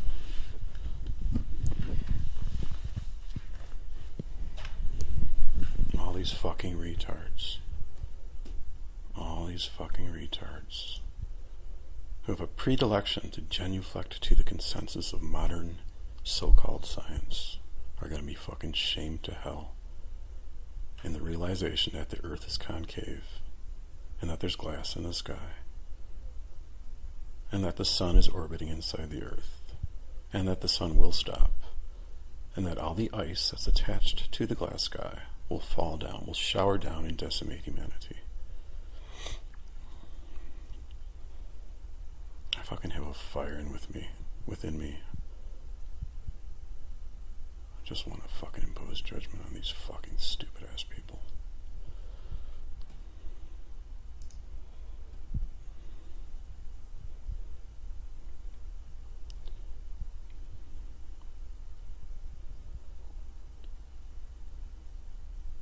But I'm getting exposure, whether people think it's ridicule or not.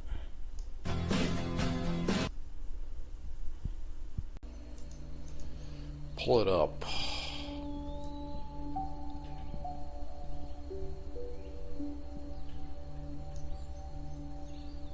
Can you read it? Hello, Steve. As every day, it is a joy to watch your channel full of truth. I have been following you for a while, and every new video shows how stupid people are. My God, people are incredibly hypnotized by TV.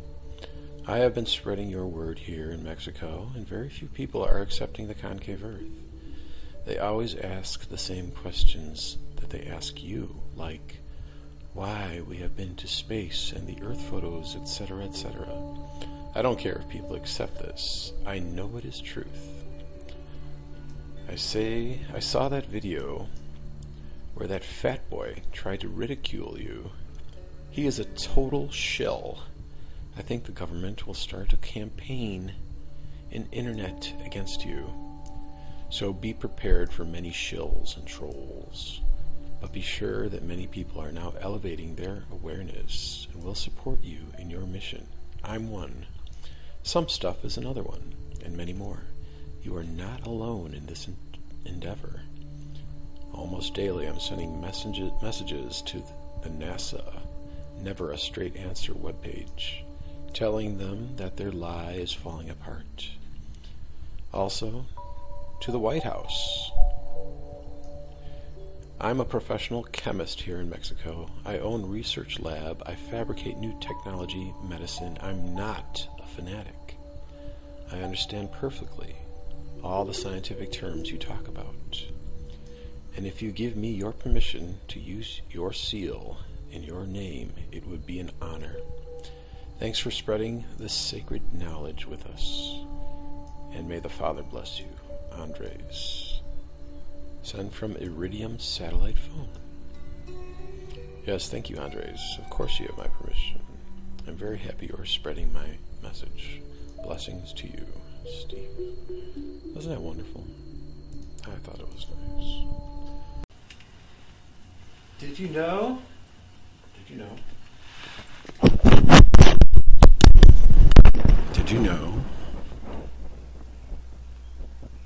that the natural shape of a diamond is octahedral? Octahedral.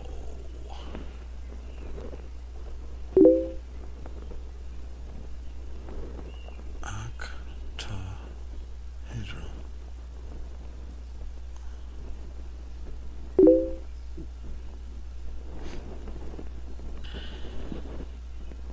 Did you know why Illuminati people always point to the top of the pyramid?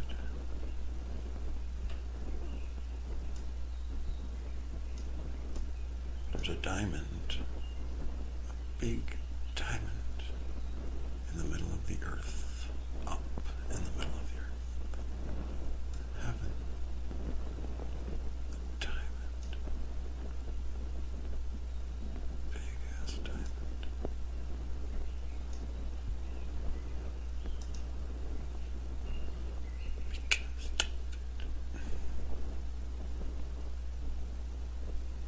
Did you know that in the book of Isaiah, chapter 14,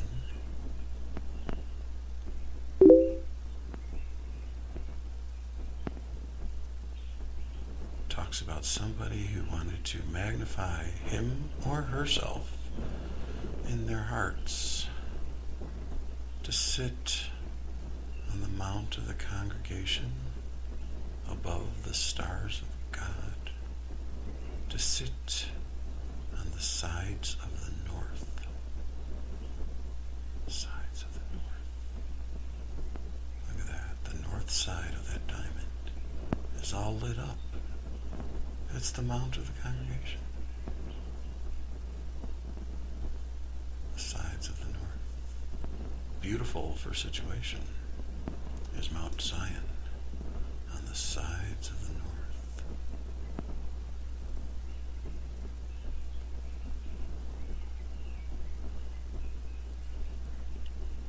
What's it mean?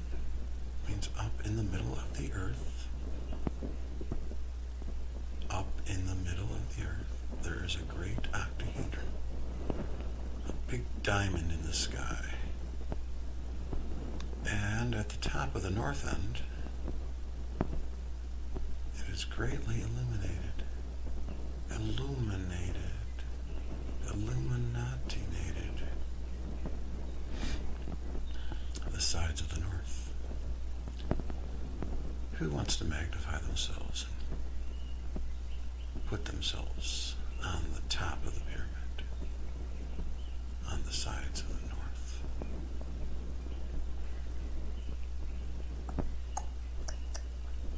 I suppose a lot of people want to be like that. Not just Illuminati members. Maybe you, Anita. Maybe other people too. They want to magnify themselves in their heart. King James calls this person Lucifer. Lucifer.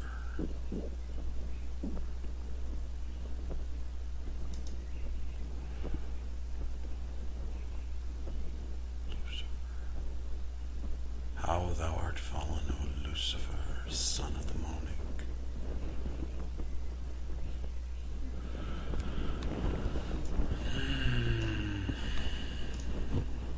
How thou art fallen.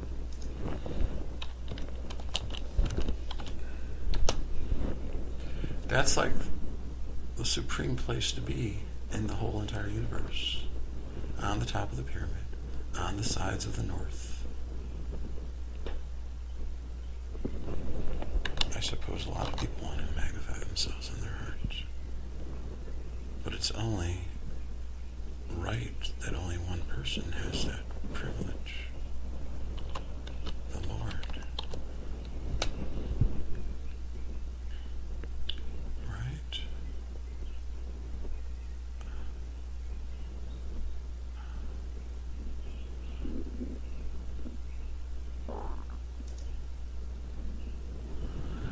Let's read Isaiah 14.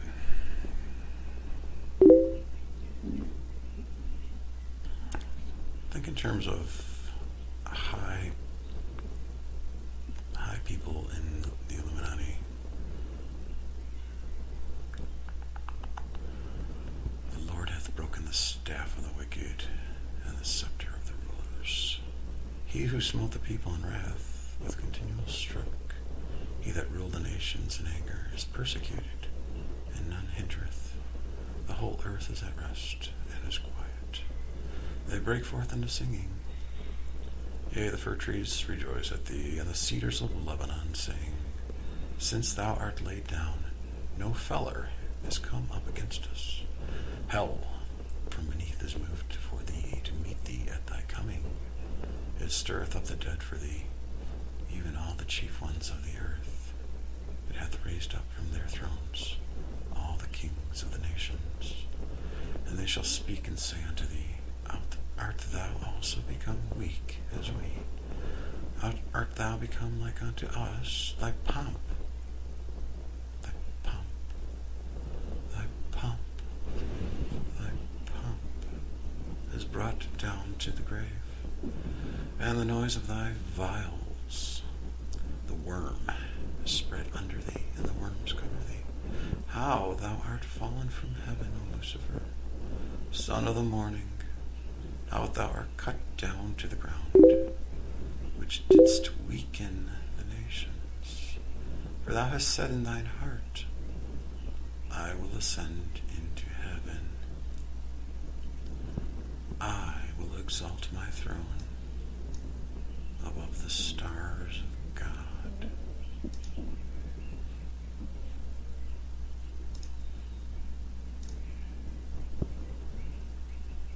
I will sit also upon the mount of the congregation in the sides of the north.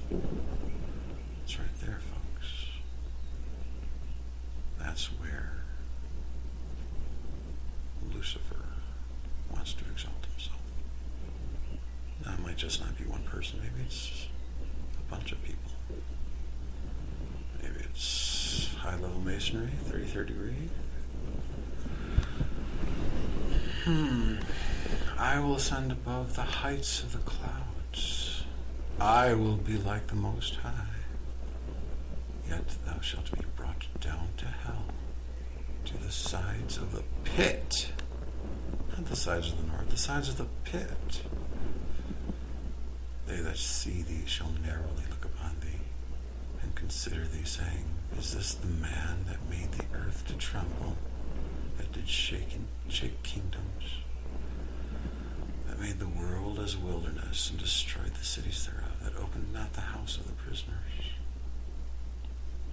All the kings of the nations, even all of them lie in glory, everyone in his own house. But thou art cast out of thy grave like an abominable branch, and as the raiment of those that are slain, thrust through with a sword, that go down in the stones of the pit, as a carcass trodden under feet. Thou shalt not be joined with them in burial, because thou hast destroyed thy land, and slain thy people. The seed of evil doers shall never be renowned. Prepare slaughter for his children, for the iniquity of their fathers, that they do not rise, nor possess the land, nor fill the face of the world with the cities. For I will rise up against them, saith the Lord of hosts, and cut off from Babylon the name, the remnant, the son, the nephew, saith the Lord. I will also make it a possession for the bittern, and pools of water, and I will sweep it away with the besom of destruction. Besom. Sweeping. Saith the Lord of hosts. The Lord of hosts has sworn, saying, Surely as I have thought, so shall it come to pass, and as I have purposed, so shall it stand. That I will break the Assyrian in my land, and upon my mountain tread him underfoot. Then shall his yoke depart from off them, and his burden depart from off their shoulders. This is the purpose that is purposed upon the whole earth, and this is the hand that is stretched out upon all the nations. For the Lord of hosts has purposed, and who shall disannul it? And his hand is stretched out. Who shall turn it back?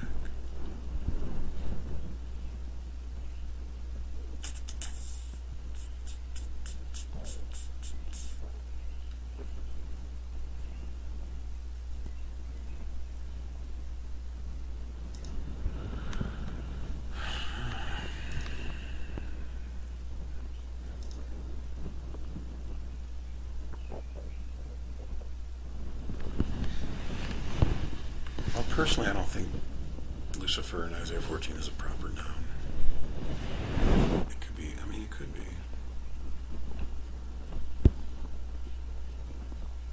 I think it represents a group of people. A group of high-level Masons,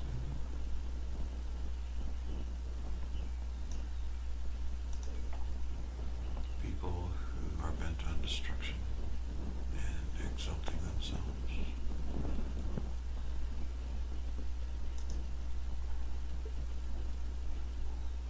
But there it is. Have you ever seen the Masonic symbolism of the two pillars, and then in the center is the pyramid with the eye? The two pillars are the sun and the moon, and in the center is the top of the mount of the congregation on the sides of the north.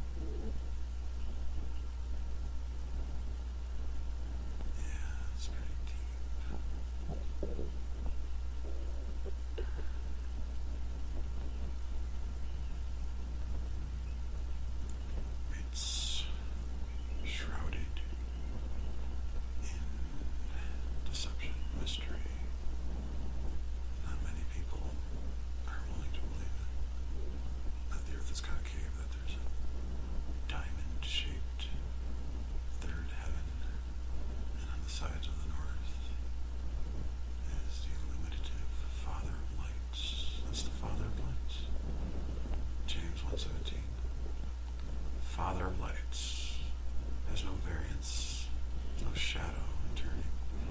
This does turn, but there's no variance in the shading, unlike the sun. See, it extends its light to the sun. The sun is more of a transformer of the main light. This is the light in Genesis 1. In the beginning, God said, let there be light, and there was light. That's where it started. That's why you have the sun being formed on the fourth day. So the sun is not the initial light.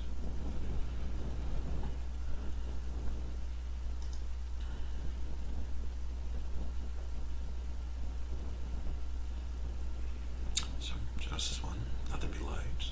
What happened on day 2? Well, first of all, before day 1, the Spirit of God was moving over the face of the deep, right over the waters, darkness, water.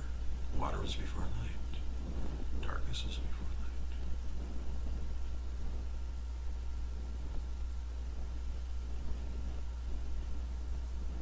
And God said, Hayya or, let there be light. And there was light. Everything was still moving, rotating.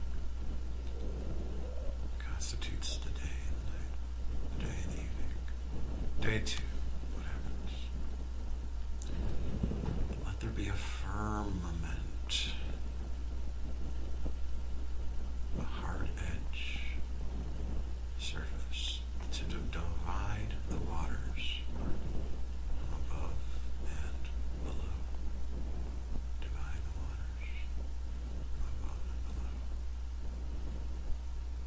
So the light generates heat, generates expansion, generates separation of the elements. This firmament is made out of glass.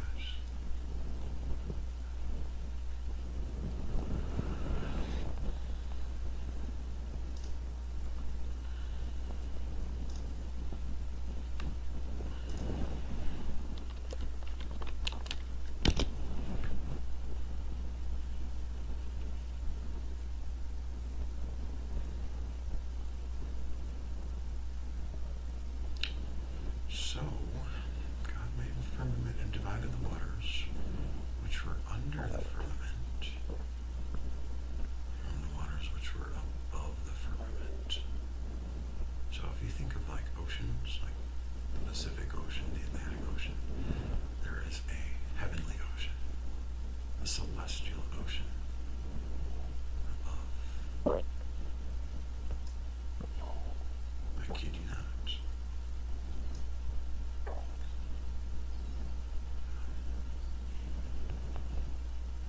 God called the firmament heaven,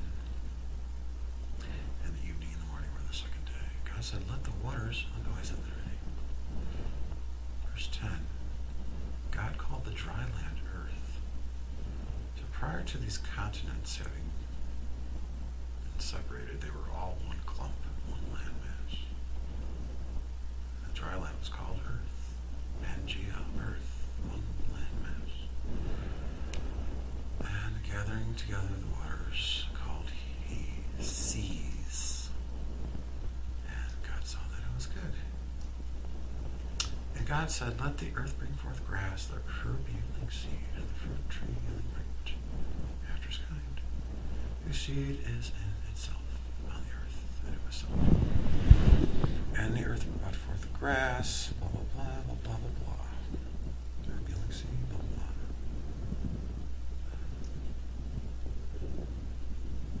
blah. Ace. You were ace.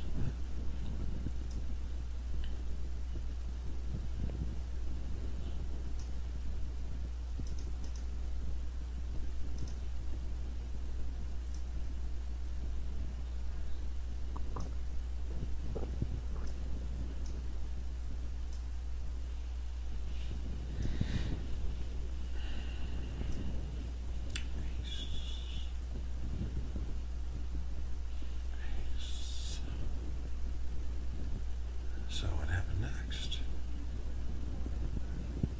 God said, let there be lights in the firmament of heaven to divide the day from the night, for signs and seasons and for days and years. Let them be for lights in the firmament of heaven, to give light upon the earth. So we already had a light for heaven, so now we need a light for the earth. An extension, a subordinate light, a sun, a child light. We have the Father light, now we need a sunlight. Sunlight. Sunlight. And the moon, of course. Two great lights. The greater light to rule the day and the lesser light to rule the night. He made the stars also. Stars also.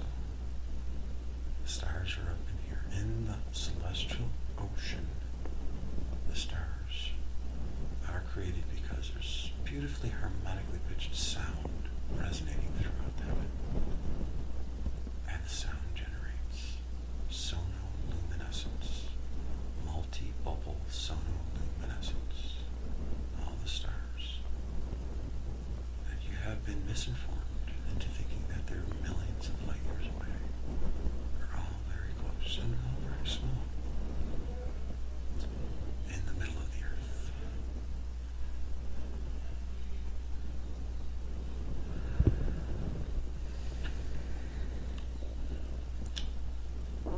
And God set them in the firmament of heaven to give light upon the earth, and to rule over the day and over the night, and to divide the light from the darkness, and God saw that it was good. And evening and morning were the fourth day. God said, let the waters bring forth abundantly the living creatures. Okay, so now we have sea creatures. Fifth day, sixth day. We have mankind, animals, land animals. How do they think of the world? I'm sure how to turn there. Talk about provocation. I don't know. I guess they have to be really retarded to think that they'd get away with it forever. I don't know. But you gotta realize that at one time, these cognizant ones, these Nephilim, these sons of God, were just that, sons of God. Right? Sons of God. Let's go back to Job 38.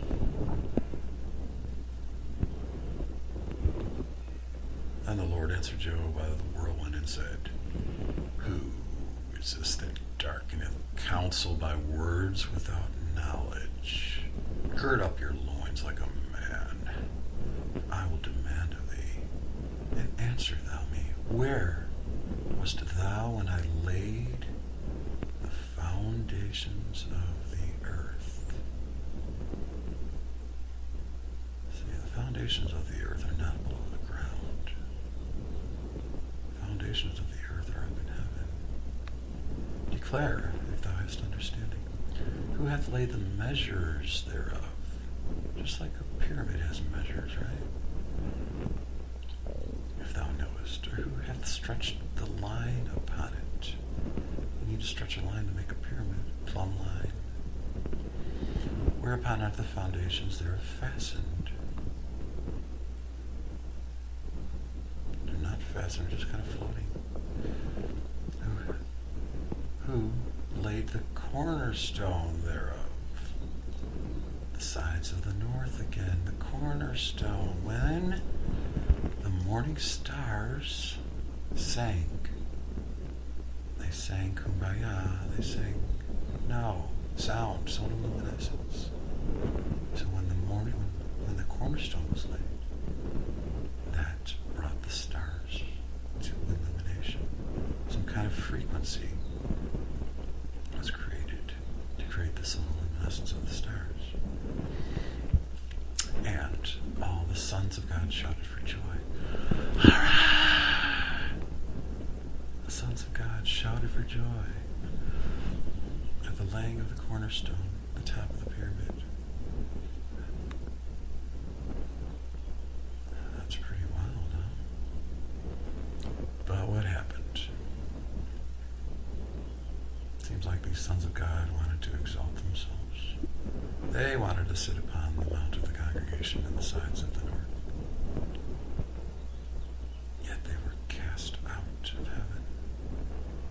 cast down to earth, even below the earth, for the fury of the Lord and the jealousy he exhibited. How dare you? How dare you think you can exalt yourselves above the Lord?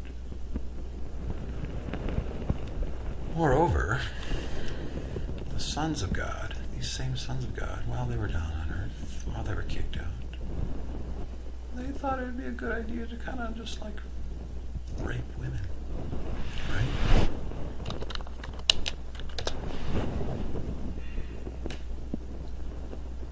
The sons of God saw the daughters of men, that they were fair, and they took them wives, all of them which they chose.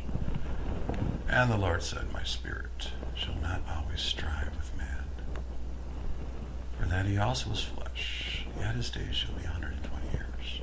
There were giants in the earth in those days. Giants. Pre-flood days here. We're talking before the flood, the global flood of mankind, prior to there being a glass sky at 100 kilometers high. Prior to that, there was more oxygen and on the ground, closer to the ground. Of course, you have nitrogen and oxygen, which compose predominantly your atmosphere. Nitrogen is lighter than oxygen, right? Therefore, nitrogen would be higher up. Prior to there being a glass ceiling which compressed, it pushed the nitrogen down more so that it mixed with the oxygen, which is the case today. You have 79% nitrogen and 21% oxygen. Prior to that time, the nitrogen stayed above the ground, so there was more oxygen. So there were giants in the earth. People could grow much bigger and live much longer. Not just people, animals, plants, everything. Hyperbaric conditions, more oxygen present. However, there was punishment coming, because the Lord said, I'm not going to strive with man much longer. I'm going to limit him. I'm going to make him less. I'm going to limit his days. I'm going to limit his size. Because he's got an evil mind, evil heart, to want to always exalt himself. The pride of man. And it repented the Lord that he had made man on the earth. And it grieved him to his heart. Oh, you disgusting people. I made you because I loved you. I wanted relationship, communion with you. And yet you turned around and said, fuck you, God. I'm God. You're not God. I will deny you. I will sit upon the sides of the earth. Fuck you, God. Fuck you. And the Lord said, I will destroy man whom I have created from the face of the earth, both man and beast, and the creeping thing and the fowls of the air, for it repenteth me that I have made them. I'm so sorry I made them. It grieved me to my heart. I made them out of love. I wanted to have a relationship with them as my children. I wanted to bounce them on my knee, give them all the blessings of my earth. But they turned around. They said, fuck you. But Noah found grace in the eyes of the Lord. These are the generations of Noah. Okay, so what happened? Within the celestial ocean, the waters became hot, I think. And hot enough to a point where the stars clustered together and started burning holes in the glass. The stars clustered. The nuclear fusion of the sonoluminescent stars clustered together.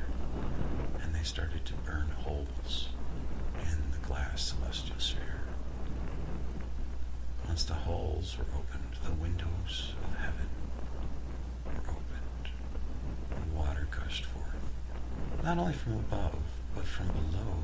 The fountains of the deep burst open too.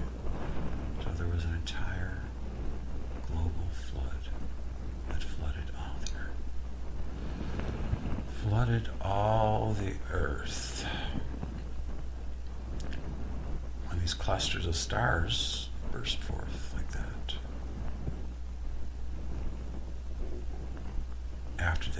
after the water gushed out, the firmament, the opening, started to cool off again and seal up, but not before you have the remnants of the drain-like spiral patterns of star galaxies. Drains. That's why the stars are clustered in spirals, because they were at one time drains.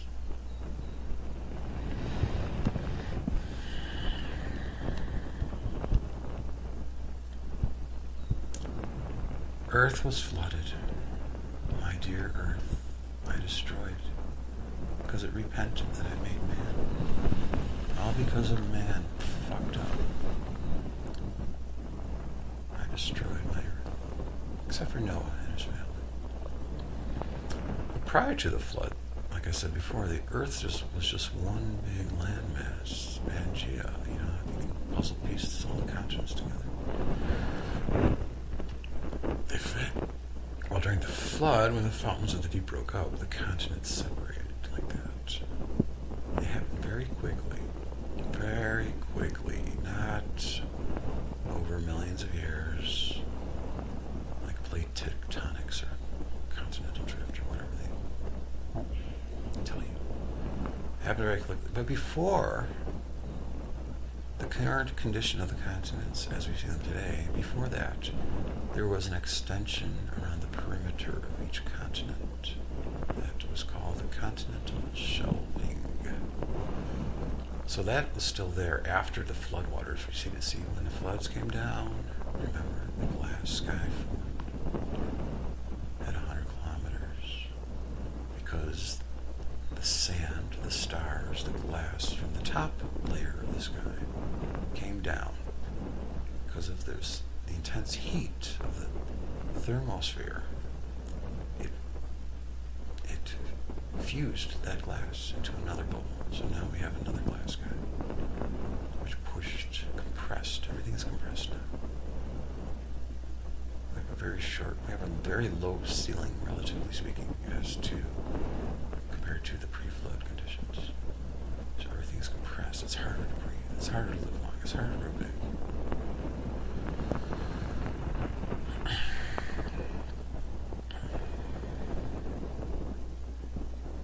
But after the flood, that was also the reason why the waters abated, because of the glass. Pushed the water down. And that's also the reason why it was promised to Noah in the form of a rainbow, which is a result of the glass. It is impossible for the ocean waters to flood the continents anymore. It's very simple, guys.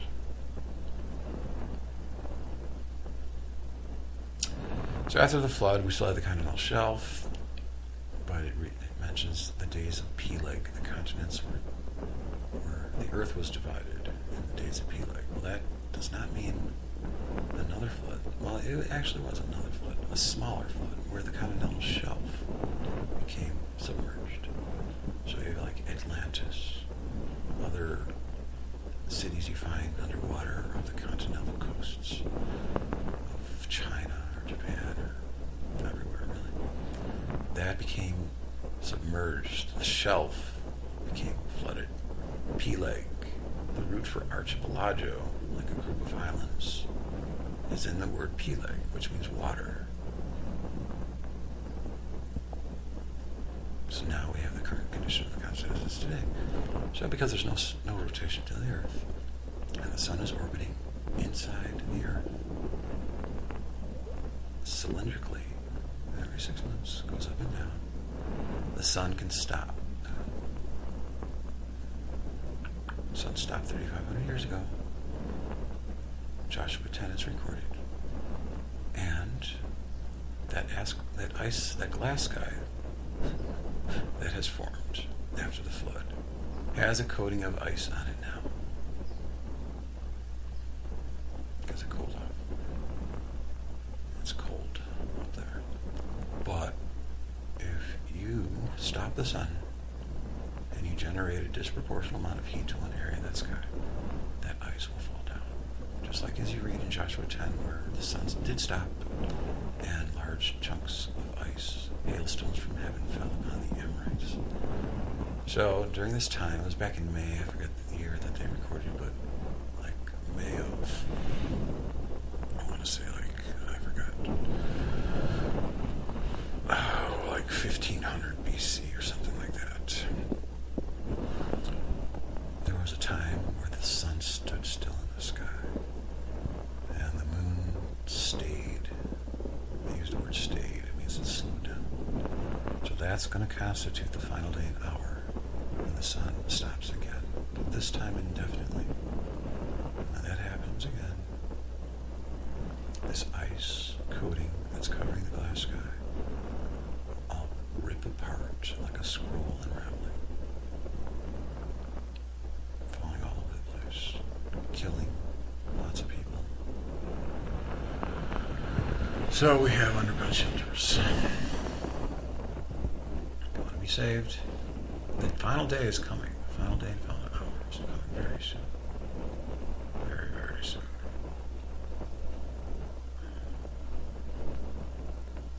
I think I know what it is too, but I'm not going to tell you.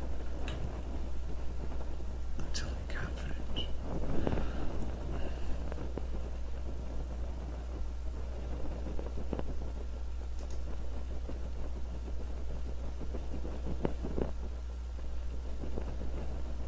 Questions?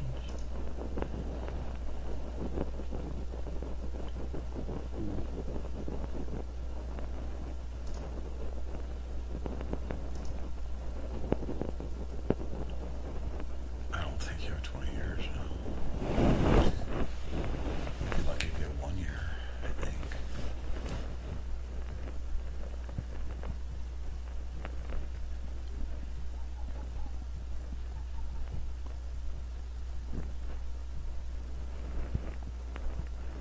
I don't know names.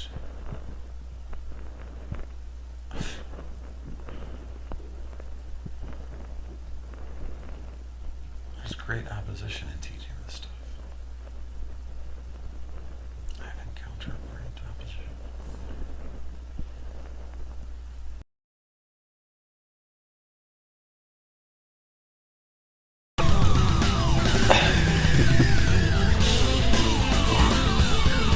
There's a propagation of light within the Earth.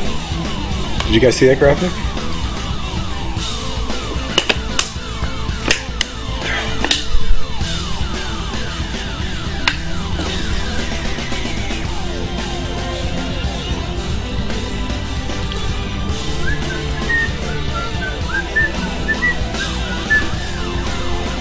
So you got the central celestial octahedron at the top, the north side.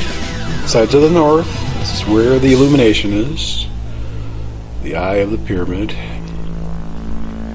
Extends its laser lights to the back of the flat, dark side of the sun. And the sun is actually, that's where the light begins to curve when it goes through the sun. So the light spreads around. Kind of looks like a big butt, right? Curved light. Buck cheeks, yeah. It's a big butthole.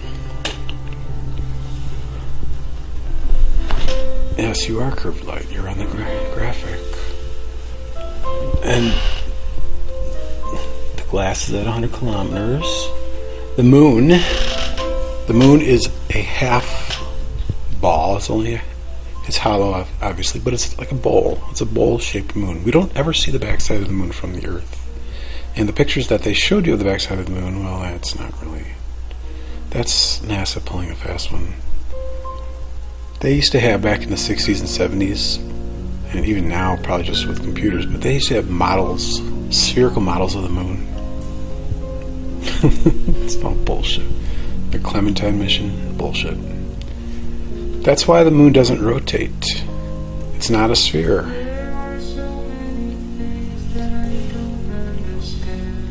You're jealous of the moon. I know. I know you're jealous of the moon.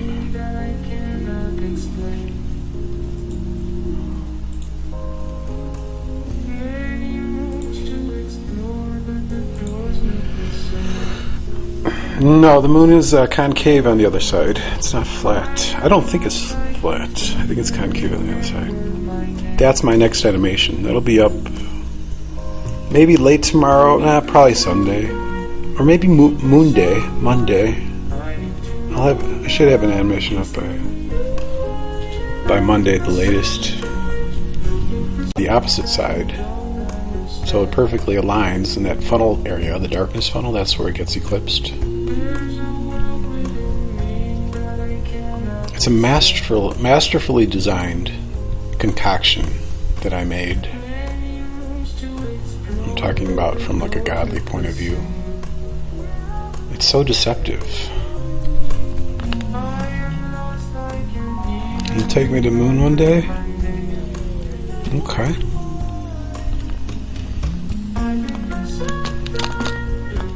And so there's an anti-solar illumination zone that's on the opposite side of the sun, on the opposite side of the celestial sphere. That's why the moon and all the other planets get illuminated. Not all the other planets, except for Venus and Mercury, but the other ones, they get illuminated when they're opposite like that. And they also go into retrograde in that area too. So they're being affected by the sun magnetically and by temperature.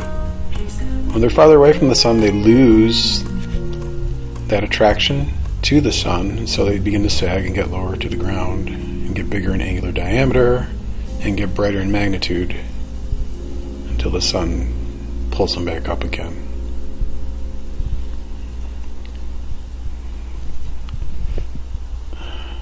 Mac Shack.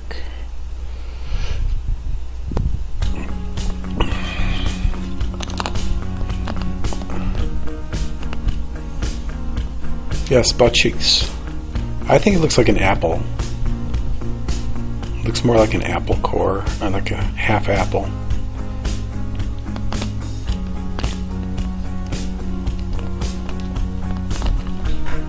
Oh.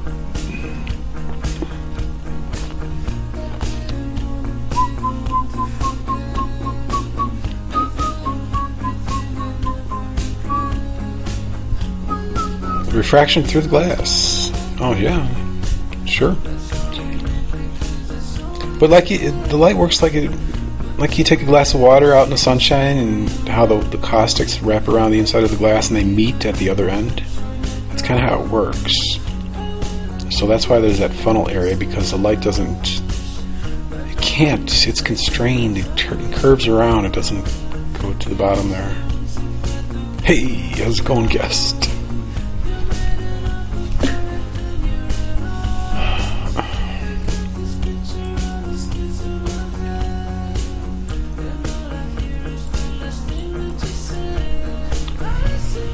You'd like to go to the moon someday.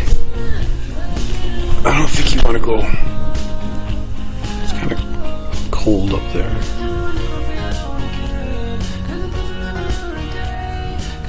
Because it's like a funnel cake. Funnels are fun. Funnel chair. No. You and your dirty mind. Anything. You always. What's the hymn? What's the hymn for?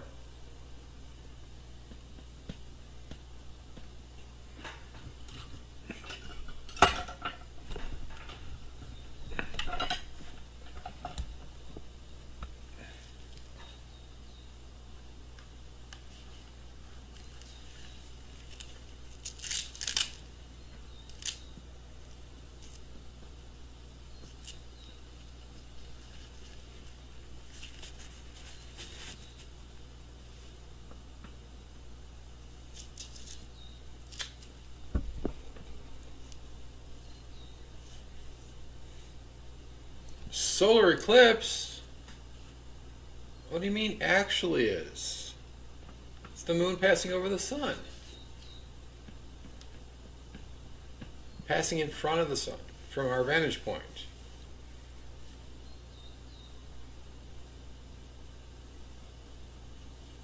No, we're not rotating around the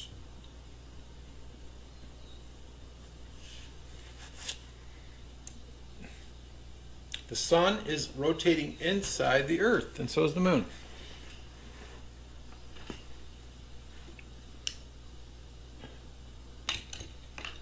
You know what I mean?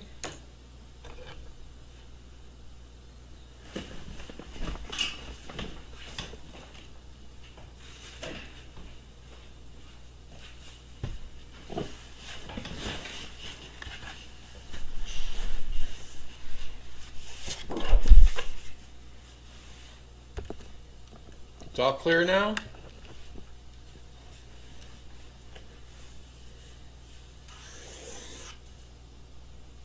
Earth,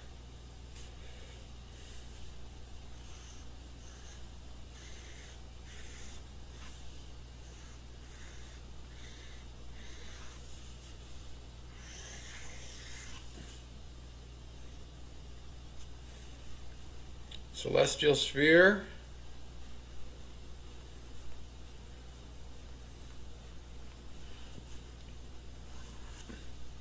sun is going like that, right?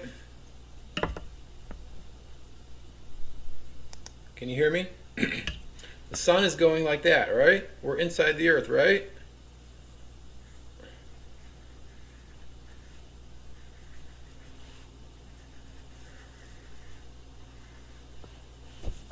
Right? Put a little boat there. A big boat. Glass sky.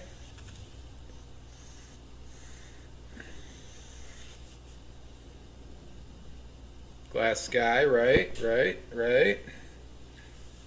Sun. And the moon too. Okay, but the sun, you know, it does this cylindrical path, right, from the tropics. 6 months down, 6 months up. The moon is closer to us, okay? So let's just look, if you're looking top down, let's say the sun is over here, the moon is closer to us. So the moon just passes in front of the sun.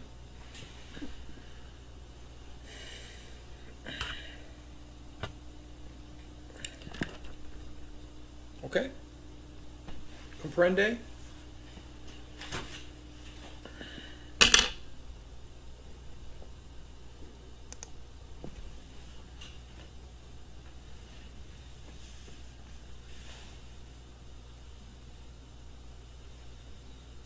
What are they attached to? They're floating. They're magnetically floating inside the earth.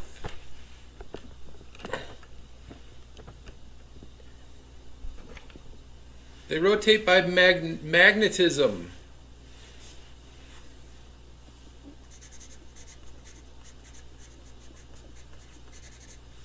Magnetism.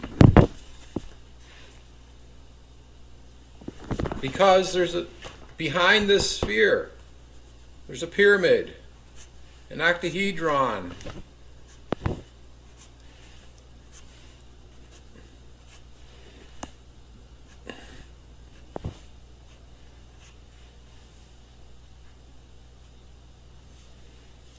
It's the great light.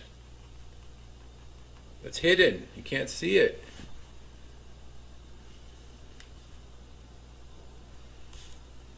But it's a big magnet.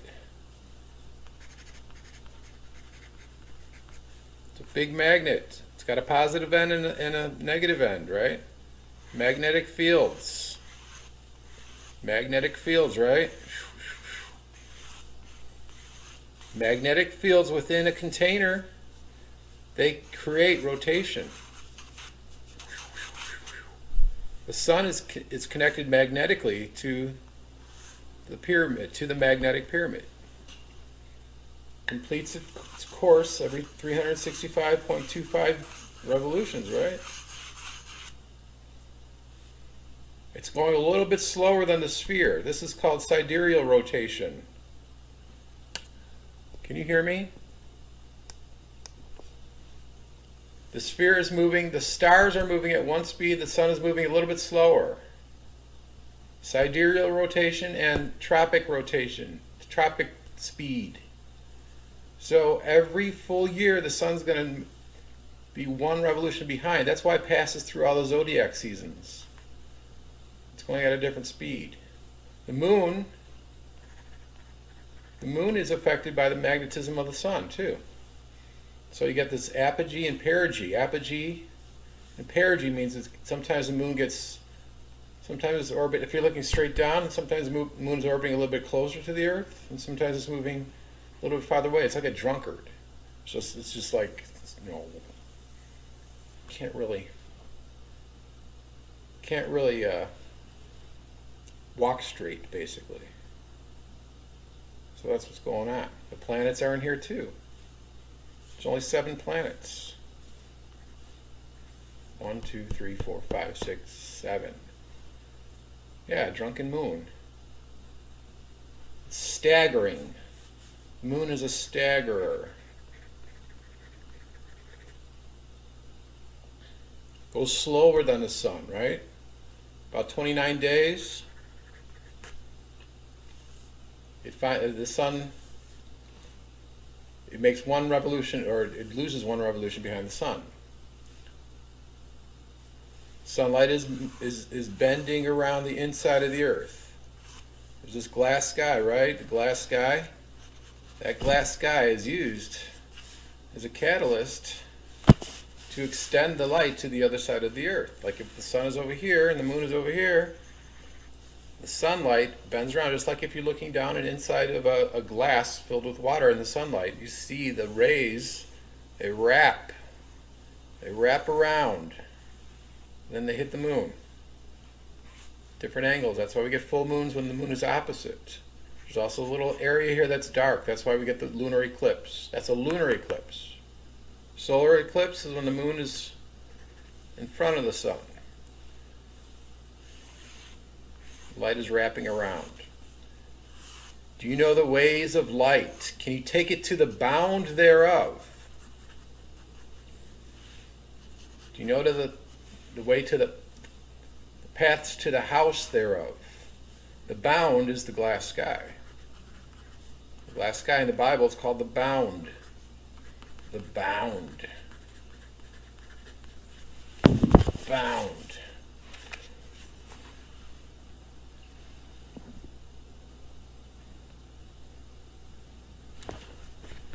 So when that sunlight gets too acute, it doesn't pass through the glass sky. It just uses it as a mechanism, a vehicle to wrap around the other side of the world.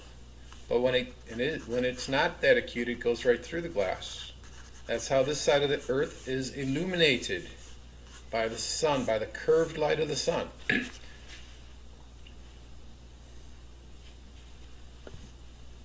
Good. Okay. So that's why you can't see the other side of the Earth. Like if you're here, right? The sunlight, the sun is here. The light is bending. It's bending. This curvature is a smaller circle than the Earth circle. So it's curving more than the Earth. That's why you can't see the other side of the Earth. That's why it still looks like the horizon. It looks like it's going down, but it's not going down.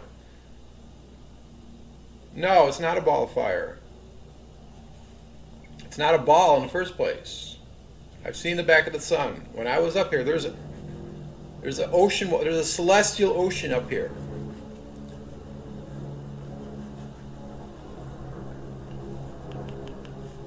Got a chopper flying over my house. Or something, airplane. So when I saw the back of the sun, when I looked at the back of the sun from this vantage point, it was flat. Flat and dark. Flat and dark. Look up Eric Dollard. He says the sun is not a ball. It says the sun is a transformer. It takes the energy from the father light and it transforms that to the sunlight. It's an extender of light. Hey Mo, how's it going?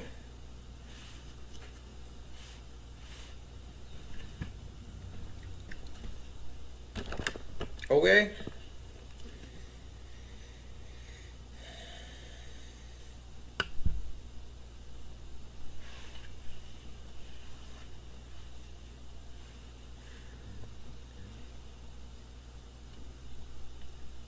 You're welcome.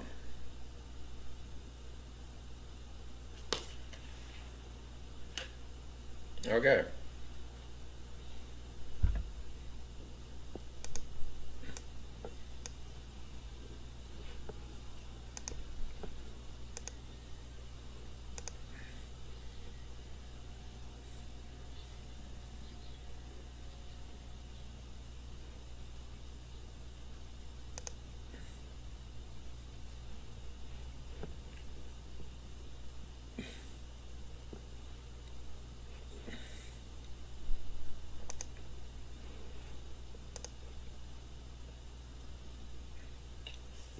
It's a lot to take in all at once, but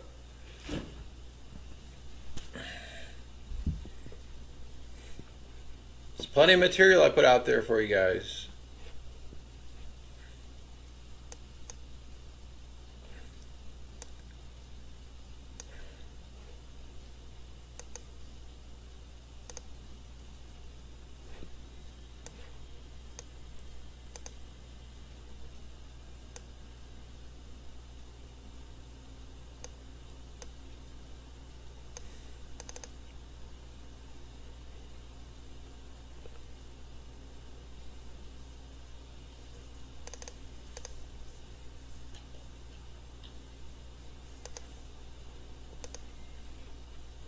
Check this out. Check this out. DARPA made a new telescope. It's a glass telescope, but they used 2 times in their article. They must break the glass ceiling. Are you kidding me? DARPA's giant folding spy satellite will dwarf all other space telescopes. DARPA, the military's futuristic research agency, says it has plans to break the glass ceiling of space telescopes by shooting a new design into orbit that's made of plastic and unfolds into a mammoth satellite that would dwarf the world's most famous telescopes. Membrane optics could enable us to fit much larger, higher resolution telescopes in smaller and lighter packages, says Lieutenant Colonel Larry Gunn, DARPA program manager, in a statement. Ooh, there's a statement. In that respect, we're breaking the glass ceiling that traditional materials impose on optics design. Really? Okay. Yeah, I'll say you're breaking the glass ceiling.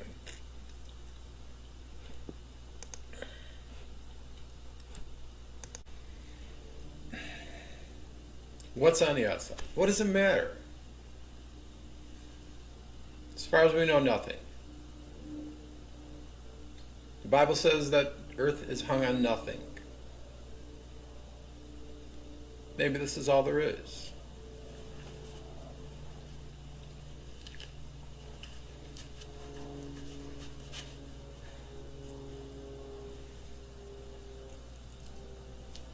Maybe this is all there is. Maybe.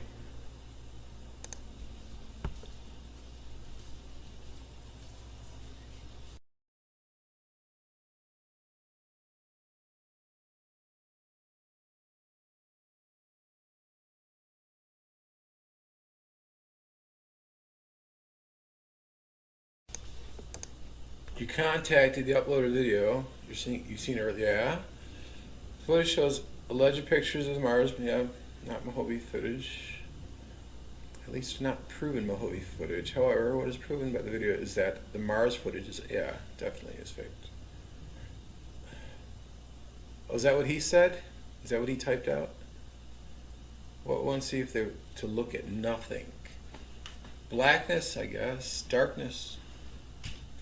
Darkness.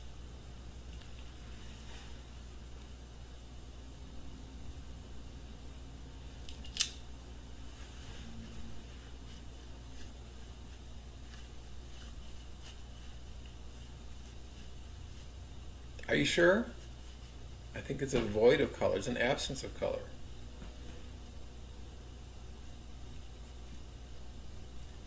If you were to look at nothing, maybe you can't see nothing.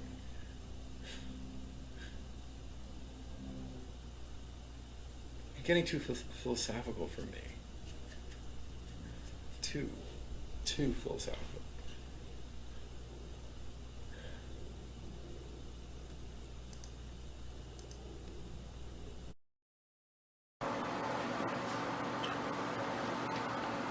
There's a video circulating on YouTube by Major Ed Daines, who was a former major in the military, and he headed up the remote viewing team there. And anyway, he came out with a video talking about where remote viewers they keep visualizing the sun projecting out these massive coronal mass ejections, and he calls it the kill shot, where it will destroy most of the world through what he thinks is solar flares. And then he also talks about there's like sanctuaries in different parts of the world where people can find refuge and safety, and they can be protected from these solar flares, these massive solar flares that are about to erupt. Anyway, that's what his theory says. But anyway, just wanted to bring my perspective into view, which is God's perspective, and that is a fulfillment of prophecy, where I talked about earlier, where the sun and the moon actually stop and form a solar eclipse. And that's going to happen this November 13th or 14th over the continent of Australia. And it's going to cause a shadow to form, the umbra or the penumbra of the eclipse. And that is going to be the haven, the place that people need to take refuge. And so that's why the military, the U.S. military, is clandestinely, they've outright said it, but they've stationed troops, Marines, to be in Australia. And so basically they know about this, and they're preparing for it, and they understand who I am, that I'm the Messiah. And I will implement my mark upon the people who are allowed into the safe zone. That's where we will set up the new kingdom, the new Jerusalem, the new world, the millennial kingdom. So, part of Daines' role in this all is to kind of disseminate information that is semi-accurate. Obviously, he doesn't want the whole world to figure out where the safe zone is. So basically, he's saying there's safe zones all over the world. So, but keep in mind, that's not their role, that's not their job to tell the entire truth. So yes, there is going to be a major solar cataclysmic event, and he calls it the kill shot. However, I see it as a fulfillment of prophecy.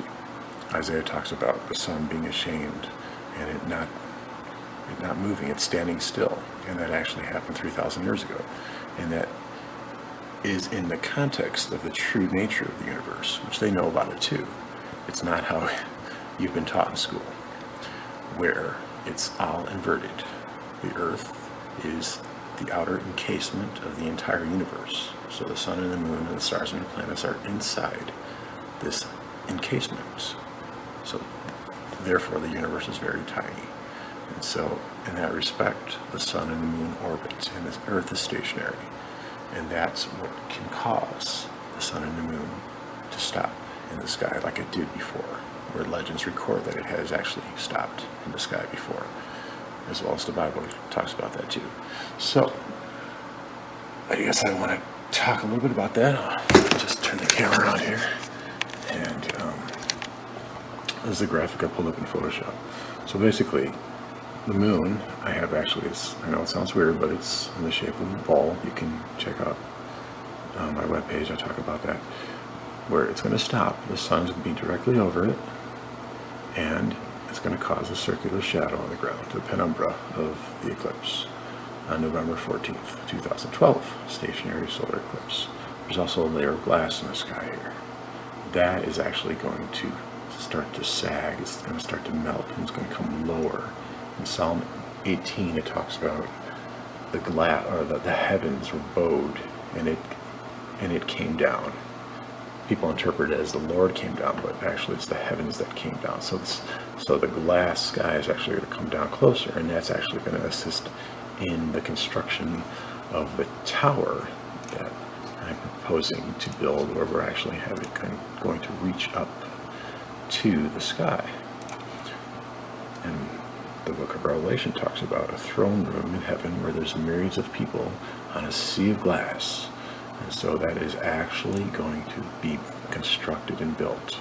There's going to be this sea of glass where I think it's going to be about 7 miles high, basically. So there's the tower, and let's see if I can get a picture. Okay, here's the throne room at the top of the sky. So basically, this is an interpretation of Revelation where it talks about 24 elders, where they're casting their crowns to the one seated on the throne. So these elders are actually metaphors for hydroelectric turbines. So basically there's going to be a bunch of water here on top of the glass, which is going to be a residue from all the condensation once the sun and moon stop. And this water is going to be pouring over the turbines and going down this elevator shaft that's going to be reaching all the way up to the top. And anyway, that is the throne room, and there's the elevator shaft. It's going to work on Searle's effects generator technology. So that's going to be the way in which it ascends and descends the shaft, which is going to be about 7 miles high. Therefore, this is the city in Revelation chapter 3 where it says it comes down from heaven, the New Jerusalem, Mount Zion. And so that is the safe zone. This is the safe area. This is where the new millennial kingdom will be in Australia. And the military knows about this. And the seal, this is the seal. This is the tattoo that needs to go on your right hand, or on the top of your head, or on your chest, that allows you entrance into the kingdom. And that's going to be implemented through laser technology, which they are setting up, I believe, as we speak, through these machines. So that's going to be implemented. This is actually a good thing. It's not a bad thing. The Bible was actually clandestinely encoded to make it seem like it's a bad thing, but it's actually the converse interpretation, which is more accurate. There's many other references in the Bible where it talks about God's people being marked or distinguished conspicuously from the rebellious people. So this is the sword, this is the seal, this is the tower. This is where it's going to all boil down, and this is the true haven, and this is the real kill shot. This is what's really going to happen. Good evening, ladies and gentlemen. I thought I'd upload a video with a more kinder, gentler temperament than what you are usually accustomed to with my uploads. And what I wanted to do is focus on a particular former flat earther that has been sending me messages.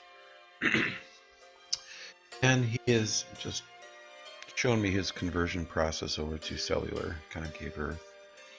And I already asked if I can read his messages in a video, and he said yes, that's fine. So I'll go ahead and read those for you. His name is Chris. He goes by plain CJ Truther. Maybe you've heard of him before. He says, I've been searching for the truth for many years now. I have to admit I fell upon flat earth craze last October and have been glued to it. It all made sense so much. But then I always got to the flights in the southern hemisphere and it fell apart for me. You know, the Qantas flights I'm talking about from Sydney to Santiago. On the flat earth map, this is not possible in 12 hours. I would flop back and forth from globe to flat, from flat to globe, like a fish out of water. The flat Earth makes more sense to me than the globe, but for that one piece of glaring evidence that it is a globe. I've heard of the concave theory, but never really looked into it because it just sounded crazy to me and didn't make sense in my head. I've recently stumbled upon your videos and have been watching them, and they have blown me away. I know that our government lies to us about almost everything, and I include NASA with that, obviously. I know something isn't right with our perceived view of the world, or should I say, what we've been brainwashed to believe. I haven't had cable for over 2 years now, and other than some casual TV viewing at other places, I have tried to disconnect myself from the media propagandas on me brainwashing. I laugh at stuff much these days, just listening to people talk about this or that, mainly irrelevant stuff that they want to keep us distracted with. I can say right now that you have totally flipped me in a new direction, and the concave Earth makes sense to me. My problem with the Sydney-Santiago flight is solved. I can see how and why the Flat Earth movement has exploded. They want us to fall for it because it's not true. Now that makes sense to me because it's what the powers that be do. And then he goes on to ask, could you help me out? Do you have a video showing or describing how sunsets work? By that I mean, how is it that the sun appears to disappear below the horizon? When I was entrenched in the flat earth theory, it made sense disappearing because of perspective, but I'm sort of confused with it in the concave model. This really fascinates me and gives me a burst of energy just thinking about the whole concave model. Thanks for taking time to read my message, and hopefully I'll get a response. I responded by saying, Dear Chris, it's encouraging to see former flat earthers convert to concave. But as far as sunsets and sunrises go, before I get into how they really work, you should have realized that they cannot possibly work on a flat disk. They would constantly be visible above the horizon. The divine ruse is bending light and glass sky inversions. Here's a link to my Horizon page to help you. And then I asked him if I could read his letters. He said, yes, feel free to read. I'll read another letter of his. This is a little bit more recent. He said, I'm sure you've heard of this before, but what are your thoughts that we may be part of one big hologram here on Earth? The concave Earth makes this more plausible with a celestial sphere as a sort of projector from the hologram. Quantum physics all but says this reality could be a hologram. I'm not sold on it yet, but certainly don't discount it. The more I look into concave Earth, I'm like, yes, no shit. It makes perfect sense. It's right there. This is the holy grail of all conspiracies, and it's so obvious now. I flew in a couple flights on Tuesday just looking out the window thinking, shit, he's right. When you look at the horizon, it really does look like we're in a big bowl. I'm just wow right now. Good shit you've done here, and I mean that with all sincerity. I'm just blown away right now. Just wow. My response with the hologram answer is, I'm not too into the hologram concept of Earth because some flat earthers like to use it as a magic word for things that they cannot explain, like the planets or the southern stars or even the moon. Since they cannot reason how they work with simple physics or perspective, there are certain synchronicities that happen, however, but there's no need to go to the hologram answer for things that can be explained logically. And so yes, that's a big problem, and it's a big cop-out answer for a lot of flat earthers. They cannot explain the heavens, so they simply say it's some sort of hologram within a gaming perspective. Chris's most recent letter was just a little bit while ago, and he made the conversion over. Before, he would have this flat earth icon, that azimuthal equidistant map, but now he changed it over to a concave icon. And he says, I've been searching for the truth for a long time. The flat earth model, while enticing at first, just never solidified with me. Mainly because I know how airline flight paths work and knew that the Qantas flight from Sydney to Santiago existed, and they couldn't exist on a flat earth model. I still wanted to believe the flat earth model because I knew we were being lied to, but I could never commit to it 100%. Then I came across your videos about the concave Earth, and even though I resisted watching them at first, I finally did, and I can truly say that this is the only model that rings true with me, and that it is coming from my heart. I'm not sure about your whole Christ thing, because mainly I discounted religion a long time ago. Yet your theory on concave Earth rings more true to me than anything I've ever come across. Maybe you're using the whole Christ thing for attention, I don't know. But all I know is that I live my life honest and true. I live my life honest and true, and I do not need religion to tell me what's right or wrong. I follow my heart, and my heart says concave Earth is true. Maybe you are Christ, maybe not, but I'm confident that I follow my heart and do good to others. I never push viewpoints on anyone, and in return, I respect people that do not push theirs on me. Religion to me is nothing more than people trying to control other people, period. I respect your passion towards the concave Earth model because my heart tells me it is true. The God or source energy that I believe in is a loving God, and I know what you're doing is right as it pertains to the concave Earth. Aside from that, I continue to live my life with respect for others, and I live my life in a positive manner with love and forgiveness. Thanks for bringing the concave reality to the forefront, Chris.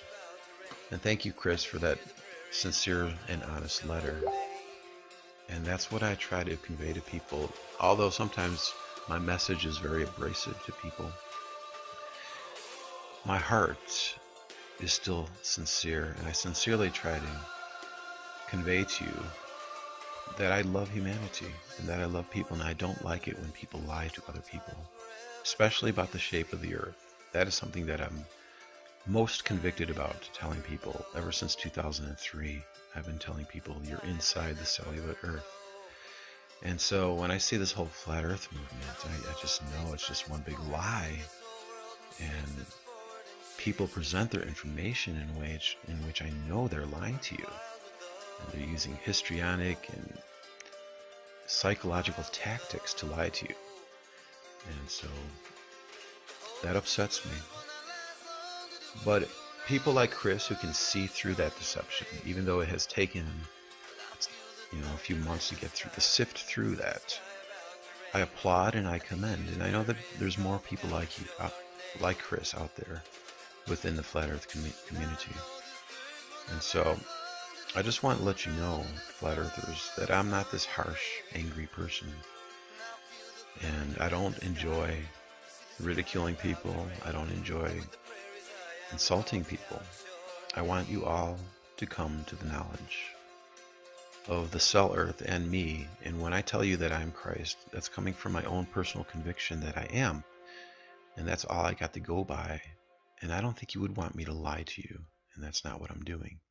I'm speaking from my heart, what I believe I am. And so hopefully you can respect that. And hopefully there have been actually others that I've been talking to. And there are other former Flat Earthers that have converted over because they know. I mean, they just know that they don't buy into the hype. And they know there's no content. There's no solid content in Flat Earth theory. And when you think about it, just like that graphic says, Earth is like the womb. Come back inside, children. And so with the Father's heart, I say that. Come back inside the womb of Earth. I guess I even say that with a mother's heart as well. The feminine aspect of me is sometimes conveyed to you as well. And I'm not willing that any perish. And there's so much deception out there. There's so much confusion and so much disinformation about the shape of the Earth. My desire is for all of you to come to the knowledge of the truth. That you're inside the cellular Earth and that heaven is a real place. It's right in the middle. Thanks for watching. I told you about the strawberry fields. You know the place where nothing is free. Where here's another place you can go. Where everything flows. Looking through the black band tulips. You see how the other half live. Looking through a glass onion. I told you about the worries of me, man. You know that we're as close as can be. you all. The walrus was small, standing on the cast iron shore, yeah. Lady Madonna's trying to make ends meet, yeah. Looking through a glass onion.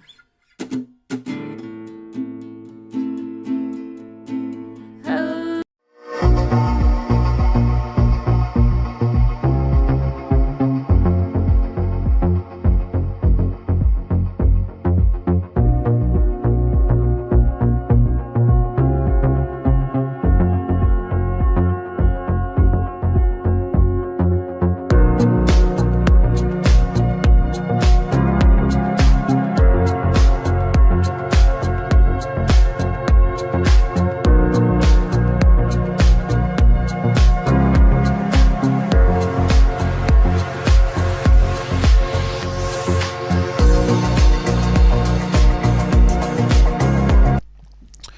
Well, it does not surprise me in the least that the heliocentric mindset does not even consider that sunlight is bending and it's inside the Earth.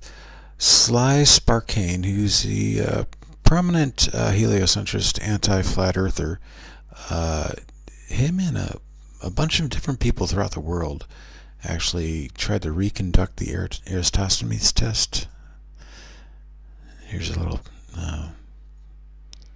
portion of the video to show you Eratosthenes. I think I said that wrong. But anyway, I made a video about Eratosthenes a couple years ago, actually, 2014.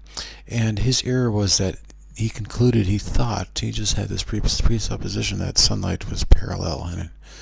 And so he thought that the angles that were casting in Alexandria and Cyrene were a result of parallel light, which is a very faulty conclusion. You just can't assume something like that.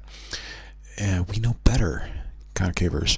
And on the right side, we see here how the sunlight here is emanating the light out on a curve like that.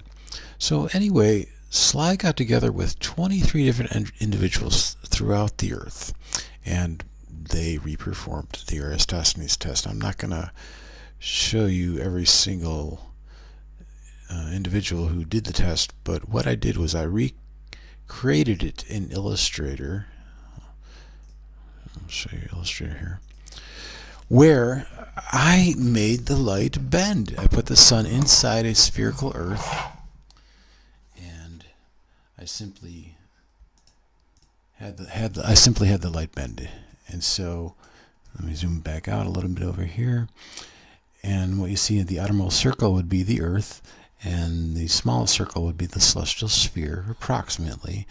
Of course, if you understand Jeremiah 31, it says that we cannot measure the heavens, so I'm not really sure how big the celestial sphere is because of the glass sky and the bending light.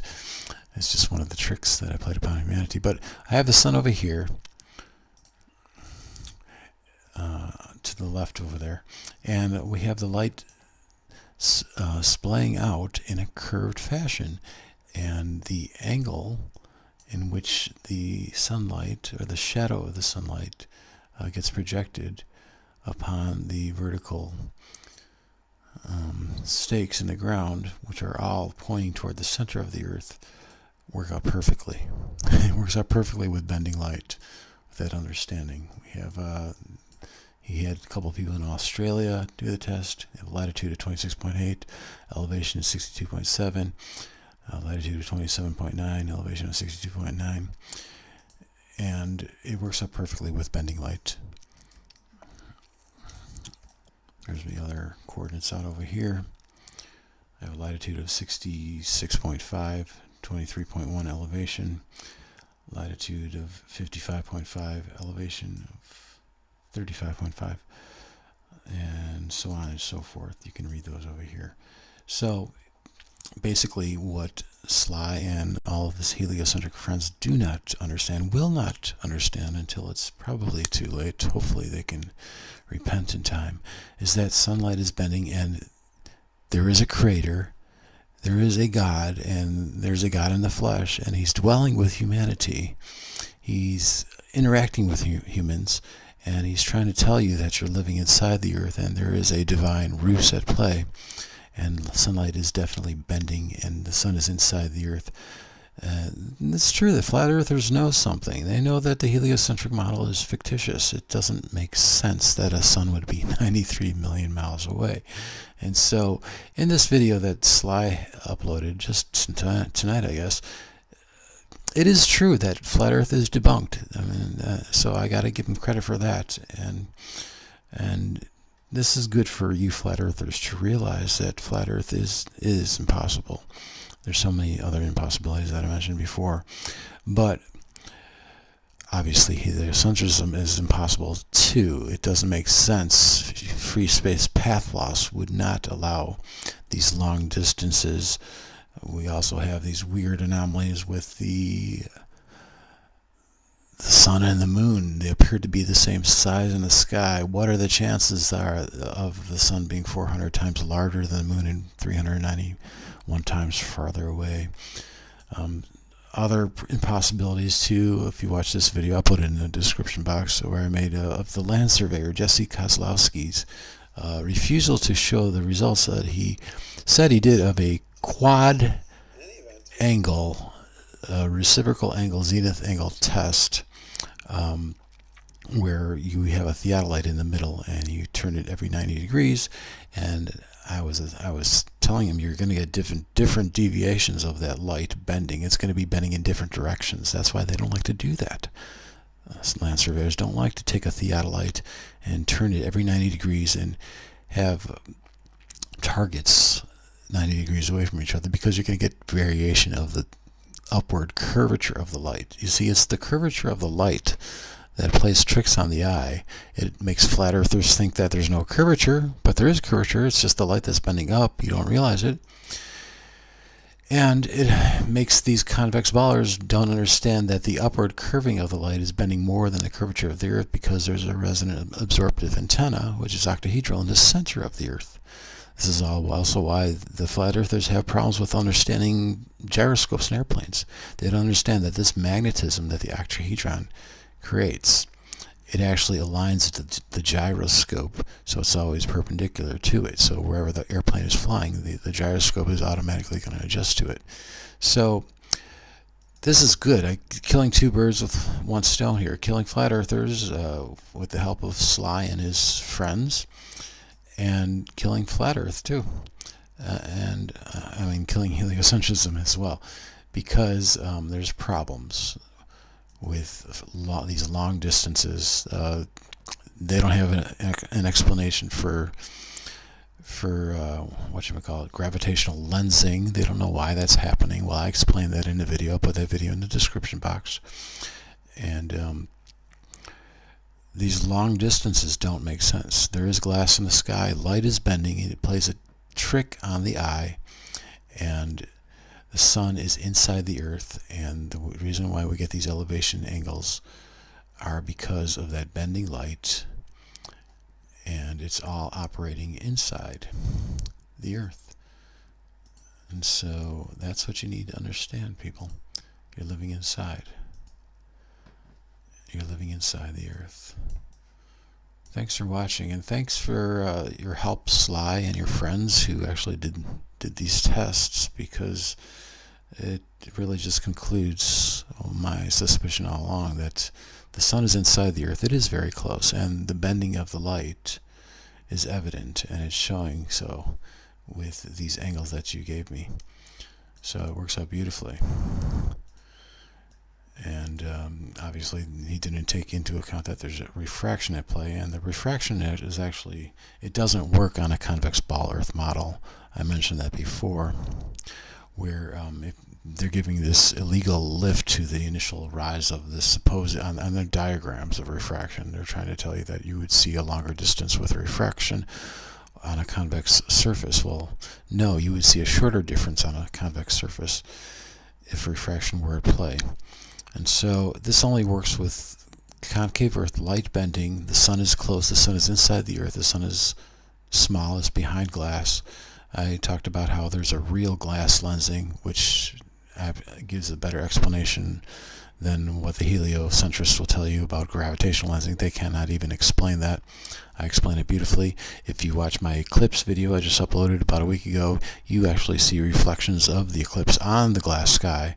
So that is the divine trick, and unfortunately the heliocentrists are a little bit further away from understanding that, because they have this cognitive refusal to believe anything. And also I wanted to mention the Tamarack mine shafts. That's a blatant omission of the truth, that two plumb bobs, if you hang them down mine shafts that are adjacent to each other, and there's a tunnel connecting those two mine shafts at the bottom, those plumb bobs will always diverge at the bottom. And there's hundreds of thousands of vacant mine shafts in the United States alone, or maybe not hundreds of thousands, at least thousands, that they can reperform those tests. So any of these light curvature tests that they're trying to prove to you that the Earth is either flat or convex are not giving you all the information that you need to understand, because light is bending, and it is bending upward. And it is bending upward because there is an octahedral antenna in the center of the Earth that is pulling up, with the electrons pulling up toward the center, and it's creating that trick of the eye. So thank you, Sly, for helping me prove to the people that light is bending inside the Earth, and it is not flat, it is spherical, and that light bends. Okay, thanks for watching.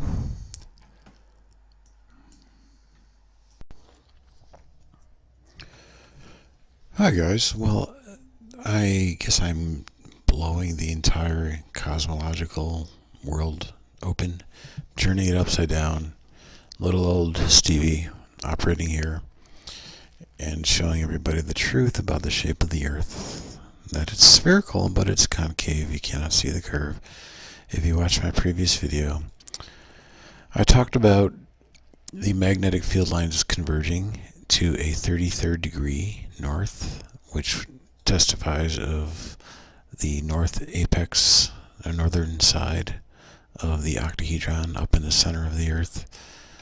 There's a video explaining that, where this woman thinks that they are plasma tubes, but what they're really testifying of is the fact that they're pointing to the north apex, the sides of the north, because there's a central octahedron in the center of the Earth behind the celestial sphere.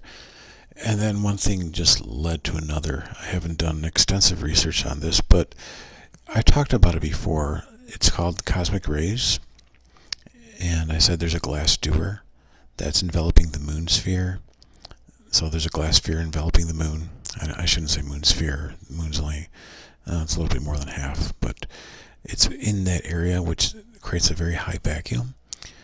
And then there's another area where the sun and the planets are behind another sphere of glass.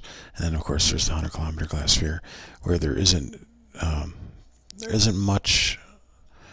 It's a slight vacuum. You can still, I mean, the reason we see auroras testifies that it's not a complete vacuum. And so I think they're able to launch certain satellites, especially geostationary ones, in inner space. But besides that, I really wanted to talk about the cosmic rays that are a mystery to all scientists, because they think that we're living on a spinning ball. And they have no idea or understanding that the origin of these cosmic rays are coming from the north sides of the north.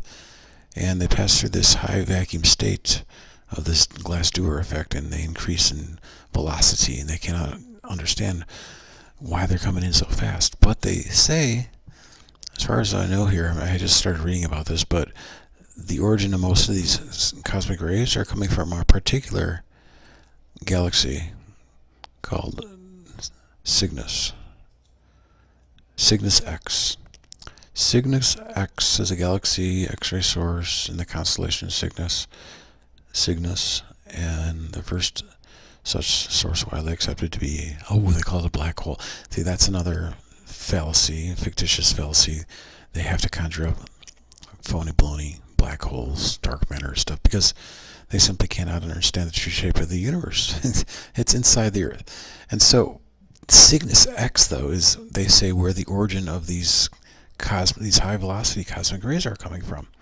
And lo and behold, let's look. This is a picture of Cygnus, the constellation. See that it's in the shape of an X. That's interesting too, or a cross. But Cygnus X, the particular star, is at what degree? Well, this one, it looks like it's 33, 33 or thereabout. I mean, I think they say here on Wikipedia it's at 35. The declination plus 35. But that would also lend credence to the fact that this high arm of light that's coming from the northern side of the octahedron is raising up first and then drooping down. So in 3D, I just show that here, where you see the octahedron here, and then it's interesting too because Cygnus, the constellation, goes right across the Milky Way band. And I told you before, watch that video I made before where I say the Milky Way band, it's not a spiral galaxy, but it's a band that's dividing the celestial sphere into two hemispheres. And so there's different current operating on each particular band, which actually steers or governs the north-south direction of the sun. The sun is connected. The sun has a back flat dark side that we don't see from Earth, and it's connected to the high arm of light, the northern side. But interesting though, like if you watched that graphic I had before where I had these rays coming out of the top of the northern side, well, if it's going through the celestial sphere and hitting the Earth, it would kind of make sense that we would only be able to detect it through a thin area or thin part of this celestial sphere. In other words, where we can see celestial clouds and nebula. And so that would be across the Milky Way band. And lo and behold, that's exactly where Cygnus is.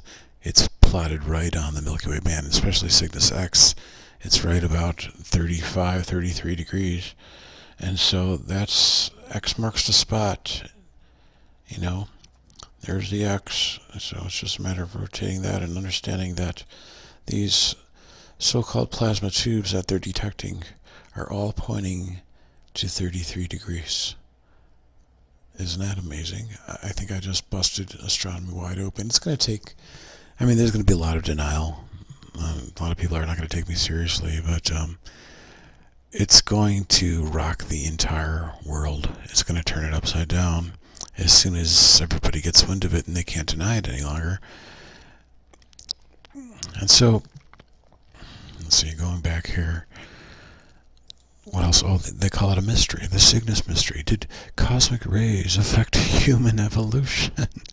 Oh, this is Graham Hancock. Ladies and gentlemen, Graham Hancock. Yeah, they don't know. They think it's a mystery to them. They can't figure out where these cosmic rays are coming from, so they attribute these highly erroneous, highly fictitious scenarios, evolution. This one's called the Cygnus mystery. Cosmic rays from a binary star known as Cygnus X3 helped. X3 is a little, actually the declination of X3 is a little bit different than X1, but it's still going across that Milky Way band, and it actually leads credence to the fact that there's a high armor of light that goes even higher than 33 degrees. Helped accelerate human evolution during the last ice age. The veneration of Cygnus as a bird associated with cosmic life and death goes back 17,000 years. Cygnus is a root of all the world's religions. Oh, that's interesting. That's very interesting. Cygnus is a root of all the world's religions. Well, since I'm God in the flesh, that would make sense that I would bust this wide open and help people understand why it's the root of all world's religions, because it's pointing to the sides of the north. You understand? Yeah. The origins of astronomy, literature, ancient cosmologies, even transoceanic sea voyages all occurred yeah, sure they did. So, Cygnus X, 33, even Carl Sagan even talked about the cosmic rays and the Cygnus mystery. It's a big mystery. Did cosmic radiation change evolution and kickstart religion?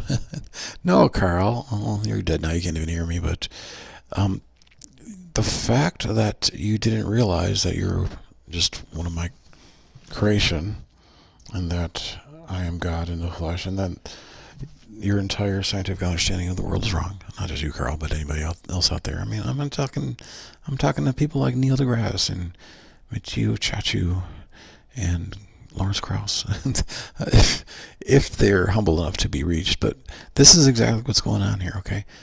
You're inside the concave Earth. There's a celestial ball of stars in the sky. It bifurcates in two, and it's divided by what we call the Milky Way band. It's a swaddling band mentioned in Job chapter 38 because it's 60 degrees. It's cocked like a mother swaddling band. And there's a northern side of the octahedron that's behind the celestial sphere. The northern side is brighter, just like I've been telling you for years and years and years. Yeah, you understand? And going across that band, it must be thinner, the celestial sphere, so we can actually see some of the activity, the cosmic activity that's going on, or that's penetrating through it. So across that seam, we have a constellation called Cygnus. And the X star within that constellation is, they say, where the origin comes from of these cosmic rays. No, it's just simply the high arm of light that's orbiting around within the Earth. Maybe it's not exactly the high arm of light. Maybe it's just a matter of these streaks that are coming from the sides of the north, because the high arm of light is circling once every day. So it's got to be, these rays that are coming out from the top, from the sides of the north and the top. And so this is a proof positive. No more a mystery. I wanted to also point out when I talked with, remember Beepin? I haven't heard from Beepin. He closed his Facebook account. I hope he's okay. But anyway, he had a vision of the celestial sphere with the octahedron and the high arm of light, and he described it like this. I'll put this link in the video in the description box. But he described it just exactly how I saw the back of the sun, with this high arm is coming out like that. This is his drawing, by the way, and it's shooting into the back of the sun. And so this energy that's coming from the northern side, it's splaying out like that, and it's penetrating through the weaker parts of the celestial sphere, which happen to be a band called the Milky Way, and it particularly likes the Cygnus constellation, Cygnus X, which to me that X right there, I mean, that looks like it's 33 degrees. I don't know about you, but thereabouts. It doesn't matter. I mean, it's a match, even if it's a little bit off. It's a match. See the X right there? And then here's X over here, and the 30 over here on the left. You see what I mean? So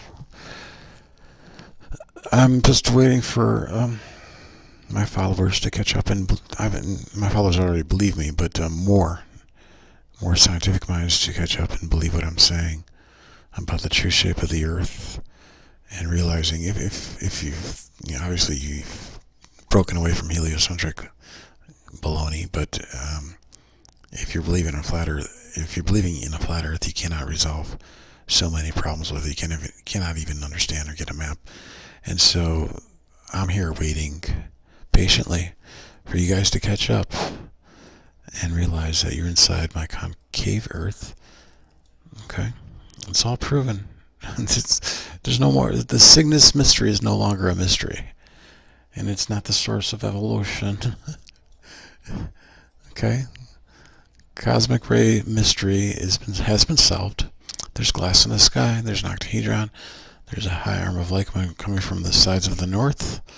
And we have Cygnus X going right through it because the Milky Way band is a little bit thinner, and it allows those cosmic rays to be penetrated through the celestial sphere. It's not actually coming from the stars. The stars are just tiny little sonoluminescent bubbles inside or on the edge, at the edge of the celestial sphere, which is filled with celestial water. And so there you go. Comprende. Oh, getting a lot of likes on this video. Good. Okay, guys, you're catching up. Thanks a lot.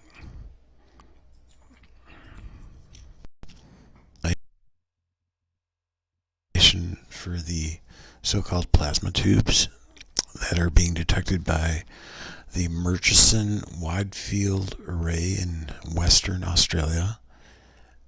So this is retracting what I said earlier. I don't think they are indications of an expanding glass sky. Just have some time to think about this, and I think this is what it is. And actually, this is a better reason for it, because it proves everything.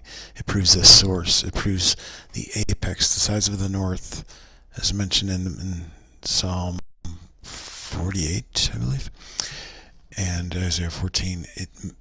The top of the pyramid, the top of the octahedron, the north side. And if you look at this information where she talks about the magnetic field lines converging, it's not a matter of perspective, even though she tries to give the analogy of the train tracks. It's not what's going on here. It's literally, these magnetic field lines are literally converging. So let's watch this animation a little bit. The Earth's magnetic field lines would appear to converge. What we saw with the MWA was a stunning distortion pattern that strongly coincided with the magnetic field lines. Okay, stop right there. So this animation that she shows here of the magnetic field lines of the what she thinks that are plasma tubes are actually, well, if you look at the perspective here. You look on the left, you got the Y degrees, and the bottom you have the X degrees. And if you just extend the top of that, those lines will converge. And so that's what I did in Photoshop. Here's my depiction in Photoshop where I just took those lines and they converged to a point right up there. And if you look at the Y degrees on the left-hand side, I added these numbers here. You will notice that they converge at a very specific latitude. Can you guess what latitude that is? Did I say 33? 33. There it is. There's the secret of the Illuminati. The top of the pyramid, 33. So she's down in Australia, and so she's getting these magnetic field lines, and they're emanating up, and they're converging. They're converging to a point in space. Now, as I mentioned before, I told you I had a hypnagogic vision of the backside of the sun. I didn't see the octahedron during my vision because I just think that would be a little bit too easy for me, being God in the flesh.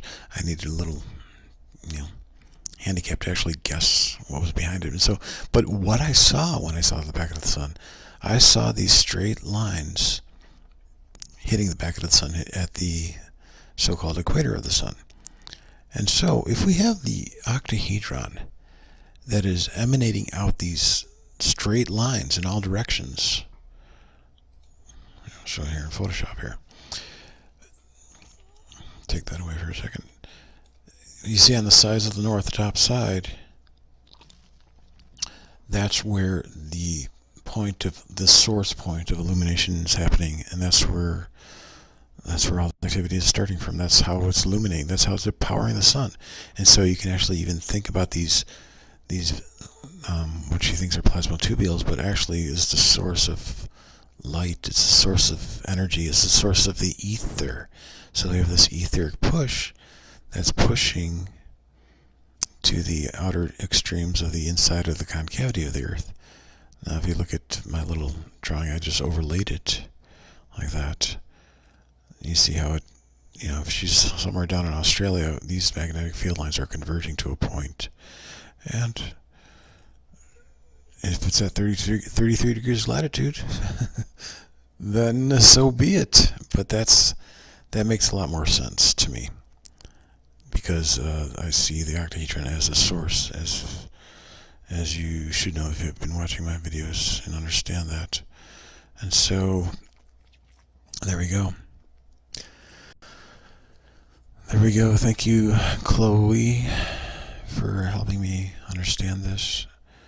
And I would like to know if you have some other wide field arrays in different continents, and if that convergence point is pointing to the same area, that would be helpful.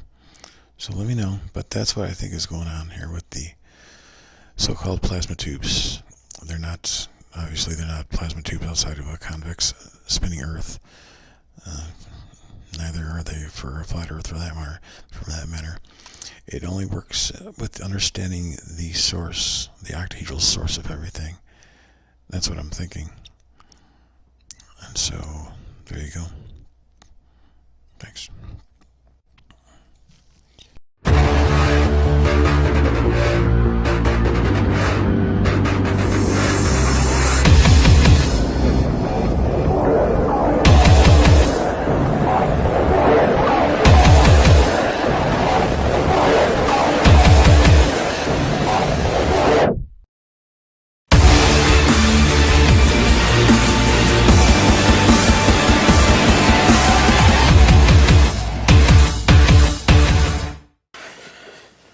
Okay, guys, I'm going to reiterate my stance, my position that precession, the so-called precession of the equinoxes, is a myth.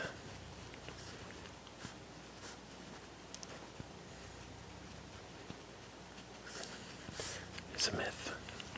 It's based on the assumption that the Earth is spinning, for one thing, that it's orbiting around the sun, and that a precession, if you don't know, is actually what they... Here's a sphere, okay, like it's a rotating sphere. If it has an axis, let's say the axis is tilted like that, there's a precession which causes it to wobble like that. So it's not only spinning on an axis, but it's also wobbling like that in a conical shape.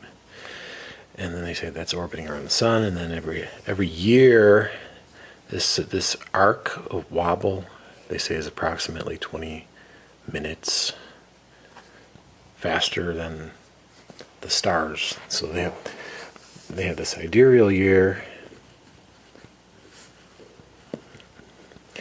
and the tropical year. Tropical year meaning the sun. They say the tropical year, what they do is they measure from the vernal equinox to the vernal equinox the next year. So every 365.2425 days or something like that. And then they will say that a sidereal year is a little bit slower, so it's going to be a bigger figure. So they say it's 365.25 days. So it's a little bit longer, they say. So they say virtually it's 20 minutes. Tropical years 20 minutes shorter than a sidereal year. However, fix that camera here. What I told you before is that there's no precession. And the reason I say that is because, fix that camera.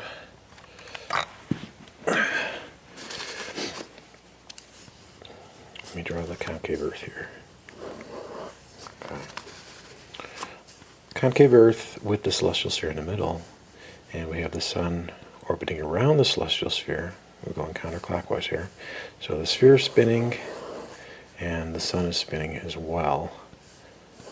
It's completing a helical orbit, which means cylindrically.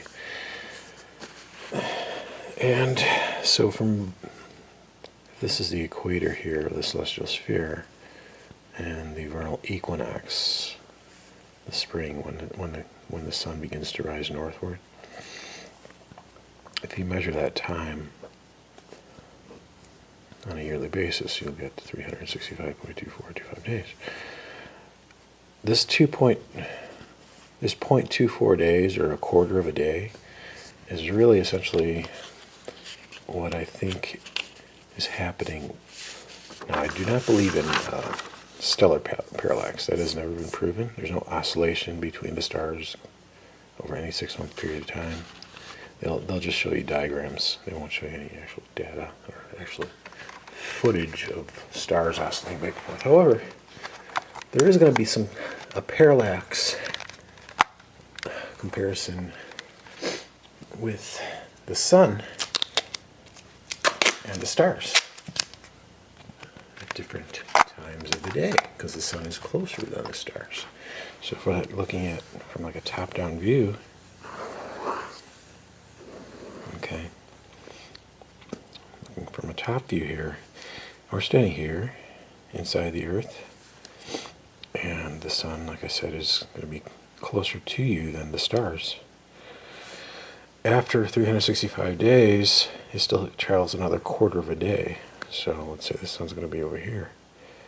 Now, the trajectory of light within the Earth, everything is curving, right? So when you look at the sun at noon compared to the stars versus when you look at the sun at 6 o'clock p.m., there's going to be a curve here, and you're going to see the stars over here. So there's going to be a parallax difference.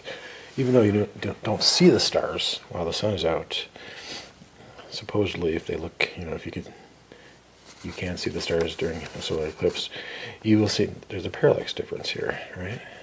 So they assume that the sun is faster by about 20 minutes, okay? But it's really just a parallax difference.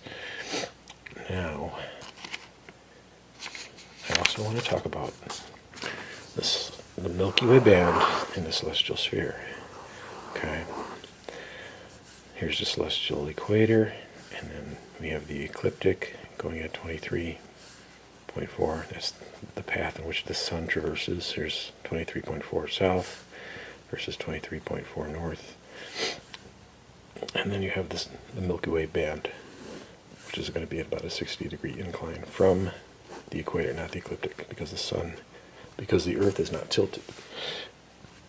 So this band, Milky Way band, it divides the celestial sphere into two hemispheres. Okay, you have the northern hemisphere and the southern hemisphere. Okay, we're talking this band dividing it. And what is going on here is that there's a fluctuation of velocity with the sun as it passes through, or light rays behind the sun stemming from the central octahedron behind the sphere, and it's not going to be a linear progression. It's going to be nonlinear. It's going to be accelerating and decelerating as it passes through, especially when it goes through the band, because the band has a higher viscosity. It means that it's thicker. So the sun, like when I showed you in my analemma video, when the sun goes, there's 23 north, 23 south. When the sun crosses the band, it slows down. Remember the analemma? So it slows down like that. So they also have discovered, I'll give you a link to this, that the preference, the rotational preference, whether it be clockwise or counterclockwise, of the spiral galaxies. And remember I told you that spiral galaxies are merely just drains within the celestial sphere. So they have counterclockwise, predominantly, they have found counterclockwise spirals in the northern hemisphere and counterclockwise spirals in the south. And so when the sun crosses over the band, like I said, it's higher, it's thicker here, it's more dense, okay? So it's more viscous. And so when it crosses that band, it's slower here than it is over here when it's away from the band. So in the northern region, when you're going counterclockwise, it's going to be harder to go up as it is opposed to going down. It's going to be easier to be going down. That's what steers the sun in the other direction. So when it gets up into the north, it begins to, the current, the electromagnetic current of the celestial sphere is going to be pushing the sun southward in the northern hemisphere, and then vice versa. When it gets down over here, let's say the band is going over here like that, it's more viscous here, and so the sun begins, when it crosses over into the south now, because of the clockwise current, it's going to be harder to push it down as it is to push it up. So it's going to be easier to push the sun up once it gets into the southern hemisphere, like that. So that's what steers the sun in the north-south direction annually, like that. There's also bipolar planetary nebula that are symmetrical, and they are all running across the galactic plane, or the Milky Way band. That's another indication that the celestial sphere is divided up into two hemispheres like that. Also, the cosmic microwave background radiation shows a dipole. So that's how it works. Now these currents here, the clockwise versus counterclockwise, show the galaxies. They show the drainage. Those are not continually spinning. Like I said before, during the global flood, these stars clustered together and they burned holes through this glass sphere, and then they healed back together. They cooled off. So it's pretty much stationary. These spirals, they're just like drained remnants, really. And so, but we still have this electromagnetic current. So this counterclockwise current in the north and a clockwise current in the south. Okay. Okay, so in this video you've learned, part 3 of my precession of the equinoxes is a myth. It's not true. There's no precession going on from year to year because the sun has to stay halfway between the Milky Way band during the equinoxes. Looking at a top-down view, if we had the Milky Way band going across the top here, this would be the vernal equinox, and that would be the autumnal equinox. But the sun has to stay halfway between. It only crosses the bands during the solstices. Okay, so there's no precession. It's kind of funny. They call it the New Age. You know, it's a New Agey thing. Oh, we're going to enter the age of Aquarius. That's bunk. It's baloney. It's New Age garbage. It's New Age garbage entered into modern so-called astronomy. Okay, concave Earth, glass sky, no precession. Stellar versus sidereal parallax is, also 2 owls, what I want to talk about too as well, is that the sun will travel, like I said, 365.2425 days in 1 year, and the celestial sphere will spin 1 day extra. So it's 366.2425 or whatever. So that's what causes the sun to pass through the 12 different constellations during the course of 1 year. Okay? So that's how the sphere is spinning over the course of 1 year. 1 revolution more than the sun. Okay? Thanks for watching.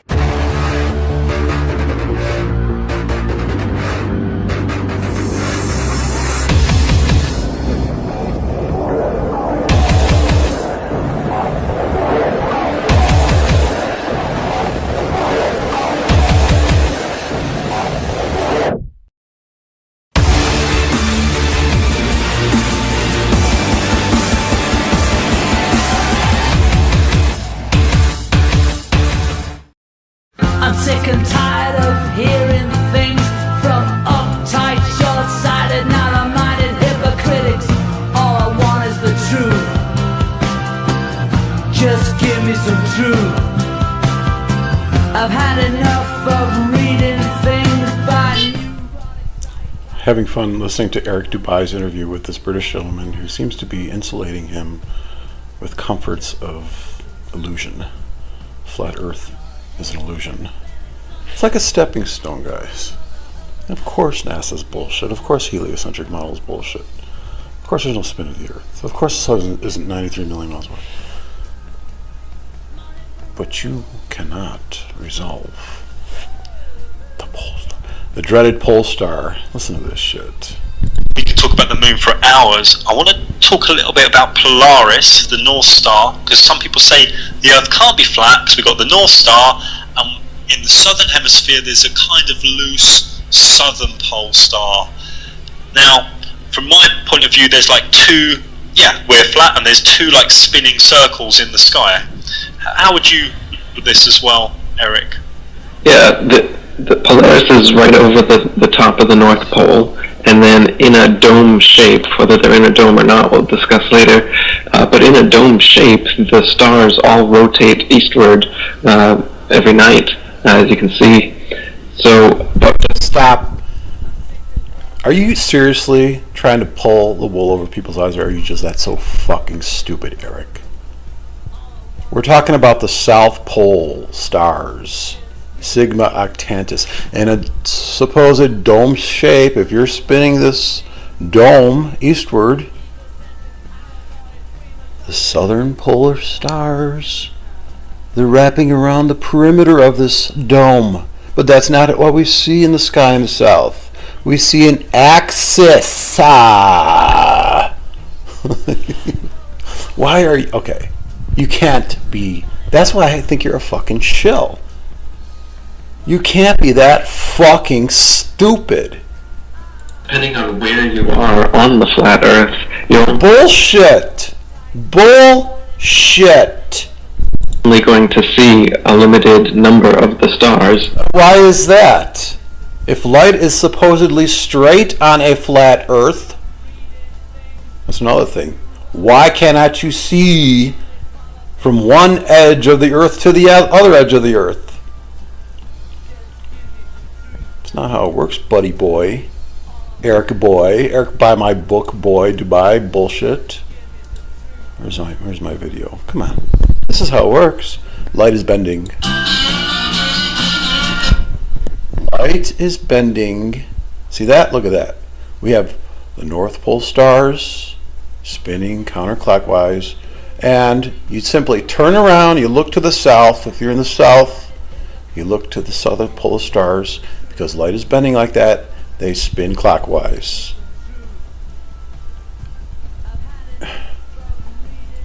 Your flat earth shit is bullshit. And yeah, I've been watching, I've been reading your forum. And it looks like you have some division amongst you guys, huh? You're saying Mark Sargent is a shill? Oh, yeah, I could have told you that. He's way too smart to believe in the flat earth bullshit. What I really think he's doing, I believe he works for some kind of COINTEL military organization.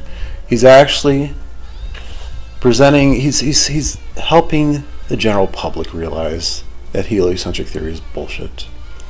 And he's presenting this flat earth model, which is just a stepping stone, and allowing me to destroy the flat earth theory. It's just like, you know, it's like the truth, the concave spherical earth. It's just, you know, to a normal prosaic person out on the street, you tell them this shit, it's just like too shocking for them. So they need a little buffer. So I see actually Mark is kind of like an indirect agent for the concave earth. Once people realize that flat earth is just total rubbish. But you can't see that, can you, Eric? You're blinded. You're a fool, man. You're a fucking idiot. You're a fucking clown. I'm shaming you right now. You can't resolve the pole stars. Flights do not work in a flat earth. I don't care if the GPS is disabled in the south. You cannot get from fucking Chile to Australia in 14 hours or 15 hours or 13 hours if they're all the way on the other side of the fucking big pizza. It's not a fucking pizza, Mr. Dubai. Fuck you. I would also notice that you fucking blocked my YouTube. Oh, you don't want to let Lord Stephen Christ have the truth. Tell the truth. Fuck you. You're fucking flat earth. All you fucking idiots. There's a difference between my followers and you fucking retarded people. It has to do with the condition of your hearts. The meek shall inherit the earth. My followers are meek, they're humble, they understand, they're intelligent. But you have just a fucking motley crew of fucking dissident, rebellious fools. You're trying to comfort yourselves to alleviating the shame that you should duly feel for believing in a fucking flat earth. So repent as soon as fucking possible. And stop trying to fucking market your shitty books. Fucking clown.